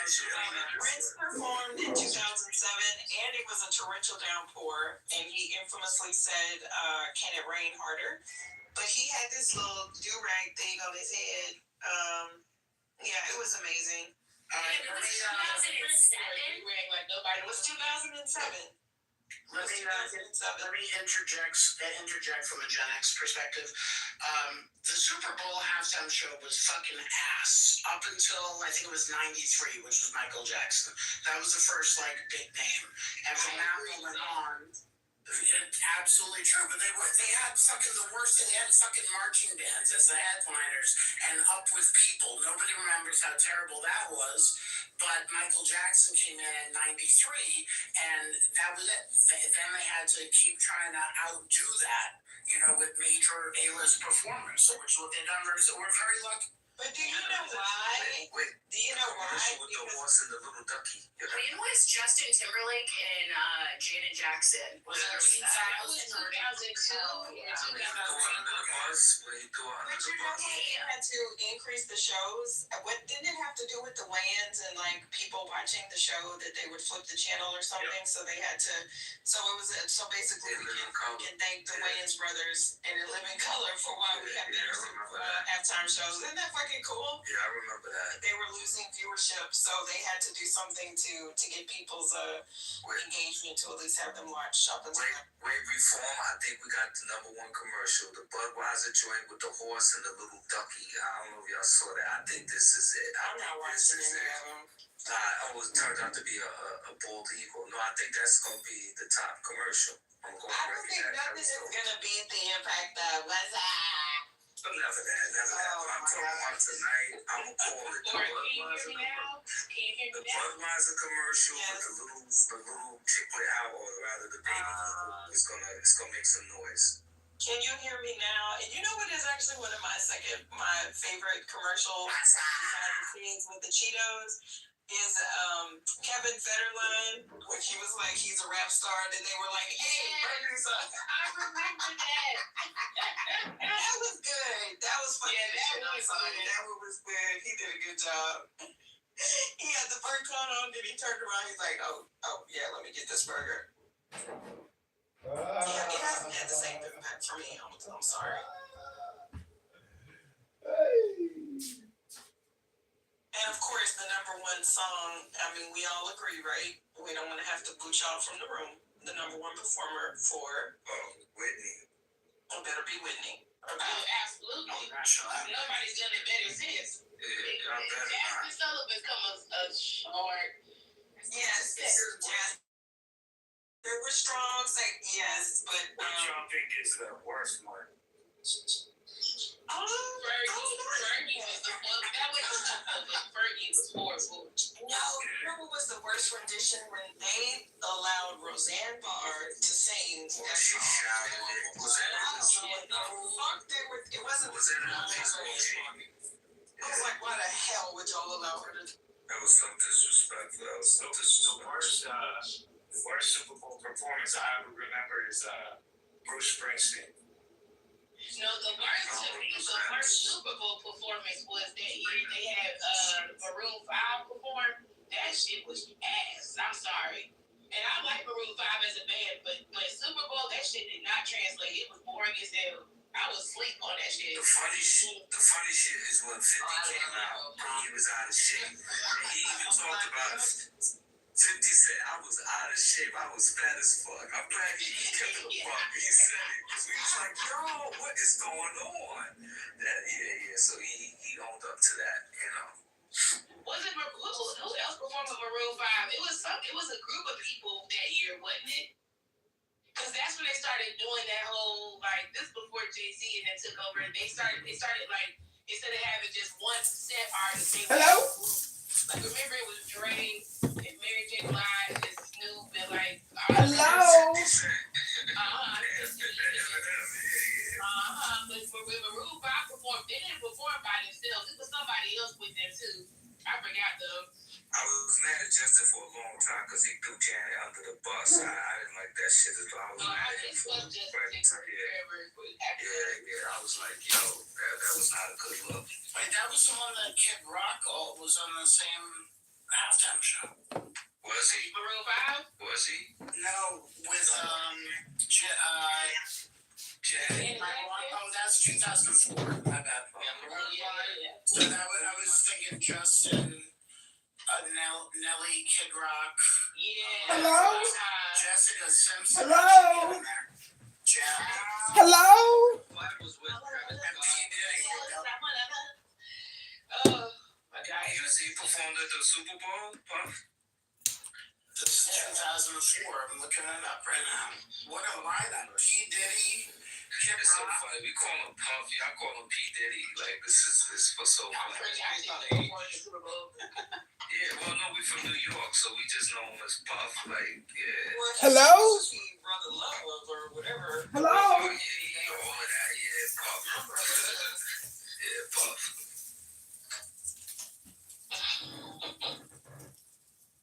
But shout out to my Latina community, my Latinos. Shout out to y'all. Yeah, shout out to Bad Buddy. He did that shit. He really did.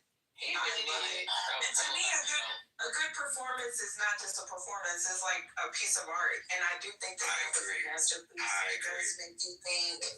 But I really love him crashing in on the white people. That shit was funny as hell. That was hilarious. You know what? I missed that because I had looked away. I just saw him in the living room. Okay, I missed that part. Yeah, I definitely missed that. Yeah, if you weren't paying attention, but I looked away. Yeah, I looked away. Yeah. That was funny. Hello? And then y'all being out in the field, like with the sugar cane, and because there was people in the outfit. I thought the green people was gonna like start moving around more. They were in costumes. Did y'all know that? Yeah, I noticed that too. Moving around. Hello? I thought they was gonna dance and break out and surprise everybody that they were like, in costumes. No, I think they recorded the set, so it was like a moving set. So they were moving around. Hello? Did you get a chance to see them though? Hello? No, Hello? way that they do those performances. I hear you complaining about John Kitover. He been recording your show and shit, and you can mass report him, but you can't get him to pick it. You can't get him to knock it out. They're recording those shows. Hello? They don't do them for the audience. John Kitover recording this show right now, motherfucker. Like when he was up on the Hello? and you had the camera coming. Hello? Like they don't give a shit about the optics.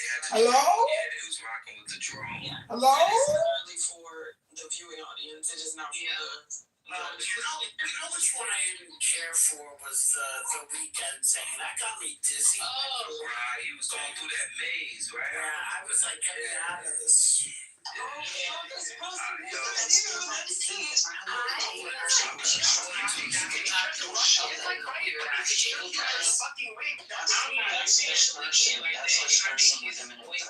That's not what happened. No, that's not dispersing with imminent threat. That is dispersing. No, that's not. They're allowed. Yes, it is. No, you can't just, Pepe, you can't just shove people to the ground. Yes, you can. They're giving a lawful order and you're not complying. She wasn't. There's no reason to think she was given any lawful order. No, it is a lawful order. When they say clear the fucking roadway so we can do our job, that is literally a lawful fucking order. If she refuses, you detain her. You don't shove her to the ground. Push her out of the fucking way so you can go on with your day. You can't do that. Yes, you can. No, you can't. Show me the law where it says you can do that. They're using appropriate force to get her out of the fucking way. They are like that's stupid. Why don't the moderators you can't shove her to the ground? That's assault. So pass the mic. Assault. It'd be like a fucking. You could say it's a. Assault is just the unwanted touching of somebody. You're a huge bootlicker, but you can't just shove it because you're like, well, I feel like you're in the way. And second of all, what was she in the way of?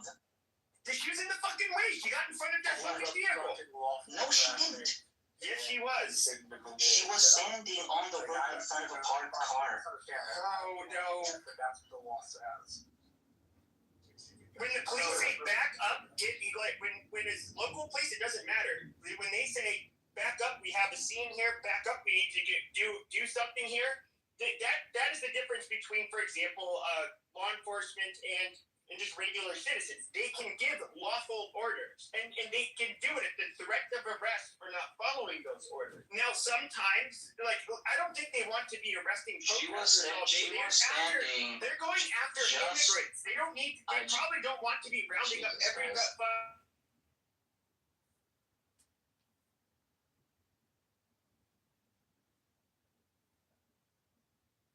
So they are just arresting random people.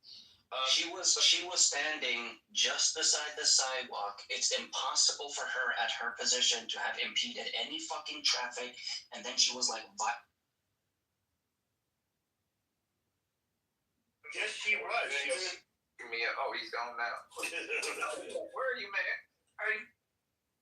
Hello? Hey, man, how you doing, brother? I'm good, but I don't generally share the stage with human pieces of excrement like Resistance. He's absolutely one of the worst human beings I've ever encountered in my unfortunate life.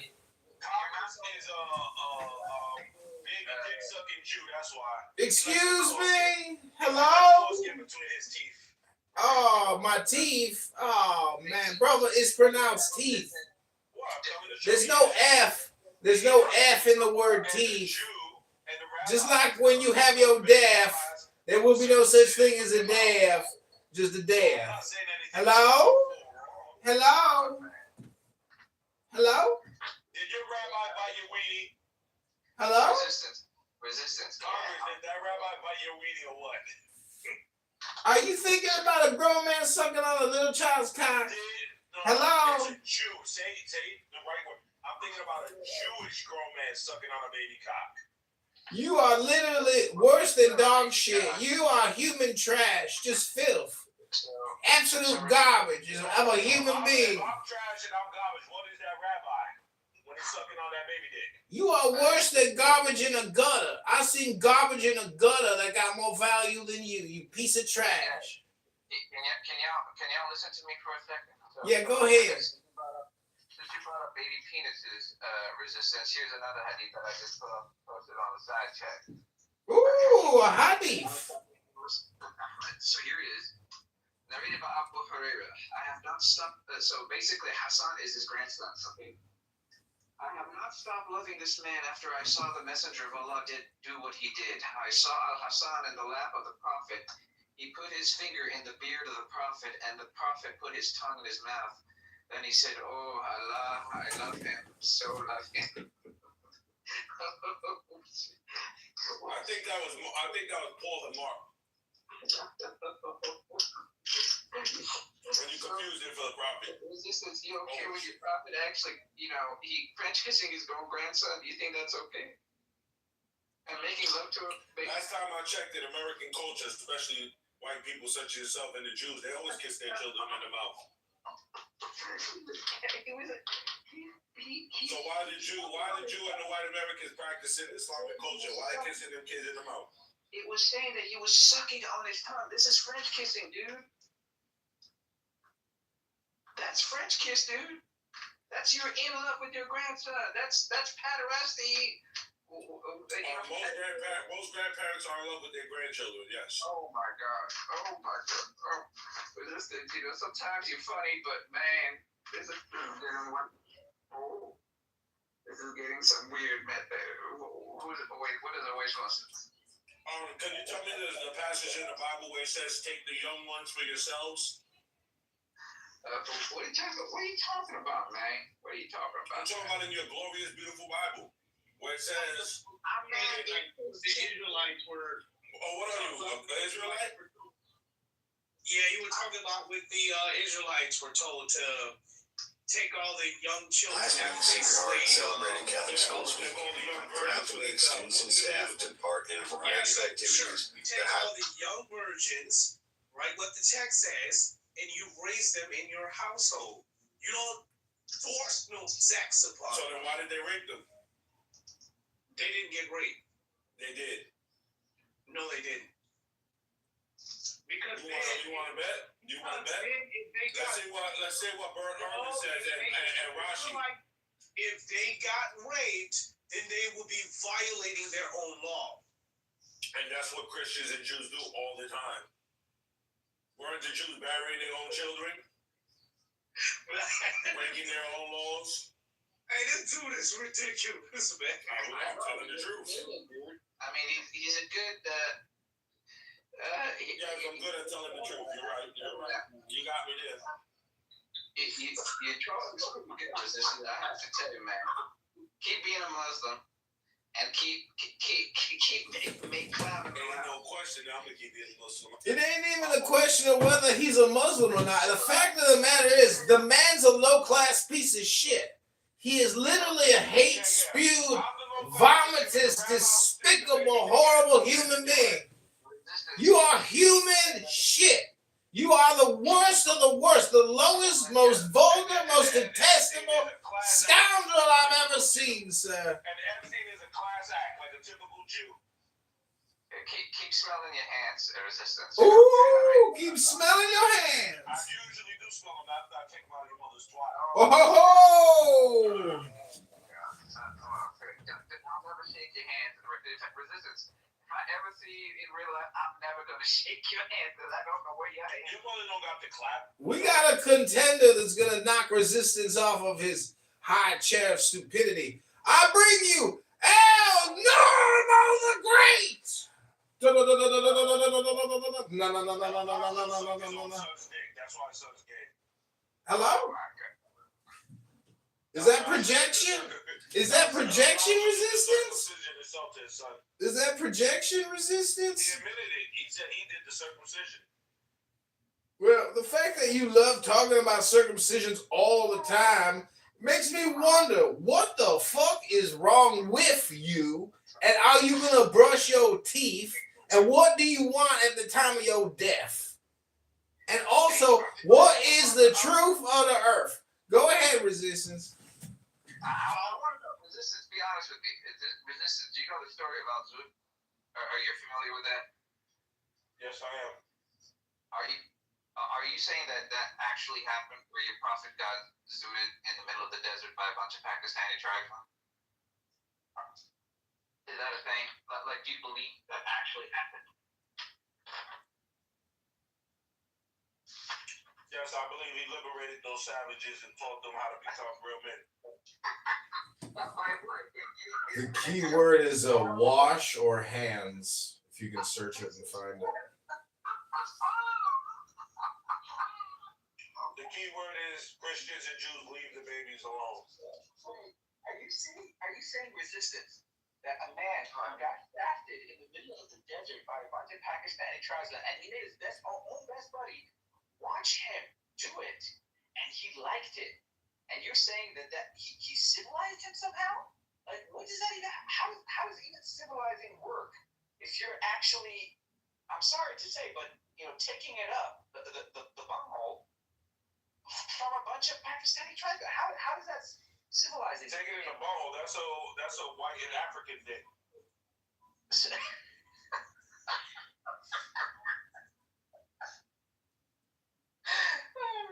You're too much fun. You're too much fun. You are too much fun. man. Thanks for the laugh. Thanks for the laugh. The cha-cha-cha dance. Is there someone here that speak Arabic? You speak Arabic, brother? We speak English. Let's move on to the next hadith. What is the next hadith to be revealed to these Muslims of great faith? Right now, we're speaking to the Yahudi and told them to stop raping children. So Go ahead. There's a hadith for that one too, Muhammad. Go ahead.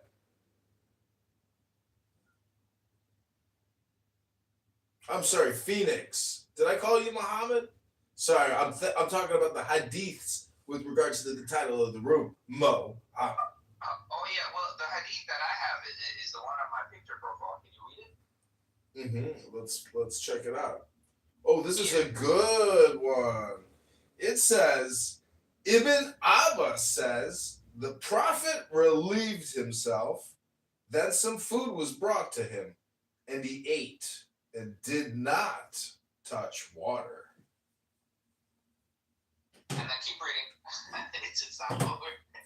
It gets better. The narrator said, Amr bin Dinar added, narrating from Sa'id bin al-Huwarith, that it was said to the Prophet, are you not going to perform wudu?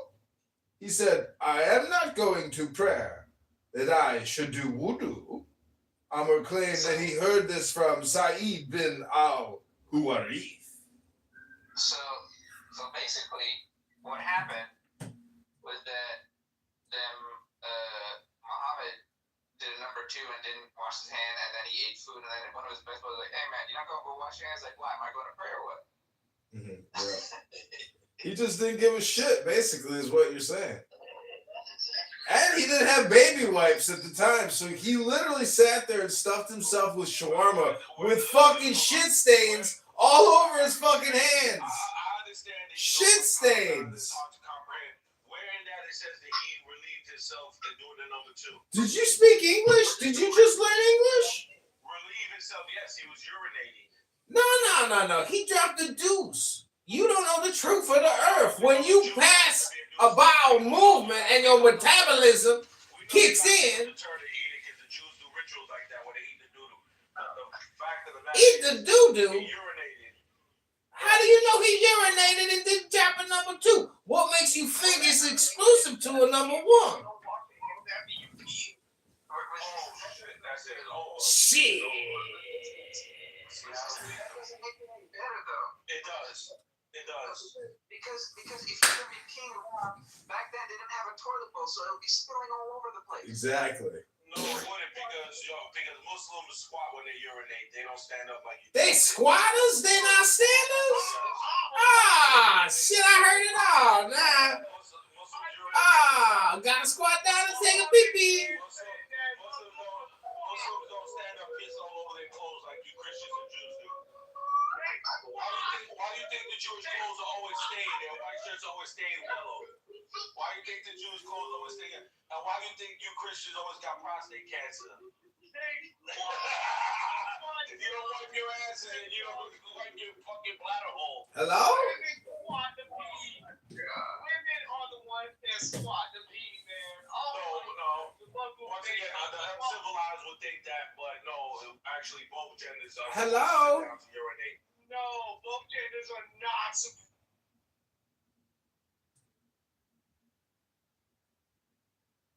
Back to the woman, clearly not a fucking threat in any way. That's as he's turning around, and trying to face the woman. That's when he gets pepper sprayed in the face, shoved, and then the ice agent backs off, and then pepper sprays him again with his fucking back turned. Clearly not a fucking threat. Like you'd have to be an obsequious SS bootlicker to think that it was completely appropriate. That's the best way. He not only sprays him, he comes after him, puts his hand on him to where you at? Let me spray you some more. It's completely fucking insane that any of you are defending it. What's interesting too is from what I was talking about, the ICE lawyer in the hearing with the judge that she was having admitted that so many people are being detained. This is like in ICE. So many people are being detained without a semblance of lawful basis. right? So like that's another reason that it's become very difficult for them to respond to court orders, is because they have to keep inventing these like textual basis to explain the like, you know, horribly egregious way in which they're like jackboot thugs have been going around and like arresting people and infringing on their rights. This guy is like clearly just molding. Like he's clearly just molding. Anyone who has a semblance of a reasonable mind and isn't completely cooked will never go look at this video and go like, yeah, that's totally reasonable. Yeah, that's what the officer should have done, and he's in no way responsible for the ensuing commotion that happened. Yeah, I think what I was talking about is the overzealous motherfuckers out there that are becoming He's clearly fucking mad. Yeah, I mean, look, we have. And like, Hello? watching this video again, it's completely obvious to me that none of this needed to happen. The ICE agent moved them off to the street, and then everything that happened after that was like completely unnecessary. Hello? But you can't make the jump that something must have happened before that. You just have to stop right there. No, you can't. No, I'm saying I'm watching this stuff before that. I'm saying you have to. I would say one of the weirdest blunders I saw, at least from what I could see, is that generally you say gun as soon as you see a firearm. Now, the agent that takes away the firearm, I didn't see him, at least from what I could see, communicate with the other officers that, oh, I got his gun. Which I think if they would have known, you know, if that communication would have occurred, and if there was an accidental discharge, and he would have said, oops, it's me, you know, you could have stopped all of this. Now, yeah, the problem with that is the cop that was behind him that likely fired the first shot that hit him. Yes. His line of sight was directly in the path of the agent who moved the gun. He would have had to be blind to not see that the gun was removed. Can I say something? Do you don't mind? I'm just giving you some advice. If somebody has a badge and a gun, don't get in their face. Just gotta back off. Words of wisdom. And just back up like 10 feet. Comply or die. Comply or die. That's very useful. Yeah, You can be 10 feet away from them. Just you can yell at them, tactile. Yeah. It would have been a great SS concentration camp. But and you can do all that stuff. You protest with signs. You can protest with signs. You can yell at them. But I just advise everybody in this room: don't go up into a law enforcement officer's face and start yelling at them. That's just what I'm saying. Yeah, no, I agree. What that pretty guy did was especially fucking stupid. Like, I'm somebody who lives in a state where you can just conceal carry without a permit. I've had permits and all that. I don't really carry, but if I was to ever carry, the last fucking thing I would do is show up at a goddamn protest, especially if it was to protest the cops. And it's not just because if a scuffle happened, I might get shot. But if you commit a felony while armed, okay, what if they would have charged him with assault on a federal agent? It's a felony. Then they find out that you're armed. So you have a firearm in the commission of a crime. There's your aggravated sentencing right there. You know, everything about it is fucking stupid. When you're in a car, when you're a vehicle trying to block traffic, when you're a vehicle trying to block traffic and there's two officers with a gun, you might just take a break. Is there anyone else I can bring up from the audience who wants to make a completely irrelevant point? Yeah, honestly. Why did Kristi Noem come out and say like the person was looking to do maximum damage? Because she's a dumb bitch and it was propaganda. I agree. I second that. So you don't think that's a problem? That like it's a problem. That's even worse than not even be running. Made up a pretextual. Yes, it was stupid. It was stupid. He had two fucking magazines for a carbon handgun, which is not. It's not abnormal to carry two handguns. Which obviously does not mean you're trying to do a mass shooting. An irresponsible police officer carries more fucking magazines for his handgun. And so everything she said was absolute bullshit. She's a dumb fucking bitch. I mean, really, she should not be in leading the Department of Homeland Security. I agree. I second that. Yeah, but so. I mean, this is a low bar, but I'll take it. Yeah, but so then why are you if it's so obvious to you that the government is lying to you about the horrible The reason these like jackbooted thugs are killing people in the inner cities, right? If the government's lying to you about that, does that not trigger you a little bit to think like maybe why should we tell the parents these kids are dead because of illegal immigrants? About trying to mass kill police officers is because there's no justification. What should you tell these parents these kids that they have died? to generate one? What do you tell these parents these kids that died because of illegal? What do you tell those The parents? same thing that we tell the kids of parents who died from American citizens. I'm sorry that there are horrible people in the world that sometimes commit crimes that have mental illness, and yeah, I apologize. I'm sorry for that. On behalf of the good of humanity, one of my most frustrating points is when people say, you don't go up and don't approach federal agents with guns. Like, yeah, okay, I get that, but hold on a second. It's almost like saying, don't go up and approach a bunch of criminals or a gang with guns, right? There's a big difference. Don't do that. No, Can I finish? If I land my point, I mean, I know I'm long-winded, but just bear with me. But the point is that one is supposed to be the federal agent of the one of the best countries in the world. We're supposed to have something called mores, like morals. Okay, we're supposed to have some. We're not. Hold on. We're not a bunch of criminals, some gangs. We're not some foreign agency. We're citizens. Those are our people. That's our people. If we are telling you as a citizen, unless you believe you're above the law, once you put a fucking shiny tin fucking piece of shit out. Excuse me. Hold on. Let me calm down. Once you put a thing on your, like a little badge on and a special uniform, okay, right? If you believe that once you put that on, you have some special privileges above the rest of us, I think that that's a big problem. You have to remember that we're here together. These aren't our enemies. We shouldn't be treating human beings like this. If part of our citizenry is coming out to say, hey, look, this is frustrating. Hold on, listen to me. That this is, well, then you don't get to say, I'm going to remove all accountability and I'm just going to be this pseudo-anonymous actor in this, and I'm just going to continue to act because I don't have any personal liability. You still have to understand that you're a citizen. This is us. We're your neighbors. So what do you do with these people that are in this country illegally? Now here's the deal. Let me finish. Give me 20 seconds. I'm not long-winded.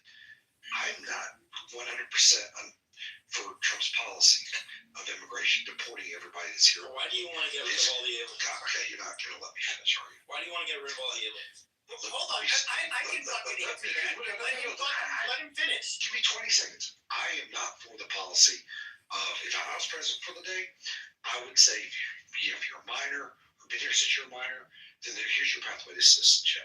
I would say that generally, if you've ever committed a crime above a DWI or whatever, you got to go home. Everybody else, let's talk about a pathway to citizenship. That's what I would do. But here's the deal. I can't change what he's done, his half of his policy.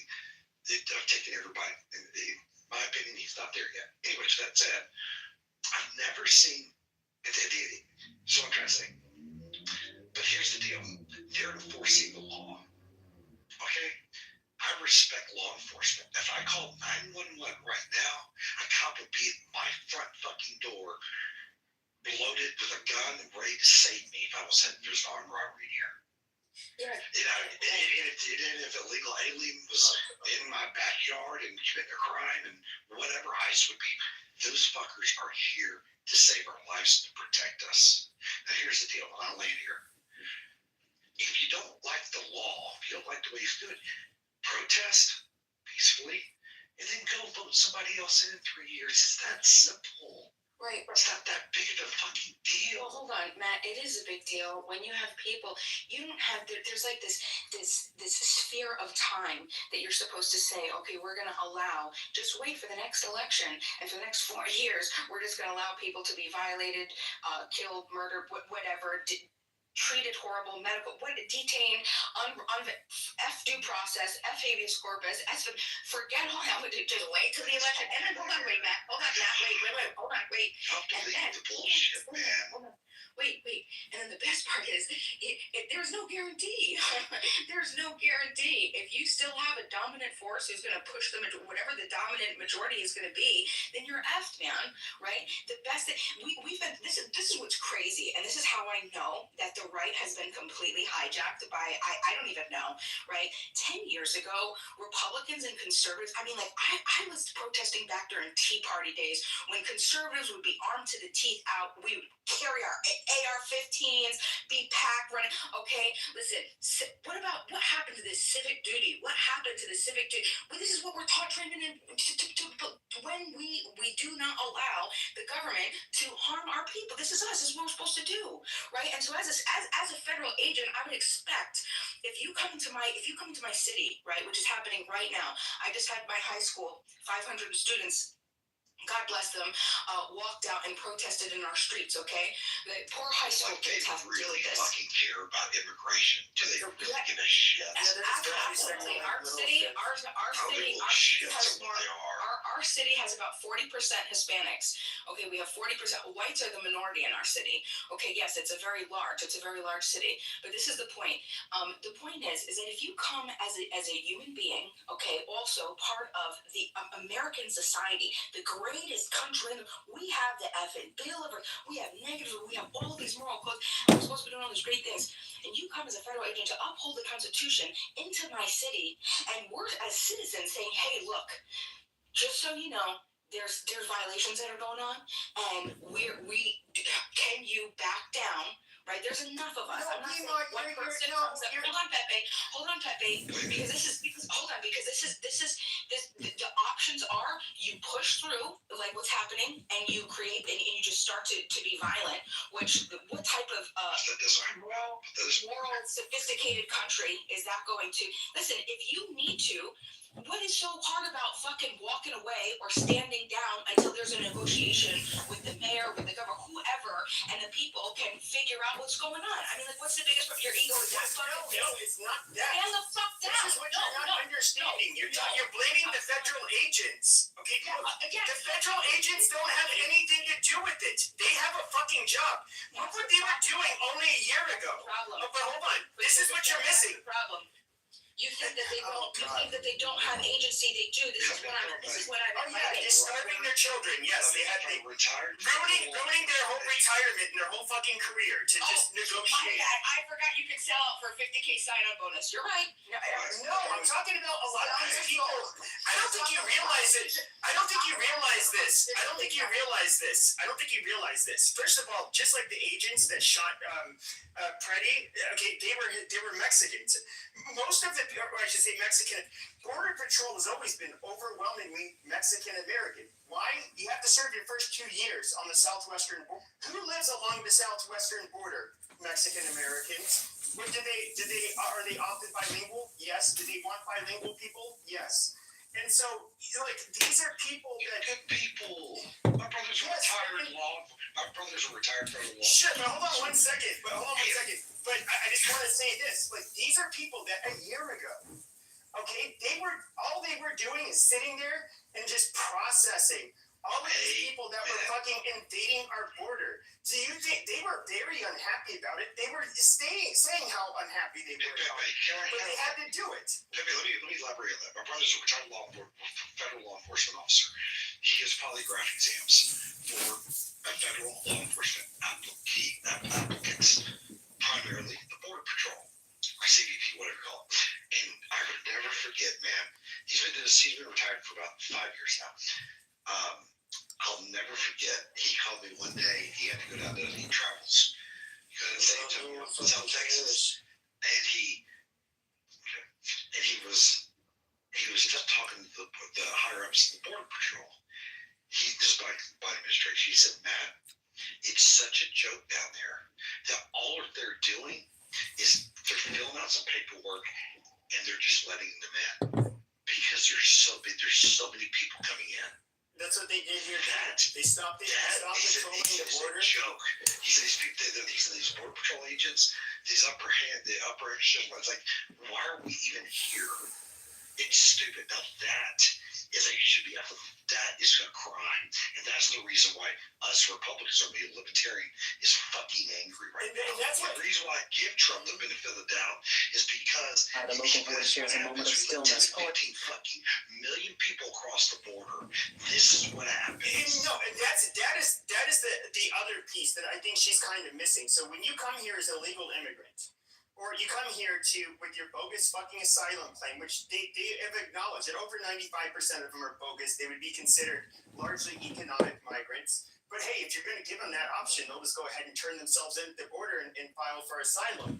Our immigration courts are backed up. Maybe they'll see a judge in 7 years, or they just won't show up. It doesn't fucking matter. But they end up swarming our country with between 10 to 15 million of these people, and now the majority of Americans literally wanted the deportations to happen.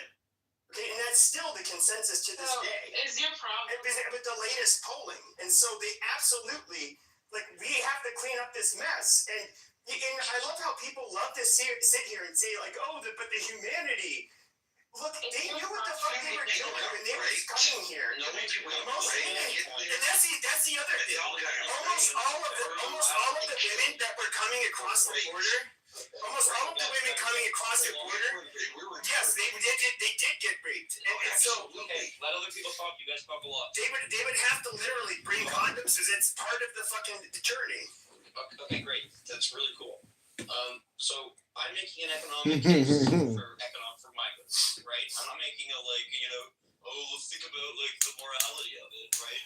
I don't think any of you understand why you're so against these immigrants that are not coming in legally, right? I don't think any of you know more about it than you, honestly. Okay. You know what? Why are you against illegal immigrants? Oh, me personally, I'm against largely legal and illegal immigrants. But that's a different story. Okay, why? Because I have a different. I'm not a conservative. I think conservatives are cucks. But I think that I want to preserve the demographic makeup of America personally. Do any of you have a reasonable reason? I'm for legal immigration. Immigrants so much? I'm really for legal immigration. I'm big time for legal why do you immigration. think illegal immigration so much? No. Gotta come here because you know what? The people have been here for 10 years trying to do this the right way. Guess who just got guess who just got in front of the line? We're cutting the line. Come in here the right way. That's it. That's all I'm asking as a libertarian. Yeah, but I'm for a lot of immigration. Do it the right. Go home. There's a lot of do it the right way. the right way, and they still got detained and deported. right, or But Matt, too, this is the thing. We already know that our immigration policy is F. We have thousands of approved petitions that are just sitting backlogged, okay? There are people that wait decades, 10, 15, 20 years to come into this country the right way. But if their category is fulfilled and the ruling elite says, oh no, sorry, you're not valuable enough to come to the country this year or next year or the year after, then they're just sitting there. We have thousands of approved people that aren't coming in. So this is the thing. What now? Do they have a right to come here? Is that what you're getting at? This is what I think is absolutely bizarre. Most countries do not. They make it very fucking hard to become a goddamn citizen. But for whatever reason, you think that the United States should be one of these countries that we just we're different. We should just let anybody and everybody. We're only one of these stuff. People can be talking at a time. Yeah, but then why are you talking about? We need people in this country. We're not reproducing enough people in this country. We need immigrants here. We need a lot. You say are not necessarily. Can I just say one point? Not with AI, we probably don't. Pepe, hold on. I just want to say one point.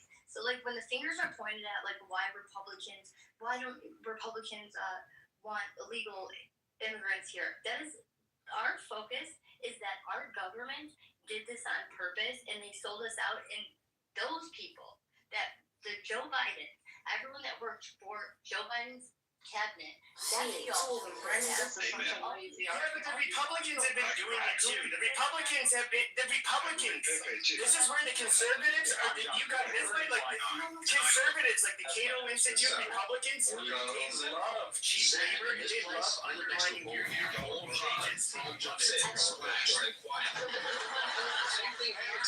Dad. Evening. I'm John Kitover with Newsline. It's the morning mist. A single stone makes the river say, The internet commercial is taking the internet by storm. Hey guys, Neil says you're supposed to be at the mall in 10 minutes. My watch says it's 9:05. Rings. I left them right here in the car. You have to be sent back. Like, why is there no fucking outrage for the Biden administration that put them in the fucking... Because they're indoctrinated to believe that deporting is fascist and that enforcing the law is fascist. Oh, except for when it comes to January 6th. Kick in their door, send in a SWAT team, put them all in the gulag. 100 years, make them face the wall. You know, it's a posse. It's fucking stupid. Before I go, the most brilliant move of my lifetime around 50 was when the greatest governor in the world, Governor Greg Abbott, started shipping these immigrants into New York, up to Boston, to Chicago. That changed the game because we made everybody else's problem, not ours. And that's what it got on there. But it would be a hypocrite. Democrats would be a hypocrite if they got pissed off at Joe Biden. Well, it's literally the reason why Eric Adams is out of office. Because when he was talking about sanctuary cities, he was on board. But then when they started getting about the busloads and he started saying that they were putting a strain on the system there, then all of a sudden, hey, this is unsustainable. This problem right here is untenable. They basically wanted them to live with the brown people along the border like they always have. It was then and only then that the Democrat Party decided, that's the end of the line for him. We got to get his ass the fuck up out of here because he is saying the quiet part out loud, something that all of us have been knowing for years. This situation is untenable. You can't sustain an economy like this. You can't sustain a city like this. You cannot sustain the country like this. And Eric Adams said the quiet part out loud. And this is what, hey, it's the truth. What do you got? They took full advantage of the COVID-19 era, and I cannot.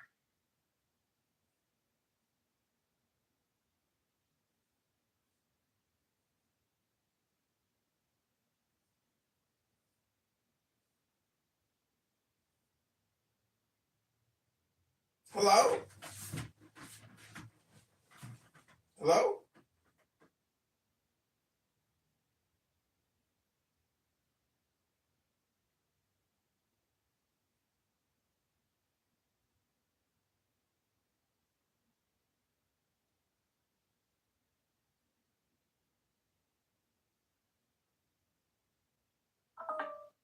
Hello? Hello? Absolutely. You have a right. I didn't ask if you should or shouldn't. I asked if you're qualified to speak on it. So what is your... No, I would. I said you're qualified. Hello? Hi, moderators. Put me in the queue. You can cry about being qualified all you want. That's your opinion. If you think that I'm.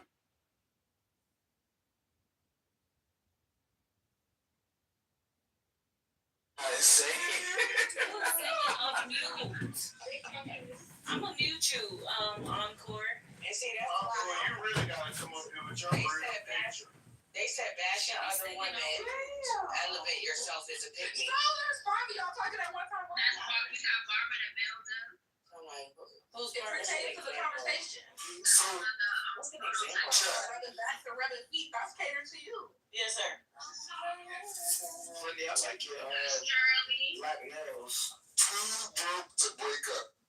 Oh, that's deep. Wake it up, DeHome. Broke to break up. It's saying more Americans than ever are staying in relationships because they can't afford to be single. Live on their own. New research says that Americans are staying in relationships not because they want to. No, it's not. Yes, it is. No, it's not. They were there first. Have you ever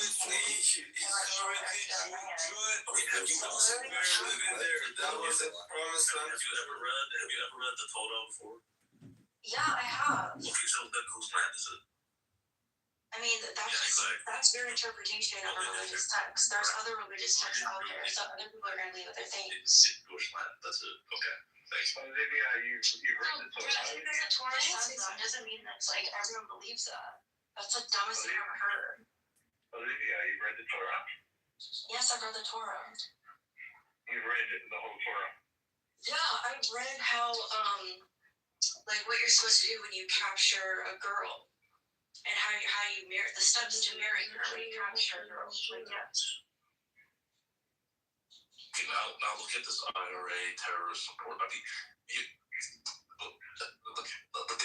Yeah, I have read about how when you have sex with your wife, that like one of your parents is supposed to come and collect your period blood in a napkin and show the entire like society, look, she was a virgin. I have read that. Now I'm understanding. Olivia, can I ask you something? Do you have a problem with Jewish people? oh, that's a man. No, I actually don't.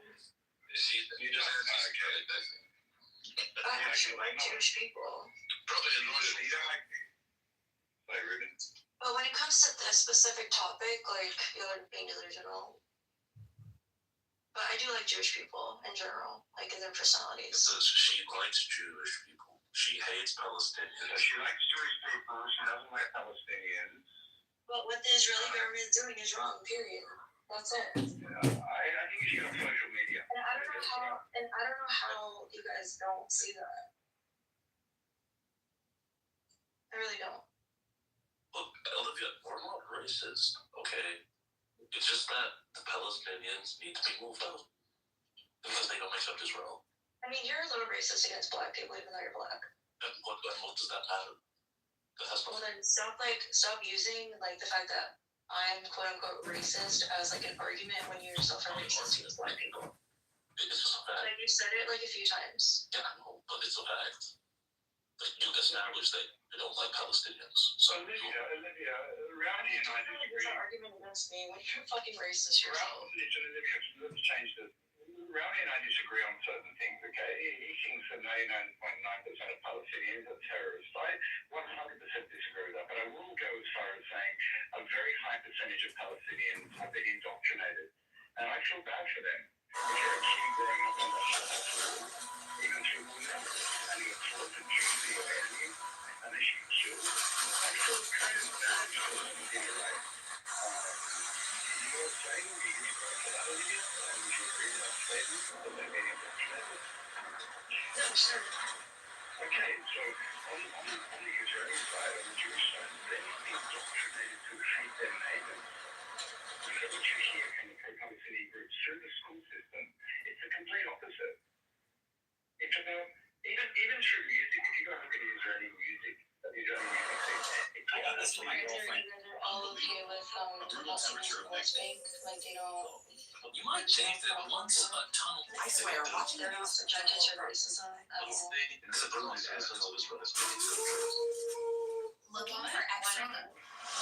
Looking for X-rated movies? I recently found a cool app that lets you. They're like Jordanian, so Jordan is the. No, they've been there for generations and generations, so why the fuck would they Arabs. and why wouldn't they get the same rights? I'll say it again, this is a result of resistance. They have a right not to accept the Jewish state. In the West Bank and Gaza, they have that right. But this is a consequence of that choice. If you don't want to live side by side with your neighbors and you want to eradicate them from the land, then Israel, the Jewish nation, will do whatever it takes to defend itself. Whatever it takes, Olivia. I don't understand what you don't get. I mean, But you do whatever it takes to defend your the family. problem with that statement you don't get is that this is not defense, it's offense. That's what you don't get. We're talking to Olivia at the moment. Sorry, Olivia, what did you say? You're fighting people that don't even have shoes. That like don't have shoes. But that's factually Like that's what you're defending yourself against. They actually, no, but Olivia, that's factually incorrect. They have shoes. They don't have shoes. And they don't have food. Right, so you're So talking yeah, about defending yourself against the big, scary, this is not an argument. malnutrition, starving, Palestinians. Super scary. Defend yourself. This is why I think you're short. This is why I think you guys are short and small. Olivia, No. Olivia, are you referring now to are you referring now to Gaza? Because you brought up the West Bank. I responded to that, and now you're going back to Gaza. You keep jumping. Here you go again. Being confused. Well, I am confused by you. I don't have time for that. You need to keep up with me. I am confused by you. You're fucking slow.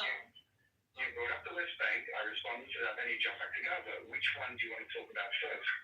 Gaza or the West Bank? Can we not jump back and forth between like these like very like related concepts? Or is that too hard for your little brain to digest? Hey, listen. If you want to keep this group peaceful and have a conversation, which is what we're trying to do, I'm happy to do that. If you want to insult me, then I don't know why you can't, when I speak about the West Bank, that you can't talk about that, and when I speak about Gaza, you can't talk about that.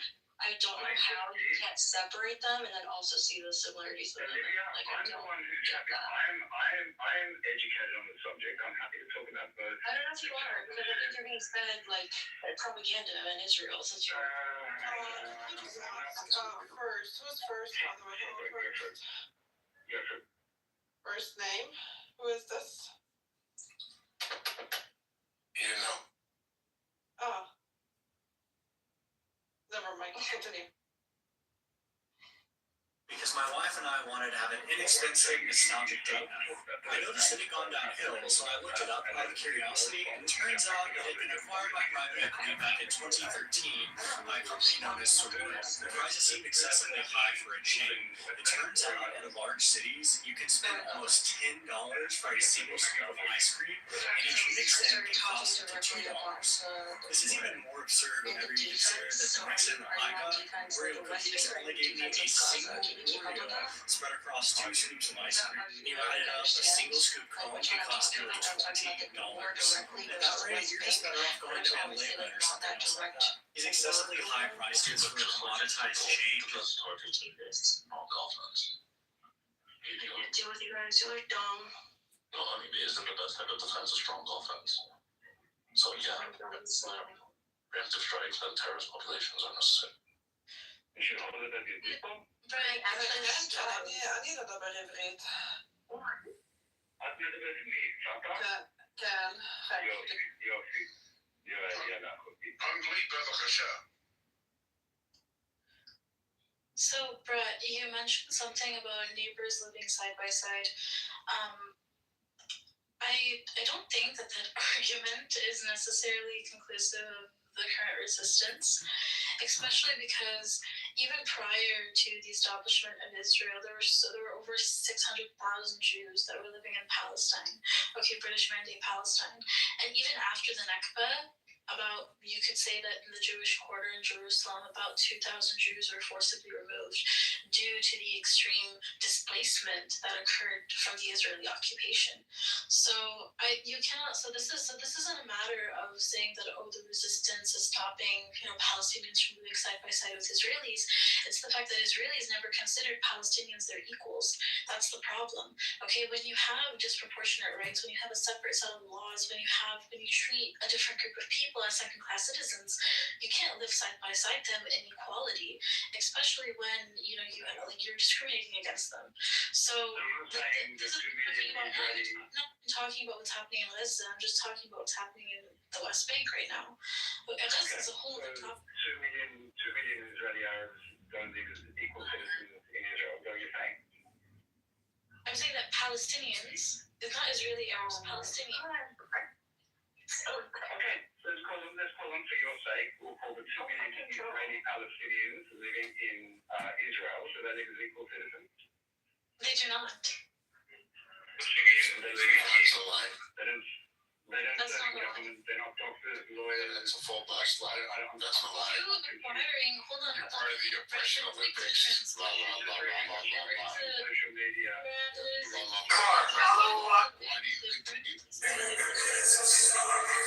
is no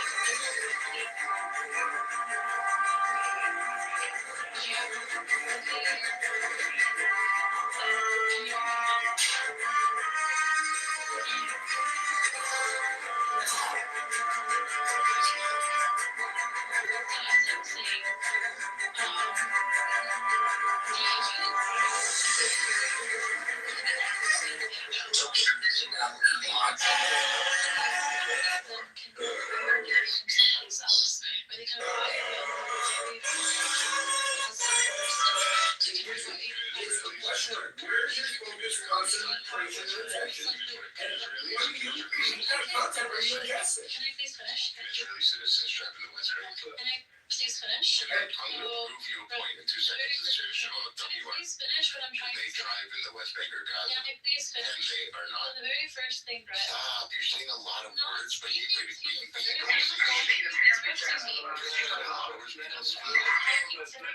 That's not water, man. Government. And they So delivery! Arby's Mercury, Express Mail to Venus, by Power Priority Post. Take 7, folks. Remember, line first, donut second. Got it. Action! And stand still, every bite is. Take 7. Everything is too big. The cars, the drinks, even the food. I'm attorney John Kitover. The hardware store for a box of screws. The whole crate, that's so delivery! Everybody just a quick lap, we'll be gone before. Lead feet of Mercury, the wings of words and the timetable of the intercity bus. Kitover Diamond Wholesale, where the smoking outside Kitover Diamonds if you're hey, the life of an emperor. Cool breeze, warm soup, and a free check here. Easy down there, that's real property. Soup on a Tuesday. Hey, that's the hot stuff. He's not fighting either. The mighty Anubis, guardian of the underworld. And apparently, the aquarium. The sun's got a skate face on today. As an attorney, I fight for people who feel that's you're the last vote. You know, here to the dial. Accept this. And light source beyond the veil, I call upon you to the left. It's called symmetry for a reason.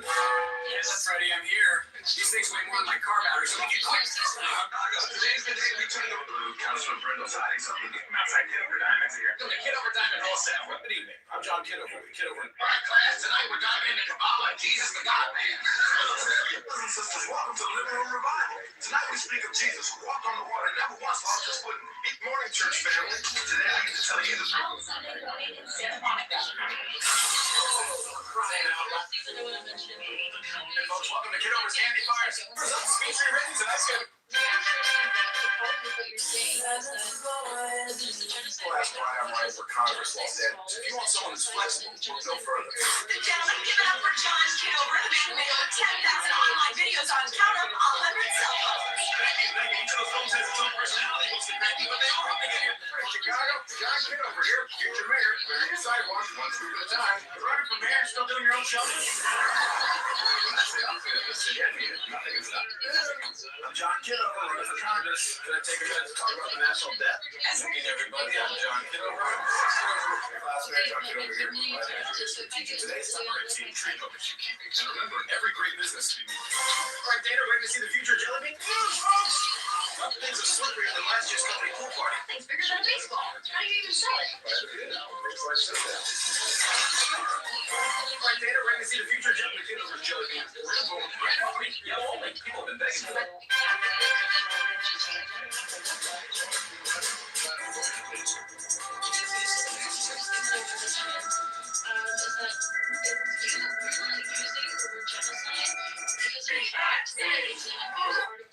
It's a certain organization has released it. We are using the term genocide because it's a scholarly word that has been used by scholars to distinguish genocide.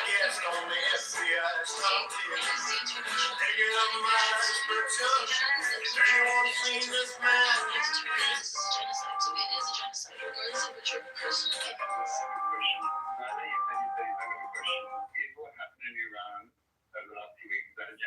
No, it's a massacre. I'm from Iran. First of all, I'm from Iran. It's a fucking genocide. And I have just been supporting Palestinian for a while. For years to fucking resist in front of Israel, which is wrong. And they've been stupid by doing that, giving Iranian money to these fucking Palestinian people to support themselves for some bullshit conflict. Okay, but what about Raza Pahlavi? What about Raza Pahlavi, buddy? What about him? I got no fucking... Shut up, fucking Khomeini, no, none of them. The Iranian people, they are not about none of this bullshit.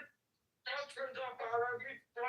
when I think about genocide, I think about ethnic cleansing, and so I don't relate that term to the Yeah, because you be talking about fucking genocide and y'all don't care about it. Cleansing the revolver, that's just different. What's going on? Free Iran from the Zionist shackles. Just care about like Ash, people hold on, in hold on. Palestine. Don't give a fuck about no actual genocide that is going on in the world. Nobody is negating how many people have learned terminology. Nobody is negating that what's happening is wrong.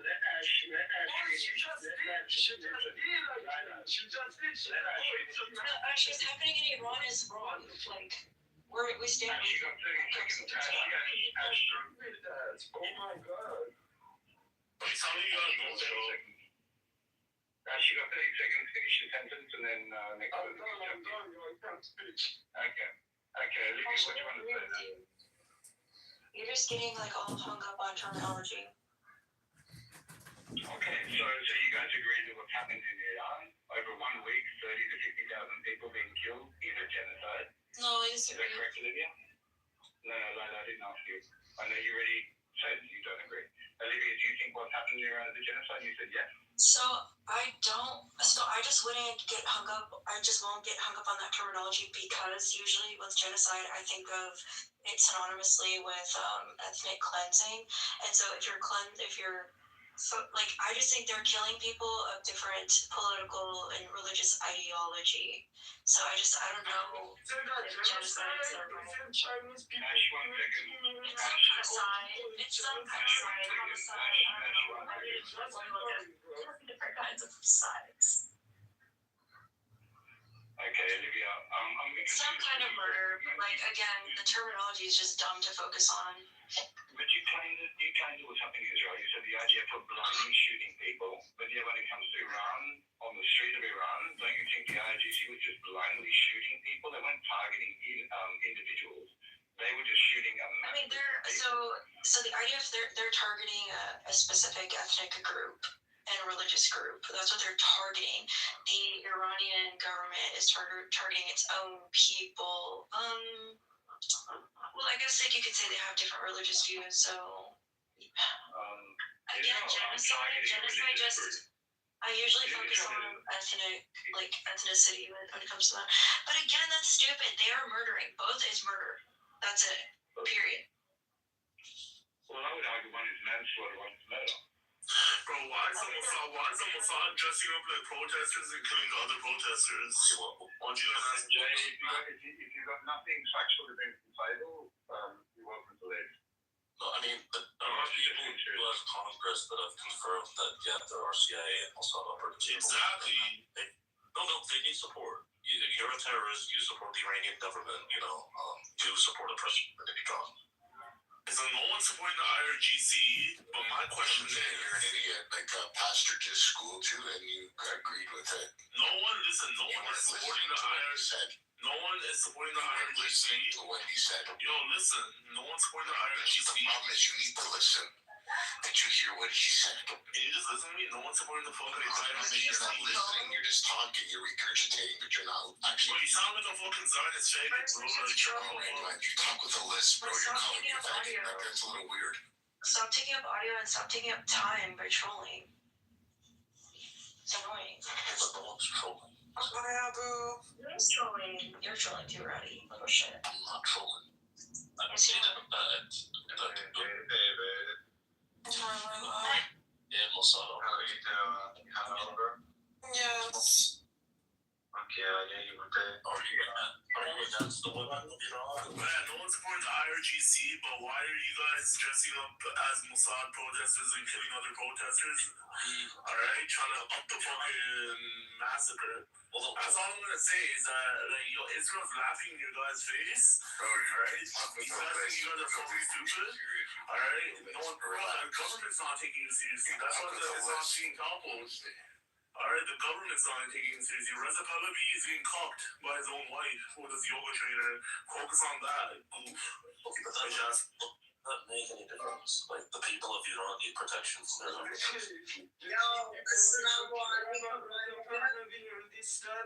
So wrong. They just want to be free. They don't give a fuck. God help us. Greg. Yo, what up, Larry? How you doing? Greg, look at your actions. I've been sending you like crazy info. Greg. I'm listening. It's me, DP, bro. You haven't seen your back channels. I was sending you back channels when you were in the mirrors room, like crazy, like shit that you could have destroyed everybody. Look, go look. Don't say nothing. Don't. What do you got? Go look. I'm in my back channel, man. I'm there. Check message requests. Israel. Don't say nothing. What I say. He's gonna be around. I thought you were ghost, man. Sorry, sir. I thought you were ghost. Yeah, sorry. Can you send me again next time because I didn't know it was you. Wait, VIP. Yeah, I deleted it because I thought you were ghosted. It's not deleted. It's still there. MJ, what you just said is incorrect. 90% of Reza Khashoggi supporters are not on the Epstein files. It's not true. It's not there, sir. I deleted it. Alright. I'm sorry. It's Eden. Sorry, dude. Now I know it's you. Lydia's gone? Okay. Oh my god. Hey.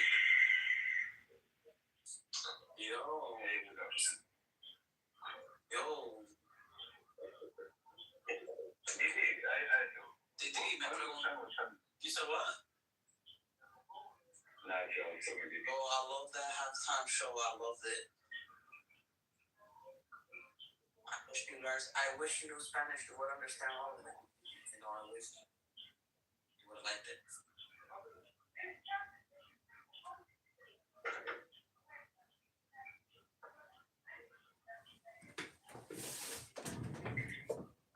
Yeah, thanks for that first meeting. Thanks, man. I'll keep that up my sleeve. Alright, who do we have here? Sata, Abu, MJ, who's not qualified. Sata. It's right. Nani jag vet. She's Lebanese, man. But she's amazing. Shakran, Ali Yamdin. Like it now, it's a little bit. What? She said I'm Yehudi. Let's do regular pop stars doing pop music, which is what people want anyway. Dude, you know what would have worked? Amazing. Bro, you know what would have worked instead of Bad Bunny? K-pop. K-pop. Put the biggest K-pop band up there. People would actually like it. was pretty good, man. Americans like K-pop. Yeah, because half the words are in English. Actually, especially young kids. Like the younger crowd loves K-pop. Nah. K-pop would do numbers. You know how we're going to Special during halftime. Remember that? It's almost like In 92, how old were you in 92? I'm gonna go back to watching. Fucking 3.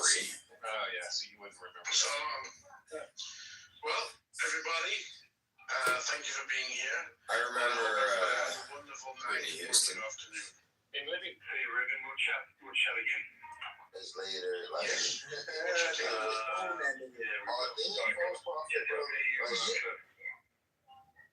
See you later.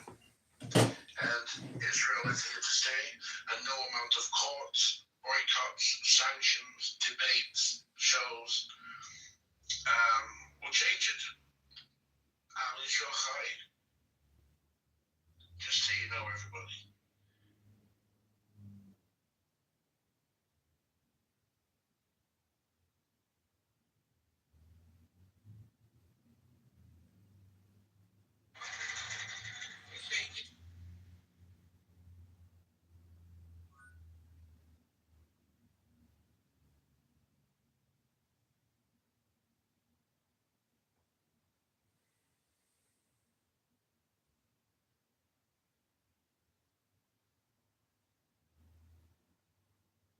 Tattoos, bad tattoos in the wrong area of whatever. Yes, because obviously, I mean, I don't I'll tell you like this.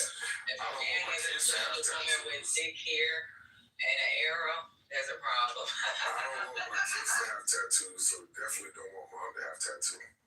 Imagine trying to tell your daughter, hey, don't get tattoos, and mom's over there with a full sleeve. That's insane. So No, but I mean, does it limit the dating pools? What I'm trying to get at for seriousness. Okay, that's.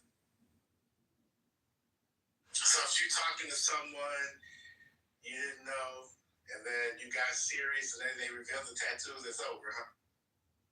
No, that's What if they had a tattoo on their ass? What if they got a tattoo on their ass with an arrow that says "dick here"? Are you? I've seen that tattoo. That's different. How did you see the tattoo? I've seen that tattoo before. Girl, this is the shit. I have a homegirl in the army. She's enlisted. She's not an officer, but she has a tattoo. One person and it's like a motherfucker smoking, and it's going towards her asshole. What? What nigga? I was like, girl, you gotta get that shit covered up. What motherfucking grown ass man wanna marry somebody like that? It looks like a cigar going towards her asshole. Like, what the fuck is going on here? Like, these tattoos, I think sometimes those tasteless tattoos with the arrow dick here, there's a problem. Or a fucking something looking like a cigar where it's going towards your asshole, like you're gonna pick out that bitch. That's a problem. If she got good shit, that motherfucker is not thinking about no gun tattoo. No, she actually. Y'all been lying. Y'all do not give a damn. Stop fucking lying. Y'all ain't married any goddamn way. Rambo, concrete. Don't make me start hollering. You niggas not fucking married any goddamn way. You might be right. You might be right. Y'all not fucking married. Oh, it's a tattoo is the reason y'all niggas not married. Listen to your auntie cry. Don't listen to men. Listen to women when you making. Okay, y'all sounded real nice. They know what men like. Straight right down. Hello? Right down. No. Listen to your auntie. Everybody's aim is not to We can't think for y'all. I don't have to think for y'all. No, I can't. They'll smash. And they can't reform. But Spirit is men judge on everything. Earlier we had somebody saying they don't like men like men. You can date men and they don't like women with long hair. They don't like women with short hair. They don't like you to get nails. They do like you to get nails. They don't like you to dress a certain way. They do like you to dress a certain way. They don't like women with fucking weave. They do like women with weave. Like, if you want to start out appealing to a man because of a tattoo, I am so sorry. That is the least that a young lady should be worried about that has her own shit. A person who loves her and cares about her is going to love her and care about her. And I will say this to any young lady, if a motherfucker even dared to tell you that because of fucking tattoo, a choice that you made with your motherfucking body, that he does not want to wife you, fuck him and run if you avoid his judgmental ass crap. But that's his choice, though. That's his choice, though. That's his choice. Because I guarantee you that he is not in the best anything. That motherfucker could go and have a fucking colostomy bag in 2 fucking weeks, and you'll be like, oh, bitch, well, that's like a fucking tattoo, because now you got this goddamn scar, so I'm gonna leave you. Do y'all even listen to how y'all sound? Like, come on, bro. Right. Listen to your auntie. Men obviously don't have standard. Men don't make decisions based on that, so she knows better. Don't even get me started. I swear. Don't get me started. First time watching the destructive nature of a matriarch. You're making a decision based off you being a woman and looking at other women. I feel the same way too. Everybody can't do everything. Yeah. Like, trust me. But y'all are not fucking married. At least we, yes, it is the point. At least we can take somebody seriously. It's not the point of somebody being married.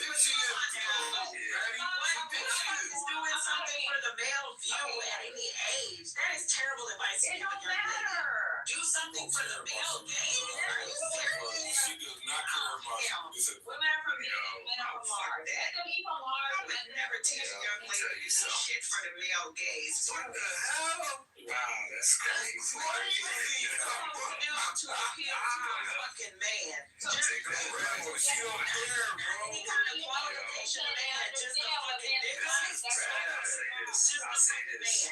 Like, I'll say this. I think this girl is accomplished. most men, hold on to She's educated. She's third generation fucking attorney. Like, she has her own firm. So what? So what? So what? We're not So talking what? about that right now. You just brought up what men like and you're not a fucking man. Yeah, like I think most men. No. We're talking about I can't even finish. they want to sexualize. Most men, let them work it out, rebel. You got it. I have no dick, I have no balls, and I'm not fucking proposing to a fucking man or another woman. So maybe you need to stay on mute and fucking argue with men about what they like. You're not a fucking. You don't want to hear none of that, Patty. Concrete and Rambo are the men. You the man. No, you the man, reform. So I'll say this. Hold on, ladies. Earlier when y'all was She's on the phone. earlier when y'all was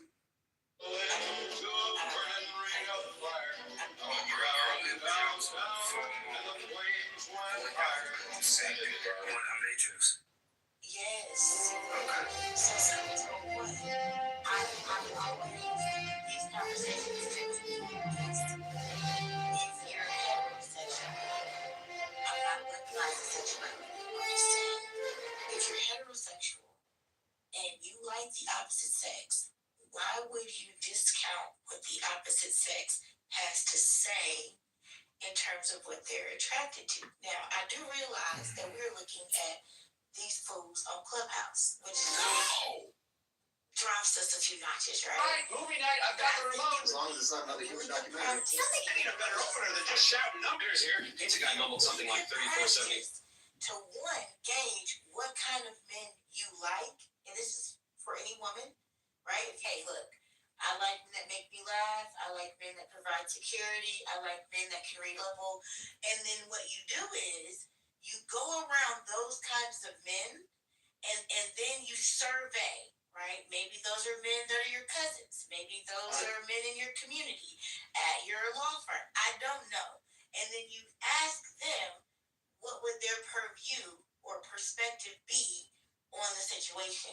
If you come asking your homegirls are going to give you good advice, and that would be advice that you could utilize if you wanted to scissor, right? And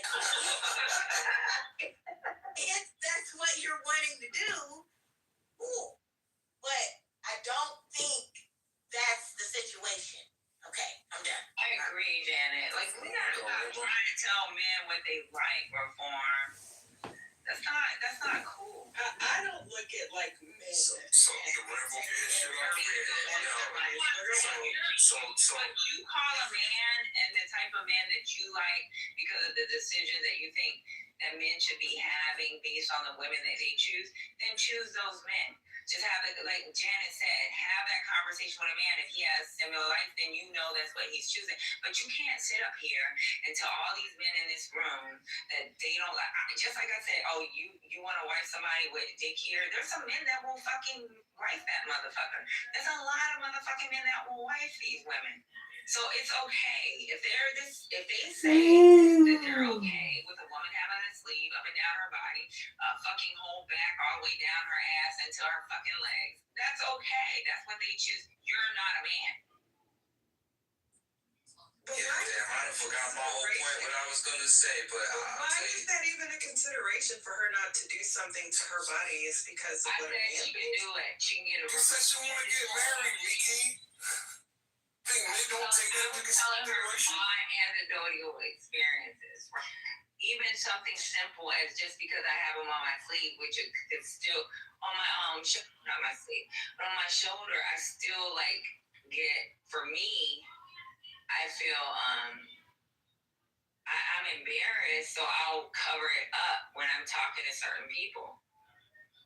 That's real So shit I right have to there. work with other type of people. I don't have to work with the local community. So if I'm when I'm in the Middle East, if I'm wearing a tank top, that's not gonna happen. I will never wear a fucking tank top around certain people. If I'm in Europe and I have to have a conversation with Eurocom to leaders with the parliament or whatever, I'm not going to fucking show my fucking She gotta show up to have a one-on-one with Parliament or Eurocon. Patty's a world leader, but she don't want to let him see the hole inside of her. And he can't let him see no tattoos in her gangbanging ways. Hello? Ratchet. Hello? Hearing insecurities from an attractive woman is just dope. I just want to say that for the record. But I mean, for men, I don't know, but you know what I'm saying. But the men, look, men, we all like different things. So every man, we all like different types, right? Within the types that we like, we all have a common thing. We like the most natural version of what we like, right? You can go, you want to see like every day how you gonna look, right? So there's that. But every man wants to feel the same way, whether or not it's true or not. You don't want to be with a woman that hasn't been moving throughout her life with just like awareness of her body. That's it, man. Nobody wants to marry some chick that everybody that he feels she's been all over the place. I think that's universal, and it's no judgment. It's none of that, because some men they'll marry you regardless. But most men want to have an idea of feeling that the woman that they're with has moved in her life a certain way. Not perfect, none of that shit, but at least she's moving some fucking respect to herself. No man wants to be married with a woman that's just been all over the place. He doesn't want to feel that way. It's just that simple. No judgment. What does tattoos have to do with that? Well, with the tattoo, with somebody leading, Hello? a tattoo with an arrow point, with an arrow pointing somewhere. Like, yeah, you're gonna think about that shit. You might hit it, but marry it, you're gonna think it's subconscious. Somebody said that. Somebody mentioned a raunchy tattoo. That's how we got here. Somebody mentioned a raunchy tattoo. Y'all ask the men for their advice. Now listen to what he is saying. Okay. Well, it's that simple. Yeah, it's nothing weird about that. It's just like if I'm gonna have sex with a woman that has enter here on her ass, I'm gonna be like, oh shit, like that's a red flag. Hopefully, it's a fucking red flag for you. Like, Put your dick in her ass. Use a tattoo. Put your dick in her ass. Hello? Like, come on, man. An arrow in your pussy. Aren't you the same man that told us that you have an intense sexual relationship with a woman who is problematic, but you're still fucking her because the sex is good? This has nothing to do with that, and she does have an awesome tattoo. Tattoo is the last straw. Yeah, no, I'm just saying the last First of all, I love women, so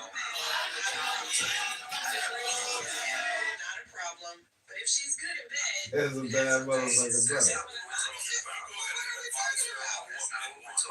See, we are unqualified. Concrete. Let her advise her on what men want. Because we're obviously. No. Y'all forget that you tell us what y'all want a lot of times. You're right. And then don't get mad at me because I listen to y'all. Wait, let's look at the marriage rate. Shall we look at the marriage rate? Hello? You were in the Matrix. Is it just me? It's really weird because you just said you listen to them, right? But then you want them to listen to you. This is like really weird. You're trying to tell me what his preference is. If Rambo's preference is a motherfucker wearing a flower on the top of her fucking forehead and fucking and a long dress to her fucking ankles, that's his preference.